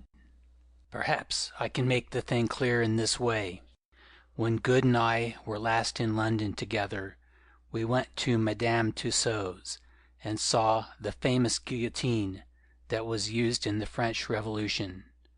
The knife of that guillotine, you will remember, was raised between uprights, and when brought into action, let fall again to the bottom of the apparatus, severing the neck of the victim in its course. Now imagine that those uprights were the rock walls of the pit, and that the knife, instead of being but a narrow thing, were a great sheet of steel, or rather stone. Then, when it was drawn to the top of the uprights from the niche at the bottom, it would entirely fill the space to the head of the grooves, and none of the water that normally passed over it could flow between the uprights, or rather walls, because the sheet of stone barred its passage. Now, do you understand? As Good, who was stupid about such matters, looked doubtful, Allan went on. Perhaps a better illustration could be that of a portcullis. Even you, Good, have seen a portcullis, which, by the way, must mean a door in a groove. Imagine a subterranean, or rather subaqueous portcullis, that when it was desired to shut it, rose in its grooves from below, instead of falling from above, and you will have an exact idea of the water door of the priests of Heu-Heu. I draw it for you, if it wasn't so late." "I see now," said Good. "And I suppose they wound the thing up with a windlass." "Why not say with a donkey engine at once, Good?" Windlasses had not occurred to the Walloos. No, they acted on a simpler and more ancient plan. They lifted it with a lever. Near the top of this slab of rock or water door was drilled a hole. Through this hole passed a bolt of stone, of which the ends went into the cut-out base of the lever, thus forming a kind of hinge. The lever itself was a bar of stone. Evidently they would not trust to wood which rots, massive and about 20 feet long, so as to obtain the best possible purchase. When the door was quite down in its niche, at the bottom of the bed of the channel, the end of the lever naturally rose high into the air, almost to the top of the pitched roof of the shed indeed. When it was desired to raise the door so as to regulate the amount of water passing into the irrigation channel beyond, or to cut it off altogether in case of flood, the lever was pulled down by ropes that were tied to its end by the strength of the number of men, and the end was passed into, or rather under, one or another of a half a dozen hooks of stone, hollowed in a face of solid rock. Here, of course, it remained immovable until it was released, again by the united strength of a number of men, and flew back to the roof, letting the portcullis slab drop into its bed or groove at the bottom of the channel, thus admitting the lake water. On the present occasion, as a great flood was anticipated, this slab was raised to its full extent, and when I saw it, the top of it stood 5 or 6 feet above the level of the water, while the end of the handle of the lever was made fast beneath the lowest hook of rock, within a foot of the floor. Hans and I examined this primitive but effective apparatus for preventing inundations very carefully. Supposing, thought I, that anyone wanted to release that lever so that the door fell and water rushed in over it, how could it be done? Answer: it could only be done by the application of the united force of a great number of men pressing on the end of the lever till it was pushed clear of the point of the hook, when naturally it would fly upwards and the door would fall. Or, secondly, by breaking the lever in two, when of course the same thing would happen. Now 2 men, that is, Hans and myself, could not possibly release this beam of stone from its hook. Indeed, I doubt whether 10 men could have done it, nor could 2 men possibly break that beam of stone. Perhaps if they had suitable marble saws, such as workers in stone use, and plenty of time, they might cut it in two, although it seemed to be made of a kind of rock that was hard as iron. But we had no saw. Therefore, so far as we were concerned, the task was impossible. That idea must be dismissed. Still, there is a way out of most difficulties, if only it can be hit upon. My own mental resources were exhausted, it is true, but Hans remained, and possibly he might have some suggestion of value to make. He was a curious creature, Hans, and often his concentrated primitive instincts led him more directly to the mark than did all my civilized reasonings. So, speaking without emphasis in Dutch, for I did not wish Germana to guess my internal excitement, I put the problem to Hans in these words: "Supposing that you and I, Hans, with none to help, except perhaps this woman, found it necessary to break that bar of stone and cause the water gate to fall, so as to let in the lake flood over it. How could we do it with such means as we have in this place?" Hans stared about him, twiddling his hat in his usual vacuous fashion, and remarked, I don't know, boss. Then find out, for I want to learn if your conclusions agree with my own, I answered. I think that if they agree with the boss's, they will agree with nothing at all, said Hans, delivering this shrewd and perfectly accurate shot with such a wooden expression of utter stupidity that I could have kicked him. Next, without more words, he removed himself from my neighborhood and began to examine the lever in a casual fashion, especially the hook of rock which held it in its place. Presently he remarked in Arabic, so that Dromana might understand, that he wanted to see how deep the pit was, which we could not do from the floor of the shed, and instantly climbed up the slope of the beam-like lever, with all the agility of a monkey, and sat himself cross-legged on the top of it, just below the stone hinge that I have described. Here he remained for a while, apparently staring into the darkness of the hole, or pit, on the farther side of the stone slab, where of course it was almost empty, as the door cut off the water from the irrigation channel on the island side. That hole is too dark to see into, he said, presently, and swarmed down the shaft again. Then he called my attention to the body of the dead woman whom Dromana had told us was struck by the lever and killed while it was being dragged into place, which lay almost out of sight in the shadow by the wall of the shed. We went to look at her.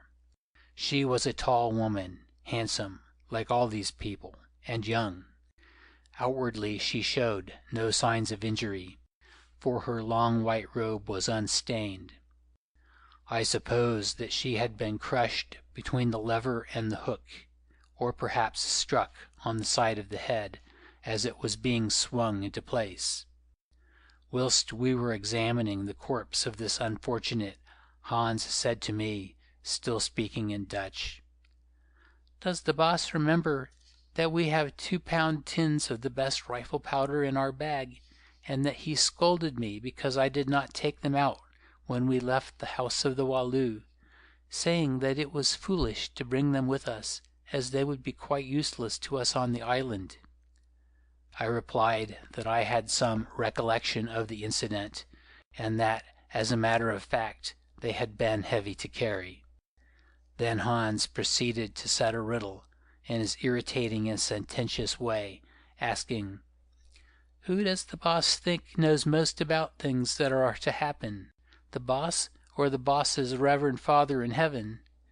"My father, I presume, Hans," I replied airily. "The boss is right.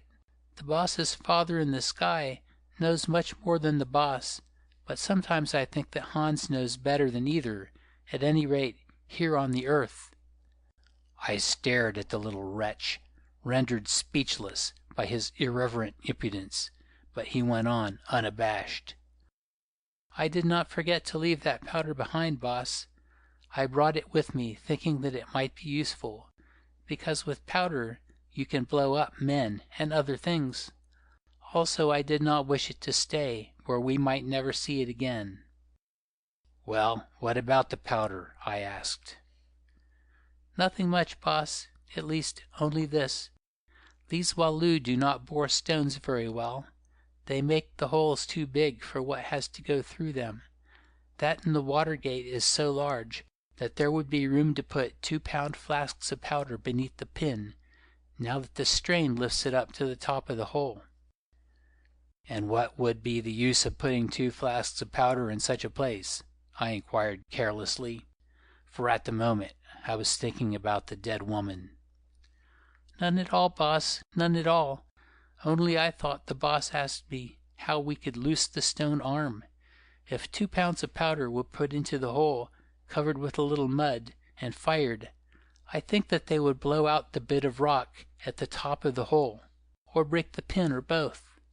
Then, as there would be nothing to hold it, the stone door would fall down, and the lake would come in and water the fields of the priests of Heu-Heu, if in his wisdom and kindness the boss thinks that they want it at harvest time, and after so much rain."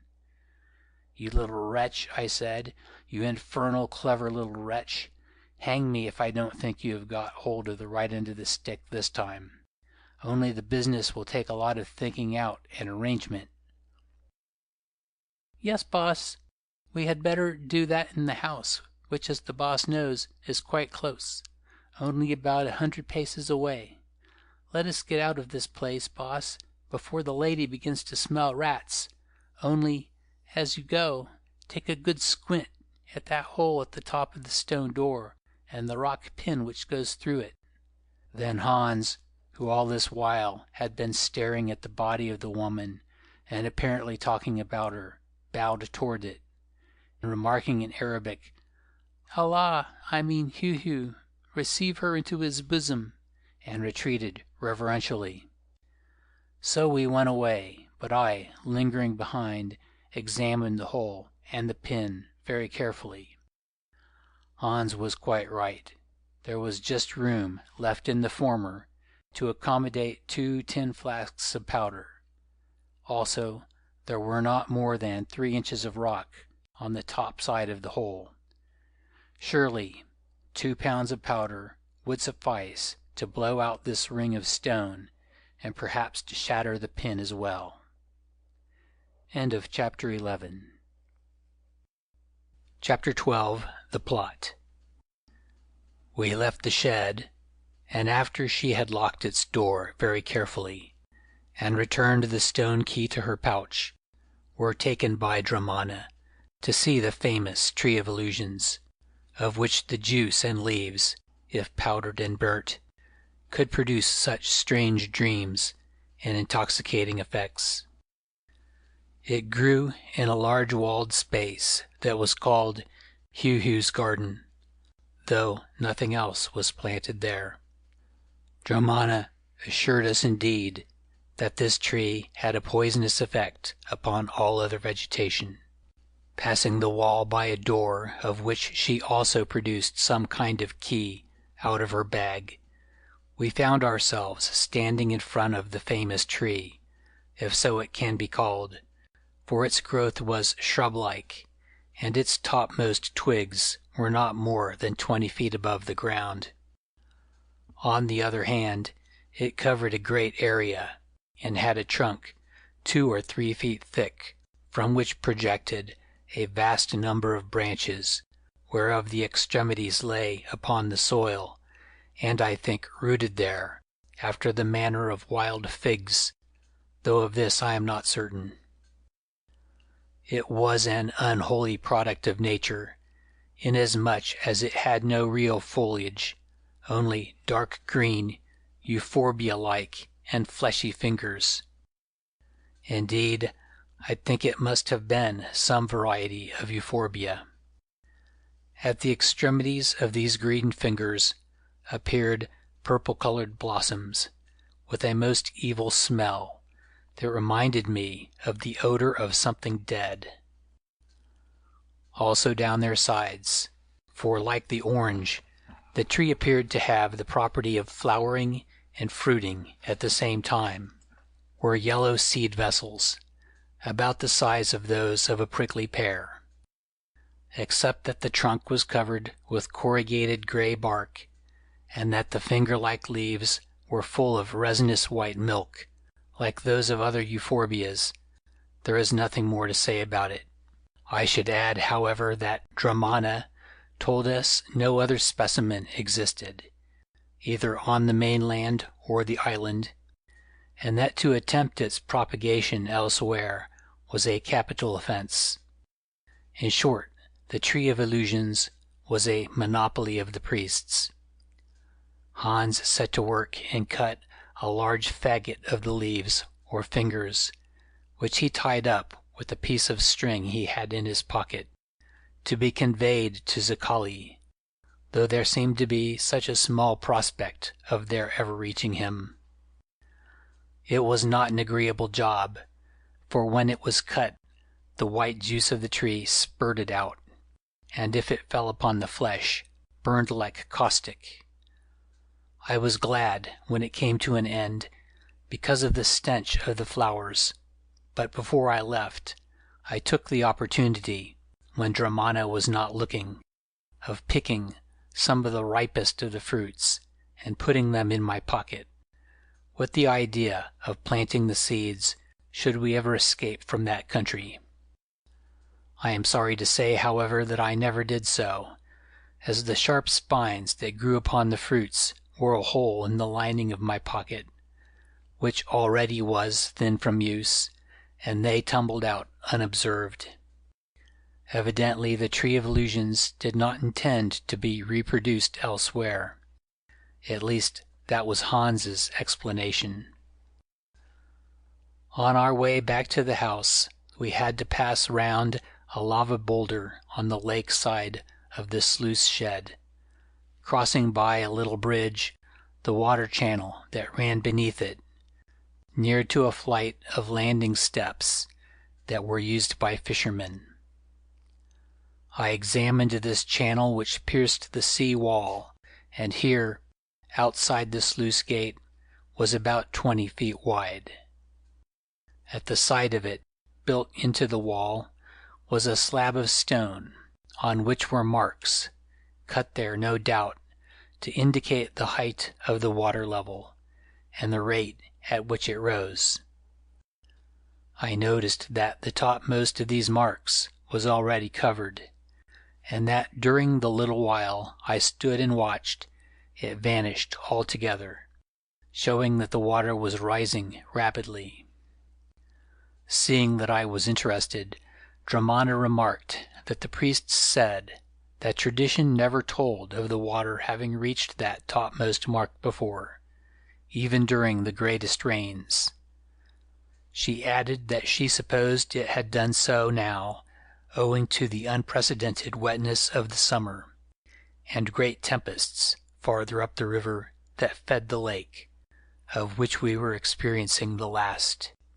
"It is fortunate that you have such a strong door to keep out the water," I said.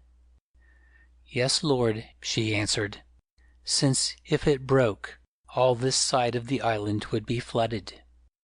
If you look, you will see that already the lake stands higher than the cultivated lands, and even than the mouth of the cave of Heu-Heu. It is told in tradition that when first, hundreds of years ago, these lands were reclaimed from the mud of the lake, and the wall was built to protect them, the priests of Heu-Heu trusted to the rain for their crops. Then came many dry seasons, and they cut a way through the wall and let in water to irrigate them, making the sluice gate that you have seen to keep it out if it rose too high. An old priest of that time said that this was madness and would one day prove their destruction, but they laughed at him and made the sluice. He was wrong also, since thenceforward their crops were doubled, and the gate is so well fashioned that no floods, however great, have ever passed through or over it. Nor can they do so, because the top of the stone gate rises to the height of a child above the level of the water wall, which separates the lake from the reclaimed land. "The lake might come over the crest of the wall," I suggested. "No, Lord. If you look, you will see that the wall is raised far above its level, to a height that no flood could ever reach." "Then safety depends upon the gate, Dromana." "Yes, Lord. If the flood were high enough, which it never has been within the memory of man, the safety of the town would depend upon the gate, and that of the cave of Heu-Heu also. Before the mountain broke into flame and destroyed the city of our ancestors, the new mouth was made on the level, for formerly, it is said, it was entered from the slope above. Moreover, there is no danger, because if any accident happened and the flood broke through, all could flee up the mountain. Only then the cultivated land would be ruined for a time, and there might be a scarcity, during which people must obtain corn from the mainland, or draw it from that which is stored in pits in the hillside, to be used in case of war or siege. I thanked her for her explanation of these interesting hydraulic problems, and after another glance at the scale rock, on which the marks had now vanished completely, showing me that the lake was still rising rapidly, we went to the house to rest and eat. Here Dramana left us, saying that she would return at sundown. I begged her to do so without fail. This I did for her own sake, a fact that I did not explain. Personally, I was indifferent as to whether she came back or not, having learned all she could teach us. But as I was planning catastrophe, I was anxious, should it come, to give her any chance of escape that might offer for ourselves. After all, she had been a good friend to us, and was one who hated Dacha and Heu-Heu, and loved her sister Sabeela. Hans led her to the door, and in an awkward fashion made much ado of helping her to put on her leaf raincoat, which she had discarded and was carrying. For now suddenly the rain, which had almost ceased while we walked, had begun to fall again in torrents. When we had eaten, and were left alone within closed doors, Hans and I took counsel together. "What is to be done, Hans?" I asked, wishing to hear his views. "This I think, boss," he answered.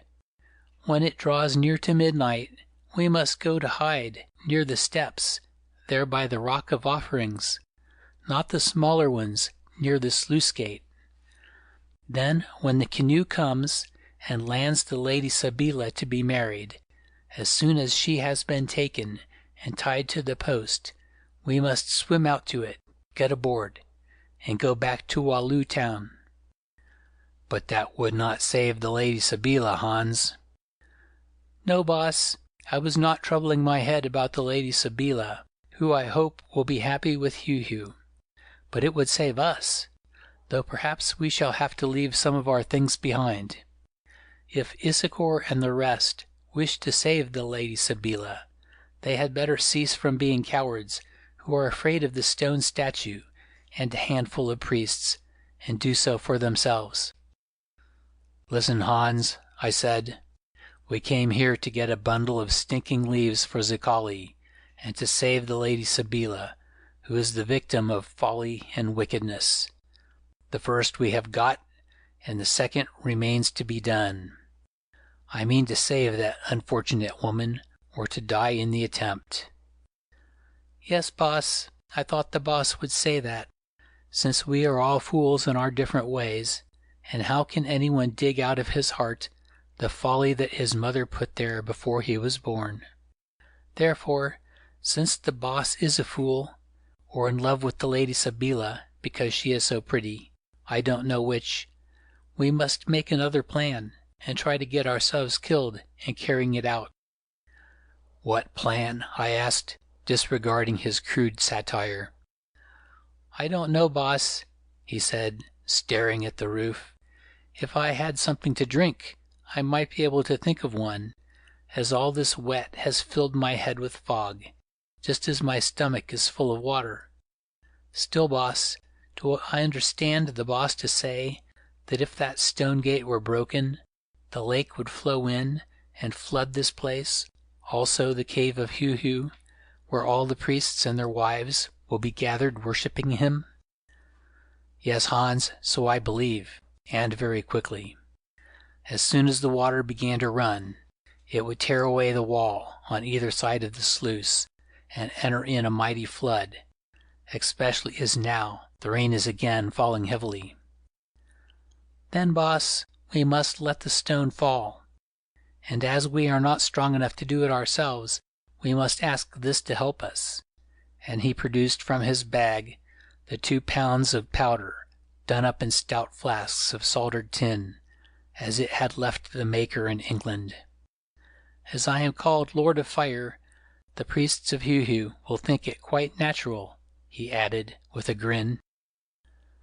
"Yes, Hans," I said, nodding, "but the question is, how?" "I think it like this, boss. We must pack these 2 tins tight into that hole in the rock door beneath the pin, with the help of little stones, and cover them over thickly with mud to give the powder time to work before the tins are blown out of the hole. But first we must bore holes in the tins and make slow matches, and put the ends of them into the holes. Only how are we to make these slow matches?" I looked about me. There on a shelf in the room stood the clay lamps with which it was lighted at night, and by them lay a coil of the wick, which these people used, made of fine and dry-plaited rushes, many feet of it. "There's the very stuff," I said. We got it down. We soaked it in a mixture of the native oil, mixed with gunpowder that I extracted from a cartridge, and behold, in half an hour we had 2 splendid slow matches that by experiment I reckoned would take quite 5 minutes to burn before the fire reached the powder. That was all we could do for the moment. "Now, boss," said Hans, when we had finished our preparations and hidden the matches away to dry, "all this is very nice, but supposing that the stone falls, and the water runs in, and everything goes softly, how are we to get off the island? If we drown the priests of Heu-Heu, though I do not think we shall drown them, because they will bolt up the mountainside like rock rabbits, we drown ourselves also, and travel in their company to the place of fires of which your reverend father was so fond of talking. It will be very nice to try to drown the priests of Heu-Heu, boss, but we shall be no better off, nor will the Lady Sabeela, if we leave her tied to that post." "We shall not leave her, Hans. That is, if things go as I hope, we shall leave someone else." Hans saw the light, and his face brightened. "Oh, boss, now I understand. You mean that you will tie to the post the Lady Dramana, who is older and not quite so nice looking as the Lady Sabeela, which is why you told her she must stay with us all the time after she comes back. That is quite a good plan, especially as it will save us trouble with her afterwards.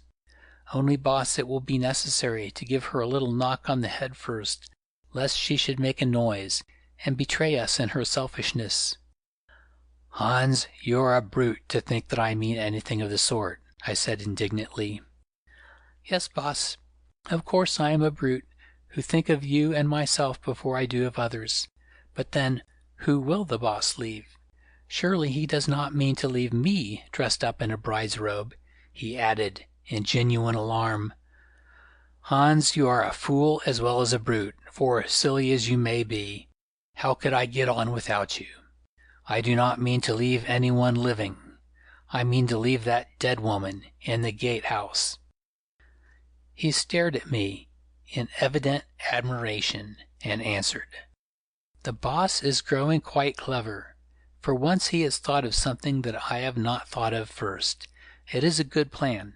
If we can carry her there without anyone seeing us, and the Lady Sabeela does not betray us by making a noise, laughing and crying both together like stupid women do. But suppose it all happens. There will be 4 of us, and how are we to get into that canoe, boss, if those cowardly Walloos wait so long?" "Thus, Hans, when the canoe lands the Lady Sabeela, and she has been tied to the post, if Dramana speaks truth, it waits for the dawn at a little distance. While it is waiting, you must swim out to it, taking your pistol with you, which you will hold above your head with one hand to keep the cartridges dry, but leaving everything else behind. Then you must get into the boat, telling the Walloo and Issachar, or whoever is there, who you are.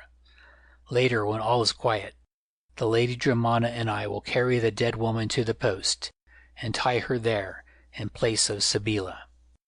After this you will bring the canoe to the landing steps, the small landing steps by the big boulder, which we saw near to the sluice mouth on the lake wall. Those that Dramana told us were used by fishermen, because it is not lawful for them to set foot upon the rock of offerings. You remember them? Yes, boss. You mean the ones at the end of a little pier, which Germana also said was built to keep mud from the lake from drifting into the sluice mouth and blocking it. When I see you coming, Hans, I shall fire the slow matches, and we will run down to the pier and get into the canoe. I hope that the priests and their women in the cave, which is at a distance, will not hear the powder explode beneath that shed, and that when they come out of the cave, they will find the water running in and swamping them. This might give them something else to do besides pursuing us, as doubtless they would otherwise, for I am sure they have canoes hidden away, somewhere nearby, although Germana may not know where they are. Now do you understand? Oh, yes, boss. As I said, the boss has grown quite clever all of a sudden. I think that it must be that wine of dreams he drank last night that has woke up his mind. But the boss has missed one thing. Supposing that I get into the canoe safely, how am I to make those people row into the landing steps and take you off? Probably they will be afraid, boss, or say that it is against their custom, or that Heu-Heu will catch them if they do, or something of the sort. You will talk to them gently, Hans, and if they will not listen, then you will talk to them with your pistol. Yes, if necessary, you will shoot one or more of them, Hans, after which I think the rest will obey you. But I hope that this will not be necessary, since if Issachar is there, certainly he will desire to win back Sabeela from Heu-Heu. Now we have settled everything, and I am going to sleep for a while, with the slow matches under me to dry them, as I advise you to do also. We had little rest last night, and tonight we shall have none at all, so we may as well take some while we can. But first bring that mat, and tie up the twigs from the stinking tree for Zicali, on whom be every kind of curse for sending us on this job. Settled everything, I repeated to myself with inward sarcasm as I lay down and shut my eyes. In truth, nothing at all was ever less settled, since success in such a desperate adventure depended upon a string of hypotheses long enough to reach from where we were to Cape Town. Our case was an excellent example of the old proverb, if ifs and ands made pots and pans, there'd be no work for tinkers' hands. If the canoe came, if it waded off the rock, if Hans could swim out to it without being observed and get aboard, if he could persuade those fetish-ridden Walloos to come and take us off, if we could carry out our little game about the powder undetected, if the powder went off all right and broke up the sluice handle as per plan, if we could free Sabeela from the post, if she did not play the fool in some female fashion, if blackguards of sorts did not manage to cut our throats during all these operations, and a score of other ifs, why then our pots and pans would be satisfactorily manufactured, and perhaps the priests of Heu-Heu would be satisfactorily frightened away or drowned. As it was, it looked to me as though, so far from not getting any rest that night, we should slumber more soundly than ever we did before, in the last long sleep of all. Well, it could not be helped. So I just fell back upon my favorite fatalism, said my prayers, and went off to sleep, which, thank God, I can do at any time, and under almost any circumstances. Had it not been for that gift, I should have been dead long ago. When I woke up, it was dark, and I found Germana standing over me. Indeed, it was her entry that roused me. I looked at my watch and discovered to my surprise that it was past 10 o'clock at night. "Why did you not wake me before?" I said to Hans. "What was the use, boss, seeing that there was nothing to be done, and it is dull to be idle without a drop to drink?" That's what he said, but the fact was that he had been fast asleep himself. Well, I was thankful, as thus we got rid of many weary hours of waiting. Suddenly I made up my mind to tell Dramana everything, and did so. There was something about that woman that made me trust her. Also, obviously, she was mad with desire to escape from Dacha, whom she hated, and who hated her, and had determined to murder her as soon as he had obtained possession of Sabeela. She listened and stared at me, amazed at the boldness of my plans. "It may all end well," she said, "though there is the magic of the priests to be feared, which may tell them things that their eyes do not see." "I will risk the magic," I said. "There is another thing," she went on. "We cannot get into the place where the stone gate is, which you would destroy. As I was bidden, when I went back to the cave, I gave up the bag in which I carried the key, and that of Heu-Heu's garden to Dacha, and he has put it away, I know not where. The door is very strong, Lord, and cannot be broken down, and if I went to ask Dacha for the key again, he would guess all, especially as the water is rising more fast than it ever rose before in the memory of man, and priests have been to make sure that the stone gate is fixed so that it cannot be moved, yes, and bound down the handle with ropes." Now I sat still, not knowing what to say, for I had overlooked this matter of the key. While I did so, I heard Hans chuckling idiotically. "What are you laughing at, you little donkey?" I asked. "Is it time to laugh when all our plans have come to nothing?" "No, boss, or rather, yes, boss. You see, boss, I guessed that something of this sort might happen, so, just in case it should, I took the key out of the Lady Dramana's bag and put in a stone of about the same weight in place of it. Here it is." And from his pocket he produced that ponderous and archaic lock-opening instrument. "That was wise. Only you say, Dramana, that the priests have been to the shed. How did they get in without the key?" I asked. "Lord, there are 2 keys. He who is called the Watcher of the Gate has one of his own. According to his oath, he carries it about him all day at his girdle and sleeps with it at night. The key I had was that of the high priest, who uses it, and others that he may look into all things when he pleases, though this he does seldom, if ever."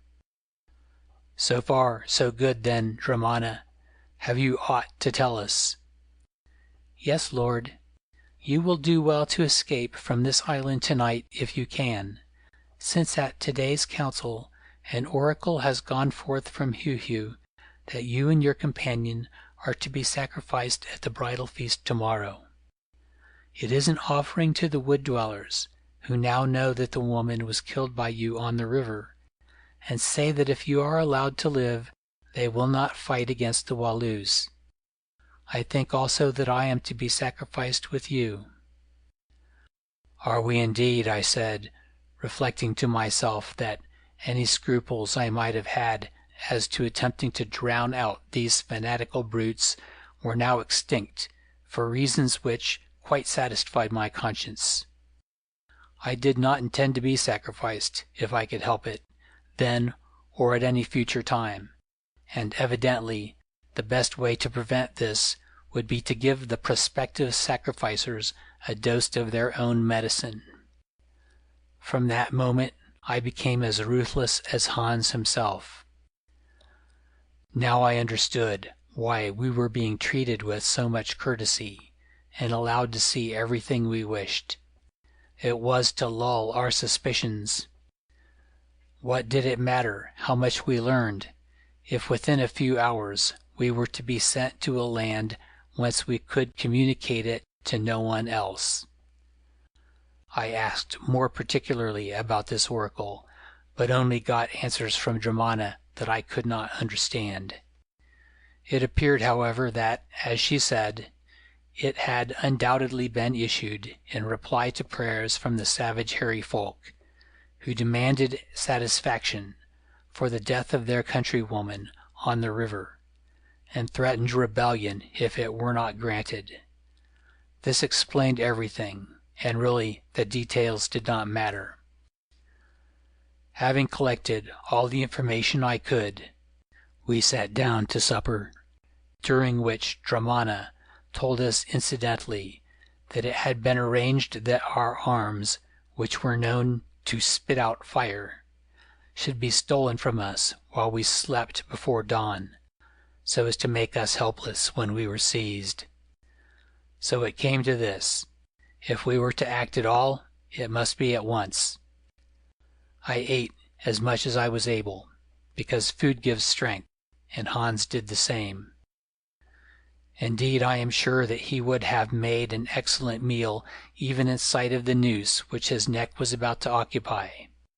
"Eat and drink, for tomorrow we die," would have been Hans' favorite motto if he had known it, as perhaps he did. Indeed, we did drink also of some of the native liquor which Dromana had brought with her, since I thought that a moderate amount of alcohol would do us both good, especially Hans, who had the prospect of a cold swim before him.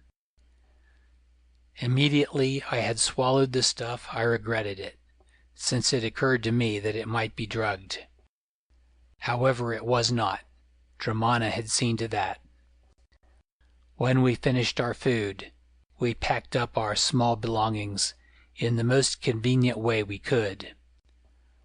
One half of these I gave to Dromana to carry, as she was a strong woman, and of course, as he had to swim, Hans could be burdened with nothing except his pistol and the bundle of twigs from the Tree of Illusions, which we thought might help both to support and to conceal him in the water. Then about 11 o'clock we started, throwing over our heads goatskin rugs that had served for coverings on our beds, to make us resemble those animals, if that were possible. End of Chapter 12. Chapter 13. The Terrible Night. Leaving the house very softly, we found that the torrential rain had dwindled to a kind of heavy drizzle, which thickened the air, while on the surface of the lake and the low-lying cultivated land there hung a heavy mist. This, of course, was very favorable to us, since even if there were watchers about, they could not see us, unless we stumbled right into them. As a matter of fact, I think that there was none, all the population of the place being collected at the ceremony in the cave. We neither saw nor heard anybody. Not even a dog barked, for these animals, of which there were few on the island, were sleeping in the houses, out of the wet and cold. Above the mist, however, the great full moon shone in a clear sky, which suggested that the weather was mending, as in fact proved to be the case. The tempest of rain, which we learned afterwards, had raged for months with some intervals of fine weather, having worn itself out at last. We reached the sluice house, and to our surprise found that the door was unlocked.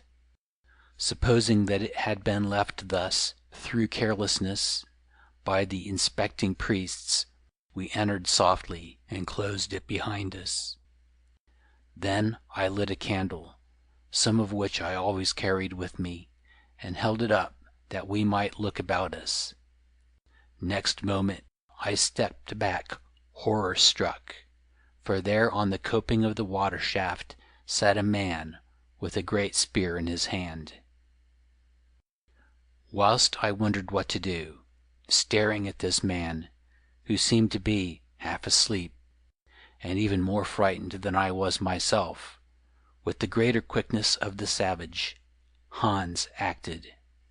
He sprang at the fellow, as a leopard springs. I think he drew his knife, but I am not sure. At any rate, I heard a blow, and then the light of the candle shone upon the soles of the man's feet as he vanished backward into the pit of water. What happened to him there I do not know. So far as we were concerned, he vanished forever. "How is this? You told us no one would be here," I said to Jemima savagely, for I suspected a trap. She fell upon her knees, thinking, probably, that I was going to kill her with the man's spear, which I had picked up, and answered, "Lord, I do not know. I suppose that the priests grew suspicious, and set one of their number to watch, or it may have been because of the great flood, which is rising fast." Believing her explanations, I told her to rise, and we set to work. Having fastened the door from within, Hans climbed up the lever, and by the light of the candle, which could not betray us, as there were no windows to the shed, fixed the 2 flasks of powder in the hole in the stone gate, immediately beneath the pin of the lever. Then, as we had arranged, he wedged them tight with pebbles that we had brought with us. This done, I procured a quantity of the sticky clay, with which the walls of the shed were plastered, taking it from a spot where the damp had come through and made it moist. This clay we stuck all over the flasks and the stones to a thickness of several inches. Immediately beneath the pin we left an opening, hoping thereby to concentrate the force of the explosion on it and on the upper rim of the hole that was bored through the sluice gate. The slow matches, which now were dry, we inserted in the holes we had made in the flasks, bringing them out through the clay, encased in 2 long hollow reeds that we had drawn from the roof of our house where we lodged, hoping thus to keep the damp away from them. Thus arranged, their ends hung to within 6 feet of the ground, where they could easily be lighted, even in a hurry. By now it was 11:15, and the most terrible and dangerous part of our task must be faced. Lifting the corpse of the dead woman, who had been killed, presumably, by a blow from the lever that morning, Hans and I, Jemima would not touch her, bore her out of the shed. Followed by Jemima with all our goods, for we dared not leave them behind, as our retreat might be cut off, we carried her with infinite labor, for she was very heavy, some 50 yards to a spot I had noted during our examination in the morning at the edge of the Rock of Offering, which spot fortunately rose to a height of 6 feet, or rather less, above the level of the surrounding ground. Here there was a little hollow in the rock face, washed out by the action of water, a small roofless cavity, large enough to shelter the 3 of us, and the corpse as well. In this place we hid, for there, fortunately, the shape of the surrounding rock cut off the glare from the 2 eternal fires, which in so much wet seemed to be burning dully and with a good deal of smoke, the nearer of them at a distance of not more than a dozen paces from us. The post to which the victim was to be tied was perhaps the length of a cricket pitch away. In this hiding hole we could scarcely be discovered, unless by ill fortune someone walked right on to the top of us, or approached from behind. We crouched down and waited. A while later, shortly before midnight, in the great stillness, we heard a sound of paddles on the lake. The canoe was coming. A minute afterwards we distinguished the voices of men talking quite close to us. Lifting my head, I peered very cautiously over the top of the rock. A large canoe was approaching the landing steps, or rather, where these had been, for now, except the topmost, they were under water because of the flood. On the rock itself 4 priests, clad in white, and wearing veils over their faces with eye holes cut in them, which made them look like monks in old pictures of the Spanish Inquisition, were marching toward these steps. As they reached them, so did the canoe. Next from its prow was thrust a tall woman, entirely draped in a white cloak that covered both head and body, who from her height might very well be Sabeela. The priests received her without a word, for all this drama was enacted in utter silence, and half led, half carried her to the stone post between the fires, where, so far as I could see through the mist, that night I blessed the mist, as we do in church in one of the Psalms. No, it is the mist that blesses the Lord, but it does not matter. They bound her to the post. Then, still in utter silence, they turned and marched away, down the sloping rock to the mouth of the cave, where they vanished. The canoe also paddled backwards a few yards, not far, I judged, from the number of strokes taken, and there floated quietly. So far all had happened as Dramana told us that it must. In a whisper I asked her if the priests would return. She answered no. No one would come onto the rock till sunrise, when Heu-Heu, accompanied by women, would issue from the cave to take his bride. She swore that this was true, since it was the greatest of crimes for anyone to look upon the holy bride between the time that she was bound to the rock and the appearance of the sun above the horizon. Then the sooner we get to the business the better, I said, setting my teeth, and without stopping to ask her what she meant by saying that Heu-Heu would come with the women, when, as we knew well, there was no such person. Come on, Hans, while the mist still lies thick. It may lift at any moment, I added. Swiftly, desperately, we clambered onto the rock, dragging the dead woman after us.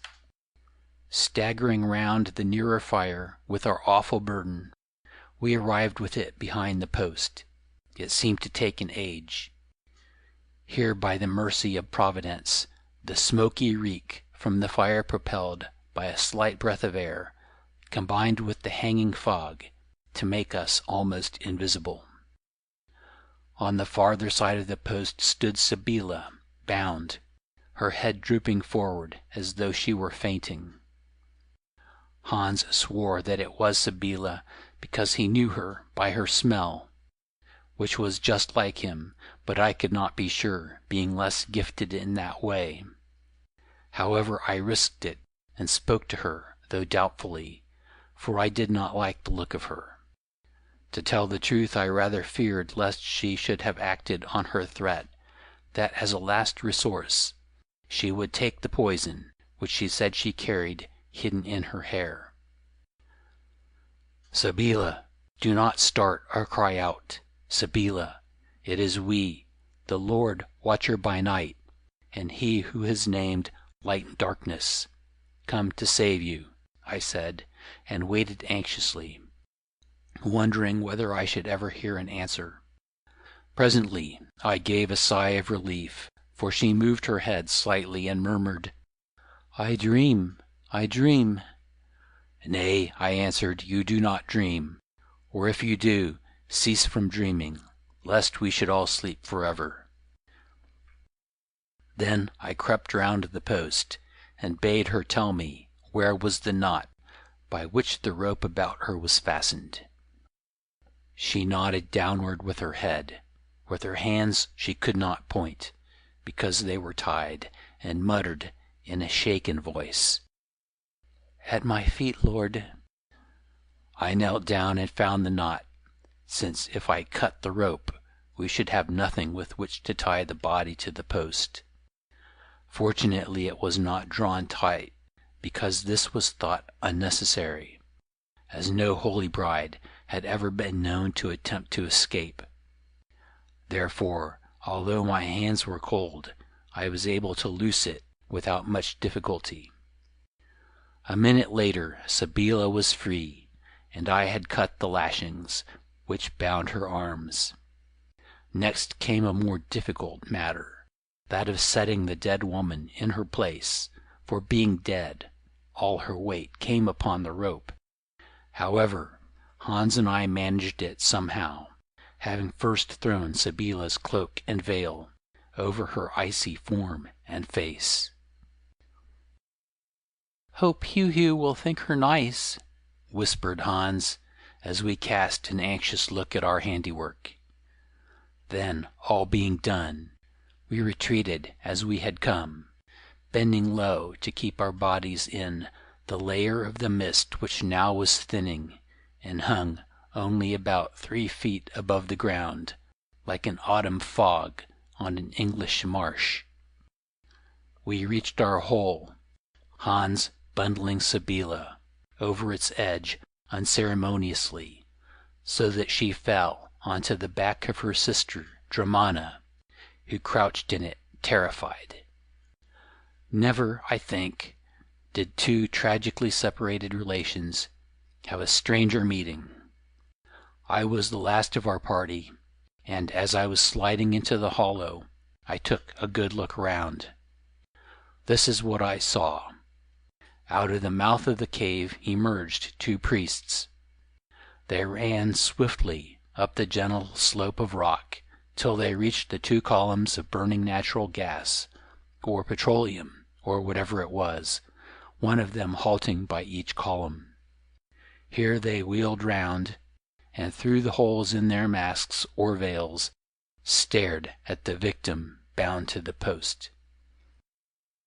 Apparently, what they saw satisfied them, for after one glance they wheeled about and ran back to the cave as swiftly as they had come, but in a methodical manner which showed no surprise or emotion. "What does this mean, Dromana?" I exclaimed.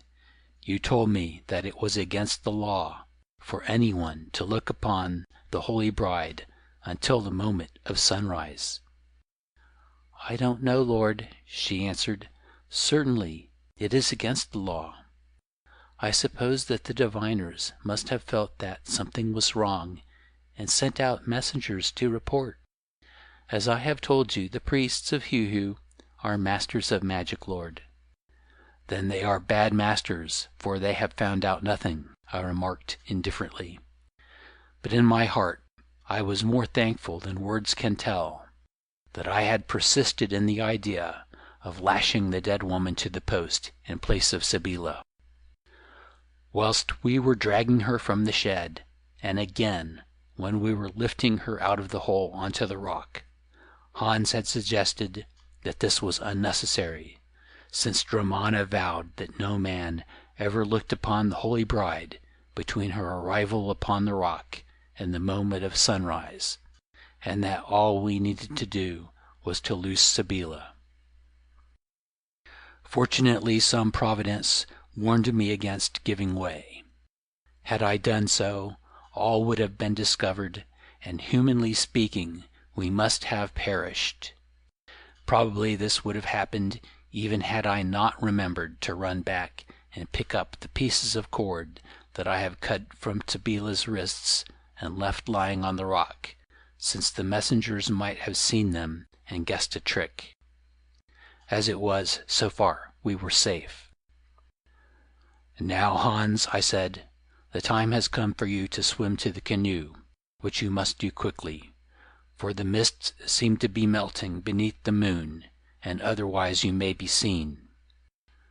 "No, boss, I shall not be seen, for I shall put that bundle from the Tree of Dreams on my head, which will make me look like floating weeds, boss. But would not the boss like perhaps to go himself? He swims better than I do, and does not mind cold so much. Also he is clever, and the Walloo fools in the boat will listen to him more than they will to me. And if it comes to shooting, he is a better shot, as I think too that I can look after the Lady Sabeela and the other lady, and know how to fire a slow match as well as he can." "No," I answered. "It is too late to change our plans, though I wish I were going to get into that boat instead of you, for I should feel happier there." "Very good, boss. The boss knows best," he replied resignedly. Then, quite indifferent to conventions, Hans stripped himself, placing his dirty clothes inside the mat, in which was wrapped the bundle of twigs from the tree of illusions, because, as he said, it would be nice to have dry things to put on when he reached the boat, or the next world, he did not know which. These preparations made, having fastened the bundle onto his head by the help of the bonds which we had cut off Sabeela's hands, that I tied for him beneath his armpits, he started, shivering, a hideous, shriveled, yellow object. First, however, he kissed my hand, and asked me whether I had any message for my reverend father in the place of fires, where he remarked it would be at any rate warmer than it was here. Also he declared that he thought that the Lady Sabeela was not worth all the trouble we were taking about her, especially as she was going to marry someone else. Lastly, he said, with emphasis, that if we ever got out of this country, he intended to get drunk for 2 whole days at the first town we came to where gin could be bought, a promise, I remember, that he kept very faithfully. Then he sneaked down the side of the rock, and holding his revolver and a little buckskin cartridge case above his head, glided into the water as silently as does an otter. By now, as I have said, the mist was vanishing rapidly, perhaps before a draught of air which drew out of the east, as I have noticed it often does in those parts of Africa, between midnight and sunrise, even on still nights. On the face of the water it still hung, however, so that through it I could only discover the faint outline of the canoe about 100 yards away. Presently, with a beating heart, I observed that something was happening there, since the canoe seemed to turn round, and I thought that I heard astonished voices speaking in it, and saw people standing up. Then there was a splash, and once more all became still and silent. Evidently Hans reached the boat safely, though whether he had entered it I could not tell. I could only wonder and hope. As we could do no good by remaining in our present most dangerous position, I set out to return to the sluice shed, where other matters pressed, carrying all our gear as before, but, thank goodness, without the encumbrance of the corpse. Sabeela seemed to be still half dazed, so at present I did not try to question her. Dromana took her left arm, and I her right, and supporting her thus, we ran, doubled up, back to the shed, and entered it in safety. Leaving the 2 women here, I went out onto the little pier, and crouched at the top of the fisherman's steps, watching and waiting for the coming of Hans with the canoe to take us off, for as you may remember, the arrangement was that I was not to fire the slow matches until it had arrived. No canoe appeared. During all the long hours, they seemed an eternity, before the breaking of the dawn did I wait and watch, returning now and again to the shed to make sure that Dromana and Sabeela were safe. On one of these visits I learned that both her father, the Walloo, and Issachar were in the canoe, which made its non-arrival not to be explained, that is, if Hans had reached it safely. But if he had not, or perhaps had been killed, or met with some other accident in attempting to board it, then the explanation was easy enough, as her crew would not know our plight, or that we were waiting to be rescued. Lastly, they might have refused to make the attempt, for religious reasons. The problem was agonizing. Before long there would be light, and without doubt we should be discovered and killed, perhaps by torture. On the other hand, if I fired the powder, the noise of the explosion would probably be heard, in which case also we should be discovered. Yet there was an argument for doing this, since then, if things went well, the water would rush in and give those priests something to think about that would take their minds off hunting for and capturing us. I looked about me. The canoe was invisible in the mist. It might be there, or it might be gone. Only if it had gone, and Hans were still alive, I was certain that, as arranged, to advise me, he would have fired his pistol, which, to keep the cartridges dry, he had carried above his head in his left hand. Indeed, I thought it probable that, rather than desert me thus, he would have swum back to the island, so that we might see the business through together. The longer I pondered all these and other possibilities, the more confused I grew, and the more despairing. Evidently something had happened, but what? What? The water continued to rise.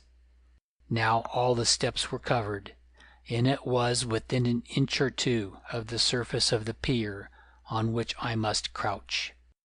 It was a mighty flood that looked as though, presently, it would begin to flow over the top of the sea-wall, in which case the sluice shed would undoubtedly be inundated and made uninhabitable. As I think I told you, a few yards to our right, rising above the top of the sea-wall to a height of 7 or 8 feet, was a great rock that had the appearance of a boulder, ejected at some time from the crater of the volcano, which rock would be easy to climb, and was large enough to accommodate the 3 of us. Moreover, no flood could reach its top, since to do so it must cover the land beyond to a depth of many feet.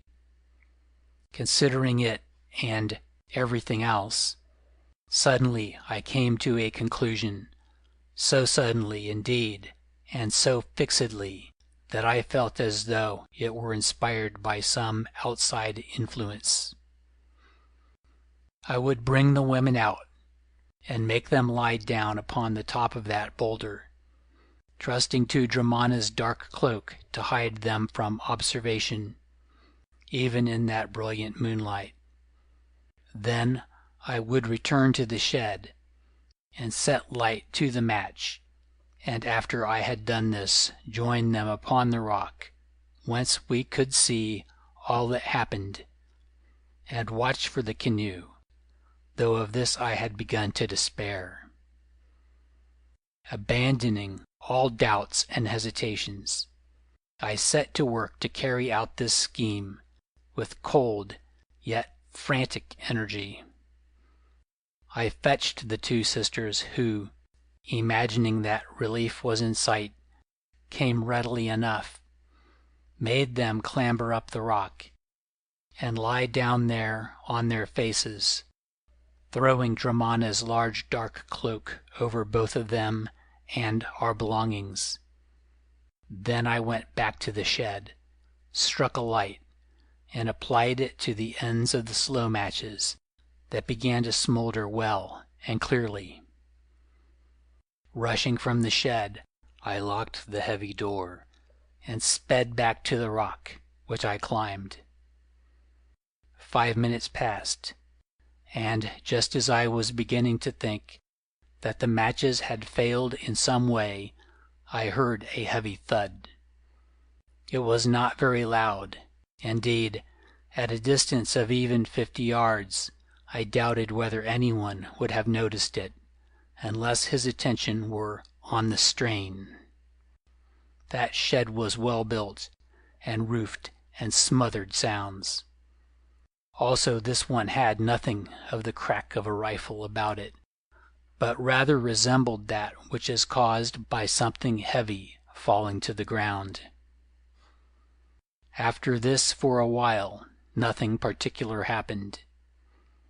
Presently, however, looking down from my rock, I saw that the water in the sluice, which, being retained by the stone door in the shed, hitherto had been still, was now running like a mill race, and with a thrill of triumph learned that I had succeeded. The sluice was down, and the flood was rushing over it. Watching intently, a minute or so later I observed a stone fall from the coping of the channel, for it was full to the brim, then another and another, till presently the whole work seemed to melt away. Where it had been was now a great and ever-growing gap in the sea-wall, through which the swollen waters of the lake poured ceaselessly and increasingly.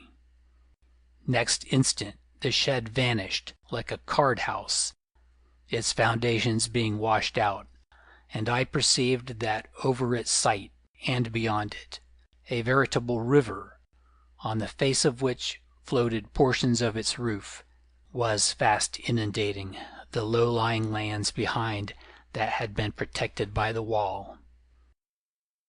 I looked at the east. It was lightening, for now the blackness of the sky, where it seemed to meet the great lake, had turned to gray. The dawn was at hand. With a steady roar, through the gap in the sea-wall, which grew wider every moment, the waters rushed in, remorseless, inexhaustible. The aspect of them was terrifying. Now our rock was a little island, surrounded by a sea, and now in the east appeared the first ray from the unrisen sun, stabbing the rain-washed sky like a giant spear. It was a wondrous spectacle, and thinking that probably it was the last I should ever witness upon earth, I observed it with great interest.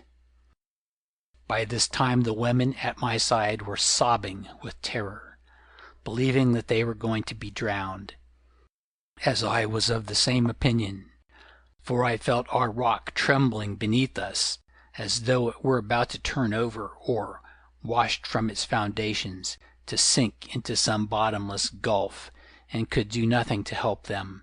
I pretended to take no notice of their terror, but only stared towards the east. It was just then that, emerging out of the mist on the face of the waters within a few yards of us, I saw the canoe. Hear the sound of the paddles I could not, because of the roar of the rushing water. In it, at the stern, with his pistol held to the head of the steersman, stood Hans. I rose up, and he saw me. Then I made signs to him which way he should come, keeping the canoe straight over the crest of the broken wall, where the water was shallow. It was a dangerous business, for every moment I thought it would o'erset, or be sucked into the torrent beyond, where the sluice channel had been. But those Walloos were clever with their paddles, and Hans' pistol gave them much encouragement. Now the prow of the canoe grated against the rock, and Hans, who had scrambled forward, threw me a rope. I held it with one hand, and with the other thrust down the shrinking women. He seized them and bundled them into the canoe like sacks of corn. Next I threw in our gear, and then sprang wildly myself, for I felt our stone turning.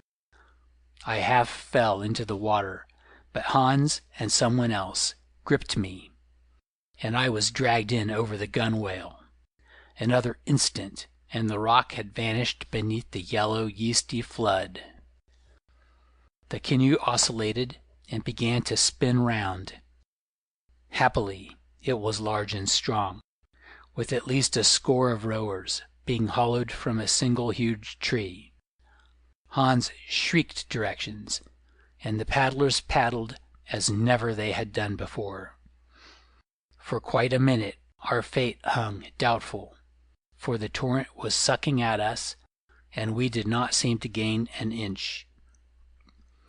At last, however, we moved forward a little, towards the rock of sacrifice this time, and within 60 seconds were safe and out of reach of the landward rush of the water.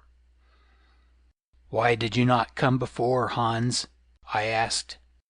"Oh, boss, because these fools would not move until they saw the first light, and when the Walloo and Issachar wanted to, told them that they would kill them.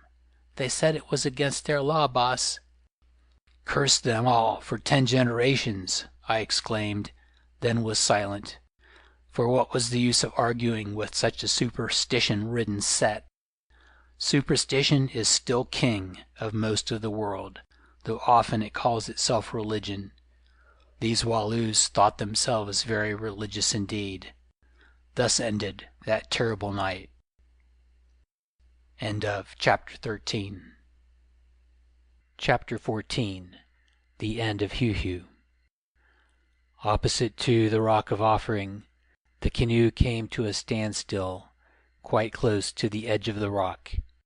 I inquired why, and the old Walloo, who sat in the middle of the boat, draped in wondrous and imperial garments, and a headdress that, having worked itself to one side in the course of our struggles, made him look as though he were drunk, answered feebly, "Because it is our law, Lord. Our law bids us wait till the sun appears, and the glory of Heu-Heu comes forth to take the holy bride." "Well," I answered, "as the holy bride is sitting in this boat with her head upon my knee." This was true, because Sabeela had insisted upon sticking to me as the only person upon whom she could rely, and so, for the matter of that, had Ramana, for her head was on my other knee. I should recommend the glory of Heu-Heu, whatever that may be, not to come here to look for her, unless indeed it wants a hole as big as my fist blown through it, I added with emphasis, tapping my double-barreled Express, which was by my side, safe in its waterproof case. "Yet we must wait, Lord," answered the Walloo humbly, "for I see that there is still a holy bride tied to the post, and until she is loosed our law says that we may not go away." "Yes," I exclaimed, "the holiest of all brides, for she is stone dead, and all the dead are holy." "Well, wait if you like, for I want to see what happens, and I think they can't get at us here." So we hung upon our oars, or rather paddles, and waited till presently the rim of the red sun appeared and revealed the strangest of scenes. The water of the lake, swollen by weeks of continuous rain, and the recent tempest, flowing in with a steady rush that somehow reminded me of the ordered advance of an infinite army, through the great gap in the lake wall that was broadening minute by minute beneath its devouring bite. Is there anything so mighty as water in the world, I wonder? Had now flooded most of the cultivated land to a depth of several feet. As yet, however, it had not reached the houses built against the mountain, in one of which we had been lodged, nor had it overflowed the great Rock of Offering, which you will remember stood about the height of a man above the level of the plain, being in fact a large slab of consolidated lava that once had flowed from the crater into the lake in a glacier-like stream of limited breadth. It is true that the circumstance that the rock sloped downwards to the cave mouth seemed to contradict that theory, but this I attribute to some subsequent subsidence at its base, such as often happens in volcanic areas where hidden forces are at work beneath the surface of the earth. Well, I repeat, the rock was not yet flooded, and so it came about that, at the proper moment, as had happened on this day, perhaps for hundreds of years, Heu-Heu emerged from the cave to claim his holy bride. "How could he do that?" asked Good triumphantly, thinking, I suppose, that he had caught Allan tripping. "You said that Heu-Heu was a statue, so how could he come out of the cave?" "Does it not occur to you, Good," asked Allan, "that a statue is sometimes carried? However, in this case it was not so, for Heu-Heu himself walked out of that cave, followed by a number of women, with some of the hairy folk behind them, and looking at him as he stalked along, hideous and gigantic, I understood two things. The first of these was, how it came about that Sabeela had vowed to me that many had seen Heu-Heu with their eyes, as Issachar also declared he had done himself, walking stiffly. The second, why it was a law that the canoe which brought the holy bride should wait until she was removed at dawn, namely, in order that those in it might behold Heu-Heu and go back to their land to testify to his bodily existence, even if they were not allowed to give details as to his appearance, because to speak of this would, they believed, bring a curse upon them. "But there wasn't a Heu-Heu," objected Good again. "Good," said Allan. "Really, you are what Hans called me, quite clever. With the extraordinary acumen you have arrived at the truth. There wasn't a Heu-Heu. But Good, if you live long enough," he went on with the gentle sarcasm which showed that he was annoyed, "yes, if you live long enough, you will learn that this world is full of deceptions, and that the tree of illusions does not, or rather did not, grow only in Heu-Heu's garden. As you say, no Heu-Heu existed, but there did exist an excellent copy of him, made up with a skill worthy of a high-class pantomime artist, so excellent indeed that from 50 yards or so away it was impossible to tell the difference between it and the great original as depicted in the cave. There, in all his hairy, grinning horror, walking stiffly, marched Heu-Heu, 11 or 12 feet high. Or, to come to the facts, there marched Dacha, on stilts, artistically draped in dyed skins, and wearing on top of, or over his head, a wickerwork and canvas or cloth mask, beautifully painted to resemble the features of his amiable god. The pious crew of our boat saw him and bowed their classic heads in reverence to the divinity. Even Issachar bowed, a performance that I observed caused Ramana, yes, and the loving Sabeela herself, to favor him with glances of indignation, not unmixed with contempt. At least this was certainly the case with Ramana, who had lived behind the scenes, but Sabeela may have been moved by other reflections. Perhaps she still believed that there was a Heu-Heu, and that Issachar would have done better to show himself less devoted to these religious observances, and less willing to surrender her to the god's divine attentions. You may all have noticed that, however piously disposed, there is a point at which the majority of women become very practical indeed. Meanwhile, Heu-Heu stalked forward with a gait that might very literally be called stilted, and the bevy of white-robed ladies followed after him, apparently singing a bridal song, while behind these, moping and mowing, came their hairy attendants.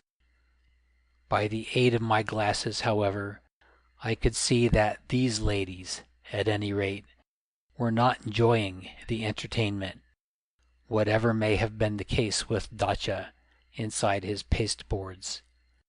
They stared at the rising water, and one of them turned to run, but was dragged back into place by her companions, for probably on this solemn occasion flight was a capital offense.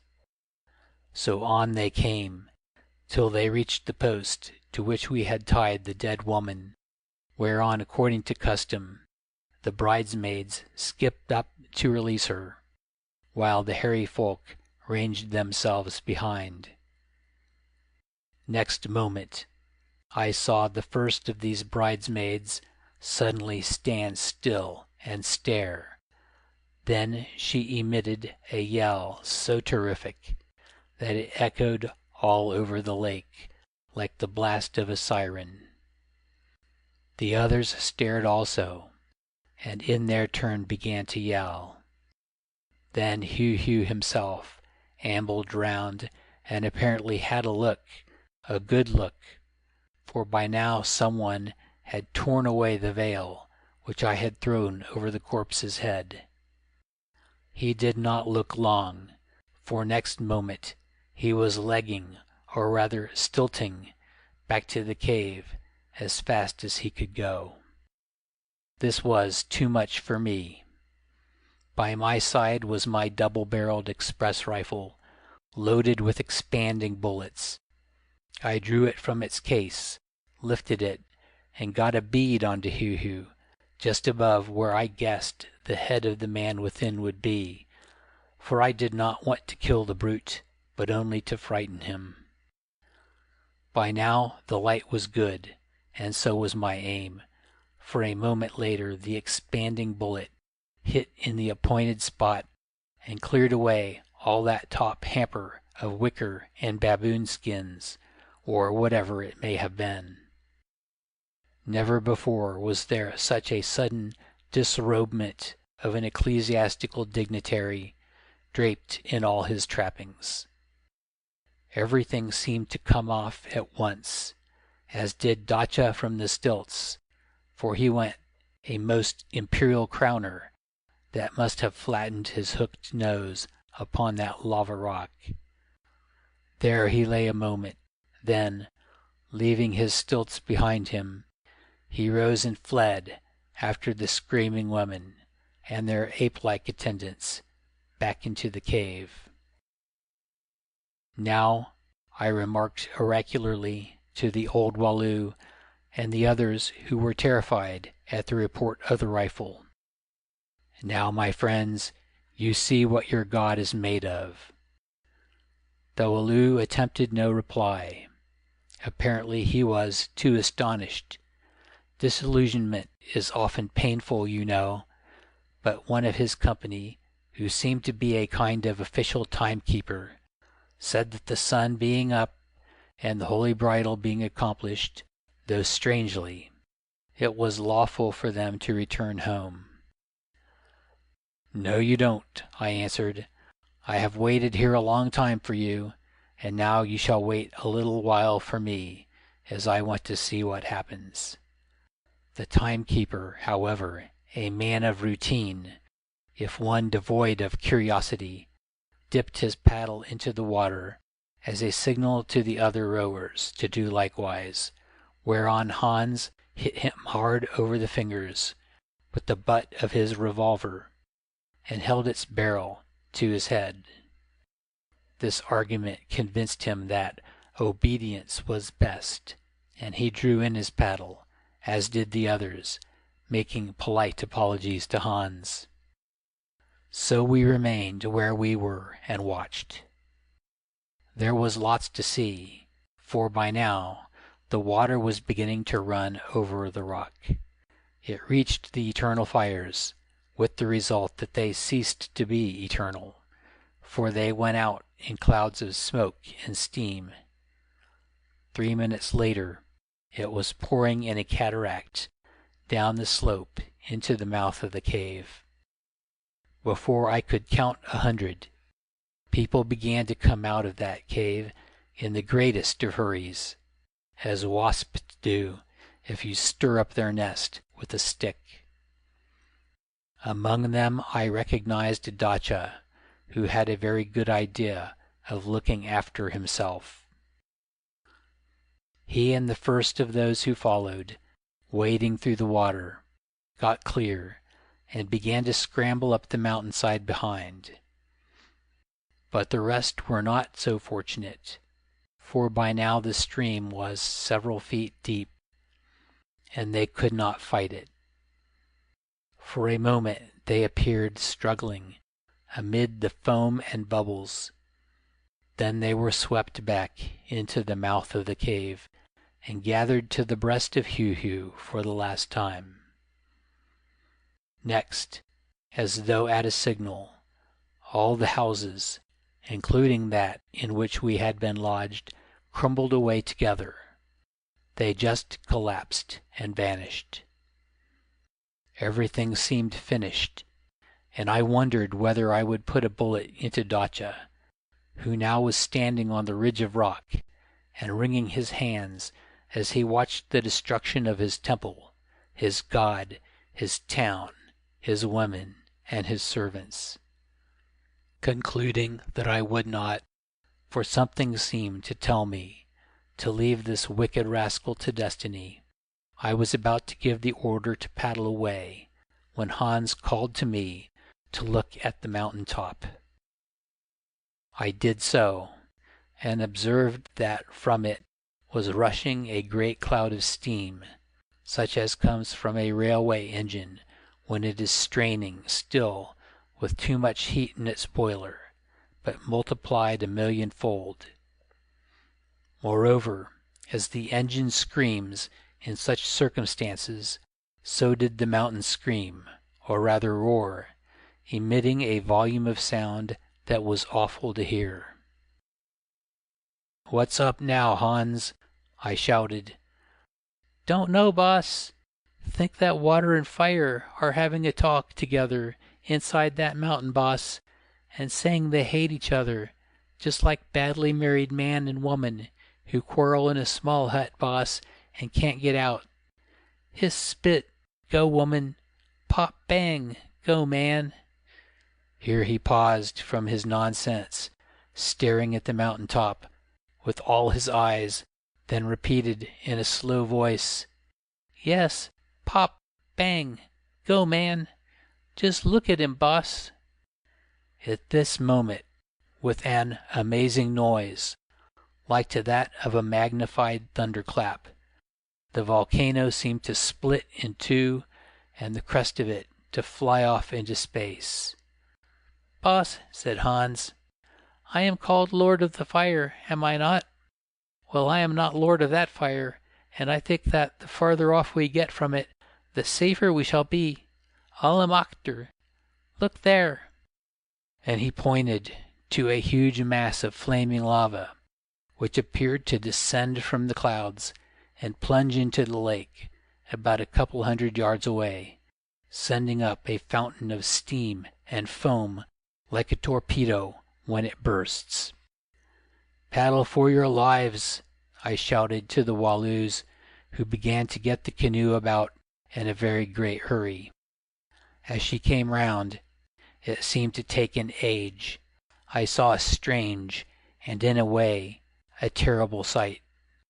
Dacha had left his ledge and was running down into the lake, followed by a stream of molten lava, dancing while he ran, as though with pain, probably because the steam had scorched him. He plunged into the water, and just then a great wave formed, driven outwards, doubtless by some subterranean explosion. It rushed towards us, and on its very crest was Dacha. "I think that priest wants us to give him a row, boss," said Hans. "He has had enough of his happy island home, and wishes to live on the mainland." "Does he?" I replied. "Well, there is no room in the canoe," and I drew my pistol. The wave bore Dacha quite close to us. He reared himself in the water, or more probably was lifted up by the pressure underneath, so that almost he appeared to be standing on the crest of the wave. He saw us, shouted curses upon us, and shook his fists, apparently at Sabeela and Issachar. It was a horrible sight. Hans, however, was not affected, for by way of reply he pointed first to me, then to Sabeela, and lastly to himself. After which, such was his unconquerable vulgarity, he put his thumb to his nose, and, as schoolboys say, cocked a snook at the struggling high priest. The wave became a hollow, and Dacha disappeared. To look for Heu-Heu, as Hans remarked. That was the end of this cruel but able man. I am glad, said Hans, after reflection, that the predicant Dacha should have learned who sent him down to Heu-Heu before he went there, which he knew well enough, or he would not have been so cross, boss. Has it occurred to the boss what clever people we are, all of whose plans have succeeded so nicely? At one time I thought that things were going wrong. It was after I scrambled into this canoe, and those fools would not move to fetch you and the women, because they said it was against their law. While I was putting on my clothes, which got here quite dry, because I was so careful, boss, for I had asked them to paddle to fetch you while I was still naked, and been told that they would not. I wondered whether I should try to make them do so by shooting one of them. Only I thought that I had better wait a while, boss, and see what happened, because if I had shot one, the others might have become more stupid and obstinate than before, and perhaps have paddled away after they had killed me. So I waited, which the boss will admit was the best thing to do, and everything came right in the end, having doubtless been arranged by your reverend father, watching us in the sky. Yes, Hans, but if you had made up your mind otherwise, whom would you have shot? I asked. The Walloo? No, boss, because he is old and stupid as a dead owl. I should have shot Issachar, because he tires me so much, and I should like to save the Lady Sabeela from being made weary for many years. What is the good of a man, boss, who when he thinks his girl is being given over to a devil, sits in a boat and groans and says the ancient law must not be broken, lest a curse should follow? He did that, boss, when I asked him to order the men to row to the steps. I don't know, Hans. It is a matter for them to settle between them, isn't it? Yes, boss, and when the lady has got her mind again, and at last that hour comes, as it always does when there is something to pay, boss, I shall be sorry for Issachar, for I don't think he will look so pretty when she has done with him. No, I think that when he says kiss, kiss, she will answer smack, smack, on both sides of his head, boss. Look, she has turned her back on him already. Well, boss, it doesn't matter to me, or to you either, who have the Lady Dramana there to deal with. She isn't turning her back, boss. She is eating you up with her eyes, and saying in her heart that at last she has found a Heu-Heu worth something, even though he be small and withered and ugly, with hair that sticks up. It is what is in a man that matters, boss, not what he looks like outside, as women often used to say to me when I was young, boss. Here, with an exclamation that I need not repeat, for none of us really like to have our personal appearance reflected upon by a candid friend, however faithful, I lifted the butt of my rifle, proposing to drop it gently on Hans' toes. At that point, however, my attention was diverted from this rubbish, which was Hans' way of showing his joy at our escape, by another blazing boulder, which fell quite near to the canoe, and immediately afterwards by the terrific spectacle of the final dissolution of the volcano. I don't know exactly what happened, but sheets of wavering flame and clouds of steam ascended high into the heavens. These were accompanied by earth-shaking rumblings and awful explosions that resounded like the loudest thunder, each of them followed by the ejection of showers of blazing stones and the rushing out of torrents of molten lava, which ran into the lake, making it hiss and boil. After this came tidal waves that caused our canoe to rock perilously, dense clouds of ashes, and a kind of hot rain which darkened the air so much that for a while we could see nothing. No, not for a yard before our noses. However, it was a most terrifying exhibition of the forces of nature, which by some connection of ideas made me think of the Day of Judgment. "Heu-Heu avenges himself upon us," wailed the old Walloo, "because we have robbed him of his holy bride." Here his speech came to an end for a good reason, since a large hot stone fell upon his head, and as Hans, who was next to him, explained through the fog, squashed him like a beetle. When from the outcry of his followers Sabeela realized that her father was dead, for he never moved or spoke again, she seemed to wake up in good earnest, just as though she felt that the mantle of authority had fallen upon her. "Throw that hot coal out of the boat," she said, "lest it burn through the bottom and we sink." With the help of a paddle, Issachar obeyed her, and the body of the Walloo having been covered with a cloak, we rowed on desperately. By good fortune, about this time, a strong wind began to blow from the shore towards the island, which kept back or drove away the hot rain and pumice dust, so that we could once more see about us. Now our only danger was from the rocks, such as that which had killed the Walloo, that fell into the water all round, sending up spouts of flame.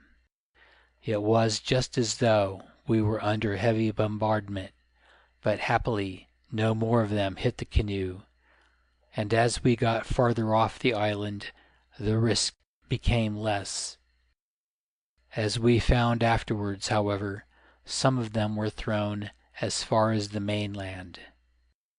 Still there was one more peril to be passed, for suddenly we ran into a whole fleet of rude canoes, or rather bundles of reeds and brushwood, or sometimes logs sharpened at both ends by fire, on each of which one of the hairy savages sat astride, directing it with a double-bladed paddle.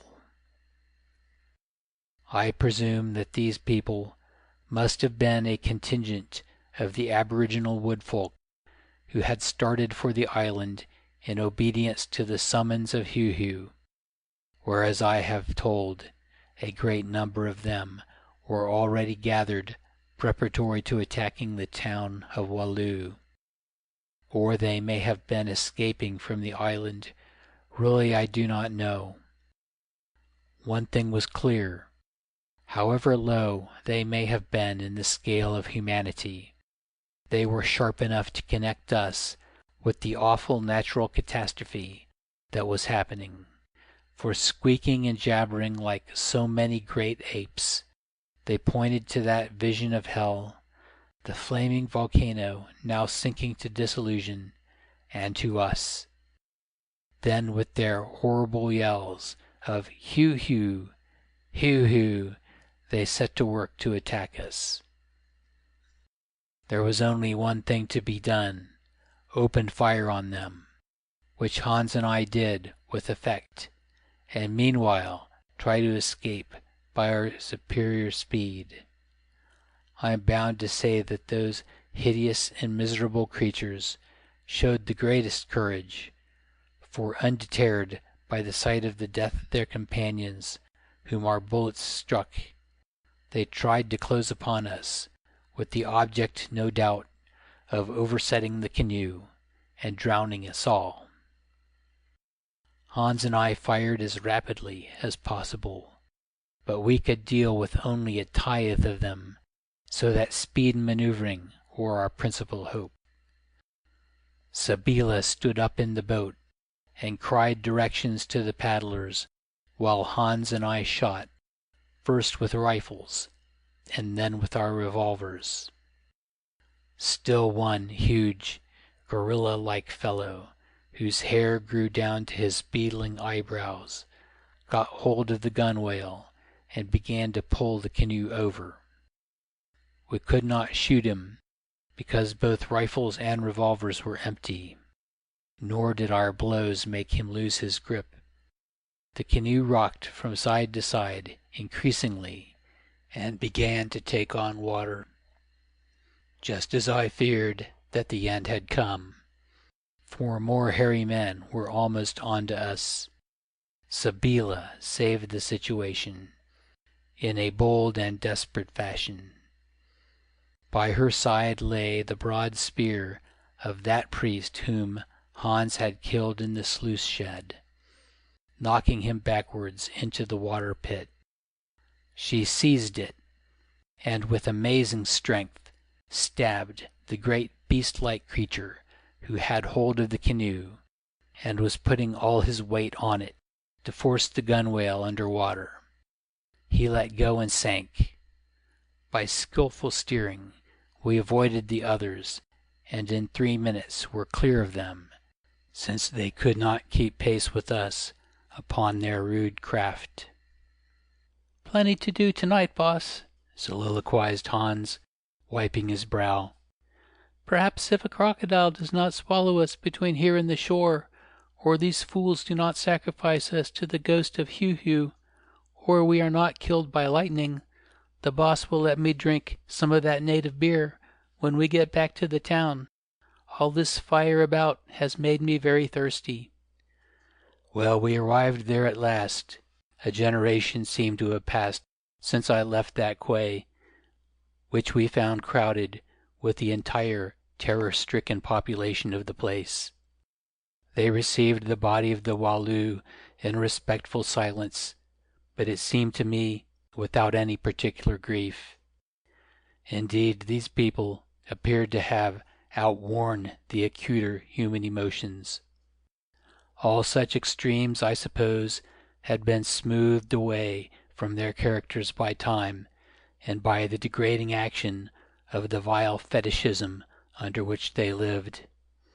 In short, they had become mere handsome human automata, who walked about with their ears cocked, listening for the voice of the god and catching it in every natural sound. To tell the truth, however interesting may have been their origin, in their decadence they filled me with contempt. The reappearance of Sabeela astonished them very much, but seemed to cause no delight. "She is the god's wife," I heard one of them say. "It is because she has run away from the god that all these misfortunes have happened." She heard it also, and rounded on them with spirit, having by now quite recovered her nerve, or so it seemed, which is more than could be said of Issachar, who, although he should have been wild with joy, remained depressed and almost silent. "What misfortunes?" she asked. "My father is dead, it is true, killed by a hot stone that fell upon him, and I weep for him. Still he was a very old man, who must soon have passed away. For the rest, is it a misfortune that through the courage and power of these strangers, I, his daughter and heiress, have been freed from the clutches of Dacha? I tell you that Dacha was the god. Heu-Heu, whom you worship, was but a painted idol. If you do not believe it, ask the White Lord here, and ask my sister Germana, whom you seem to have forgotten, who in past years was given to him as a holy bride. Is it a misfortune that Dacha and his priests have been destroyed, and with him the most of the savage hairy woodfolk, our enemies? Is it a misfortune that the hateful smoking mountain should have melted away in fire as it is doing now, and with it the cave of mysteries, out of which came so many oracles of terror, thus fulfilling the prophecy that we should be delivered from our burdens by a white lord from the south? At these vigorous words the frightened crowd grew silent and hung their heads. Sabeela looked about her for a little while, then went on. Issachar, my betrothed, come forward, and tell the people you rejoice that these things have happened. To save me from Heu-Heu, at my prayer you traveled far to ask succor of the great magician of the south. He has sent the succor, and I have been saved. Yet you helped to row the boat which took me to the sacrifice. For that I do not blame you, because you must do so, being of the rank you are, or be cursed under the ancient law. Now I have been saved, though not by you, who, thinking the white lord dead upon the holy isle, consented to my surrender to the god, and the law is at an end with the destruction of Heu-Heu and his priests, slain by the wisdom and might of that white lord and his companion. Tell them, therefore, how greatly you rejoice that you have not journeyed in vain, and they did not listen in vain to your petition for help, that I stand before them here also free and undefiled, and that henceforth the land is rid of the curse of Heu-Heu. Yes, tell the people these things, and give thanks to the noble-hearted strangers who brought them to pass, and saved me with Dramana my sister. Now, tired as I was, I watched Issachar, not without excitement, for I was curious to hear what he had to say. Well, after a pause, he came forward and answered in a hesitating voice. I do rejoice, beloved, that you have returned safe, though I hoped when I led the white lord from the south that he would have saved you in some fashion other than by working sacrilege and killing the priests of the god with fire and water, men who from the beginning have been known to be divine. You, the Lady Sabeela, declare that Heu-Heu is dead. But how know we that he is dead? He is a spirit, and can a spirit die? Was it a dead god who threw the stone that killed the Walloo, and will he not perhaps throw other stones that will kill us, and especially you, lady, who have stood upon the rock of offerings, wearing the robe of the holy bride?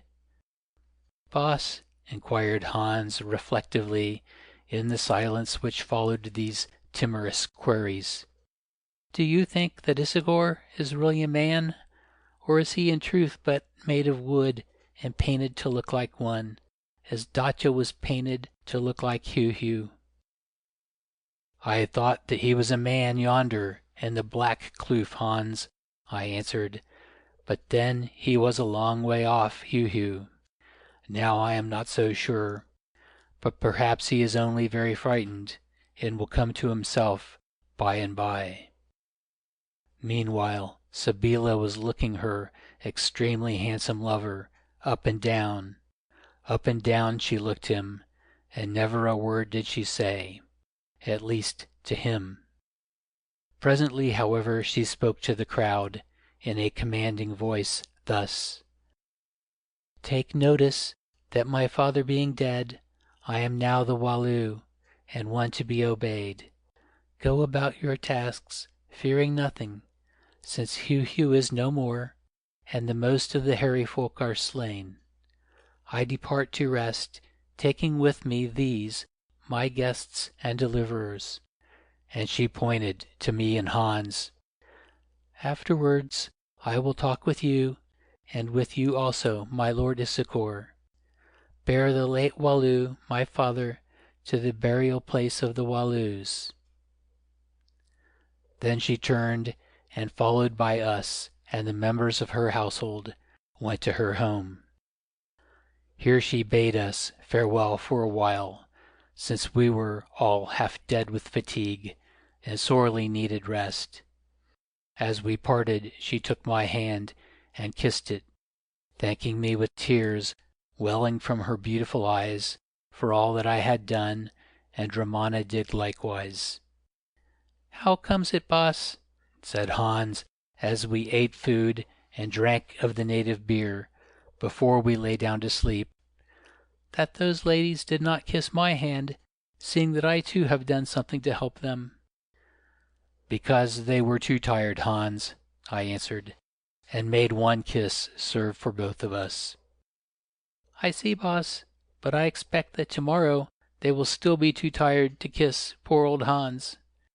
Then he filled the cup, out of which he had been drinking, with the last of the liquor from the jar, and emptied it at a swallow. "There, boss," he said, "that's only right. You may take all the kisses, so long as I get the beer." Exhausted as I was, I could not help laughing, although, to tell the truth, I should have liked another glass myself. Then I tumbled onto the couch and instantly went to sleep. It is a fact that we slept all the rest of that day and all the following night, waking only when the first rays of the sun shone into our room through the window place. At least I did, for when I opened my eyes, feeling a different creature, and blessing heaven for its gift of sleep to man, Hans was already up and engaged in cleaning the rifles and revolvers.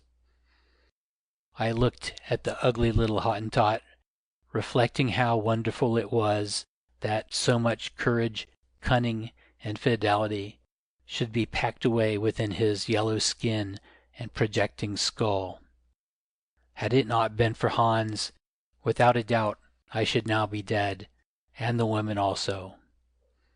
It was he who had conceived the idea of letting down the sluice gate by exploding gunpowder beneath the pin of the lever. I had racked my brain for expedients, but this, the only one possible, escaped me. How tremendous had been the results of that inspiration, all of them due to Hans. Although certain ideas had occurred to me, the most that I had hoped to do was to flood the low-lying lands, and perhaps the cave, in order to divert the attention of the priests while we were attempting to escape. As it was, we had loosened the forces of nature with the most fearful results. The water had run down the vent holes of the eternal fires and into the bowels of the volcano, there to generate steam in enormous volumes, of which the imprisoned strength had been so great that it had rent the mountain like a rotten rag, and destroyed the home of Heu-Heu forever, and with it all his votaries. It was a fearful event, in which I thought I saw the mind of Providence acting through Hans. Yes, the cunning of the Hottentot had been used by the powers above to sweep from the earth a vile tyranny and to destroy a blood-soaked idol and its worshippers. Without a doubt, or so I believe in my simple faith, this had been designed from the beginning, when some escaped follower of Heu-Heu painted the picture in the Bushman's cave. Probably hundreds of years ago, it was already designed. So was Zekali's desire for a certain medicine, or his insatiable thirst for knowledge, or whatever it was that caused him to persuade me to undertake this mission. And so was all the rest of the story. Again, with what wonderful judgment Hans had acted after his brave swim to the canoe. Had he tried to force those fetish-ridden cravens to come to our rescue at once, as I directed him to do, the probability was that, fearing to break their silly law, they would have resisted, or perhaps have rowed right away, leaving us to our fate after knocking him on the head with a paddle. But he had the patience to wait, although, as he told me afterward, his heart was torn in two with anxiety for my sake. Balancing everything in his artful and experienced mind, he had found patience to wait until the conditions of their law were fulfilled, when they came willingly enough. From Hans my thoughts turned to Issachar. How was it that this man's character had changed so completely since he arrived in his native country? His journey to seek aid, made alone, over hundreds of miles, was a really remarkable performance, showing great courage and determination. Also, as a guide, although silent and abstracted, he had never lacked for resource or energy. But from the day that he arrived home, morally he had gone to pieces. It was with the greatest difficulty that he could be persuaded to row us to the island, where at the first sign of danger he had left us to our fate and fled away. Again, he had meekly helped to conduct Sabeela, whom, when he was at the Black Kloof, evidently he loved to desperation, to her doom, without lifting a finger to save her from a hideous destiny. Lastly, only a few hours ago, he had made a pusillanimous and contemptible speech, which I could see shocked and disgusted his betrothed, who for her part, after her rescue and the death of her father, seemed to have gained the courage that he had lost, and more. It was inexplicable, at any rate to me, and in my bewilderment I referred the problem to Hans. He listened while I set out the case as it appeared to me, then answered, "The boss does not keep his eyes open, at any rate in the daytime, when he thinks everything is safe. If he did, he would understand why Issachar has become soft as a heated bar of iron. What makes men soft, boss?" "Love," I suggested. "Yes, at time, love makes some men soft. I mean men like the boss. And what else, boss?"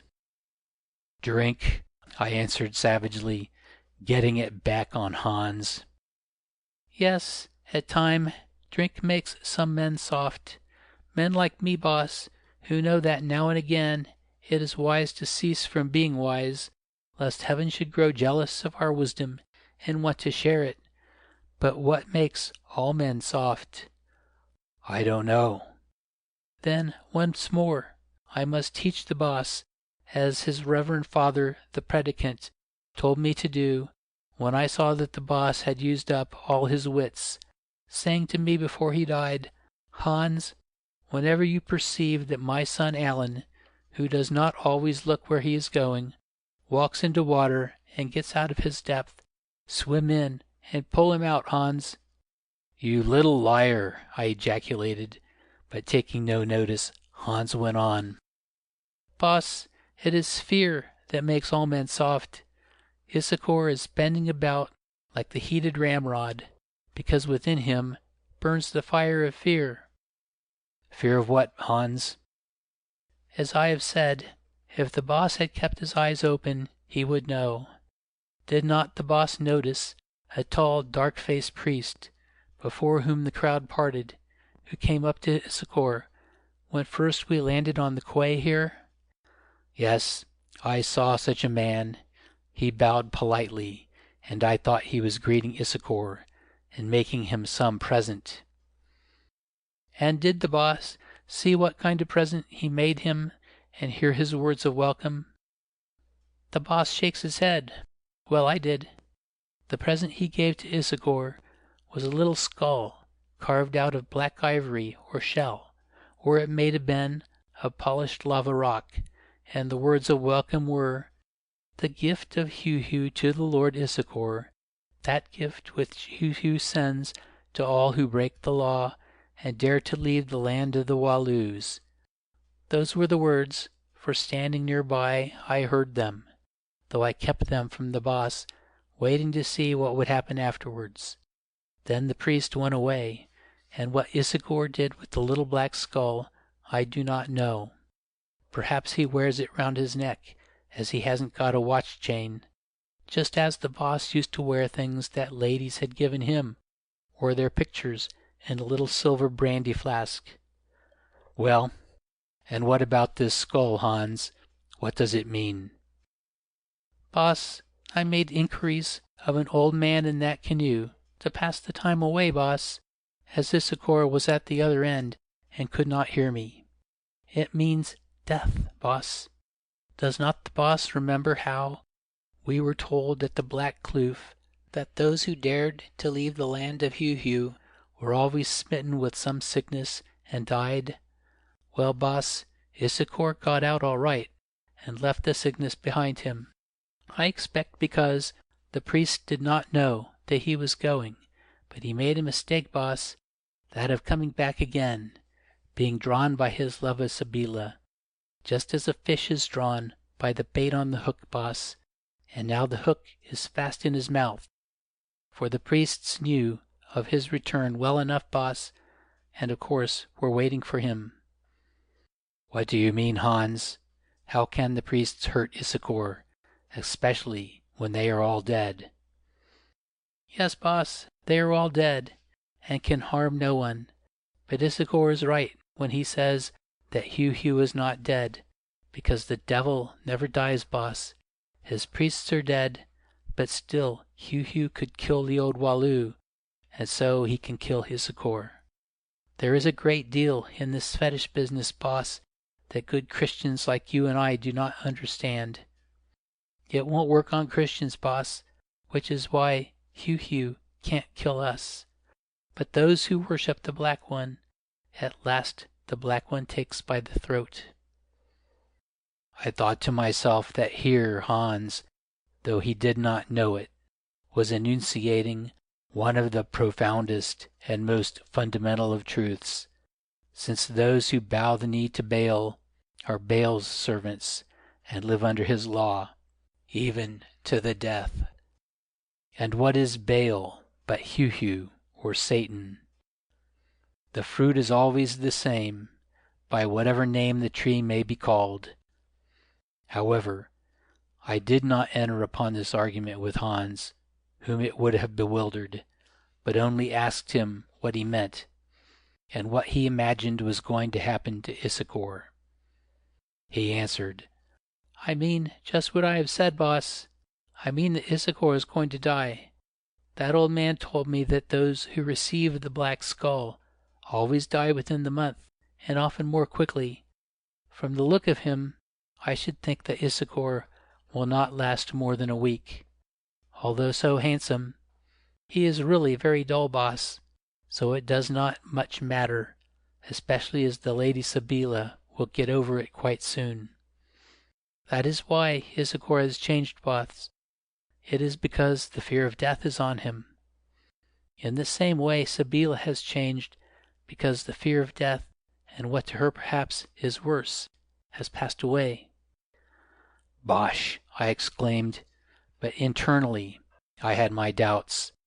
I knew something of this fetish business, although I believed it to be the greatest of rubbish. I was sure that it is extremely dangerous rubbish.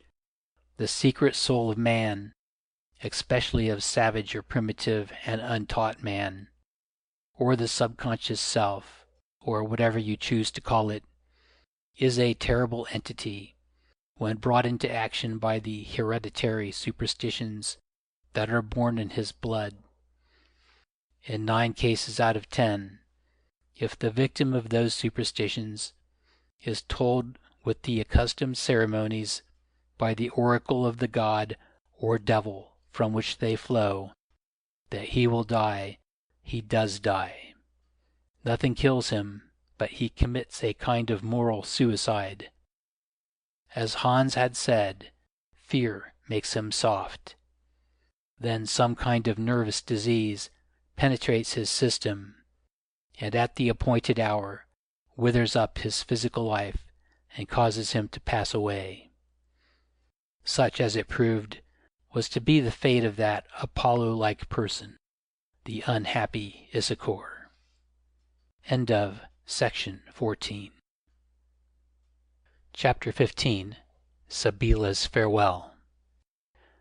Now, of this story, there is little left to tell, and as it is very late, and I see that you are all yawning, my friends, this was not true, for we were deeply interested, especially over the moral or spiritual problem of Issachar. I will cut that little as short as I can. It shall be a mere footnote. After we had eaten that morning, we went to see Sabeela, whom we found very agitated.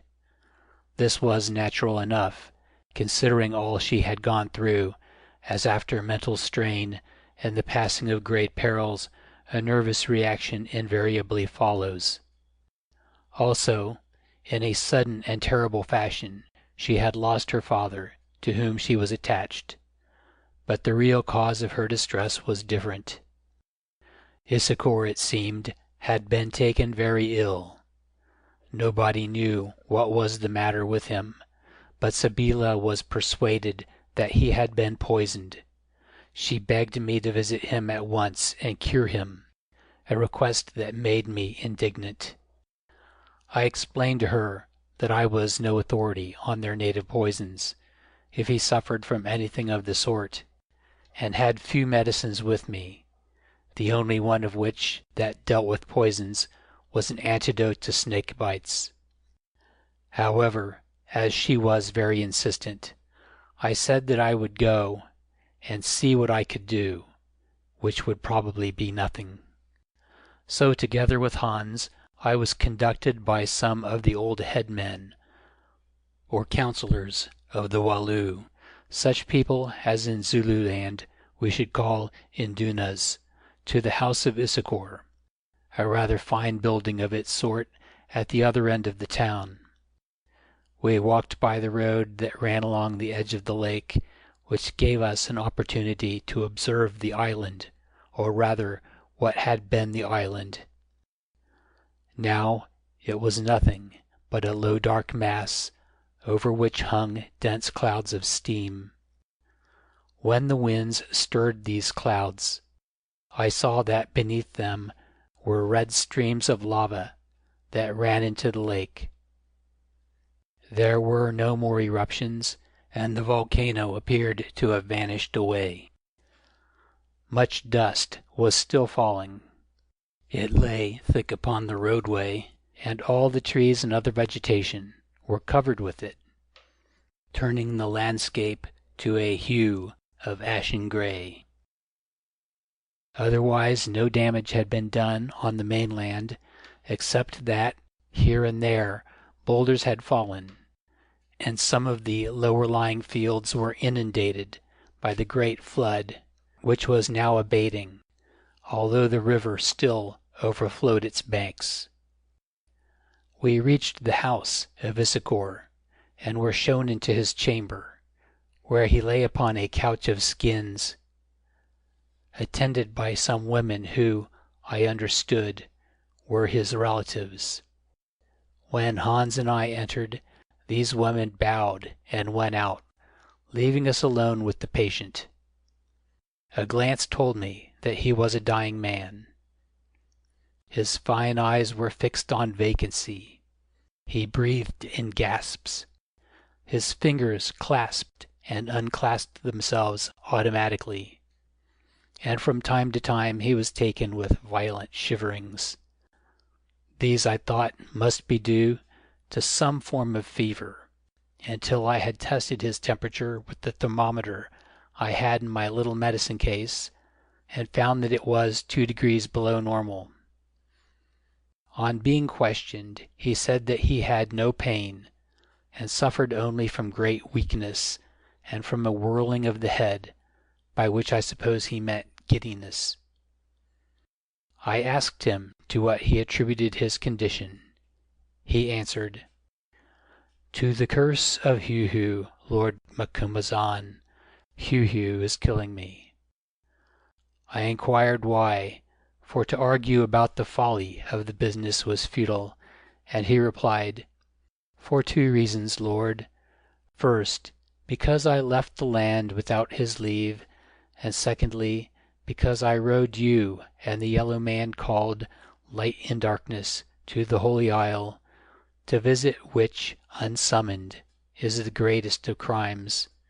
For this cause I must die, more quickly than otherwise I should have done.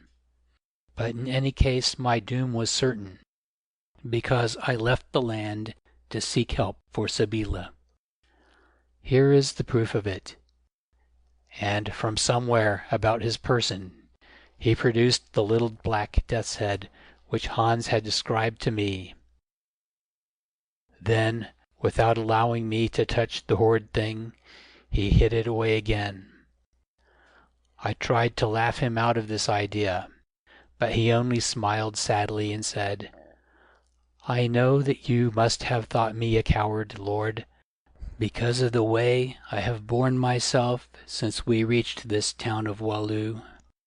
But it was the curse of Heu-Heu working within me that changed my spirit. I pray you to explain this to Sabeela, whom I love, but who I think also believes me a coward, for yesterday I read it in her eyes. Now, while I have still strength, I would speak to you. First, I thank you and the yellow man, Light in Darkness, who by courage or by magic, I know not which, have saved Sabeela from Heu-Heu, and have destroyed his house and his priests, and I am told his image. Heu-Heu, it is true, lives on, since he cannot die, but henceforward here he is without a home, or a shape, or a worshipper, and therefore his power over the souls and bodies of men is gone, and among the Walloos, in time, his worship will die out. Perhaps no more of my people will perish by the curse of Heu-Heu, Lord." "But why should you die, Issachar?"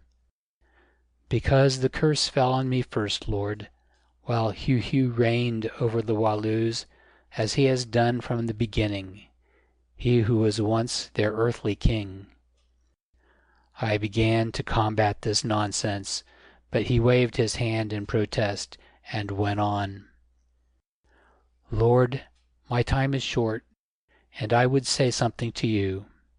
Soon I shall be no more, and forgotten, even by Sabeela, whose husband I had hoped to become. I pray therefore that you will marry Sabeela." Here I gasped, but held my peace till he had finished.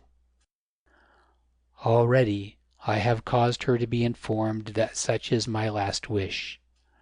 Also I have caused all the elders of the Walloos to be informed, and at a meeting held this morning they decided that this marriage would be right and wise, and have sent a messenger to tell me to die as quickly as I can, in order that it may be arranged at once."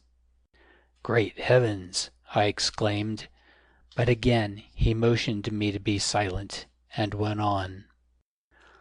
"Lord, although she is not of your race, Sabeela is very beautiful, very wise also, and with you for her husband, she may be able once more to build up the Walloos into a great people, as tradition says they were in the old days, before there fell upon them the curse of Heu-Heu, which is now broken.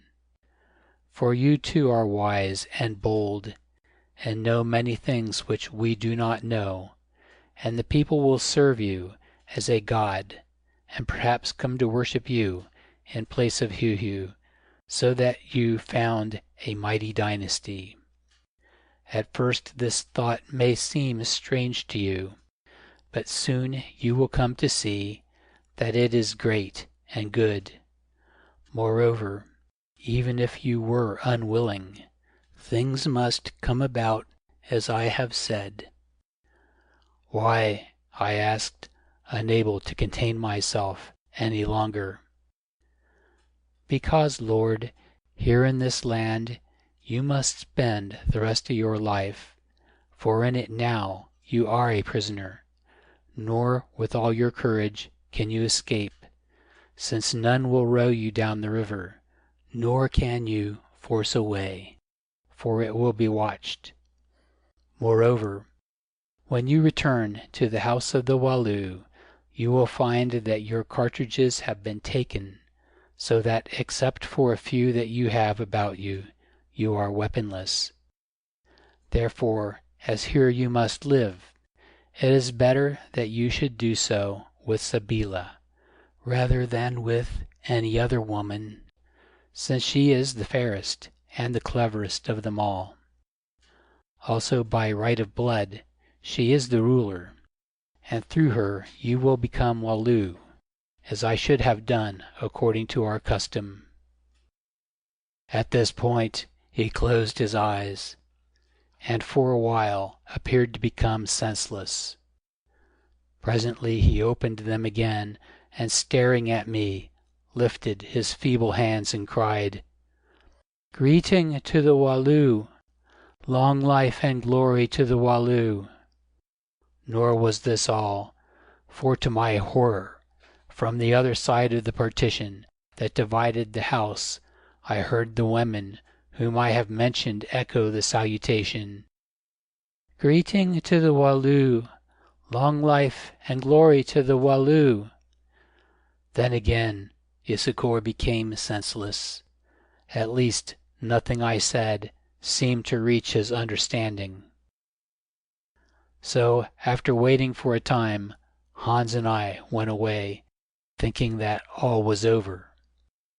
This, however, was not so, since he lived till nightfall, and I was told recovered his senses, for some hours before the end, during which time Sabeela visited him, accompanied by certain of the notables or elders. It was then, as I suppose, that this ill-fated but most unselfish Issachar, the handsomest man whom I ever beheld, to his own satisfaction, if not to mine, settled everything for what he conceived to be the welfare of his country and his lady love. "Well, boss," said Hans, when we were outside the house, "I suppose we had better go home. It is your home now, isn't it, boss? No, boss, it is no use looking at that river, for you see these Walloos are so kind that they have already provided you with a chief's escort." I looked. It was true enough. In place of the one man who had guided us to the house, there were now 20 great fellows, armed with spears, who saluted me in a most reverential manner, and insisted upon sticking close to my heels, I presume in case I should try to take to them. So back we went, the guard of 20 marching in a soldier-like fashion immediately behind, while Hans declaimed at me, "It is just what I expected, boss, for of course if a man is very fond of women, in his inside, boss, they know it and like him. No need to tell them in so many words, boss, and being kind-hearted are quite ready to be fond of him. This is what has happened here, boss. From the moment that the Lady Sabeela saw you, she didn't care a pinch of snuff for Issachar, although he was so good-looking and had walked such a long way to help her. No, boss, she perceived something in you which she couldn't find in 2 yards and a bit of Issachar, who, after all, was an empty kind of a drum, boss, and only made a noise when you hit him. A little noise for a small tap, boss, and a big noise for a bang. Moreover, whatever he was, he is done for now, so it is no use wasting time talking about him. Well, this won't be such a bad country to live in now that the most of these Heu-Heu are dead. Look, there are some of their bodies lying on the shore, and no doubt the beer can be brewed stronger, and there is tobacco. So it will be all right till we get tired of it, boss, after which perhaps we shall be able to run away. Still, I am glad none of them wish to marry me, boss, and make me work like a whole team of oxen to drag them out of their mud holes." Thus he went on, pouring out his bosh by the yard, and literally I was so crushed that I couldn't find a word in answer. Truly, it is the unexpected that always happens. During the last few days I had foreseen many dangers and dealt with some, but this was one of which I had never dreamed. What a fate! To be kept a prisoner in a kind of gilded cage, and made to labor for my living, too, like a performing monkey. Well, I would find a way between the bars, or my name wasn't Allan Quatermain. Only what way? At the time I could see none, for those bars seemed to be thick and strong. Moreover, there were those gentlemen with the spears behind. In due course we arrived at the Walloo's house without incident, and went straight to our room, where after investigation in a corner, Hans called out, "Issachar was quite right, boss. All the cartridges have gone, and the rifles also. Now we have only got our pistols and 24 rounds of ammunition between us." I looked. It was so. Then I stared out of the window place, and behold, there in the garden were the 20 men, already engaged in marking out ground for the erection of a guard hut. "They mean to settle there, so as to be nice and handy in case the boss wants them, or they want the boss," said Hans significantly, adding, "I believe that wherever he goes, the Walloos always has an escort of 20 men. Now, for the next few days, I saw nothing of Sabeela, or of Dramana either, since they were engaged in the ceremonious obsequies, first of the Walloo, and next of the unlucky Issachar, to which for some religious reason or other I was not invited. Certain headmen or indunas, however, were always waiting to pounce on me.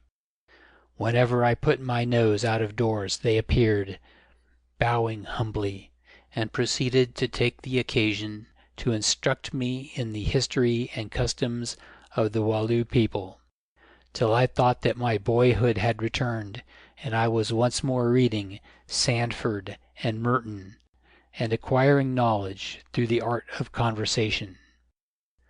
Those old gentlemen bored me stiff. I tried to get rid of them by taking long walks at a great pace, but they responded nobly, being ready to trot by my side till they dropped, talking. Moreover, if I could outwalk those ancient counsellors, the guard of 20, who formed a kind of chorus on these expeditions, were excellent hands with their legs, as an Irishman might say, and never turned a hair. Sometimes they turned to me, however, if they thought I was going where I should not, since then half of them would dart ahead and politely bar the way.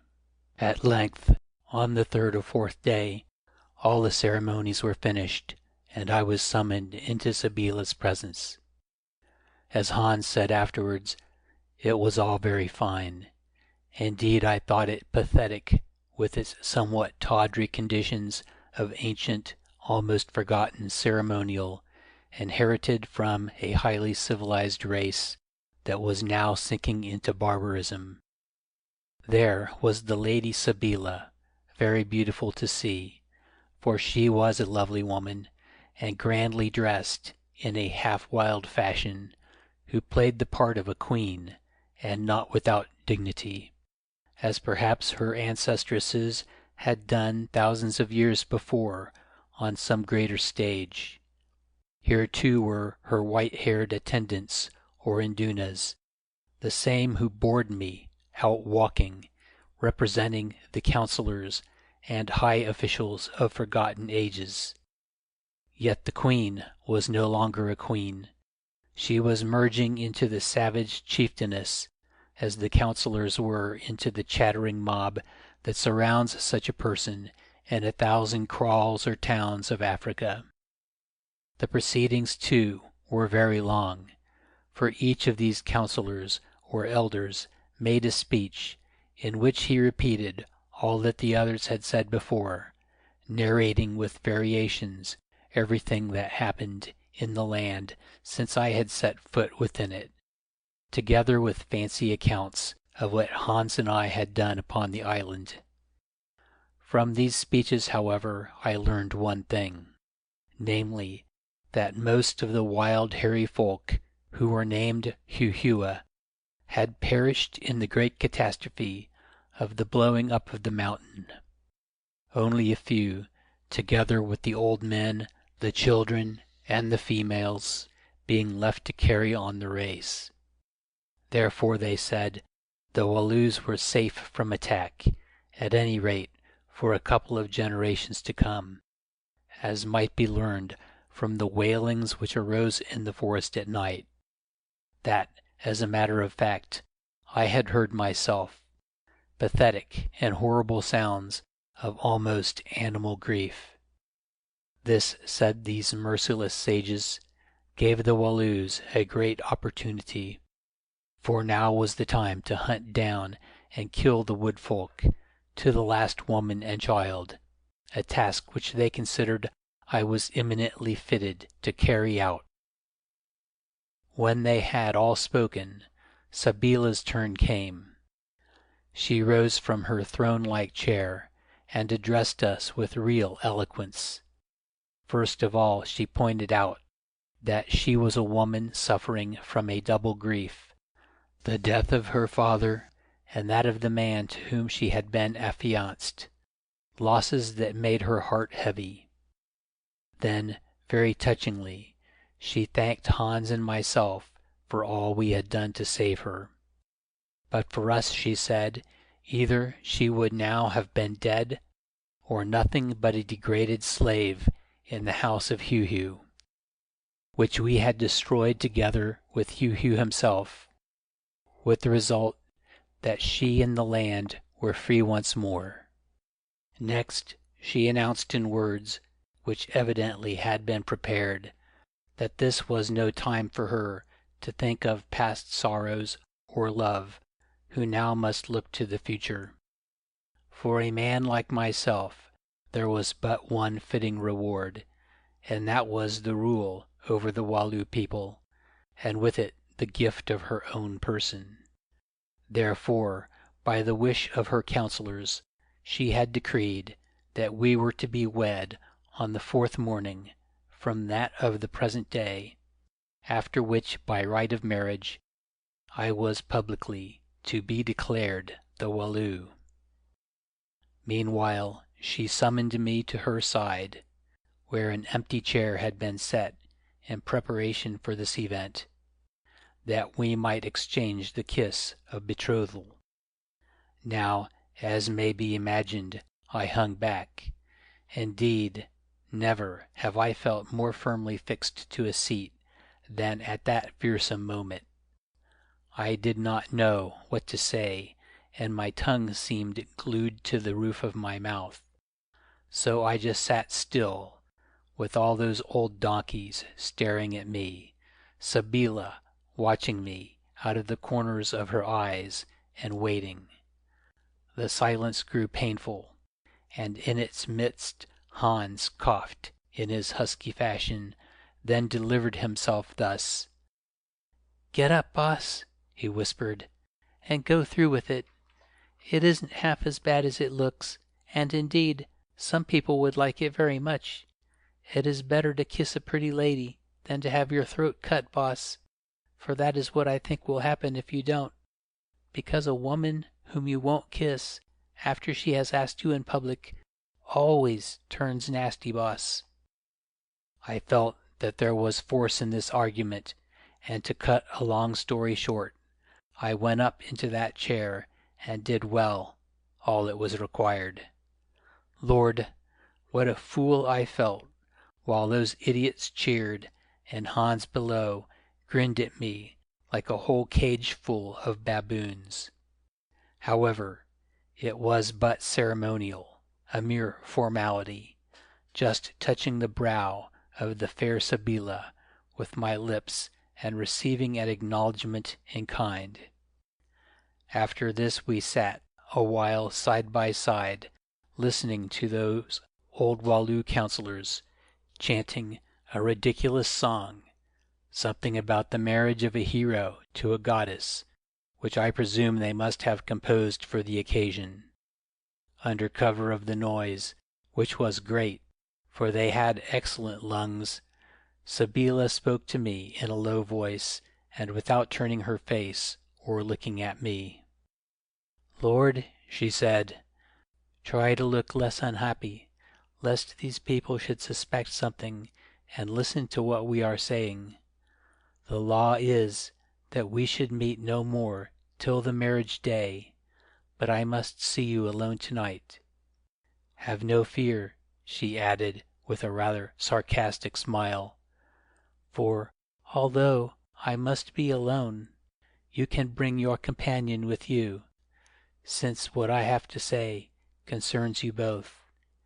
Meet me in the passage that runs from this chamber to your own at midnight when all sleep.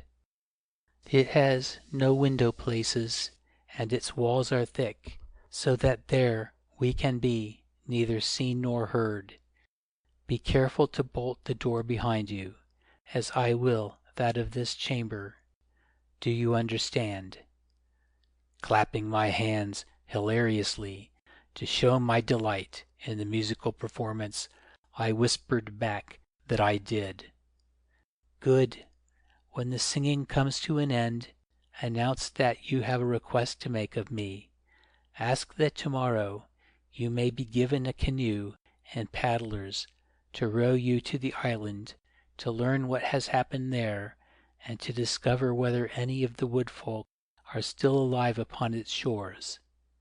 Say that if so, measures must be taken to make an end of them, lest they should escape. Now speak no more." At length the song was finished, and with it the ceremony.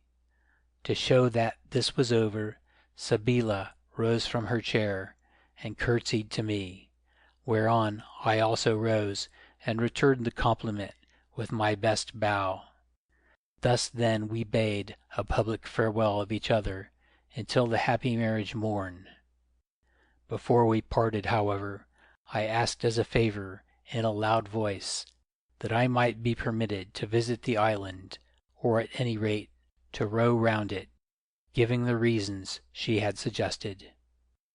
To this she answered, "Let it be as my lord wishes," and before anyone could raise objections, withdrew herself, followed by some serving women and by Dramana, who I thought did not seem too pleased at the turn events had taken.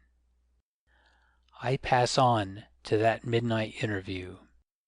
At the appointed time, or rather a little before it, I went into the passage, accompanied by Hans, who was most unwilling to come, for reasons which he gave in a Dutch proverb to the effect of our own, that two's company and three's none. Here we stood in the dark and waited. A few minutes later the door at the far end of it opened. It was a very long passage, and walking down it appeared Sabeela, clad in white and bearing in her hand a naked lamp. Somehow, in this garb and these surroundings, thus illuminated, she looked more beautiful than I had ever seen her, almost spirit-like indeed.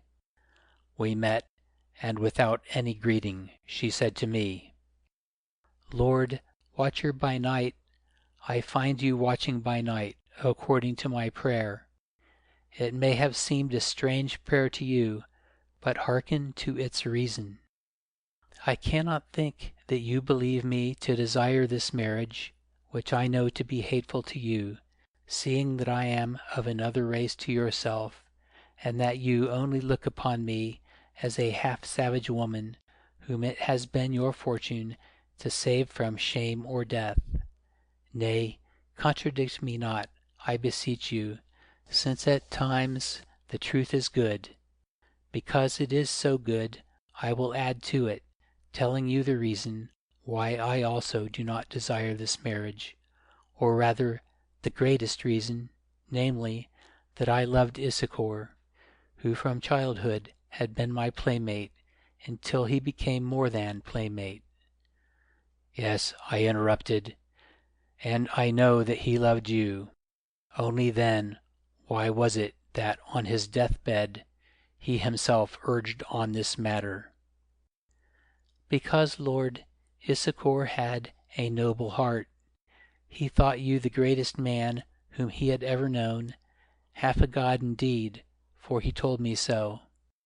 He held also that you would make me happy and rule this country well, lifting it up again out of its long sleep. Lastly, he knew that if you did not marry me, you and your companion would be murdered. If he judged wrongly in these matters, it must be remembered, moreover, that his mind was blotted with poison that had been given to him. For myself, I am sure that he did not die of fear alone. I understand. All honor be to him, I said. I thank you. Now, Lord, know that, although I am ignorant, I believe that we live again beyond the gate of death. Perhaps that faith has come down to me from my forefathers when they worshipped other gods besides the devil Heu-Heu. At least it is mine. My hope is, therefore, that when I have passed that gate, which perhaps will be before so very long, on its farther side I shall once more find Issachar as he was before the curse of Heu-Heu fell upon him, and he drank the poison of the priests, and for this reason I desire to wed no other man. All honor be to you also, I murmured. Again, I thank you, Lord. Now let us turn to other matters. Tomorrow, after midday, a canoe will be ready, and in it you will find your weapons that have been stolen and all that is yours. It will be manned by 4 rowers, men known to be spies of the priests of Heu-Heu, stationed here upon the mainland to watch the Walloos, who in time would themselves have become priests. Therefore, now that Heu-Heu has fallen, they are doomed to die. Not at once, but after a while, perhaps, as it will seem, by sickness or accident, because if they live, the Walloo counselors fear lest they should re-establish the rule of Heu-Heu. They know this well, and therefore they desire above all things to escape the land while their life is yet in them. Have you seen these men, Sabeela? Nay, but Dromana has seen them. Now, Lord, I will tell you something, if you have not guessed it for yourself, though I do this not without shame. Dromana does not desire our marriage, Lord. You saved Dromana as well as myself, and Dromana, like Issachar, has come to look on you as half a god. Need I say more, save that, of course, for this reason, she does desire your escape, since she would rather that you went free, and were lost to both of us, than that you should bide here and marry me. Have I said enough? Plenty, I answered, knowing that she spoke truth. Then, what is there to add, save that I trust all will go well, and that by the dawn of the day that follows this, you and the yellow man your servant will be safely out of this accursed land. If that comes about as I believe it will, for after the dusk has fallen and before the moon rises, those who guide the canoe will bring it, not to the quay, but into the mouth of the river, down which you must paddle by the moonlight.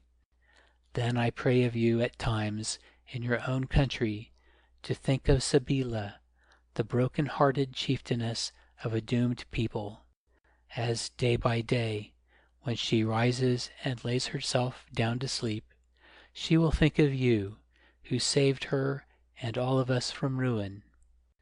My lord, farewell, and to you, light and darkness, also farewell. Then she took my hand, kissed it, and without another word glided away as she had come. This was the last that I ever saw or heard of Sabeela the Beautiful. I wonder whether she lived long. Somehow I do not think so. That night I seemed to see death in her eyes. End of section 15. Chapter 16. The Race for Life.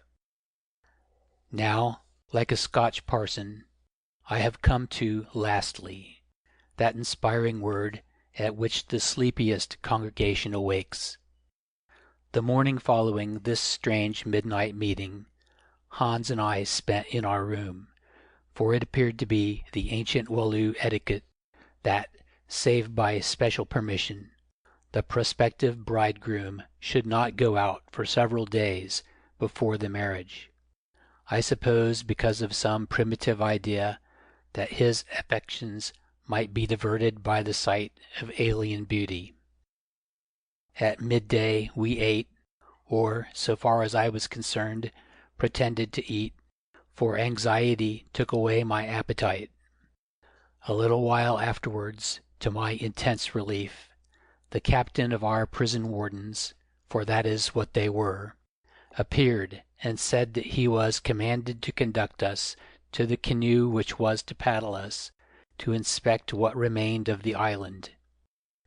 I replied that we would graciously consent to go, so, taking all our small possessions with us, including a bundle containing our spare clothes and the twigs from the tree of illusions, we departed and were escorted to the quay by our guards, of whose faces I was heartily tired.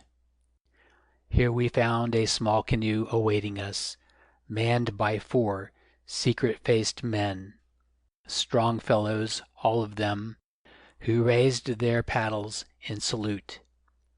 Apparently the place had been cleared of loiterers, since there was only one other person present, a woman wrapped in a long cloak that hid her face. As we were about to enter the canoe, this woman approached us and lifted her hood. She was Dramana. "Lord," she said, "I have been sent by my sister, the new Walloo, to tell you that you will find the iron tubes which spit out fire, and all that belongs to them under a mat in the prow of the canoe. Also she bids me wish you a prosperous journey to the island that aforetime was named Holy, which island she wishes never to see again." I thanked her, and bade her convey my greeting to the Walloo, my bride-to-be, adding in a loud voice that I hoped ere long to be able to do this in person when her veil fell down. Then I turned to enter the canoe. "Lord," said Dramana, with a convulsive movement of her hands, "I make prayer to you.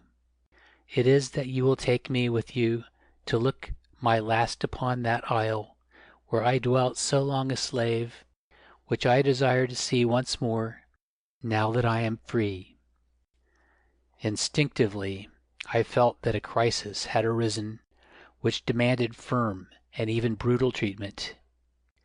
"Nay, Dramana," I answered, "it is always unlucky for an escaped slave to revisit his prison, lest once more its bars should close about that slave." "Lord," she said, The loosened prisoner is sometimes dazed by freedom, so that the heart cries again for its captivity. Lord, I am a good slave, and a loving. Will you not take me with you? Nay, Dramana, I answered, as I sprang into the canoe. This boat is fully loaded.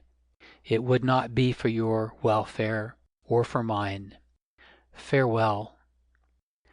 She gazed at me earnestly, with a pitiful countenance that grew wrathful by degrees, as might well happen in the case of a woman scorned. Then, muttering something about being cast off, burst into angry tears, and turned away. For my part, I motioned to the oarsmen to loose the craft, and departed, feeling like a thief and a traitor. Yet I was not to blame, for what else could I do? Dramana, it is true, had been a good friend to us, and I liked her, but we had repaid her help by saving her from Heu-Heu, and for the rest one must draw the line somewhere. If once she had entered that canoe, metaphorically speaking, she would never have got out of it again. Presently we were out on the open lake, where the wavelets danced and the sun shone brightly, and glad I was to be clear of all those painful complications, and once more in the company of pure and natural things. We paddled away to the island, and made the land, or rather drew near to it, at the spot where the ancient city had stood, in which we had found the petrified men and animals.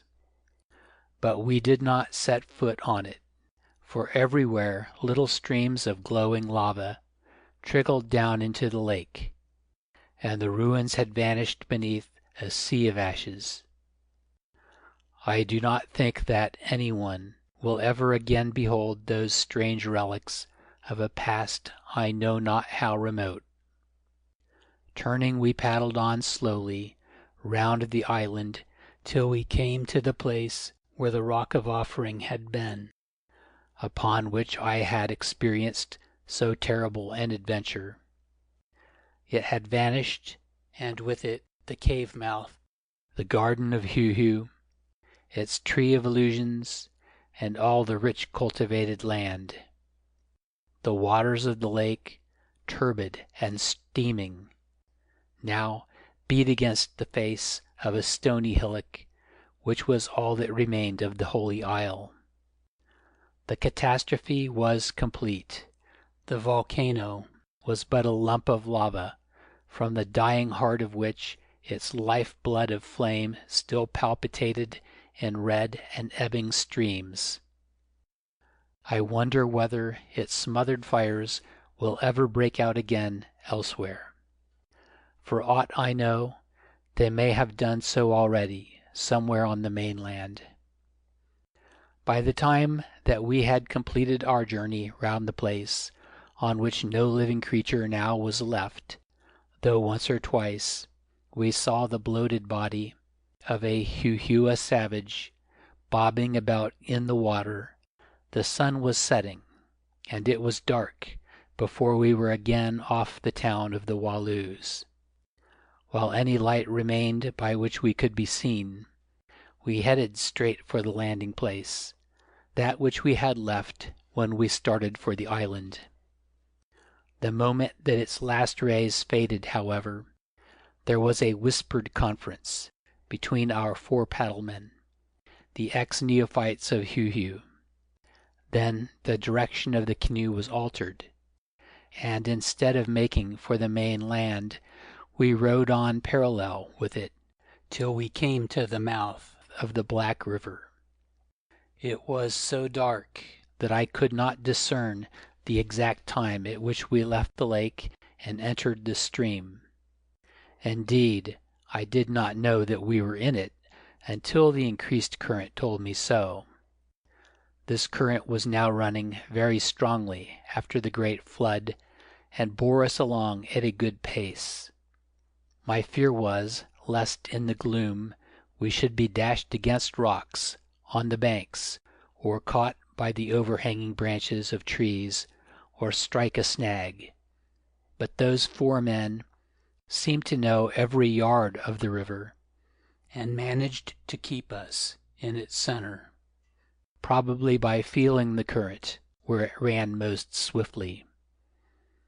So we went on, not paddling very fast for fear of accidents, until the moon rose, which, as she was only a few days past her full, gave us considerable light even in that dark place. So soon as her rays reached us, our paddlers gave way with a will, and we shot down the flooded stream at a great speed. "I think we are all right now, boss," said Hans, "for with so good a start, those Walloos could scarcely catch us, even if they try. We are lucky, too, for you have left behind you 2 ladies, who between them would have torn you into pieces, and I have left a place where the fools who live in it wearied me so much that I should soon have died." He paused for a moment, then added in a horrified voice, "Alamakta! We are not so lucky after all. We have forgotten something." "What?" I asked anxiously.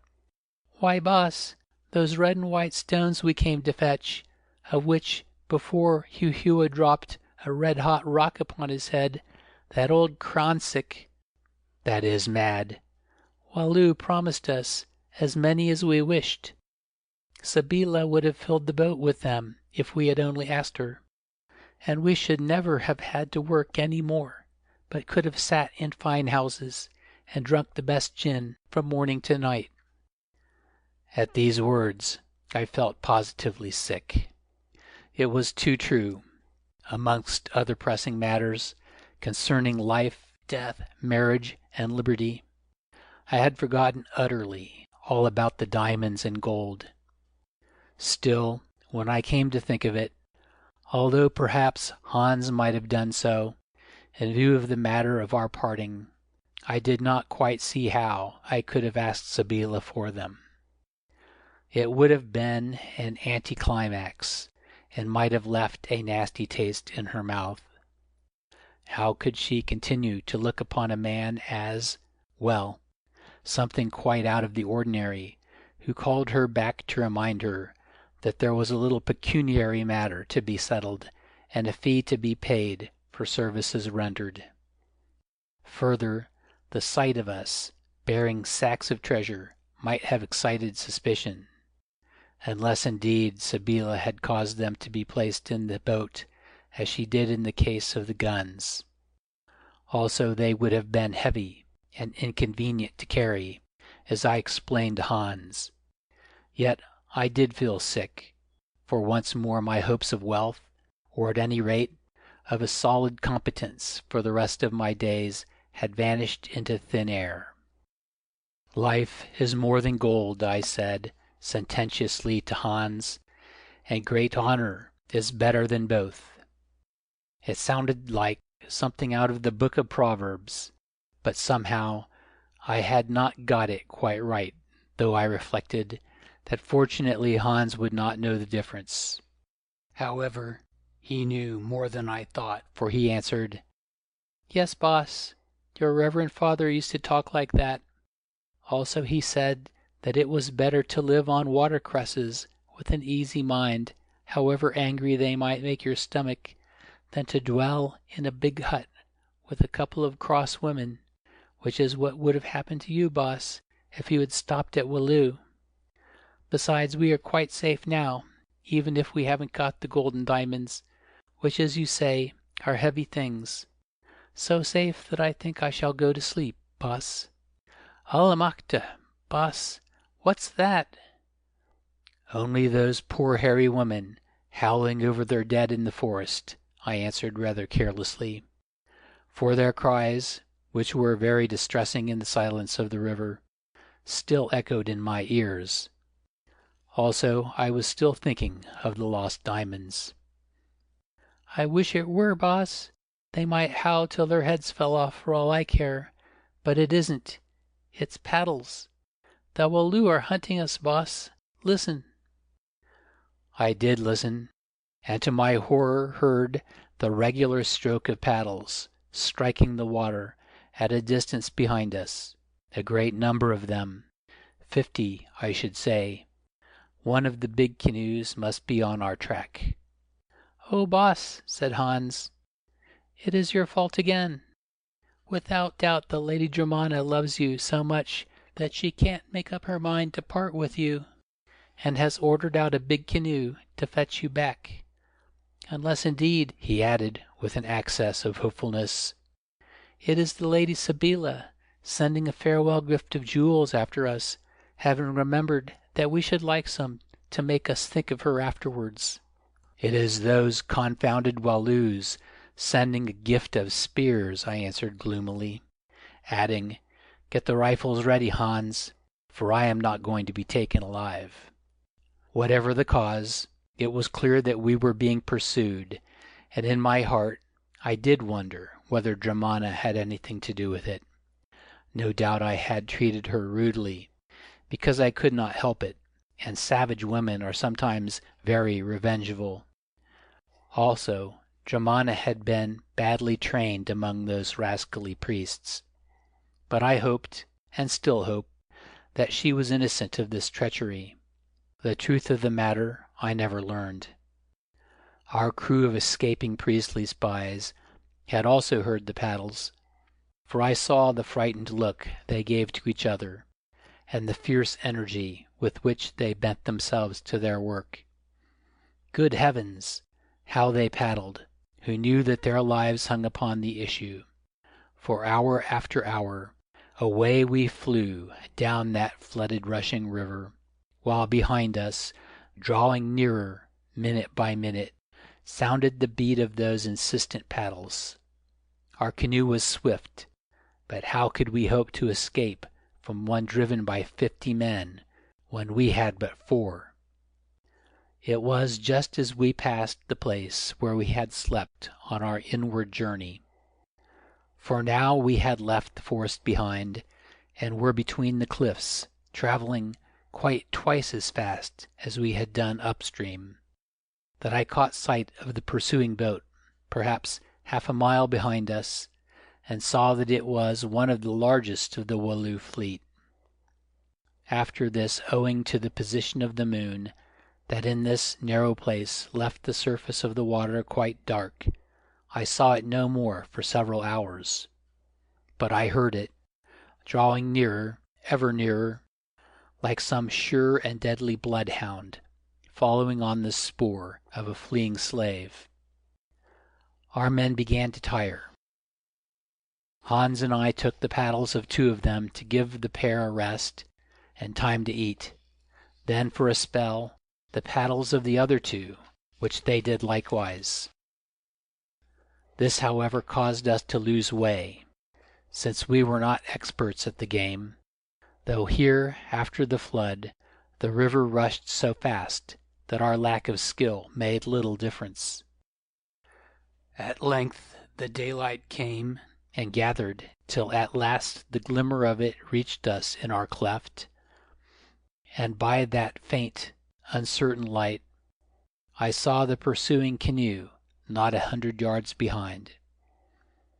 In its way, it was a very weird and impressive spectacle. There were the precipitous towering cliffs, between, or rather above which appeared a line of blue sky.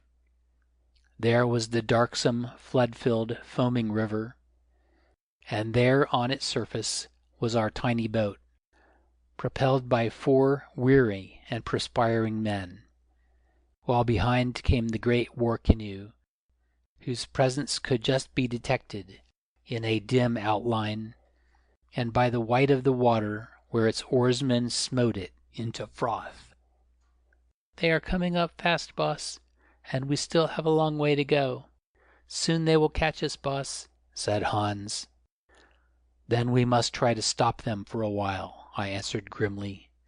"Give me the express rifle, Hans, and do you take the Winchester." Then, lying down in the canoe and resting the rifles on its stern, we waited our opportunity. Presently we came to a place where at some time there had been a cliffside, for here the debris of it narrowed the river, turning it, now that it was so full, into something like a torrent. At this spot also, because of the enlargement of the cleft, more light reached us, so that we could see our pursuers, who were about 50 yards away, not clearly indeed, but well enough for our purpose. "Aim low and pump it into them, Hans," I said, and the next instant discharged both barrels of the express at the foremost rowers. Hans followed suit, but as the Winchester held 5 cartridges, went on firing after I had ceased. The result was instantaneous. Some men sank down, some paddles fell into the water, I could not tell how many, and a great cry arose from the smitten or their companions. He who steered or captained the canoe from the prow apparently was among the hit. She veered round, and for a while was broadside onto the current, exposing her bottom and threatening to turn over.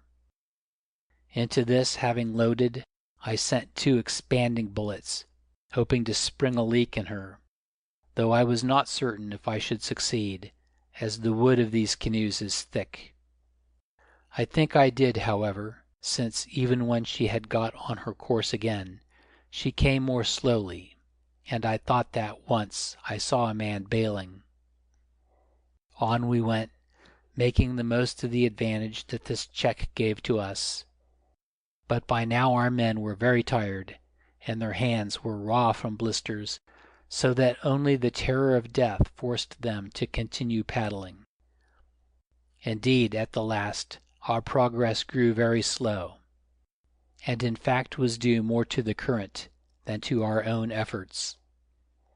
Therefore the following canoe, which, as was customary in Walloo boats of that size, probably carried spare paddlemen, once more gained upon us. Hereabouts the river wound between its cliffs, so that we only got sight of it from time to time. Whenever we did so, I took the Winchester and fired, no doubt inflicting some damage and checking its advance. At length the winding ceased, and we reached the last stretch, a clear run of a mile or so, before the river ended in the swamp that I have described. By this time pursuers and pursued, both of us, were going but slowly, drifting rather than paddling, since all were exhausted. Whenever I could get a sight, I fired away, but still with a sullen determination, and in utter silence, our assailants came up, till now they were scarcely 20 paces from us, and some of them threw spears, one of which stuck in the bottom of our canoe, just missing my foot. At this spot the cliffs drew so near together at the top that I ceased shooting, as I could not see to aim, and having no cartridges to waste, decided to keep those that remained for the emergency of the last attack. Now we were in the ultimate reach of the river, and now at last we grounded upon the first mud bank of the swamp. Those who remained unhurt of the following Walloos made a final effort to overtake us. By that strong light that flowed from the open land beyond us, I could see their glaring eyeballs and their tongues hanging from their jaws with exhaustion. I yelled an order. "Seize everything we have and run for it," I cried, grabbing at my rifle and such other articles as were within reach, including the remaining cartridges. The others did likewise. I do not think that anything was left in that canoe except the paddles.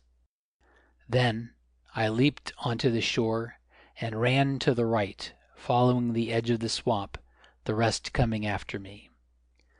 50 yards or more away, I sank down upon a little ridge, from sheer exhaustion, and because my cramped legs would no longer carry me, and watched to see what would happen.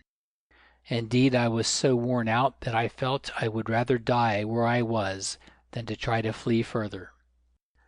We grouped ourselves together, awaiting the crisis, for I thought that surely we should be attacked, but we were not. At the mud bank, the pursuing Walloos ceased from their efforts. For a little while they sat dejectedly in their craft, till they had recovered breath. Then for the first time those mute hunting hounds gave tongue, for they shouted maledictions on us, and especially on our four-paddlers, the neophytes of Heu-Heu, telling these that, although to follow them further was not lawful, they would die, as Issachar died who left the land.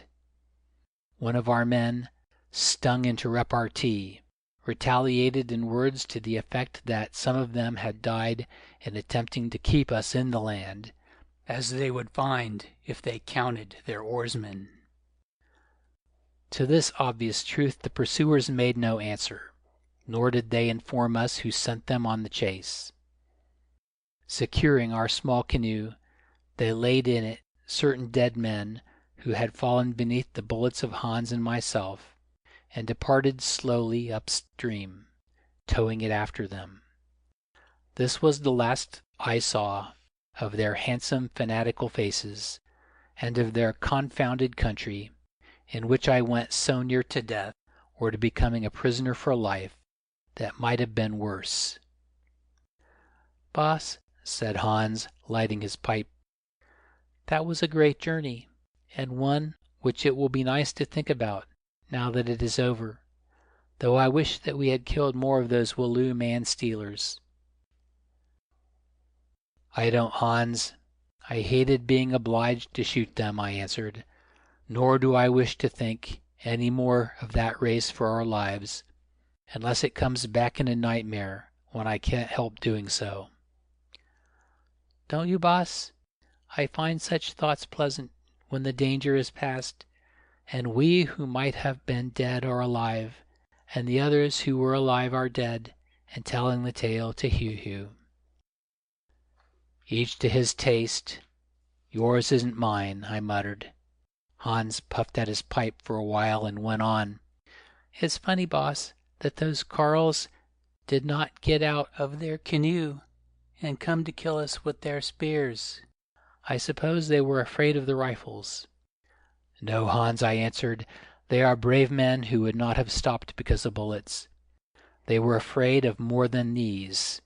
They feared the curse, which says that those who leave the land will die and go to hell.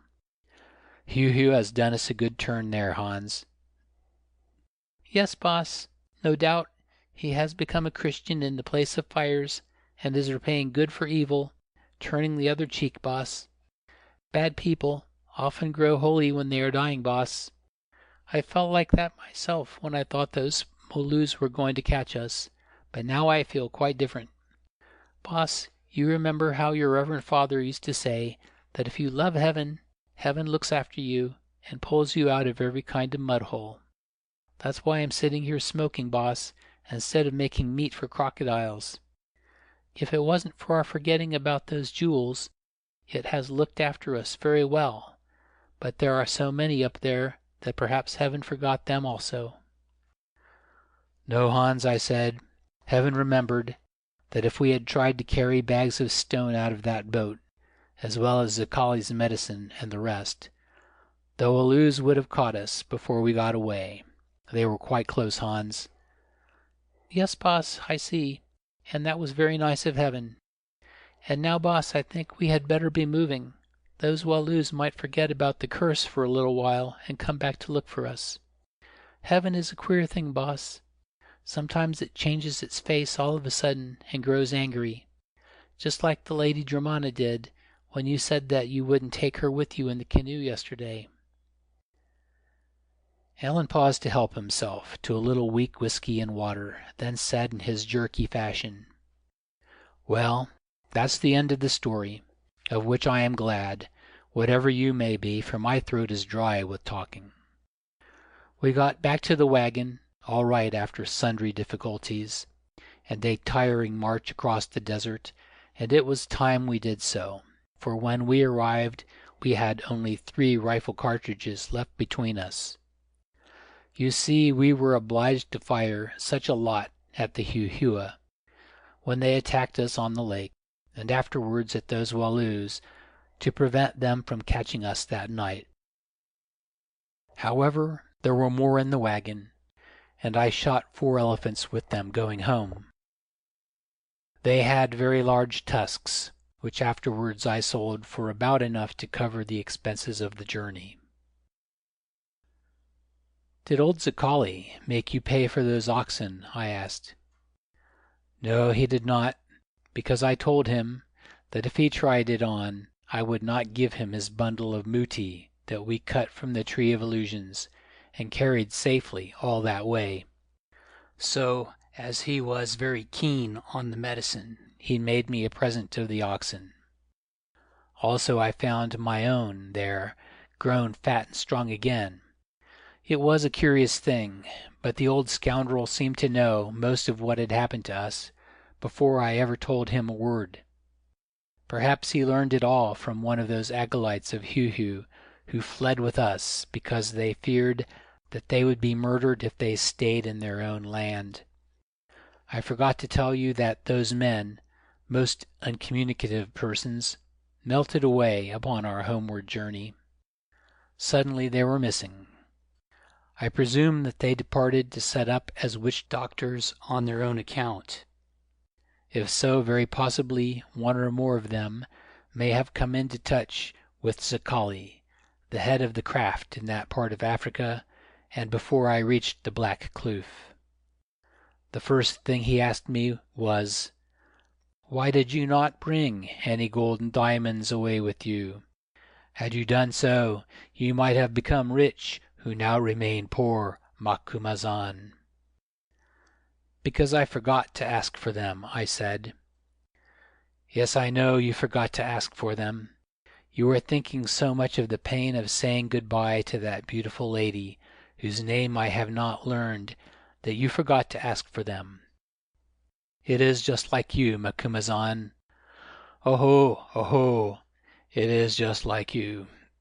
Then he stared at his fire for a while, in front of which, as usual, he was sitting, and added, "Yet somehow I think that diamonds will make you rich one day, when there is no woman left to say good-bye to, Macumazahn." It was a good shot of his, for, as you fellows know, that came about at King Solomon's Mines, didn't it, when there was no woman left to say good-bye to? Here Good turned his head away, and Allan went on hurriedly, I think because he remembered Foulata, and saw that his thoughtless remark had given pain. Zicali was very interested in all our story. It made me stop at the Black Kloof for some days to tell him every detail.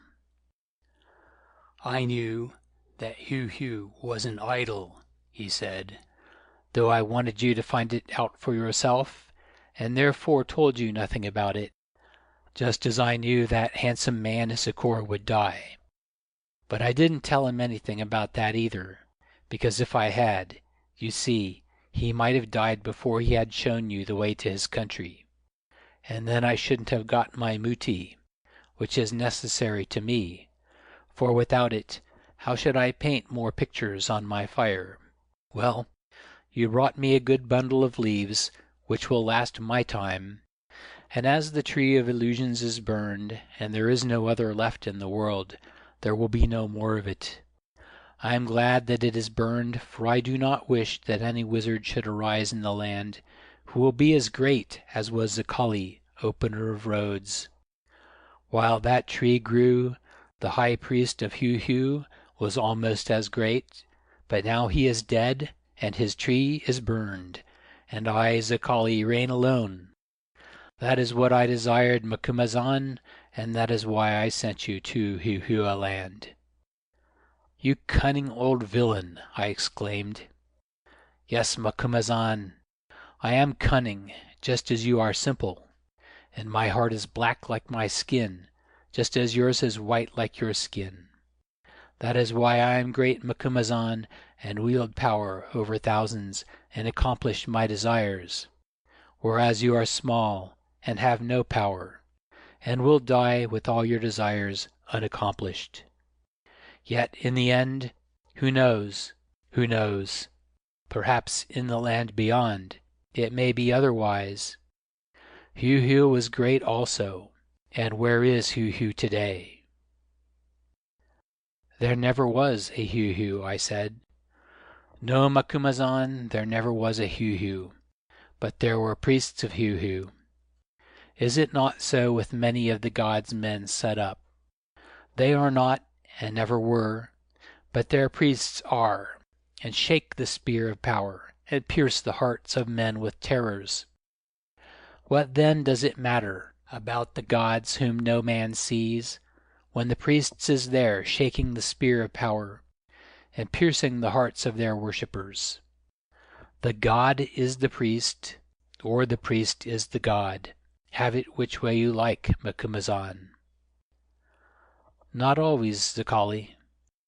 Then, as I did not wish to enter into argument with him on such a subject, I asked, who carved the statue of Heu-Heu in the Cave of Illusions? The Walloos did not know. Nor do I, Macumazahn, he answered. The world is very old, and there have been peoples in it of whom we have heard nothing, or so my spirit tells me. Without doubt, one of those peoples carved it thousands of years ago, an invading people, the last of their race, who had been driven out elsewhere, and coming south, those who were left of them hid themselves away from their enemies in this secret place, amid a horde of savages so hideous that it was reported to be haunted by demons. There in a cave, in the midst of a lake where they could not be come at, they carved an image of their god, or perhaps of the god of the savages, whom it seems that it resembled. Mayhap the savages took their name from Heu-Heu, or mayhap Heu-Heu took his name from them. Who can tell?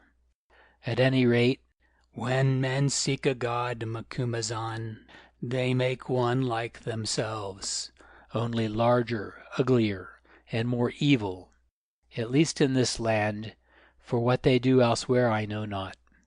Also, often they say that this god was once their king, since at the bottom all worship their ancestors who gave them life, if they worship anything at all, and often too, because they gave them life, they think that they must have been devils.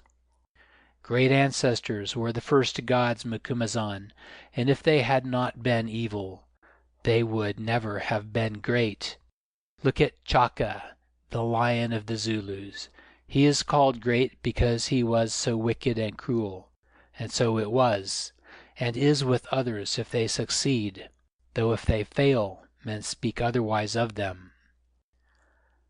That is not a pretty faith, Zicali, I said. No, Macumazahn, but then little in the world is pretty, except the world itself. The Heu-Heu are not pretty, or rather were not, for I think that you killed most of them when you blew up the mountain, which is a good thing. Heu-Heu was not pretty, nor were his priests. Only the Walloos, and especially their women, remain pretty because of the old blood that runs in them, the high old blood that Heu-Heu sucked from their veins. Well, Heu-Heu has gone, Zicali, and now what will become of the Walloos? I cannot say, Macumazahn, but I expect they will follow Heu-Heu, who has taken hold of their souls, and will drag them after him. If so, it does not matter, since they are but the rotting stump of a tree that once was tall and fair. The dust of time hides many such stumps, Macumazahn. But what of that? Other fine trees are growing, which also will become stumps in their season, and so on forever. Thus Zicali held forth, though of what he said I forget much.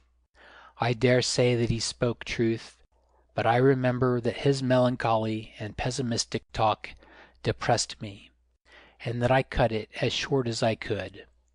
Also, it did not really explain anything, since he could not tell me who the Walloos or the hairy folk were, or why they worshipped Heu-Heu, or what was their beginning, or what would be their end. All these things remained, and remain, lost in mystery, since I have never heard anything more of them. And if any subsequent travelers have visited the district where they live, which is not probable, they did not succeed in ascending the river, or if they did, they never descended it again. So if you want to know more of the story, you must go and find it out for yourselves. Only, as I think I said, I won't go with you." "Well," said Captain Good, "it is a wonderful yarn. Hang me if I could have told it better myself." "No good," answered Allan, as he lit a hand candle. "I am quite sure that you could not, because, you see, facts are one thing, and what you call yarns are another. Good night to you all. Good night." Then he went off to bed. The end. End of section 16. End of Heu-Heu, or the Monster, by H. Rider Haggard.